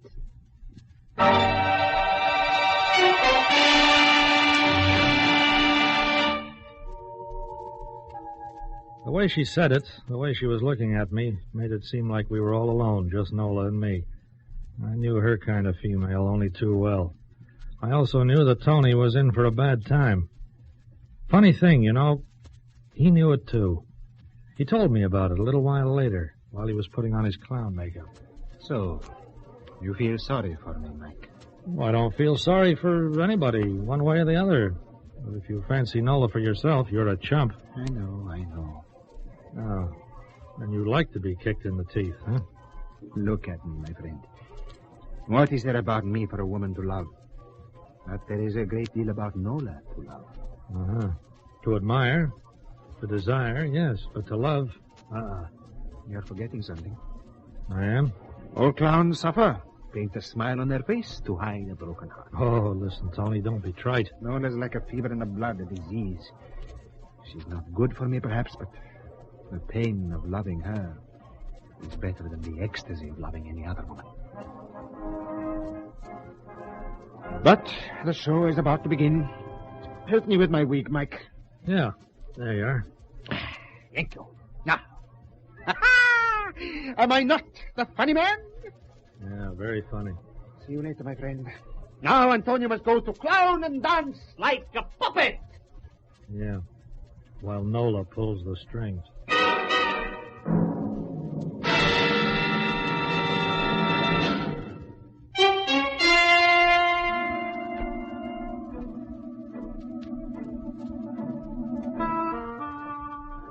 It wasn't a very big circus, but it looked like the greatest thing on earth to the Taormina audience. They laughed at Tony's antics till they cried. They oohed and ahed at the trapeze performers and gasped at Nola's animal act. And then came the grand climax.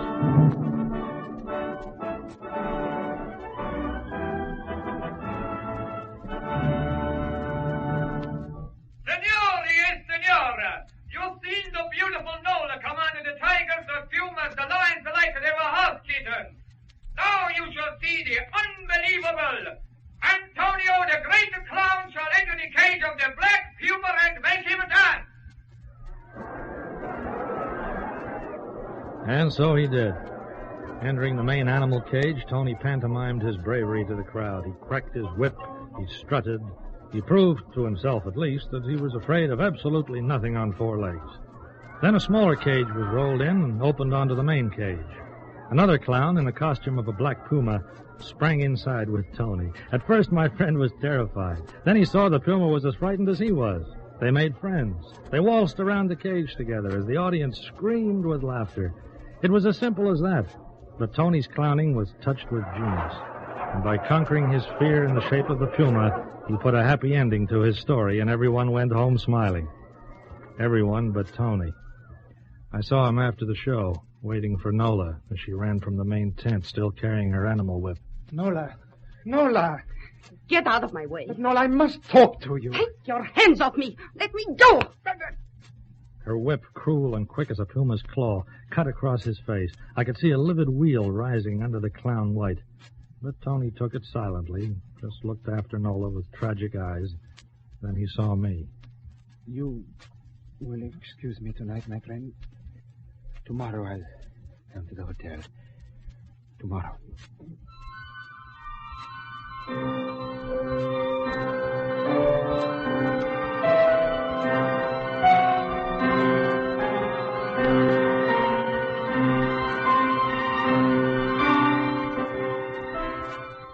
I returned to my hotel room to do some thinking, and suddenly there was a knock on my door. Come in. You are Mr. Mike Connoy? I am. I am Therese. Enchanting. You will invite me in? I would speak with you.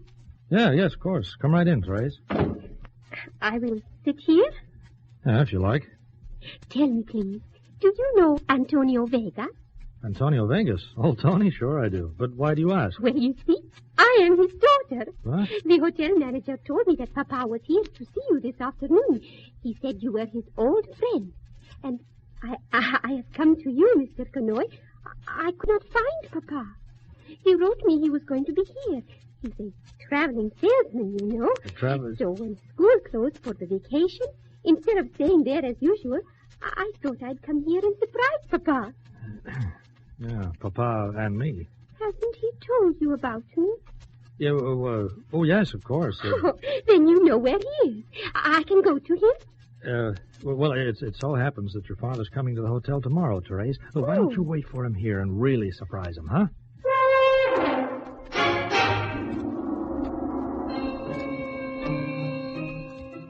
Therese didn't know her father's real profession any more than I'd known Tony had a daughter. Well, I breakfasted with the young lady on the terrace, and while we were making very pleasant small talk... Mike, is that you? Huh? Oh, pardon me, you are busy. Papa! Oh, Papa! Well, go on, kiss her, Tony. I'm sure I would if I had such a daughter. Oh, it's so wonderful to see you, Papa, to be with you again. Kitten, you should have stayed at school. You're not glad to see me? Well, of course, my darling, but you see, my work, I have so little time. That's why I always visited you instead of you coming to see me. Oh, it's only 1 little minute a day. It's worth it, Papa, just to be near you. Oh, have a heart, Tony. She'll have me in tears soon. Your cheek. Oh, Papa, what happened to your poor cheek? That terrible scar. An accident, Therese, is another reason why you must not stay. It's impossible. Well, you understand the situation, Mike. Yeah, but look, what Tony... situation? Why should not a daughter be with her Papa? It is impossible. You will go back to school like a good girl. Or to our relatives in Naples. No. Therese. No. I will never leave you, even if you don't want me around. Well, just who won that round, Tony? What can I do, my friend? Why not tell her the truth? Bring her shame? Therese thinks of me as a businessman, dignified, honorable. What would she say if her father told her he was a clown? Well, you must remember, Tony, that Therese is 16. She's not going to hold still for boarding school and relatives in Naples. She wants a taste of life. There is something else you do not know, Mike. Oh? I said I was an honest man, my friend. That is not true. What do? Pick the pockets of the other clowns? I smuggle emeralds. Again? No, smuggle emeralds. It was for her, Mike, Therese. How could I support her in such a fine fashion, good clothes, private schools, on the earnings of a clown in a wandering circus? No, I've been very successful in the smuggling trade, but very careful. Over the years, I've saved a small fortune. And now I want to ask you a favor. Well, you know I'd do anything for you, Tony. It's for Therese when she reaches 21. If anything should happen to me before, you see that she gets it. I see, but why be so morbid? When the way things are lately with my life, Ignora, I think my luck's changed. Oh, don't be silly, Tony. But if it'll make you any happier, I'll gladly do what you ask. Thank you. Come to the circus again tomorrow night, Mike. I'll show you where my savings are hidden. Okay. And, Therese? I will think of something. Better her heart should break a little now than learn the truth about me and... All right. I'll meet you tomorrow night, Tony.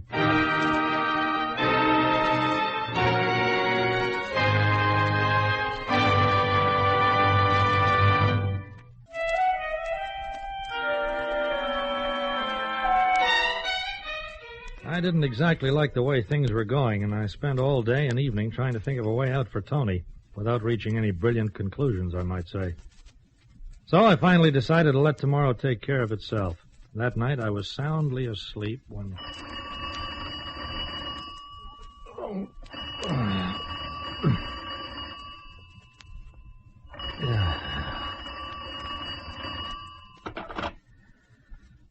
What the devil do you mean, waking a man in the middle of the night?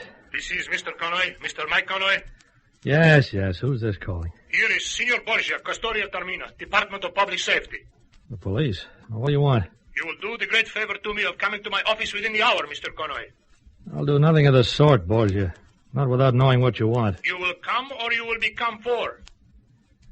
Ah, well, in that case, I'll do you the great favor, Custode Borgia.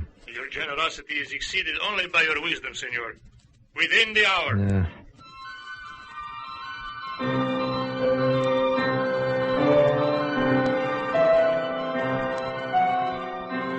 Experience has taught me never to argue with a policeman. So I visited the Questore. I found him a small, alert man, all spit and polish, and he eyed me like a hungry robin views a fat worm. Sit down, Senor Connoy. Now, you are a friend of Antonio Vegas, huh? Well, yeah, but Tony must have many friends. Too many, of the wrong kind. Now, just what do you know about him? Well, I know that Tony's a good clown. And a smart one, huh?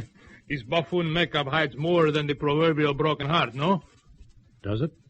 Vegas has a smuggling ring. Emeralds. Are you trying to tell me you know nothing about the traffic? My dear Borgia, I'm here in Sicily on holiday. I know nothing about it whatsoever. But you are an old friend of this Vegas. For many years you do not meet. Then suddenly you arrive here where Antonio happens to be. Well, you're imagining things, Custode. As you've just said, I haven't seen or heard of Antonio for years. Very well, then. If what you say is true, I have no reason to hold you.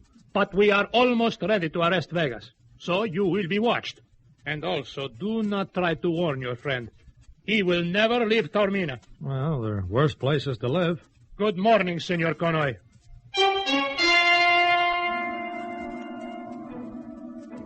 In spite of the Custode's warning, I went to Tony's dressing room that night as arranged, and he showed me his fortune, all tucked away under a false bottom of his costume trunk. Now that you know where the money is hidden, Mike, I'll replace the bottom. Now, I can't help but think that you should leave me out of this, Tony. Send the nest egg to the relatives in Naples. I don't trust them. And there is something else for you to see, hidden in this bladder I use for one of my props. Emeralds. Mm-hmm. Perfect cut. Some as big as robin's eggs. Yes, Mike, I deal in nothing but the finest merchandise. Well, look, I must warn you, Tony. There are those who... Mr. Vegas is in this tent. Si, Signorina. Therese! She must have followed me here. Quick, help me to hide these. Papa, I have found you. Yes, Therese, you have found me. And now you know what your father really is. He's the best... Clown. I think it is too wonderful. Oh, Papa, did you think I would look down on you because you were a clown in a circus? Oh, it is much finer than to be a traveling salesman. Oh, are you angry because I found you out? How can I be angry with you, kitten? I love you too much. Of course he does. And now we must go, Therese. Come on, I'll take you back to the hotel. Oh, no, please. Papa, do not send me away. I love the circus. I love you. Mike, what can I do? Well, give her a pass to the show, I guess. I'll take charge of it. Oh, thank you. Thank you. What can I do to... Oh. Am I intruding, Antonio? Nola.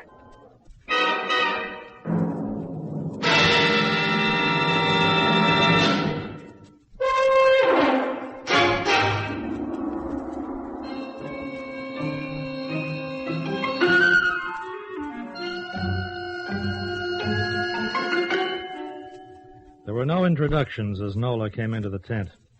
I took Therese out of there as soon as possible, but before we left, I caught Nola's eyes on the emeralds. They narrowed like a cat's.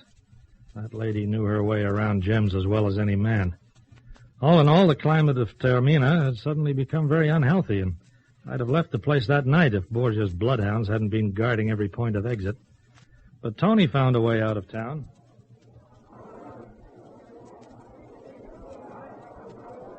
Why is Papa going into that animal cage, Mr. Connoy? Well, he's pretending he's a cat trainer like Nola. Oh. You see how brave he is? Look.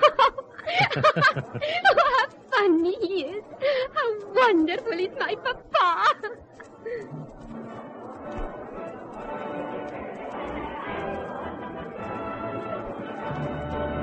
Tony's funniest routine began.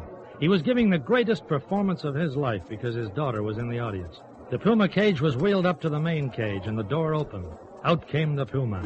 But no costumed clown, this one. A very large, very live, and very vicious cat sprang into Tony's cage and stood there a moment, lashing its tail and blinking in the lights. In that moment, before it sprang at my old friend, I saw Nola's face watching from the tent entrance, her eyes wide, her lips drawn back in an animal's snarl, her hands stretched out before her like claws as though she were about ready to attack. No! No! Help!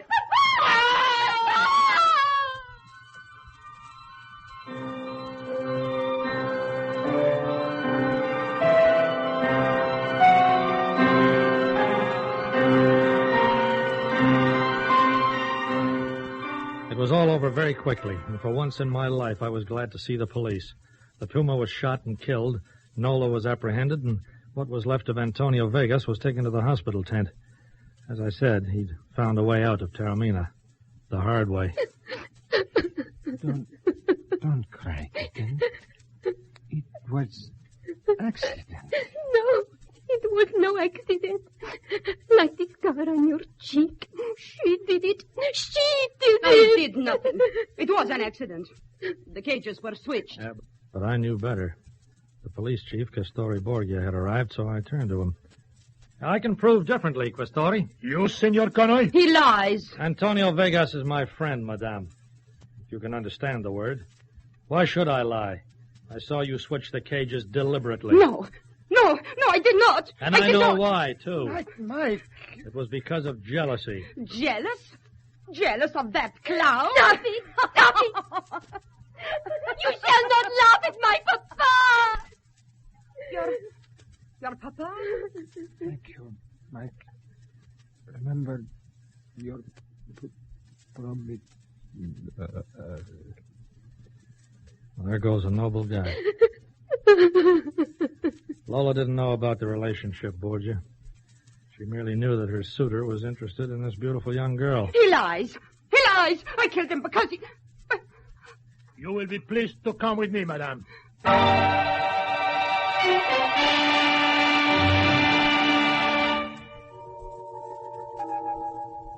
Well, Borgia and the Department of Public Safety was happy. They had a murderess. The smuggling was ended. I kept my promise, too. On the way to the hospital tent, I had the foresight to pick up Tony's fortune and savings and the emeralds from his dressing tent. And I sent them with Therese to the relatives in Naples. And so died a clown. And the painted smile on his face was the saddest thing I ever hoped to see.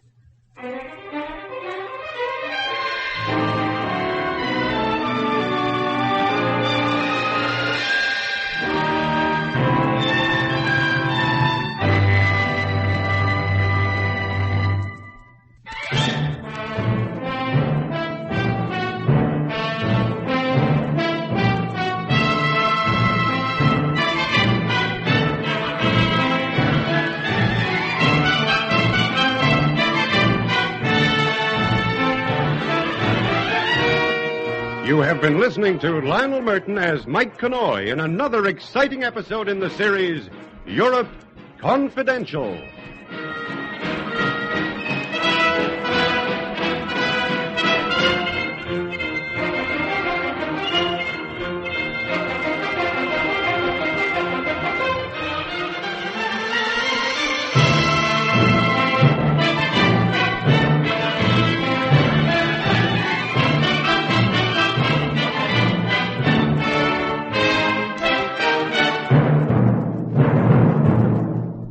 This is Basil Rathbone again. We've reached the end of today's story, but I'll be back to introduce to you another unusual tale. Remember, for this series, we've searched the whole world to bring you stories of every kind. Tales of espionage, suspense, crime, and intrigue by famous writers from every part of the globe. In fact, a selection of the finest stories that have ever been assembled in one series. Well, goodbye now till we meet again to listen to another of the world's greatest mysteries.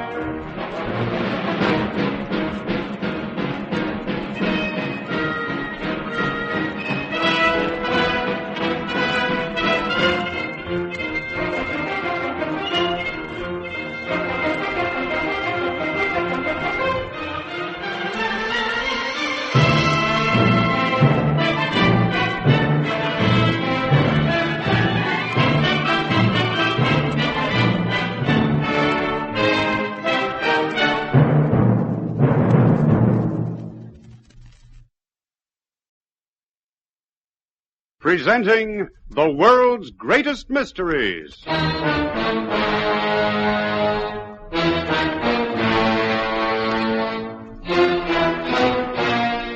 And now, your host.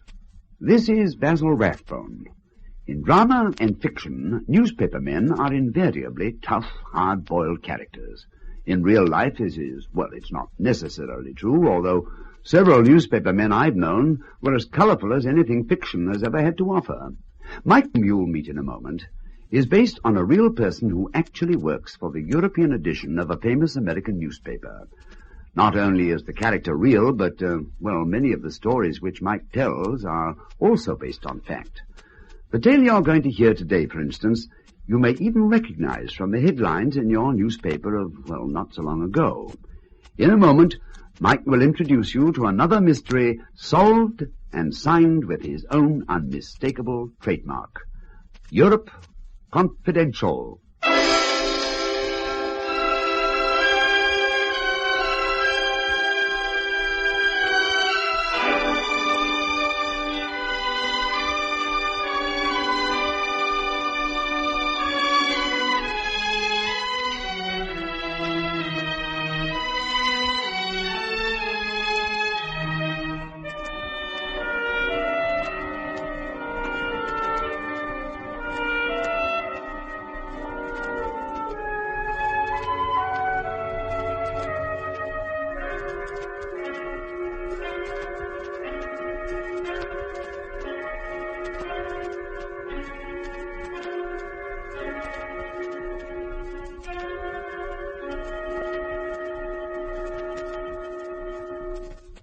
Presenting Europe Confidential.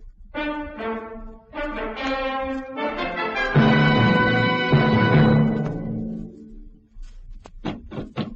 up in there! Open up! That is my lieutenant. You'd better give me that gun. Don't give it to him, Brett. Open up! You're going to open that door, Dimitri. You're going to tell him that everything's all right. I will not be a traitor to my people. You can either be a dead patriot or a live traitor. Take your choice. You've got 5 seconds.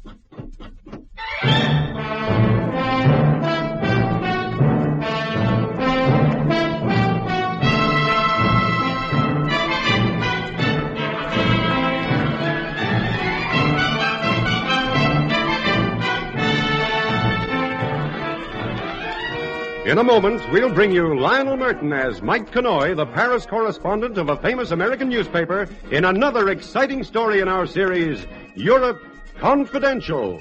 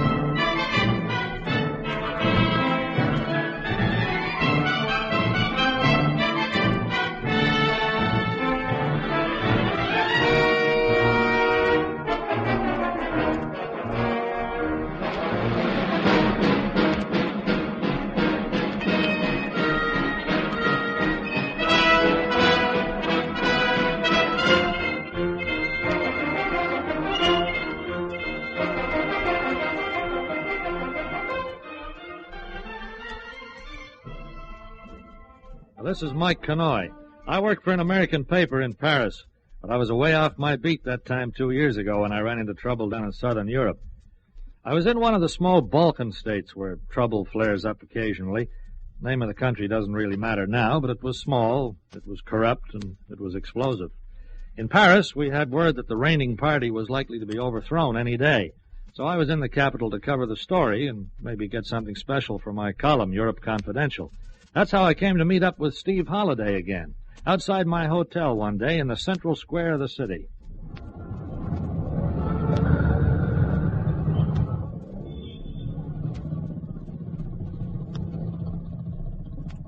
Mike? Mike Connoy. Well, I'll be Steve Holliday. In the flesh, boy. Say, the last time I saw you was in New York, just after the war. What are you doing here, of all places? Well, I came down to cover the story. So you've heard about the situation, eh? Yeah, we've heard rumors. You think it's true? You're darn right, it's true. Not that I'm officially in the know. I just work for an oil company, but the balloon's gonna bust anytime. Mm-hmm. You gonna stick around? Not if I can help it. That's why I'm in town. Say, listen, Mike, for old time's sake, maybe you could help me. No? Yeah, this could be a real stroke of luck. Will you help? Well, sure, Steve. I'll help if I can. What is it? Well, it's almost impossible to get plane tickets out of here, and I need 2 of them. Maybe with your influence, I could get them. Oh, it shouldn't be too difficult. I've got a contact in the office of East European Airlines. Ah, that's my boy. The office in Paris arranged it, just in case there was a rush on tickets. I'm already booked on the midnight plane out. I tipped the guy for his trouble. Maybe on the strength of that tip, I could write him a note. Now you're talking. Great, Mike. That's really great. 2 seats, you said, huh? You married, Steve? No, this is just a friend. Say, it really was a stroke of luck meeting you like this.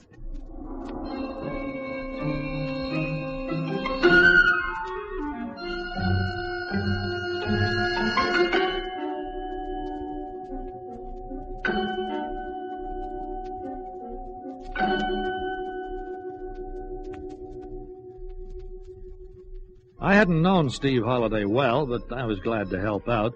I wrote him a short note of introduction, and he went on his way. I went on mine.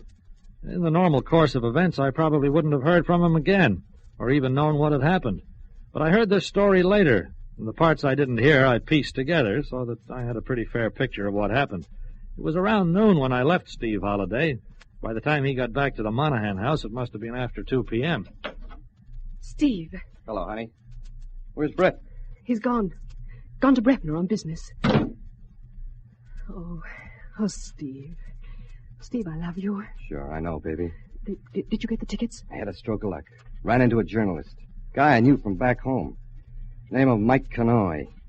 On a note from him to the ticket office, I got 2 seats. Oh, never mind how you got them, just as long as they're real. Just as long as we're getting out of this place. I can't believe it. Brett won't be home till tomorrow, and by then we'll be gone. Midnight plane. And just in time, I figure. Then there's really going to be trouble? It's brewing, honey. Strange that Brett never said anything to me about it. He's so close to General Strucker. Maybe that's why he's heard nothing, because he's so close.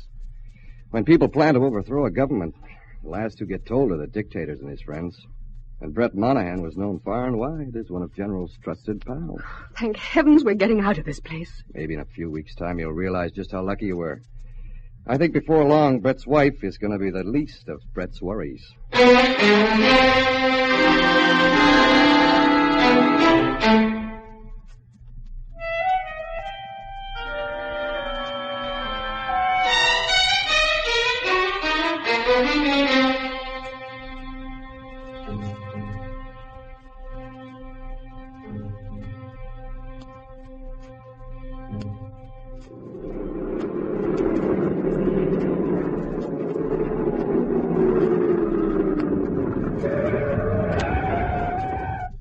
What's going on?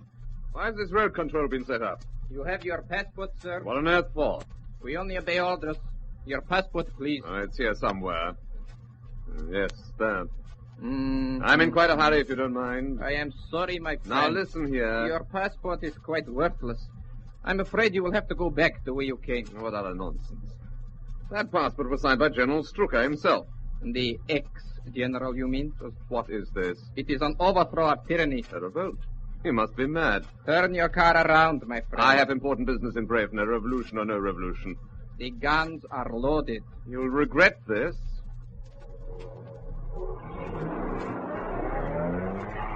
It is not us, my friend, who will do the regretting.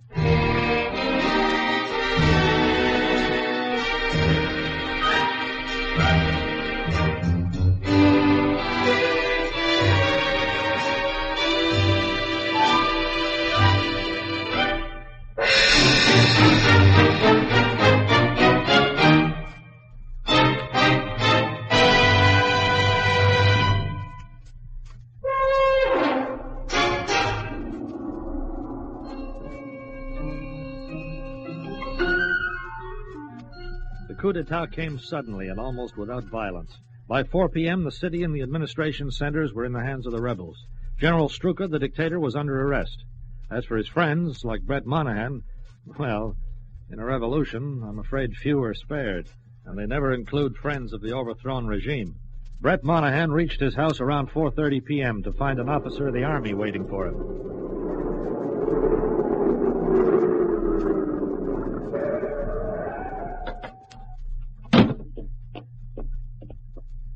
Put up your hands. Who the devil are you? Put them up. You are under arrest. What for? Turn around.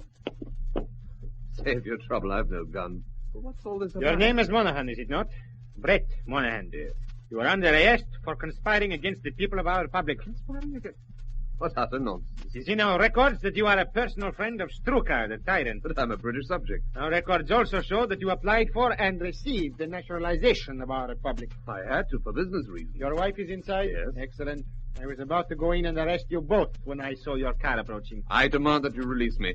My wife and I will get the first available plane out of the country. I am afraid that the only trip you will be making will be to the prison, my friend. Now listen to me. Come, we will collect your wife. Put that gun down, or Or you will what?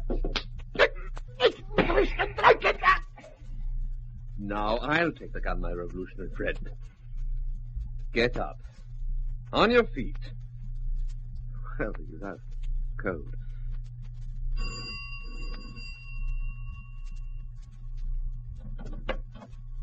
Brett! Quickly.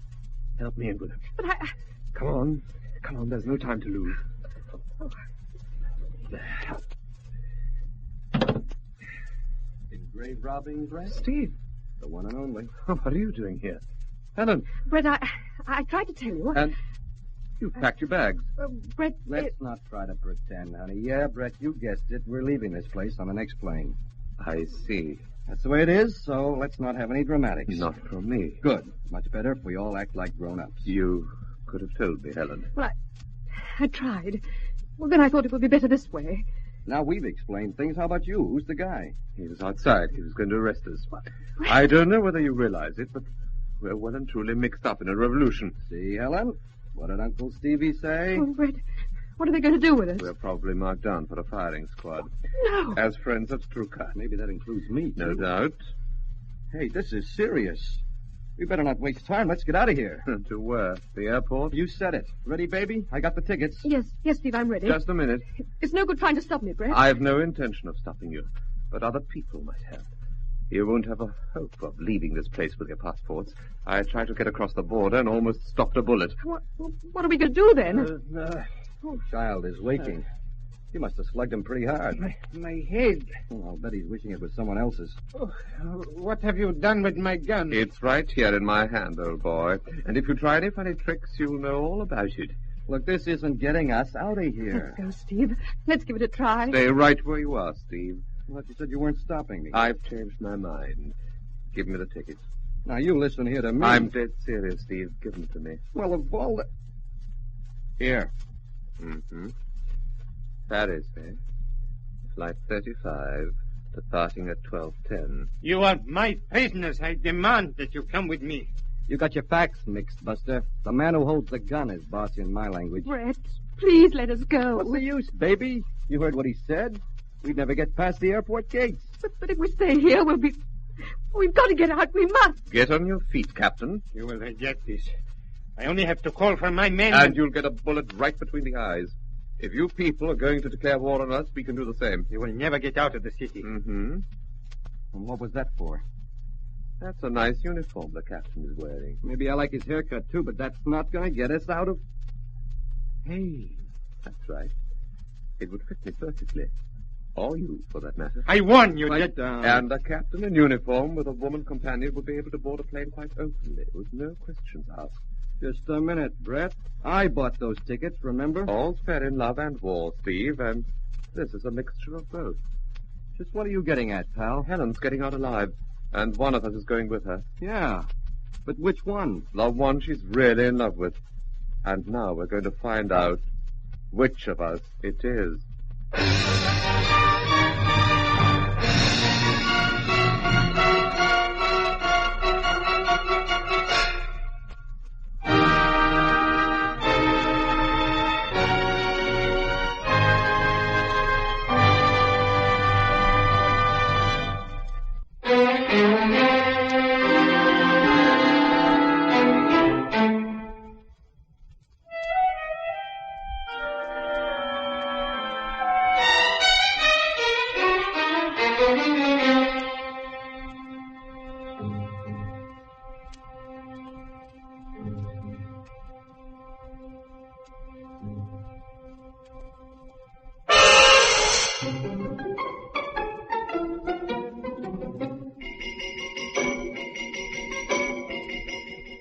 was quite a situation Brett Monahan found himself in.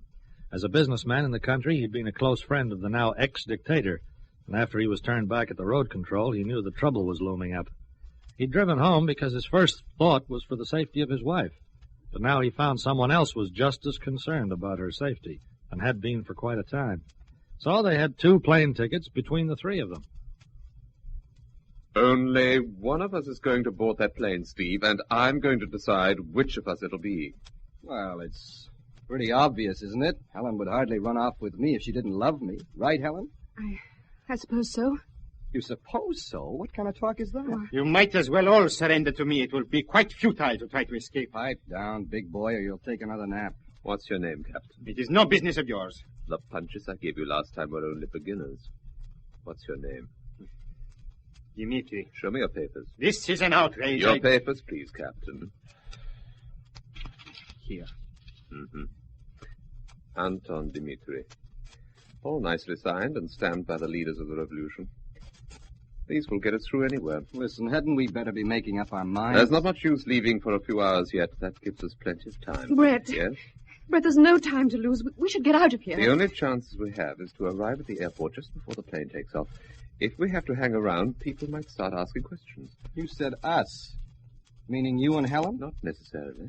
Listen, I bought those tickets, and one of them is rightfully mine. This gun says the tickets belong to us. All 3 of us. And that I'll make the decision. Yeah, I guess it does. And it also says that I will face the firing squad in your place. That's very kind of you. I will have no choice in the matter. Our leader does not take kindly to officers who fail in their duty. That's your worry, Dimitri. Helen. Yes, Brett? Helen, why did you do it? Because you were tired of me?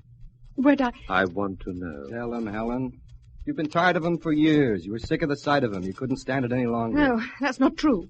Hey, don't we change our minds a little fast? Come on, Helen. Is that true? Were you sick of the sight of me? I was sick of this godforsaken city. I was sick of the smells and the heat and the people, Brett. I just had to get away from it. You could have mentioned it to me.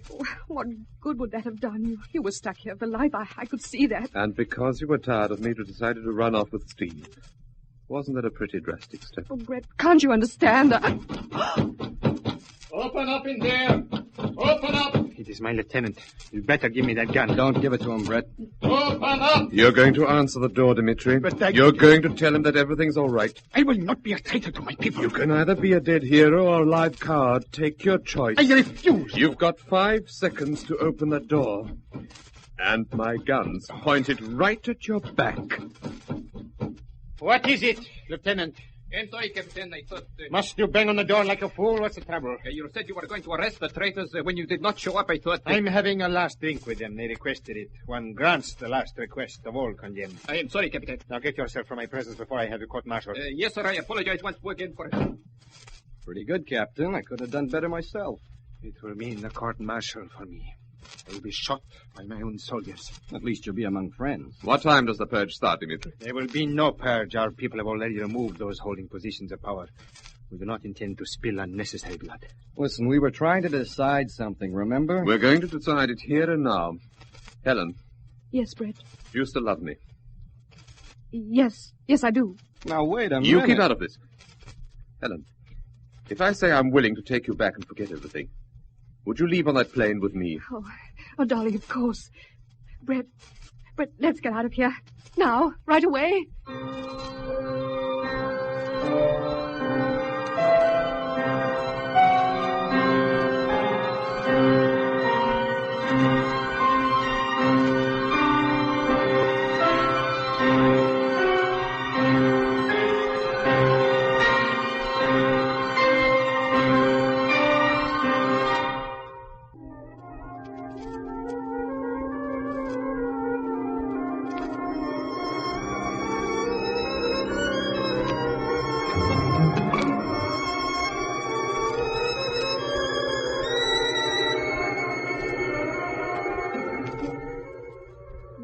Darling, why don't we go now?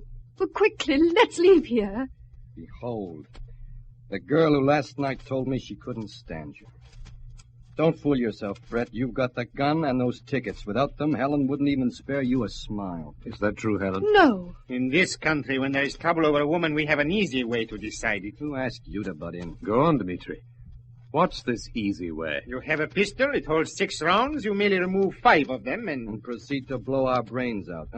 Not for this boy. The only Russian thing I like is vodka, and I never was a gambler. It was only a suggestion. Perhaps before you leave, you'll be so kind as to leave me the pistol to use. Leave you the pistol? What for? I would require only 1 bullet. It is better than disgrace. You're serious, then, about the firing squad? I'm afraid so. It is me who will be blamed for your escape. And one of us is going to keep you company. Well, who's it going to be, Brett? Helen, supposing I said you could go on that plane with Steve, what would you do? You'd do it, baby, wouldn't you? Would you?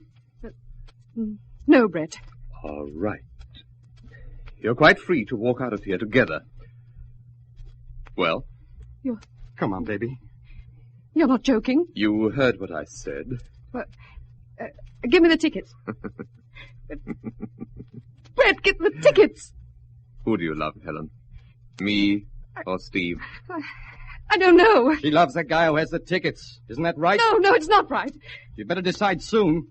And I'd appreciate it if you'd put that gun down. The gun's staying with me, Steve, until I've made up my mind. Maybe I can help you to make it up. Oh!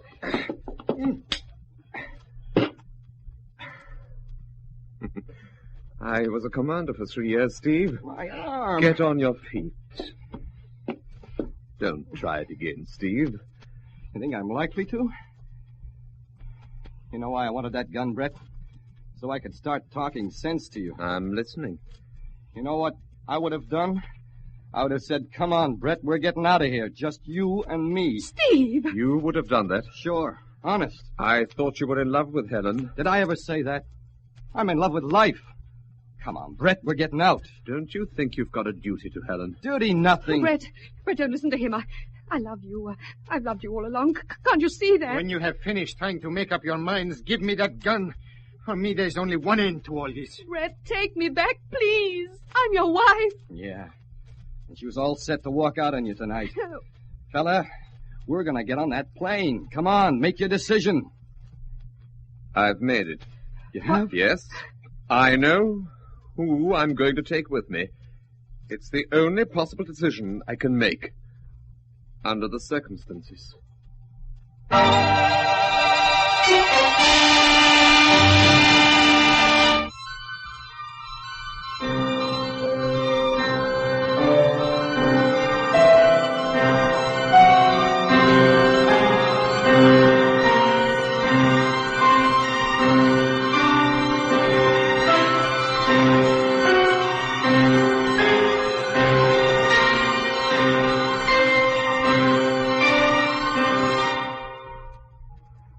This is Mike Connoy again. I was on that midnight plane out, along with a group of about 30 other people. Naturally, I made some inquiries about Steve Holliday, since I expected him to be on the flight. And through making those inquiries, I came to meet Brett Monahan. It was on the long flight to Paris that he told me this story of the choice that he made.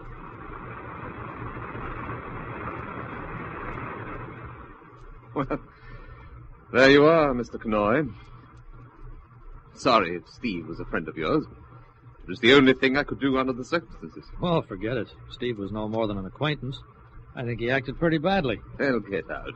They won't put them in front of a firing squad as they would have my friend here. Mr. Monahan is a kind man, sir. He has done for me a great service. And think nothing of it. After all, Captain Dmitri, you were the one who most deserved the extra ticket.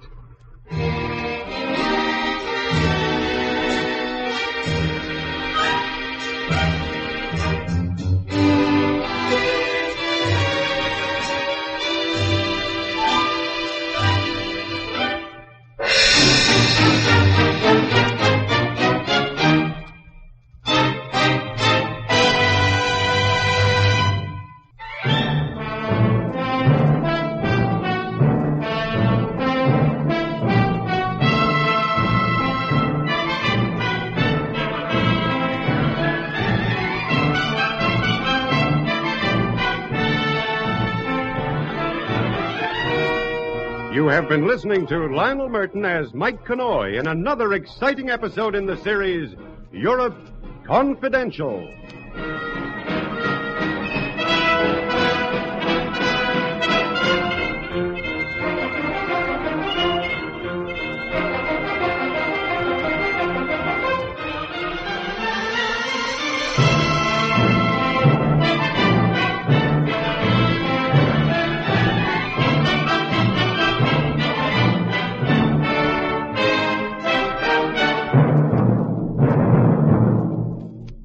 This is Basil Rathbone again. As Mike takes the copy out of his typewriter to file his story, our play for today comes to an end. Well, goodbye now till we meet again to listen to another of the world's greatest mysteries.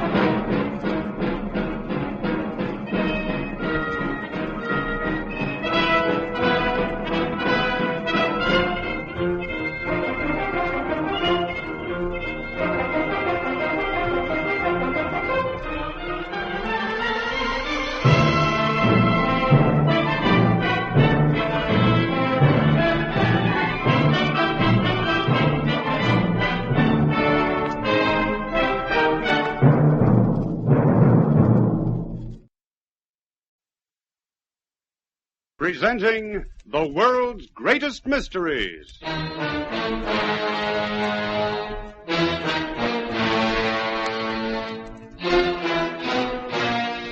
And now, your host.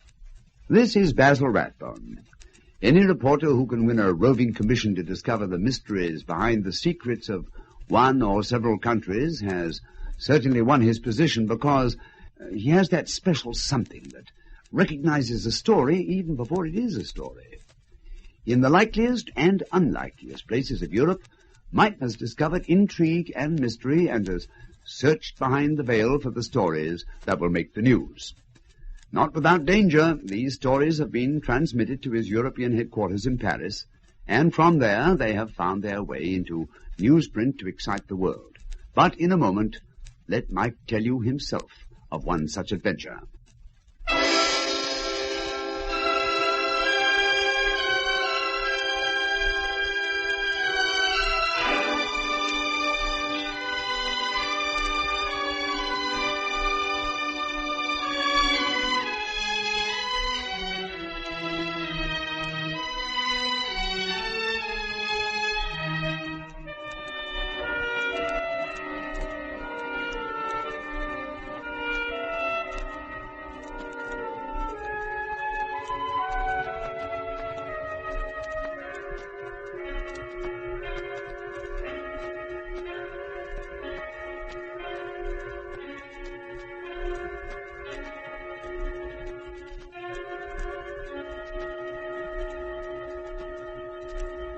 Presenting Europe Confidential.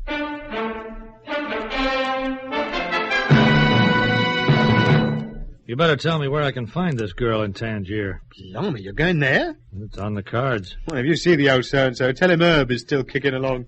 Ask him what's wrong with his writing arm. Sure, I'll do that. What about the girl? Oh, she used to work in a cabaret called the Devil's Tooth. You'll find it all right. Everybody knows it in Tangier.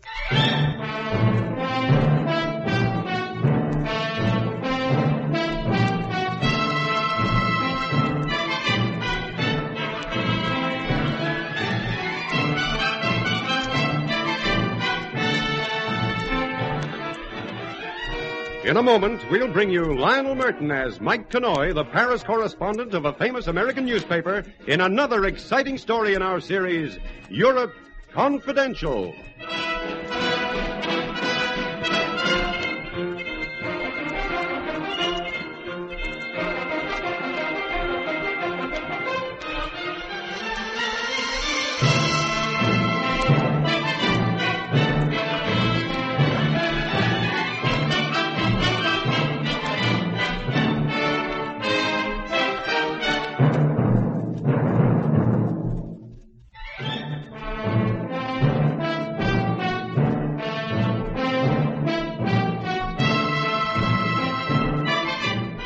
This is Mike Connoy.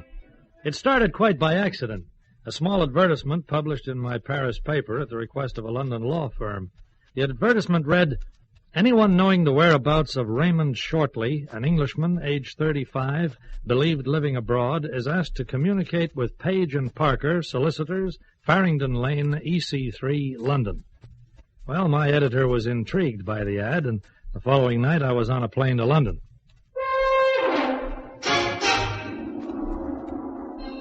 The offices of Page & Parker were in an old part of the city, within a short distance of the Thames and the Tower of London. I arrived for my appointment and was shown into the office of the senior partner, Mr. Joshua Page.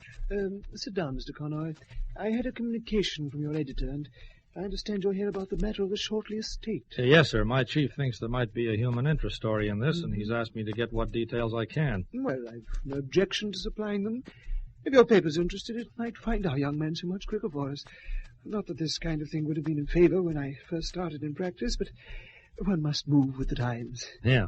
Can you tell me about Raymond Shortly and why you're looking for him? Well, of course. Make yourself comfortable. Smoke if you wish. Thank you very much. Now, Raymond Shortly. Well, to the best of my knowledge, he's been missing about 17 years. Back in 1939, he lived in London with his parents, average sort of people. Father was a bank clerk. Doesn't seem to have been a particularly ambitious sort of father. Hadn't much ambition for a son, either. Yes, when the boy left school, his father arranged for him to work in the same bank. And this young Raymond did, for a few months. He hated it, according to all reports. Wanted to join up, but he was underage. I see. Yes, his father, James Shortly to be exact, refused to give his permission. So the son left home and enlisted under another name. Well, not the only guy to do that. No. Do you know the name he enlisted under? Oh, I'm afraid not. I guess he joined the army, huh? We're not even certain of that. Oh. No, I imagine he bought a false identity card somehow. I believe people can get hold of these things. At any rate, the boy cleared out.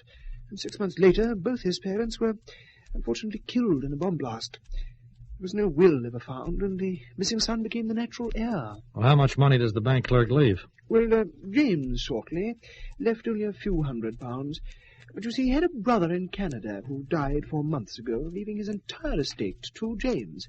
Of course, not knowing that his brother was dead. I see. Well, by law, that money is inherited by Raymond Shortly. How much is involved? Oh, after taxes and death duties have been deducted, plus all charges, the net residue is about £40,000. Very nice. Yes, except that we have no idea where our man is living or under what name. Well, my chief has a habit of handing me the tough ones. Still, if we can find them, it'll make quite a story.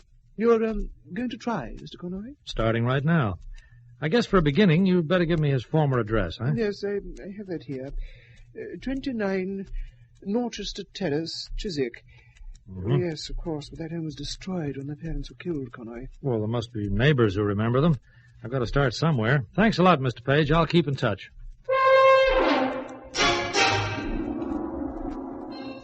I left the lawyer's office and took a tube train to Chiswick. In Norchester Terrace, the houses were new, and right from the start, it looked discouraging. Yes? Good morning, ma'am. I want to make some inquiries about a family who lived here back in 1940. 1940? Mr. only moved here a year ago. Sorry.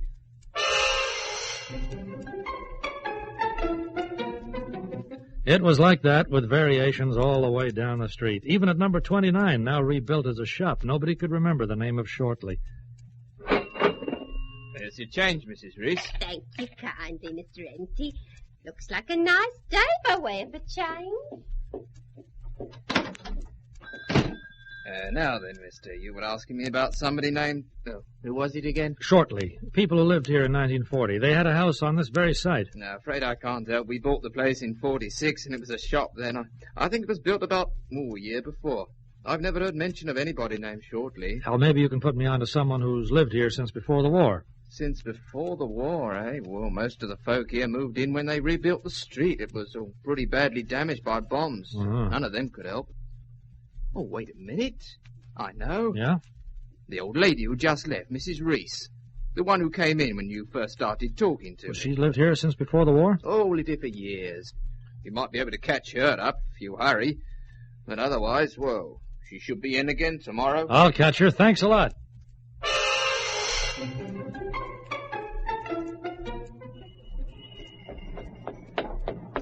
Mrs. Reese!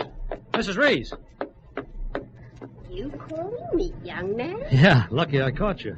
Look, ma'am, back there in the shop, they told me that you've lived around here most of your life. Most of my life? All my life? Well, I'm trying to find out about some people who lived here in 1940, name of Shortly. Oh, James and Mary Short? Yeah, that's the ones. Did you know them? Oh, know 'em. My soul, I used to live next door, here in Dorchester Terrace. I've moved now over to Gogh's. You live next door, huh? Look, ma'am, can I talk to you about this? It's pretty important. Oh. Well, young man, if you want to talk to me, you'd better come home and talk over a cup of tea. American, aren't you? That's right. I suppose you want coffee. I'll never keep it in the house. Mrs. Reese, tea will just be fine. Now, if you don't mind, how about letting me carry some of these parcels, huh?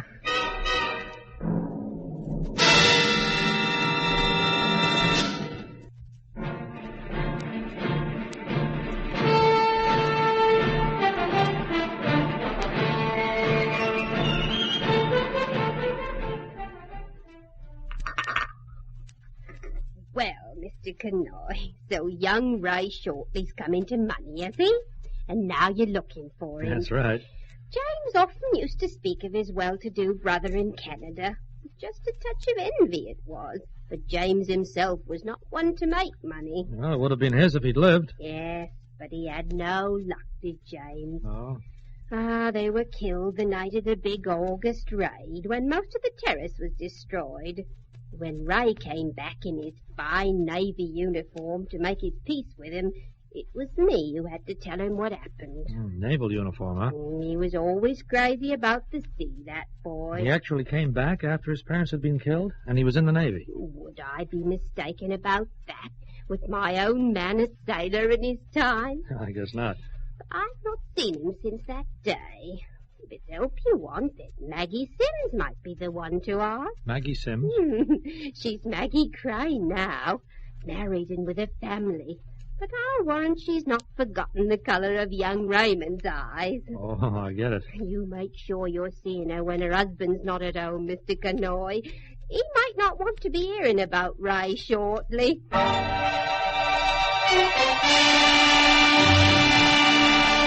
I got the address and went to see Maggie Crane, who lived in a small cottage less than half a mile away. She was a woman in her late 20s, still showing a trace of what once must have been good looks, but now pretty dimmed by years of hardship and disappointment. Ray? Yes, of course I remember Ray. But you're not from the police, are you? I'm a newspaper man, ma'am. I'm trying to locate him because, well, a relation of his wants him found. Oh. Oh, I thought you might have done something wrong. I wouldn't like to see him in trouble, even after all that happened. Well, you knew him pretty well? I should say I did. I was married to him. What? You don't believe me? Look it up in the records. When was this? When he came back on leave, that time his parents was killed. He came to see me, and he was all upset. Some of my friends said that was the only reason I caught him, but it wasn't true. He was really in love with me. You remember the date of your marriage? Well, I guess he wouldn't, but I do. August 27th, 1940. Oh, you were both minors, huh? Oh, my parents didn't object, and his were dead. Yeah, well, I guess that's right. What was the name you married under? The name Ray took when he left home. Conway. Mr. and Mrs. Raymond Conway. He said it was going to be forever. What happened? Well, we moved away from this district. Well, that's why a lot of people never knew about us being married. Oh. I took a small place up in Scotland where he was stationed. Sometimes they were away for months at sea, but he always came back. Till that other woman got her hands on him, we were very happy. What other woman is this? I don't know who she was or where she lived. He told me about her, just like that one day. He said he was going to leave me. I fought and... Oh, well, it's not interesting to you. In the end, he did leave. I will say he gave me all the money he could to keep me and Paul going. And he sent some later when I moved back here. I see. Then after a while, I got a divorce and married Jim Crane. Maybe life isn't so exciting with Jim, but at least he earns steady money, and at least I know he'll come home every night on time. You haven't seen your first husband since that time, huh? Oh, never once. You mentioned somebody named Paul. Who's he? Paul's my son, raising mine. It was slow, but it was progress. A son by any name was a rightful heir, and if Ray Shortly was found to be dead, the boy stood to inherit a small fortune. I communicated that fact to the lawyers, then went straight to the logical place to carry the search further. At the Naval Records Office, I explained my mission, and with official help was able to trace my quarry's progress under the name of Conway through several ships and over 5 years of war. Finally, I obtained the address that he'd given on being discharged in 1946. There you are, Mr. Connoy, number 4 Warren Place, Bayswater. But that was 11 years ago. I wouldn't count on still finding him there.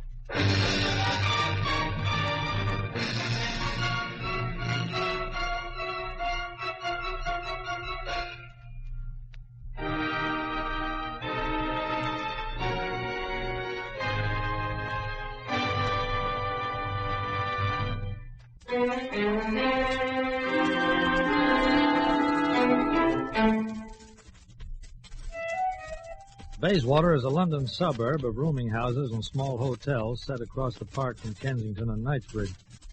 A one-time area of great wealth, now being broken up.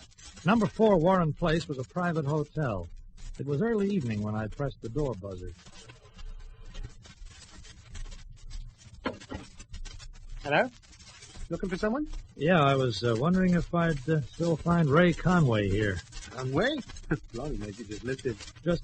Yeah, for about 8 flaming years. Oh. I haven't seen Conway since 49. Who are you, friend of his? Yeah, well, look, it's quite a story. Maybe if I told you some of the details, then you could help me, eh? Even if you never tell. American artist? Yeah. Yeah, well, I suppose I can overlook that. Come on in, I've got a bottle. We can crack it and I'll listen to this story of yours.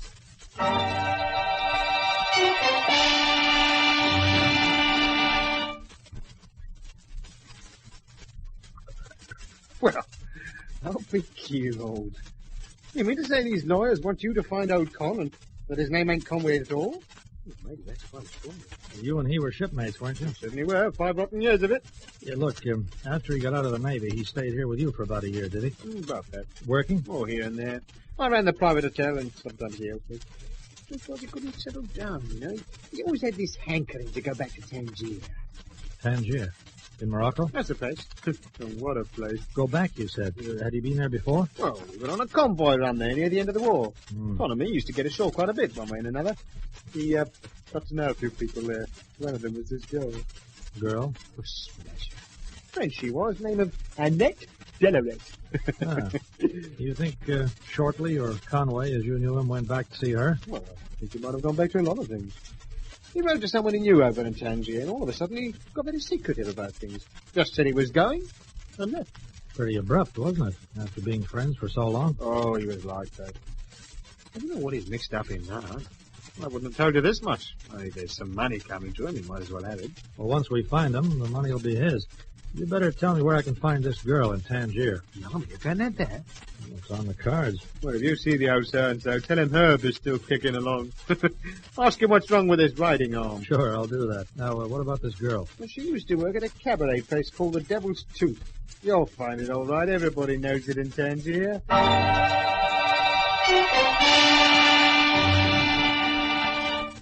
It took me a day to get a reservation.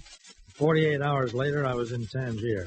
I booked into a hotel, waited for nightfall, and found the cabaret called the Devil's Tooth. place in the Arab quarter, patronized by people of all nationalities.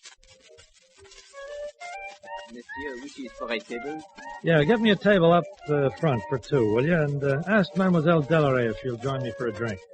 Monsieur, mademoiselle is the star of our floor show. It is not customary for her to drink with the patrons. Look, show the lady this card, will you?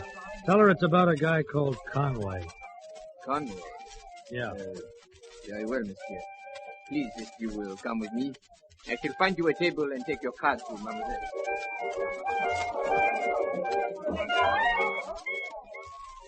Monsieur Connoy? Mademoiselle Delaray? Everybody calls me Annette. What are you drinking? Well, it says on the bottle, scotch. Philippe? Take this away and bring us something decent to drink.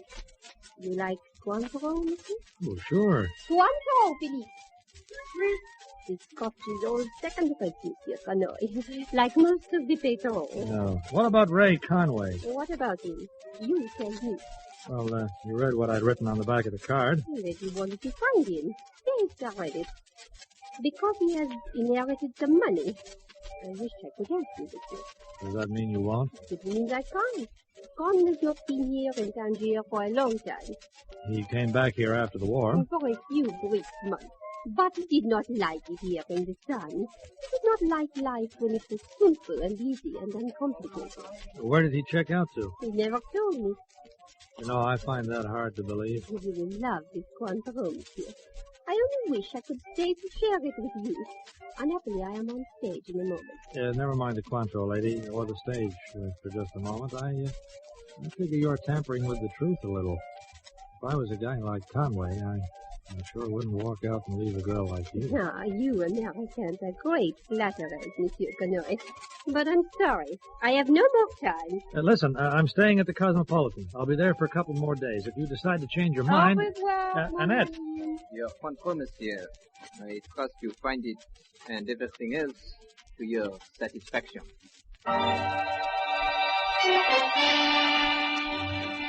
I stayed on for a while at the Devil's Tooth, hoping to get another chance to talk with Annette Delaray, but time passed and she didn't appear. Finally, I left the nightclub, walked out into the Arab quarter of Tangier, down to the harbor, trying to figure the angles in this strange search which an editor's hunch had made into my particular problem. After an hour or so, I returned to the hotel, picked up my key at the desk, and went upstairs. I opened the door. Too late, I realized the light was on. And too late, I saw the waiter from the Devil's Tooth sitting in the chair beside the bed, with a Luger in his hand. Come in, Connoy. Shut the door. I wish you to meet a friend of mine.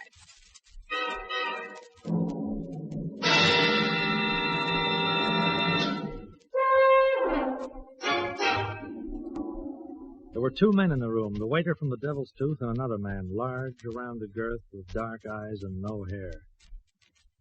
Okay, let's have it. What are you doing here, Buster, and who's your fat friend? Easy does it, Connoy. This is Mr. Camilos. He wants to talk to you. Carmelos? Greek? The name is Greek, Mr. Connoy. But my citizenship extends to many different countries. Just who are you? Among other things, I own the Devil's Tooth. Yeah? Well, that still doesn't add up to anything. I am also a friend of Conway. Well, then if you're a friend, maybe you can be smarter than the doll who sings for you. I want to find this guy. I must say, for a policeman, you have a nerve, Mr. Connoy. Do you not know that if I so much as raised my arm, Philippe would kill you? Well, two things I'll bank on, Carmelos. First, you won't raise your arm. And second, I'm no policeman. I'm a reporter. I'm trying to find Conway because he's come into some money. I told that to Annette. He didn't believe you. And nor does Conway. Well, I guess the news that he's around isn't really much of a surprise.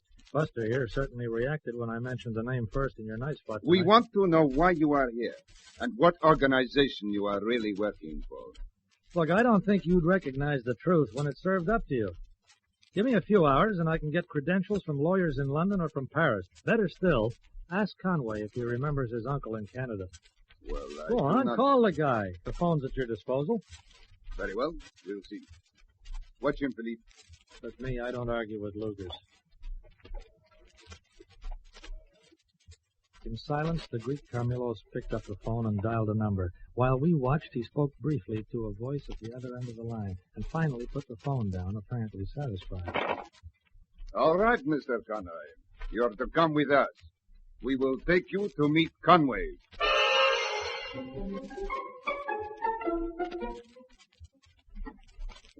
Go in, Mr. Connoy. Hello, Connoy. So, you're the man who's been asking all the questions, eh? You're Ray Shortly? Yeah, I was. The name's Conway now. Sit down and have a drink. A drink? Yeah, go ahead. It won't be drugged. You can relax, Connoy. I've been doing some fast checking up on you. A column called Europe Confidential, isn't it? That's right. How much did Uncle Bernard leave me? It works out to be about 40,000 pounds. That double he did. Well, life's quite a joke, isn't it? My old man could have been on top of the world with money like that. So could I once. And now? Now we bring in double that every month. Ah, it's chicken feed. Well, nice to be able to think so. What's the profitable sideline? Well, I don't know what to tell you, because there's not much you or anyone else can do about it. At least until they catch us. You can even run the story. That won't hurt us. Half Interpol and most of the police forces of Europe have been trying for quite a while. You see, over here from the window, that fleet of ships down there. Yeah. They're mine, Connoy, mine and Annette's. Carmelos here works for us, and so do a lot of other people. Contraband? The biggest. And the best contraband fleet on the Mediterranean, and we run it. Mm-hmm. If you care to look through the field glasses, you'll see down there now the police going over the ships. They can't do a thing, and they know it, but they have to keep up appearances. They can't touch us until they find contraband, and they've never found it yet. But when people like you start asking questions around, we like to find out why. Well, now you know. I guess I found you and got a better story than I anticipated, but it still doesn't solve the problem of that inheritance money. The inheritance money, would it mean going back to England to fix up the details? I guess it would. No, sir. Scotland Yard is too long a dossier on me to make a trip like that comfortable. Yeah. You can send me whatever papers I have to sign, tell the lawyers. Give the money to Maggie and the kid with my love. I think that's the best thing that could happen to it.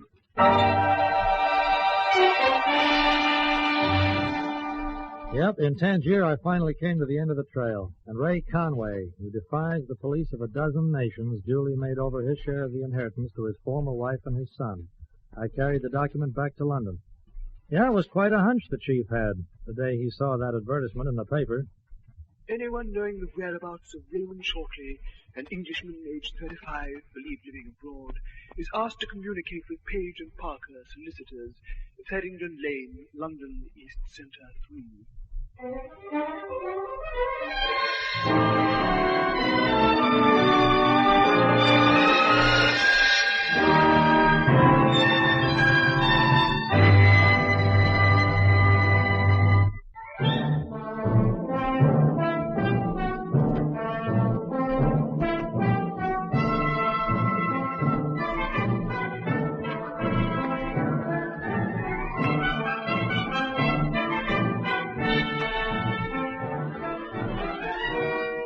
You have been listening to Lionel Murton as Mike Connoy in another exciting episode in the series, Europe Confidential.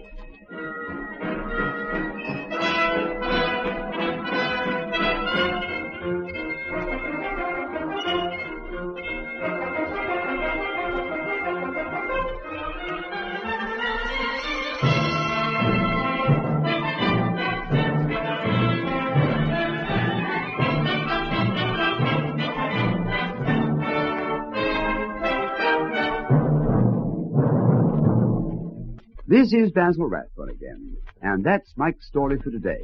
Mysterious, yes, and exciting. But then, that's our aim. These stories are exciting. That's why they're worth telling. We hope you will join us next time. Now, goodbye till we meet again for another of the world's greatest mysteries.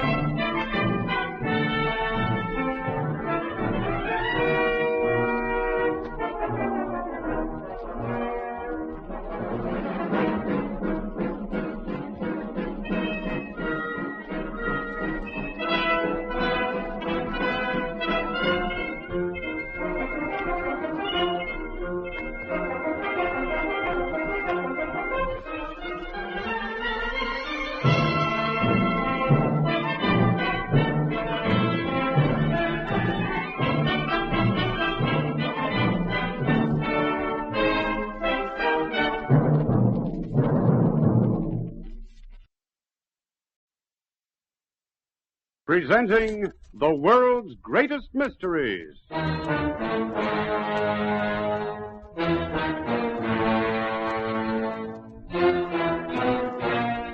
And now, your host. This is Basil Rathbone. Once again, it's my pleasure to bring you an intriguing story of mystery. Today again, we have as our storyteller the young American newspaper man whose home is Paris and whose beat is Europe. Europe, a continent full of all the ingredients beloved by mystery writers and yet in reality twice as mysterious. Today's story is particularly full of suspense and yet is founded on fact. Of course, the names have been changed, but little else. There's a well-known saying that truth is stranger than fiction. Our story today is not only stranger, but more thrilling, more full of suspense than anything fiction can offer. Come with me, then, on another journey to the places where only a man in search of adventure would travel. In a moment, our play begins.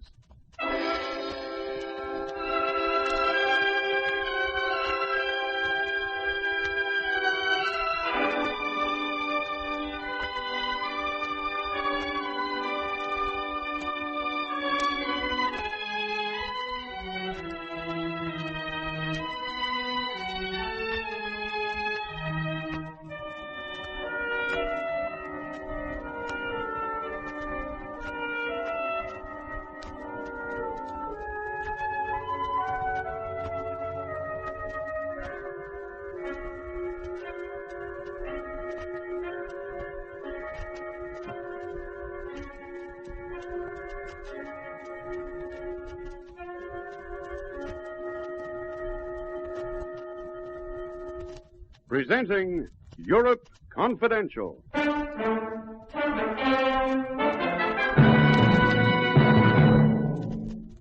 Oui, Connoy, I have some news for you. Old Bonique is dead. Dead? But the doctors thought he had a fair chance of recovery. Bonique did not die from natural causes. What? At 4 o'clock this morning in his hospital bed, he was stabbed to death. Well, what do you think of that, huh?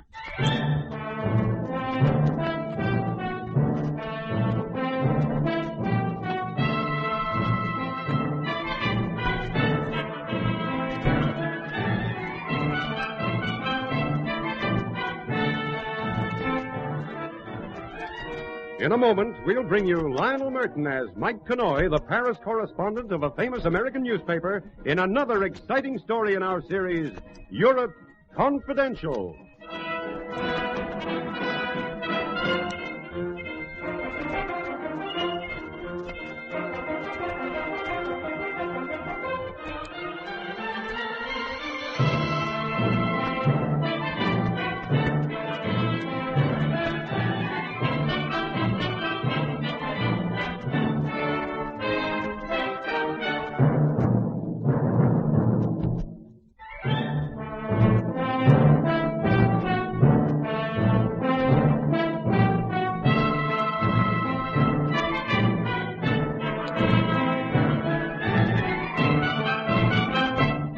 My name is Mike Connoy. I write a column called Europe Confidential for the Paris edition of a New York paper.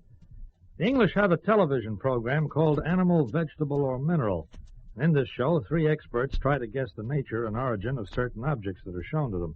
The objects are usually museum relics, and the show is broadcast live from museums in England on the continent. Last March, it was to be broadcast from the Montard Museum here in Paris. And as there wasn't much news around, I thought I might be able to get a story from my column out of the show. To get a bit of background, I rang the director of the museum, Monsieur Gaston Dutable. He was very obliging and invited me out to his home that evening. And quite a home it was, too. Another drink, monsieur. Thank you very much. Well, if I may say so, Monsieur Dutable, you have excellent taste. Your home is one of the most pleasant I've seen in Paris. I like to be comfortable. Yeah, everything in this room seems to fit, if you know what I mean. Wallpaper, the furniture, the carpets, the paintings, the ornaments. Merci. I suppose you've managed to amass quite a personal collection of relics. Oh, no, monsieur. Nothing to speak of. Really valuable pieces cost a lot of money. I am satisfied to collect for the museum. Yeah. I find this ashtray particularly beautiful. Merci, Monsieur Connoy. You could not have paid me a finer compliment. Oh? Oui. You see, I made it myself. Really? Pottery has been one of my hobbies for a great many years. It is the most relaxing pastime. The museum is my first love, pottery my second. Yeah, what do you know? You don't mind your museum being filled with television cameras and technicians? No, why should I? It gives many millions of people a chance to see treasures they would not normally be able to see. You won't actually be appearing on the program yourself tomorrow night. No, monsieur.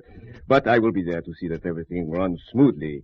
It will be my job to see that all the pieces they wish to show are prepared. I have a list somewhere here.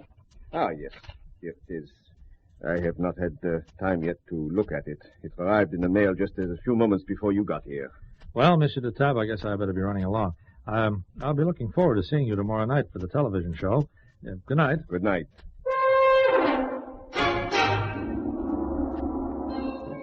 Just a routine interview, that's all. I arrived back at my apartment, poured myself a drink, read a book for a while, and at 11:30 I was just about to turn in when the phone rang. Hello. Yeah, Chief Connoy here. Yeah, I'm doing a story on the Montard Museum. Why? Burgled? When? Yeah, I'll get down there right away. Thanks, Chief.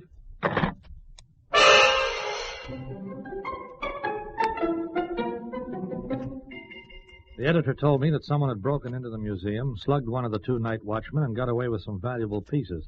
I wasted no time in getting there. As I arrived on the scene, an ambulance was pulling away. The museum was full of gendarmes, and the officer in charge was an old pal of mine, Jacques Magan. I might have known you'd be here, Connoy. Yeah, what is it, Jack? Breaking, entering, and assault? It may also be murder. Oh? Yeah, the night watchman, Bonique, has severe head injuries. Oh, that's too bad. I doubt whether he'll live. He was battered with quite a large piece of marble. What did they get away with, do you know? I don't know. But two of the glass cases are smashed, and the other night watchman, Sally, says some collection is missing. Officer, I am Gaston Dutable. Ah, good. You are the director, huh? Oui. The gendarme called and said there had been a robbery. Oui, that is correct. Oh, Monsieur Connoy. Yeah, small world, isn't it? You two know each other? I was over at Monsieur de Tab's home just a few hours ago, getting a story on the television broadcast tomorrow night. Monsieur, you must excuse my appearance. I just put a coat on over my pajamas. I wanted to get here straight away. The gendarme said that one of the night watchmen had been injured. Oui, Bonique. Badly? I'm afraid so.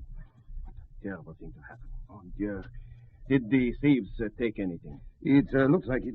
Excuse me, please. I must see. But why should anyone wish to break into a museum? Why? Well, some of these pieces are worth a fortune. Well, who could one sell them to? No other museum in the world could be approached. They would know immediately from whence the pieces came. Yeah, I guess there are plenty of unscrupulous private collectors who'd ask no questions. Tragedy. What's the matter, monsieur? You must catch the thieves, Captain. You must. They have taken the Haller collection. The most valuable pieces in the museum have been stolen.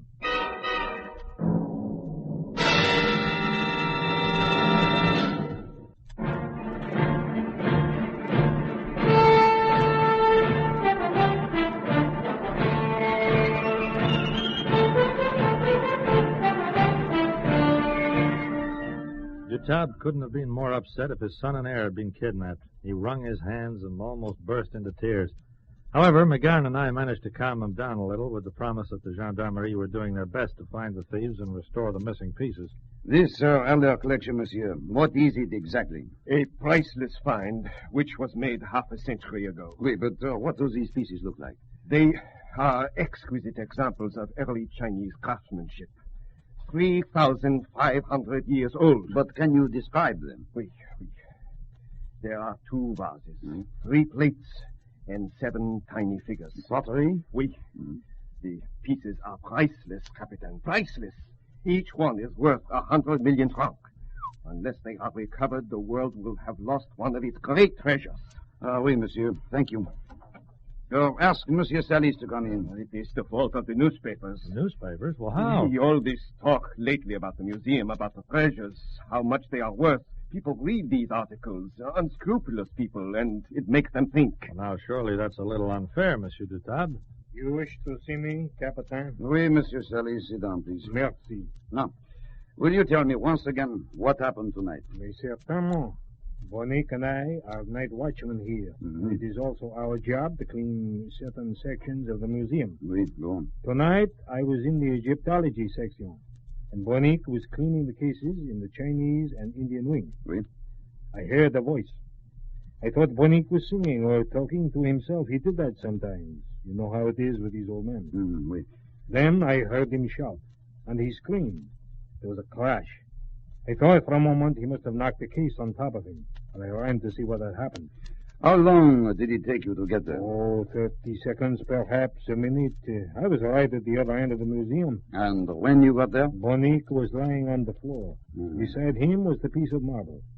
The glass in the cases was smashed, and the collection was gone. There was blood everywhere.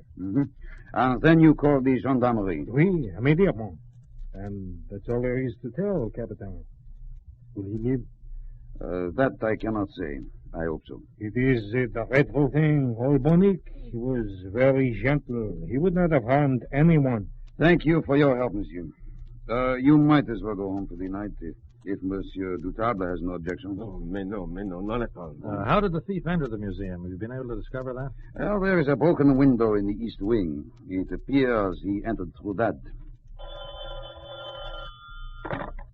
Oui? Oui, McGann speaking. Yes. Oh, good. I'll be around there right away. Bonique appears to be recovering consciousness. You going to the hospital? Oui. Mind if I come? I have no objections. And I, too, would like to accompany you, Capitan. All right. I don't see why not. Come along.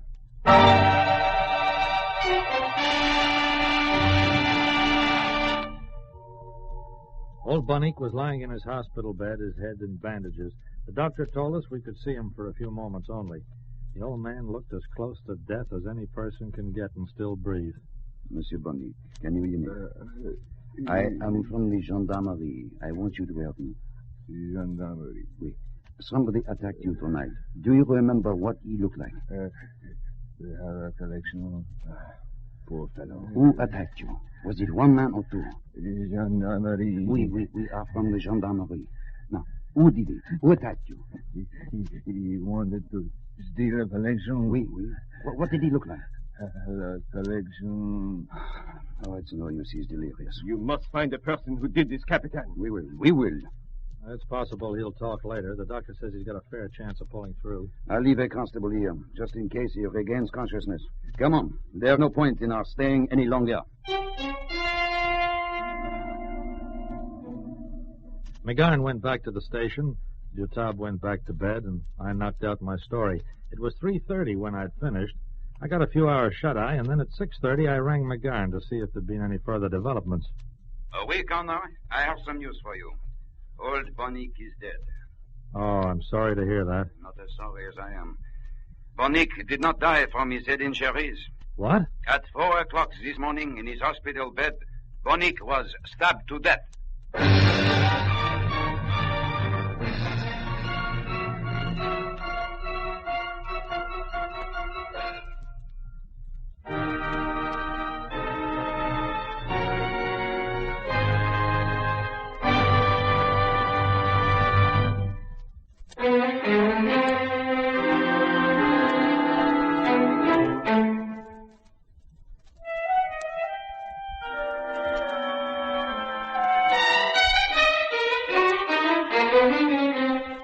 At 9:45 a.m., I was at the museum in Dutable's private office.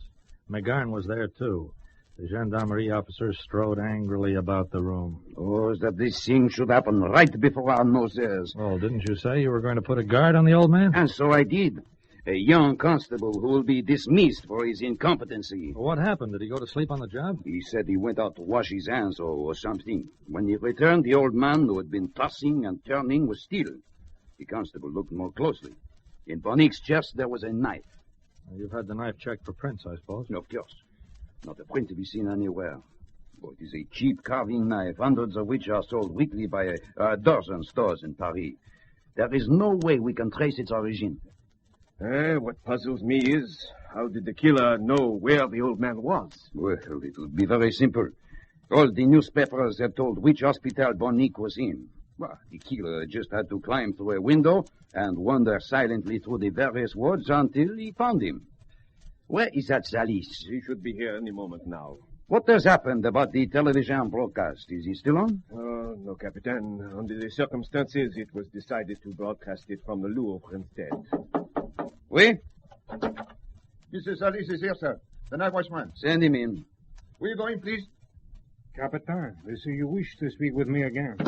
That is correct. The gendarme said Bonic died, was murdered. That is correct. Monsieur Salis, I want to ask you one or two more questions. Oui. Monsieur Dutab tells me you were not on the best of terms with Bonic. Well, is that true? We had our differences of opinion. You also had several severe quarrels. That is a lie. Did you not ask Monsieur Dutab a few weeks ago if it would not be possible to replace Bonic? Well, oui. With a younger man. Bonic was old. He was childish. And you disliked him, even hated him? I did not like Bonic, but hate him, no. And the quarrels we had were not severe ones, mon capitaine. They were just tiffs, as you might say, over petty things. But Bonic annoyed you considerably, huh? Oui, at times. Monsieur Salis, let us suppose that last night you had a disagreement with Bonic. That is not true. Let me finish. I was just supposing. And say you became enraged, and picking up a piece of marble, you hit him over the head with it again and again. No. And then when you saw what you had done, you became frightened. You broke a window, stole some valuable pieces, and made it look like a robbery. That is ridiculous. I had nothing whatever to do with it. I would not kill anyone. Oh. Where did you go after you left here last night, huh? After I had finished questioning you? I went home, to my home. Mm-hmm. Are you married? My wife is dead. Did anybody see you go home? Have you any proof that you did not go to the St. Clair Hospital? I went straight to bed, but I don't think anybody saw me. I cannot prove it. Captain, what you're thinking is not true. I didn't kill Bonic. I'm afraid we will have to hold you for further questioning, Monsieur Salis. But, Captain... You, Gendarme Dupont? Sir? Have Monsieur Salis taken to headquarters. Have his room searched thoroughly for the missing articles. Oui, Captain. Come along, monsieur. I did not do it. I did not do it. You really think it was him, Captain? Oh, I don't know. Oh, it is possible. However, rest assured that we will get the truth out of him. I am going to my office for a while. You mind giving me a lift? Certainly. Come on. We walked out of the museum together. At the edge of the sidewalk, something caught my eye. It was a piece of broken pottery lying in the gutter.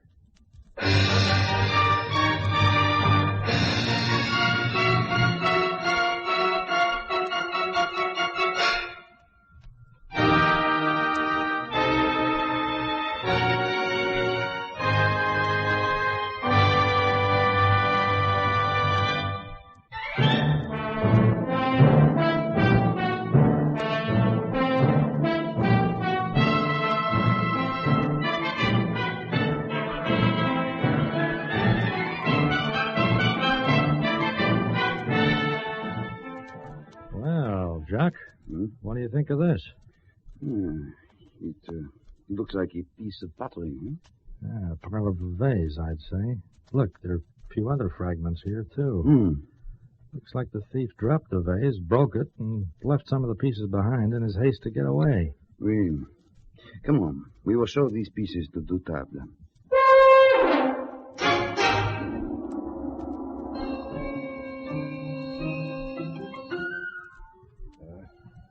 Oui, monsieur. There can be no doubt about it. This is one of the stolen vases. And my last hopes are shattered like this vase. Oh? Well, what do you mean? Look at it. Broken, lost to the world, lost to humanity forever. Well, perhaps we'll find the other fragments before we're finished. I wonder if my men have searched Salis's room yet. I think perhaps we might find the rest of the pieces there.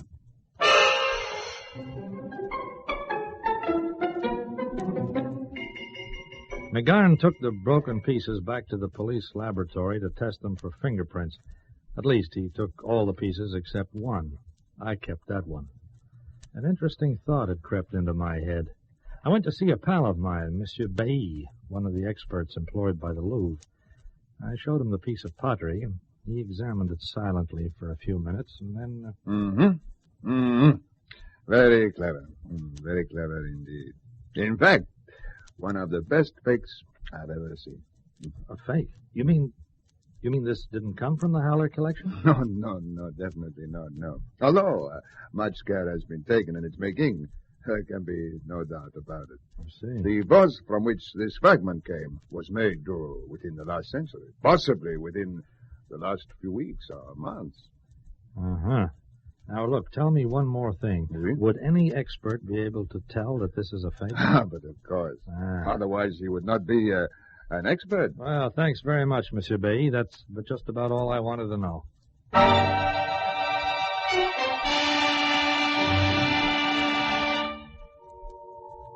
I caught a cab to the museum. Dutab was not there. He'd gone home to rest. So I went out to his home, stopping only to make a phone call to Captain McGarn on the way. Dutab opened the door in a scarlet dressing gown over blue pajamas. He looked ready to go to bed.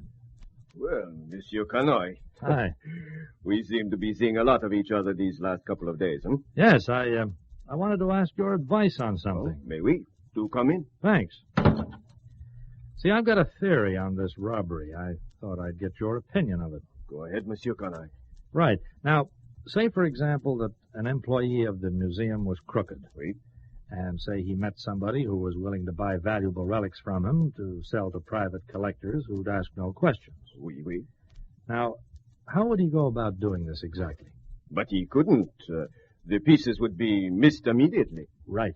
So this person would have to replace them with clever fakes, which he perhaps made himself. Ah. An interesting theory. And then a certain television show was to be broadcast from the museum in which experts would examine relics and try to guess their origin. Now, what would this guy do? Well, I should imagine he would be panic-stricken. Right. Because these experts would know right away what had been going on. They'd recognize the pieces for fakes, and the cat would be out of the bag, no? Alors? So the guy went to the museum, broke a window, and let himself in, even though he had a key. He wanted to make it look like an outside job. He was going to remove the Haller collection from their cases, take them away, and remove all evidence of the swap-over. Please continue, Monsieur Connoy. But just as he was about to leave the building, an old night watchman called Bonique saw him and recognized him. Well, there was only one thing for it. The crook picks up a piece of marble, smashes it over Bonique's head. He thought he'd killed the old man, and, well, when he discovered that there was a chance of his pulling through, he went to the hospital and finished the job. Oh, is that all you have to say, Monsieur Connoy? Almost. It was very clever of you, Dutab. I am a clever man. Your hobby's been pottery for years, hasn't it? You told me so yourself. But the one mistake you made was in not recognizing that fragment as a fake. We all make mistakes at times, Monsieur Connoy. But mistakes can be erased. Put up your hands. Oh, no. Wait a minute. You are the only person who has worked this out, no? Just a minute now. You can't get Stay away where with... you are. I will tell the police that I heard a noise in my house. I thought it was a burglar. I fired. How was I to know that it was just a reporter snooping for a story? Look, Dutab, listen to me. Adieu, Monsieur Connoy. Open up! Gendarme. That's right. I rang him just in case. Connoy,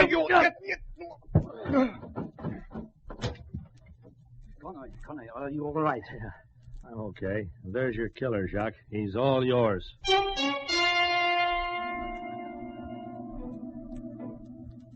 The Haller collection is back in the museum again now. With Dutab's cooperation, they were able to trace all the missing pieces. And Dutab, he was sentenced to life imprisonment on Devil's Island. The last I heard of him, to while the time away, he was making pottery ashtrays.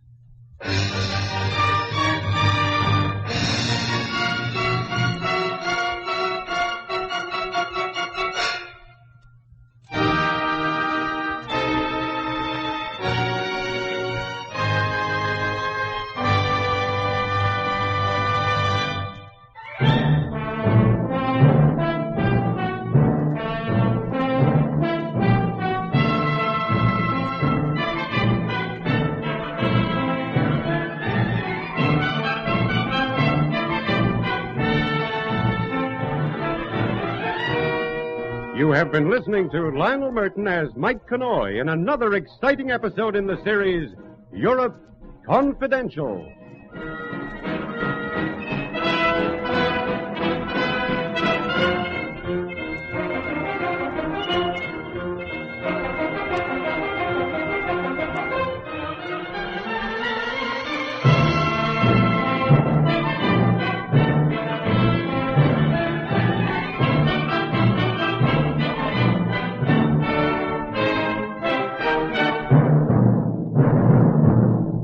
This is Basil Rathbone again, and so our journey into the realms of mystery is over. Soon, however, I'll be back with more of these tales of mystery which I know we all enjoy so much. Well, goodbye now till we meet again to listen to another of the world's greatest mysteries.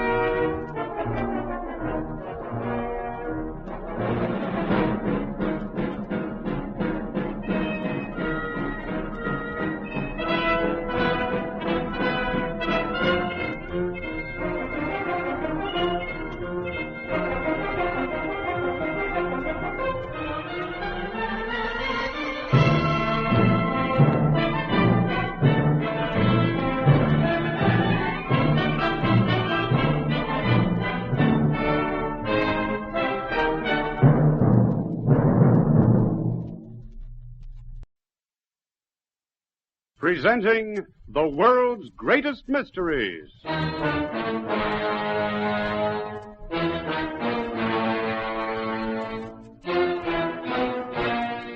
And now, your host. This is Basil Rathbone. Everybody loves a mystery, and I'm no exception. And that's why it gives me so much pleasure to act as your guide on this series. You see, we've gathered together some of the finest mystery stories in the world. Stories from many places and from many times. Some of them are up to date, well, as up to date as today's newspaper. Others are classic stories of the past. Today's mystery, for instance, it takes place in Europe, the Europe of modern times, a world of intrigue and suspense where a man's life can count for very little when a country's future is at stake. Mike, our storyteller, works in the Paris office of a famous American newspaper. His job is to look for the stories that make the news, and he finds them in the places where the news is made. In a moment, our play begins.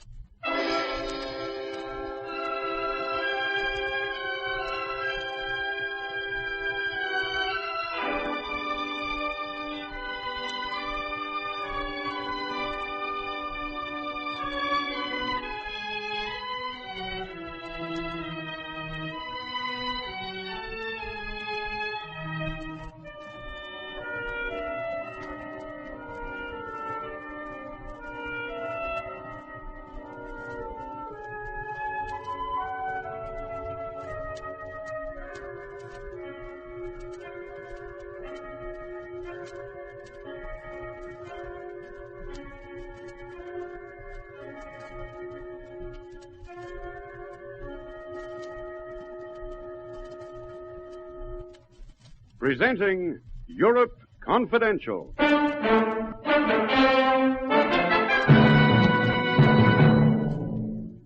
And do not get any ideas yourself, Connoy. I was here at the club last night, and Louise can prove it. Yeah, so she can. Well, if you ever change your mind about that, you know where to find me. At the office. Get out of here. I'll be there all day. I said get out, and take your crazy friend with you.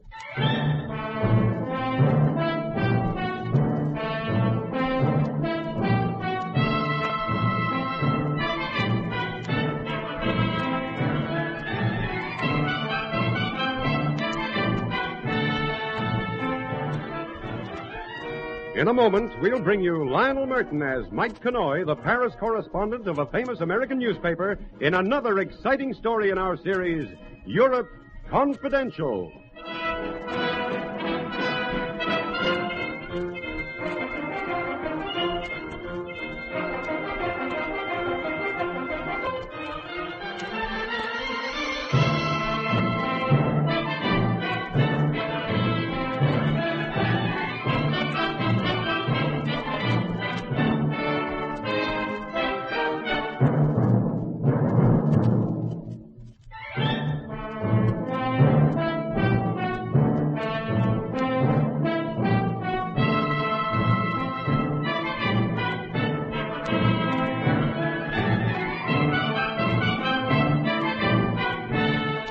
This is Mike Connoy. Across the square from my office in Paris, there's a fountain erected as a monument to some city father of years gone by. The name of the elder statesman isn't important to this story, but the fountain itself is. At night, it's floodlit, and from my office window, I can see the fountain and the groups who gather to make it a meeting place. Some nights, I could single out Francois Devin, where the crowds were less dense than usual, but whether I could see him or not, I knew he'd always be there. It was something of a legend around the square, Francois' devotion. Well, in a city like Paris, that really counts for something. The tale was told to me first, many months before, by a bartender in the Café d'Alsace, a knowledgeable lad named Philippe.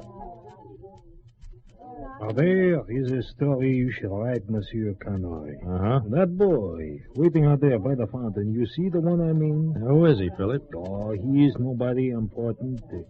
His name is Francois Devin. I think he's a clerk in a government office, but every night he waits there. For whom? Her name is Florette. She is a dressmaker's apprentice. She comes to meet him at night when the clock in the square strikes 8. Every night? They have not missed a meeting once in 4 months, ever since they first met here in this bar. Some romance, huh? She must be quite a girl. Oh, she is not, how you would say it, beautiful, just a nice girl with a nice smile. Mm-hmm. But they are in love, and every night she crosses the square to meet him.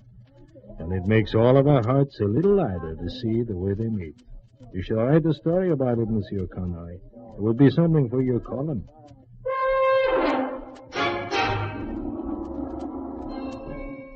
My friend Philippe the barman is an incurable romantic. I explained to him that stories are not found in two ordinary people being happy together. Yet, in spite of that, I found myself becoming interested in the meetings of Francois Devin and his Fleurette. In time, I got to know Francois, just casually. Once I rated an introduction to Fleurette. She was a nice girl, too. She was his first love. There'll never be another quite the same. I guess like everyone else in the quarter, I got pretty fond of the two of them. Well, then, a couple of nights ago, I was on my way to circulate through the city in search of copy. I passed the fountain. It was a few minutes off 8, and Francois was waiting. Monsieur Connoy. Hi, Francois. Hi. Not being stood up, are you? Stood up? Oh, no, not stood up. It is only 2 minutes to 8. Florette will be here soon. Yeah, you're a lucky guy. I am lucky. Florette and I, we are lucky together. Well, you look after her, kid. They don't come along every day of the week. I know what you mean. Maybe you'll let me buy you and Fleurette a drink or a cup of coffee. I'll be over in Philippe's bar if you care to join me. Oh, merci, Monsieur Connoy. That is kind of you. Fleurette would like it. Okay, then. I'll be at the corner table. So long. Au revoir, Monsieur Connoy.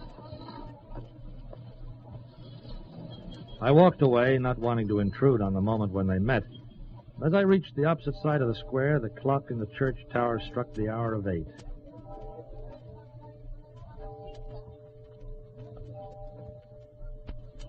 I stood for a moment, watching the people pass, and then behind me, on the side of the square, screened from my view, I heard it happen. A woman screamed. A car skidded. I sensed rather than heard it rev its motor and roar away. And as I turned and ran toward the scene of the accident... Excuse me. Sorry. Look, if you don't mind, thanks. Francois, you here? What happened? I saw a car tear off. It was too far away to get the number. Looked like a hit and run. But what... Francois. He did not even stop. Just drove away. Florette. He did not even stop. Well, I'll call an ambulance and a doctor. No. She does not need them. Not anymore. Let go of me. Let me out of here. Yeah, but wait a minute. Where are you going? I'm going to find him. I'm going to find the man who killed her. I'm going to find him.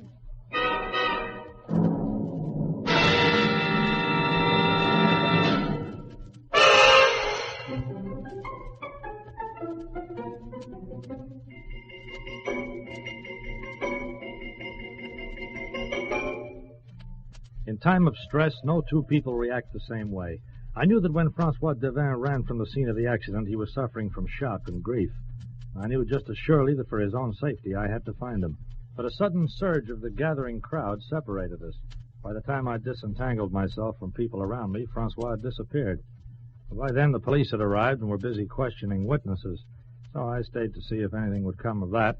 About an hour later, I was talking to Sergeant Lemaire of the local precinct about his lack of progress. Monsieur Connoy, you can put this in your column.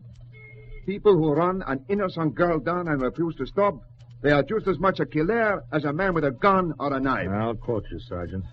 Didn't anybody see the number of the car? Everyone is concerned with their own affairs.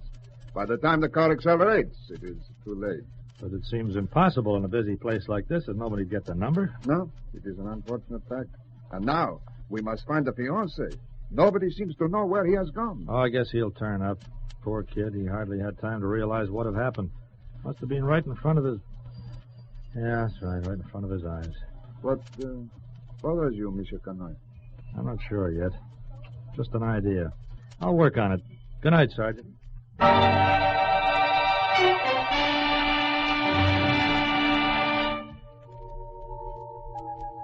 In Paris, government offices open at 9 a.m., and promptly at that time the following morning, I was at the door of the motor registry office.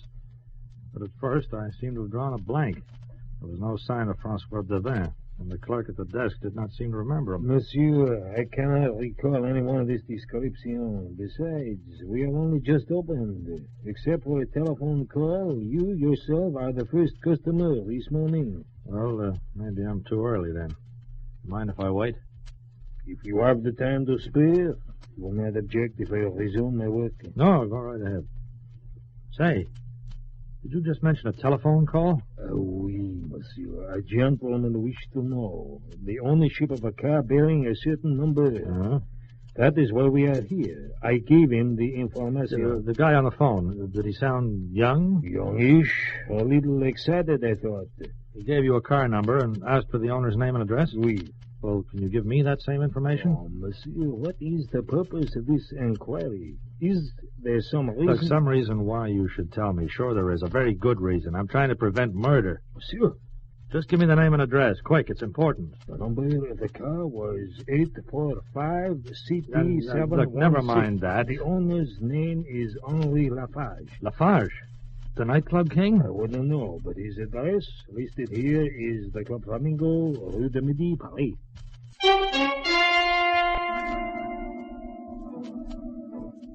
I knew Lafarge, all right. Without being told, I knew where to find him. I went to the Club Flamingo on the Rue de Midi, and after being kept waiting about 10 minutes, I was shown into Henri Lafarge's private office. Sumptuously furnished, if you like glitter and leopard skin. Lafarge himself, thick-set, gray-haired, faced me from behind a massive desk. There was a blonde over in the corner whom I recognized. The club's latest songbird, Lafarge's regular companion. We were introduced. Thierry, I want you to meet Mike Connoy, who writes the column Europe Confidential. Connoy, this is Louise Ferrier. You should give her a mention in your column sometime. Nice to meet you, Miss Ferrier. I have heard of you. Now, Cherie, it is too early in the morning, huh? Sit down, Connoy. What is on your mind? A girl who was knocked down last night in a square outside our office block. What are you saying? Knocked down by a car. She died. The police are looking for the hit-and-run merchant. What is this? Some kind of conspiracy, eh? I guess somebody beat me to it, did they? There was a young fool here just before you arrived. Had a gun with him, mouthing all kinds of stupid threats. Now you... Well, Lafarge, just for the record, where were you last night around 8? I was here at the club. Louise was with me. Is that right, Miss Ferrier? Of course it's right. Isn't it, Louise? Oui. She was a nice girl, this gal who was killed. You should read my column this morning and find out. We don't take your paper. Whatever ridiculous idea made you come around here, Connoy, you'd better get it out of your head fast. That kid was crazy. He deserves everything he got.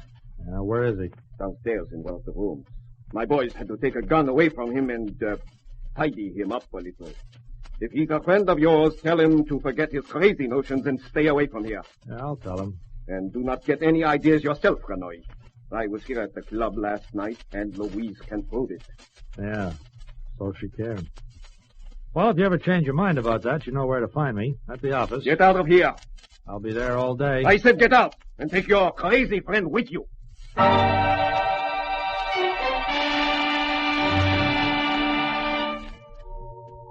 went downstairs into the empty Flamingo Club, and one of Lafarge's goons shadowed me to a small room where I found Francois Devin. The boys had taken care of him all right, with just a little too much enthusiasm for their work. I got him out of there and got him to a doctor where we learned that his left arm was broken. I stayed around while they put the splints on it and then escorted him home. You feeling better now, kid? He was the one, Monsieur Connoy. He did it. How'd you know that? I saw the number plate. I saw it clearly. Oh, you should have told the cops, kid. That wasn't a smart way to go about things, you know. He killed her, and he did not stop, like you'd kill a dog. I could not think of anything but that. You sure you got the right car number? I know it. And after this morning, I'm certain it was him. Yeah, I'm kind of with you on that. Okay, now listen. You stick around here and don't try anything else. I'll send a Sergeant Lemaire around to see you, and you can tell him the story. Not that I think it'll help now. Lafarge is too smart not to cover up. But he cannot get away with it. He must not. Well, maybe he won't. I'm backing another hunch. What do you mean? A blonde with blue eyes. I've got to get back to the office in case she calls.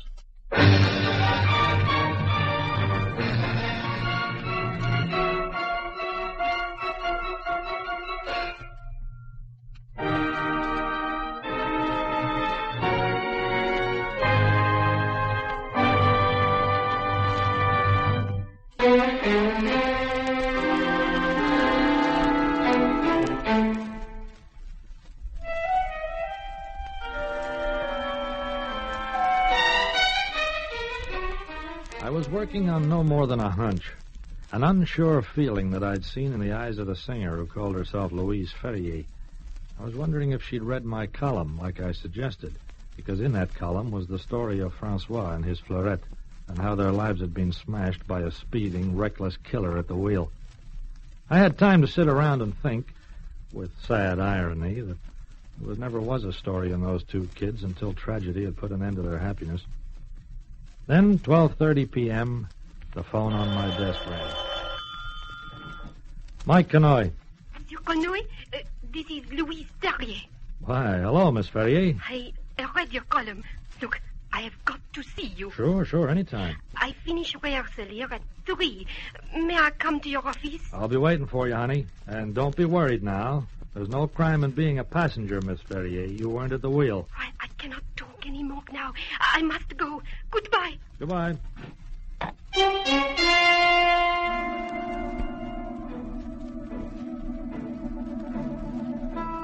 I loafed around, filling in time, waiting for Louise Ferrier. Meanwhile, there was a call from Sergeant Lemaire. He'd checked on the information given him and come up with nothing to work on. I figured it pretty much as he explained. Like you, Monsieur Connoy, I have my suspicions, but on suspicion alone, I can do nothing. Does Lafarge stick to that same story, that at 8 last night he was in the club? Oui, he does. And he says that a witness will support him. Yeah, Louise Ferrier. Oui, the singer at his club. Mademoiselle Ferrier was not available to confirm the statement. She had finished rehearsal and left. But I expect to reach her at her apartment later in the afternoon. Wait a minute. She's left the club already? It's only 2 o'clock. Is there something strange about that? Well, maybe not. But where can I reach you if I need you? I am at headquarters. And, Monsieur Connoy. Yeah? A word of warning. Oh? If the impetuous Francois Devant is a friend of yours, I would talk to him. He is a very emotional, excitable man. And threatening to kill Henri Lafarge in my presence is not of very good sense. He did that, huh? Several times. Yeah, he's still in a state of shock, I'm afraid. He was roughed up pretty badly this morning. I realize that, but he went to the Club Flamingo with a gun. So the fault is on both sides. You understand, as a friend, I would simply tell him to take care.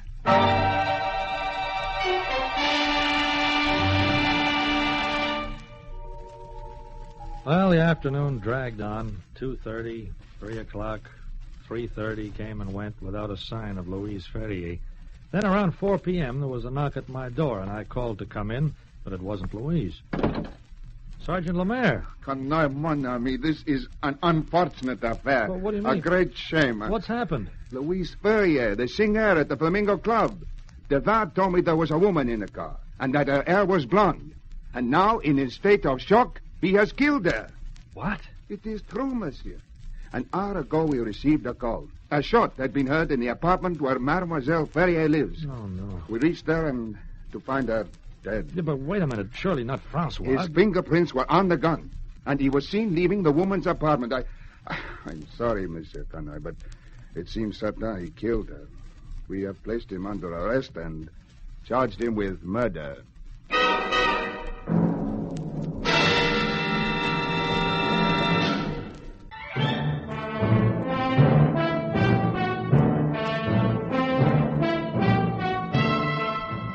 That evening early, I went to police headquarters and was granted an interview with Francois Devant. He was pretty badly shaken, but otherwise much calmer than he seemed earlier in the day. I had a question to ask him, and I asked it point blank, and I got the answer that I'd expected. I did not kill her, Monsieur Connoy. I swear I did not kill her. Well, there's a pile of evidence stacked up against you, Francois. But I had no reason to kill her. It was only her friend Lafarge who I wanted to kill. Well, the threats you made against him have set you up as an obvious suspect for this. But there's a couple of explanations I need before I can try and do anything to help you. What are they? Well, first of all, your fingerprints were found on a gun beside the dead woman. Secondly, you were seen leaving her apartment soon after the murder. Well, that I can explain. Well, then come on, let's hear it. Well, I was at home after the police sergeant left me. Yeah? The telephone rang. A voice, it seemed muffled, told me to get in touch with Mademoiselle Ferrier, that she had some information to help me. A male voice? Oui, I think so. The voice gave me her address and told me to go there, that she would be waiting for me. So I went. Yeah, go on. When I reached her apartment, the front door was open. I knocked and went in. Well, that's when I saw her. She was lying there on the floor. Then I heard 2 gunshots from right behind me. The door slammed just as a gun landed on the floor beside my feet. But Louise Ferrier was already dead. Yes. I suppose I did not think. I picked up the gun and suddenly realized what I was doing and how it would look. Besides, the gun, she felt awkward in my right hand. That's when I turned and ran and, well, you know the rest. Yeah. Look, you've got to believe me. No, don't worry, Francois. I do believe you. Have you told this story to the cops? They laughed at it. Yeah. Did they allow you to make a statement and sign it? No, they said to think it over and then to tell them the truth. But that is the truth. Look, supposing I got you a pencil and paper. Could you write that story out in detail just the way you've told it to me?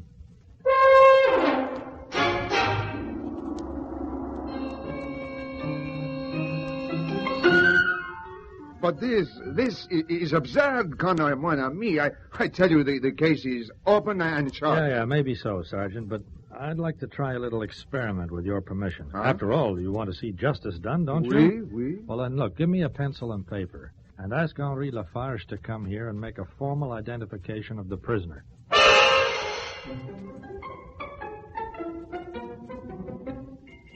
Sergeant Lemaire was far from enthusiastic, but he finally agreed.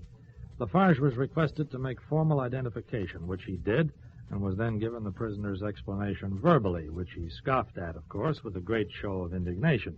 Yeah, Henri Lafarge was laying it on pretty thick. Mon Dieu, I blame myself, Sergeant. Gentlemen, this madman here came making threats earlier today. But how could I have known these threats were directed at poor Louise? I did not tell her. Enough, Devin. We have had your statement. You get a chance in the law courts to prove it. Just one thing I'd like to know. Lafarge, what made you let Louise go early from rehearsal with the band? Early? I do not understand. Wasn't she due to rehearse until 3 o'clock? Oh, no, of course not. You might check on that with the band leader, Sergeant. You see, Louise Ferrier told me on the telephone that she wouldn't be free until after 3 p.m. That telephone call was interrupted. I've got a hunch that Louise Ferrier died soon after she put down the receiver. You are out of your depth, Connoy. This is nonsense. Find out from the band leader, Sergeant, whether Louise Ferrier went up to Lafarge's office and didn't return. Whether he went looking for her and was told that she'd been given the rest of the afternoon off. Would this be correct, Monsieur Lafarge? Well, it could be. I do not see that it makes much difference, though. In fact, that is what happened, isn't it? Oui. I let her off early. She went home. And this madman killed her. She went home already dead. You got her into her apartment and then looked for a way out. You thought of Francois, the perfect patsy. So you phoned him up, and the rest we've already heard. Absurd. You are crazy, Connoy. That's a favorite word of yours, Henri. Sergeant Lemaire, maybe you'll take a look at this piece of paper. On it, you'll find a signed statement by Francois Devin telling his version of what happened. But I have already read... Take it. Here, take it, Sergeant. Have a good, close look. Very well. But I do not understand. This is impossible to read. What kind of a silly prank is this, Mr. Connoy? It's no prank. The writing's a mess. The same as you and I might make if we tried to pen a note with the wrong hand, Sergeant. What are you saying, Connoy? Oh, now you've got it, Lafarge. Francois is left-handed. And as you know, his left arm is broken. You should know. Your boys did the job. I think ballistics can tell us a gun was fired right-handed. By a right-handed man. Stop him! Well, nice unarmed combat, Sergeant. Whether ballistics can prove all that or not, I don't know. But maybe you've got all the proof you need.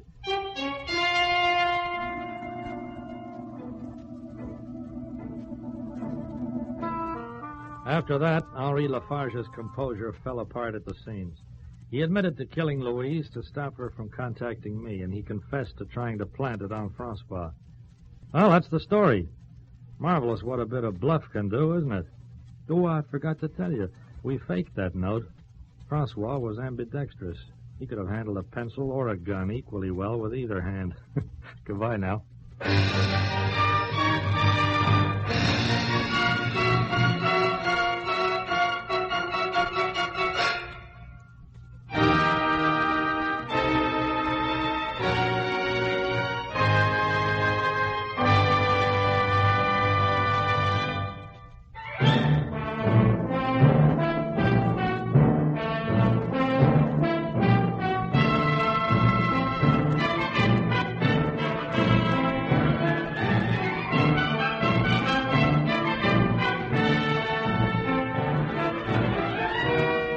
You have been listening to Lionel Murton as Mike Connoy in another exciting episode in the series, Europe Confidential.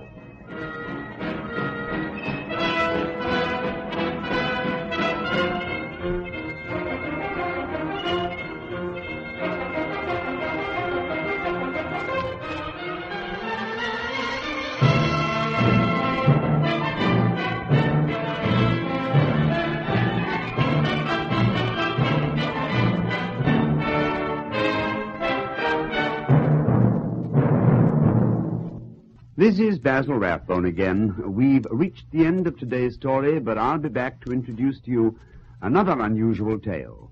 Remember, for this series, we've searched the whole world to bring you stories of every kind.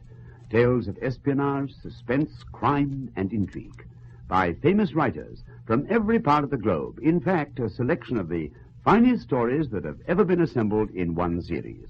Well, goodbye now till we meet again to listen to another of the world's greatest mysteries.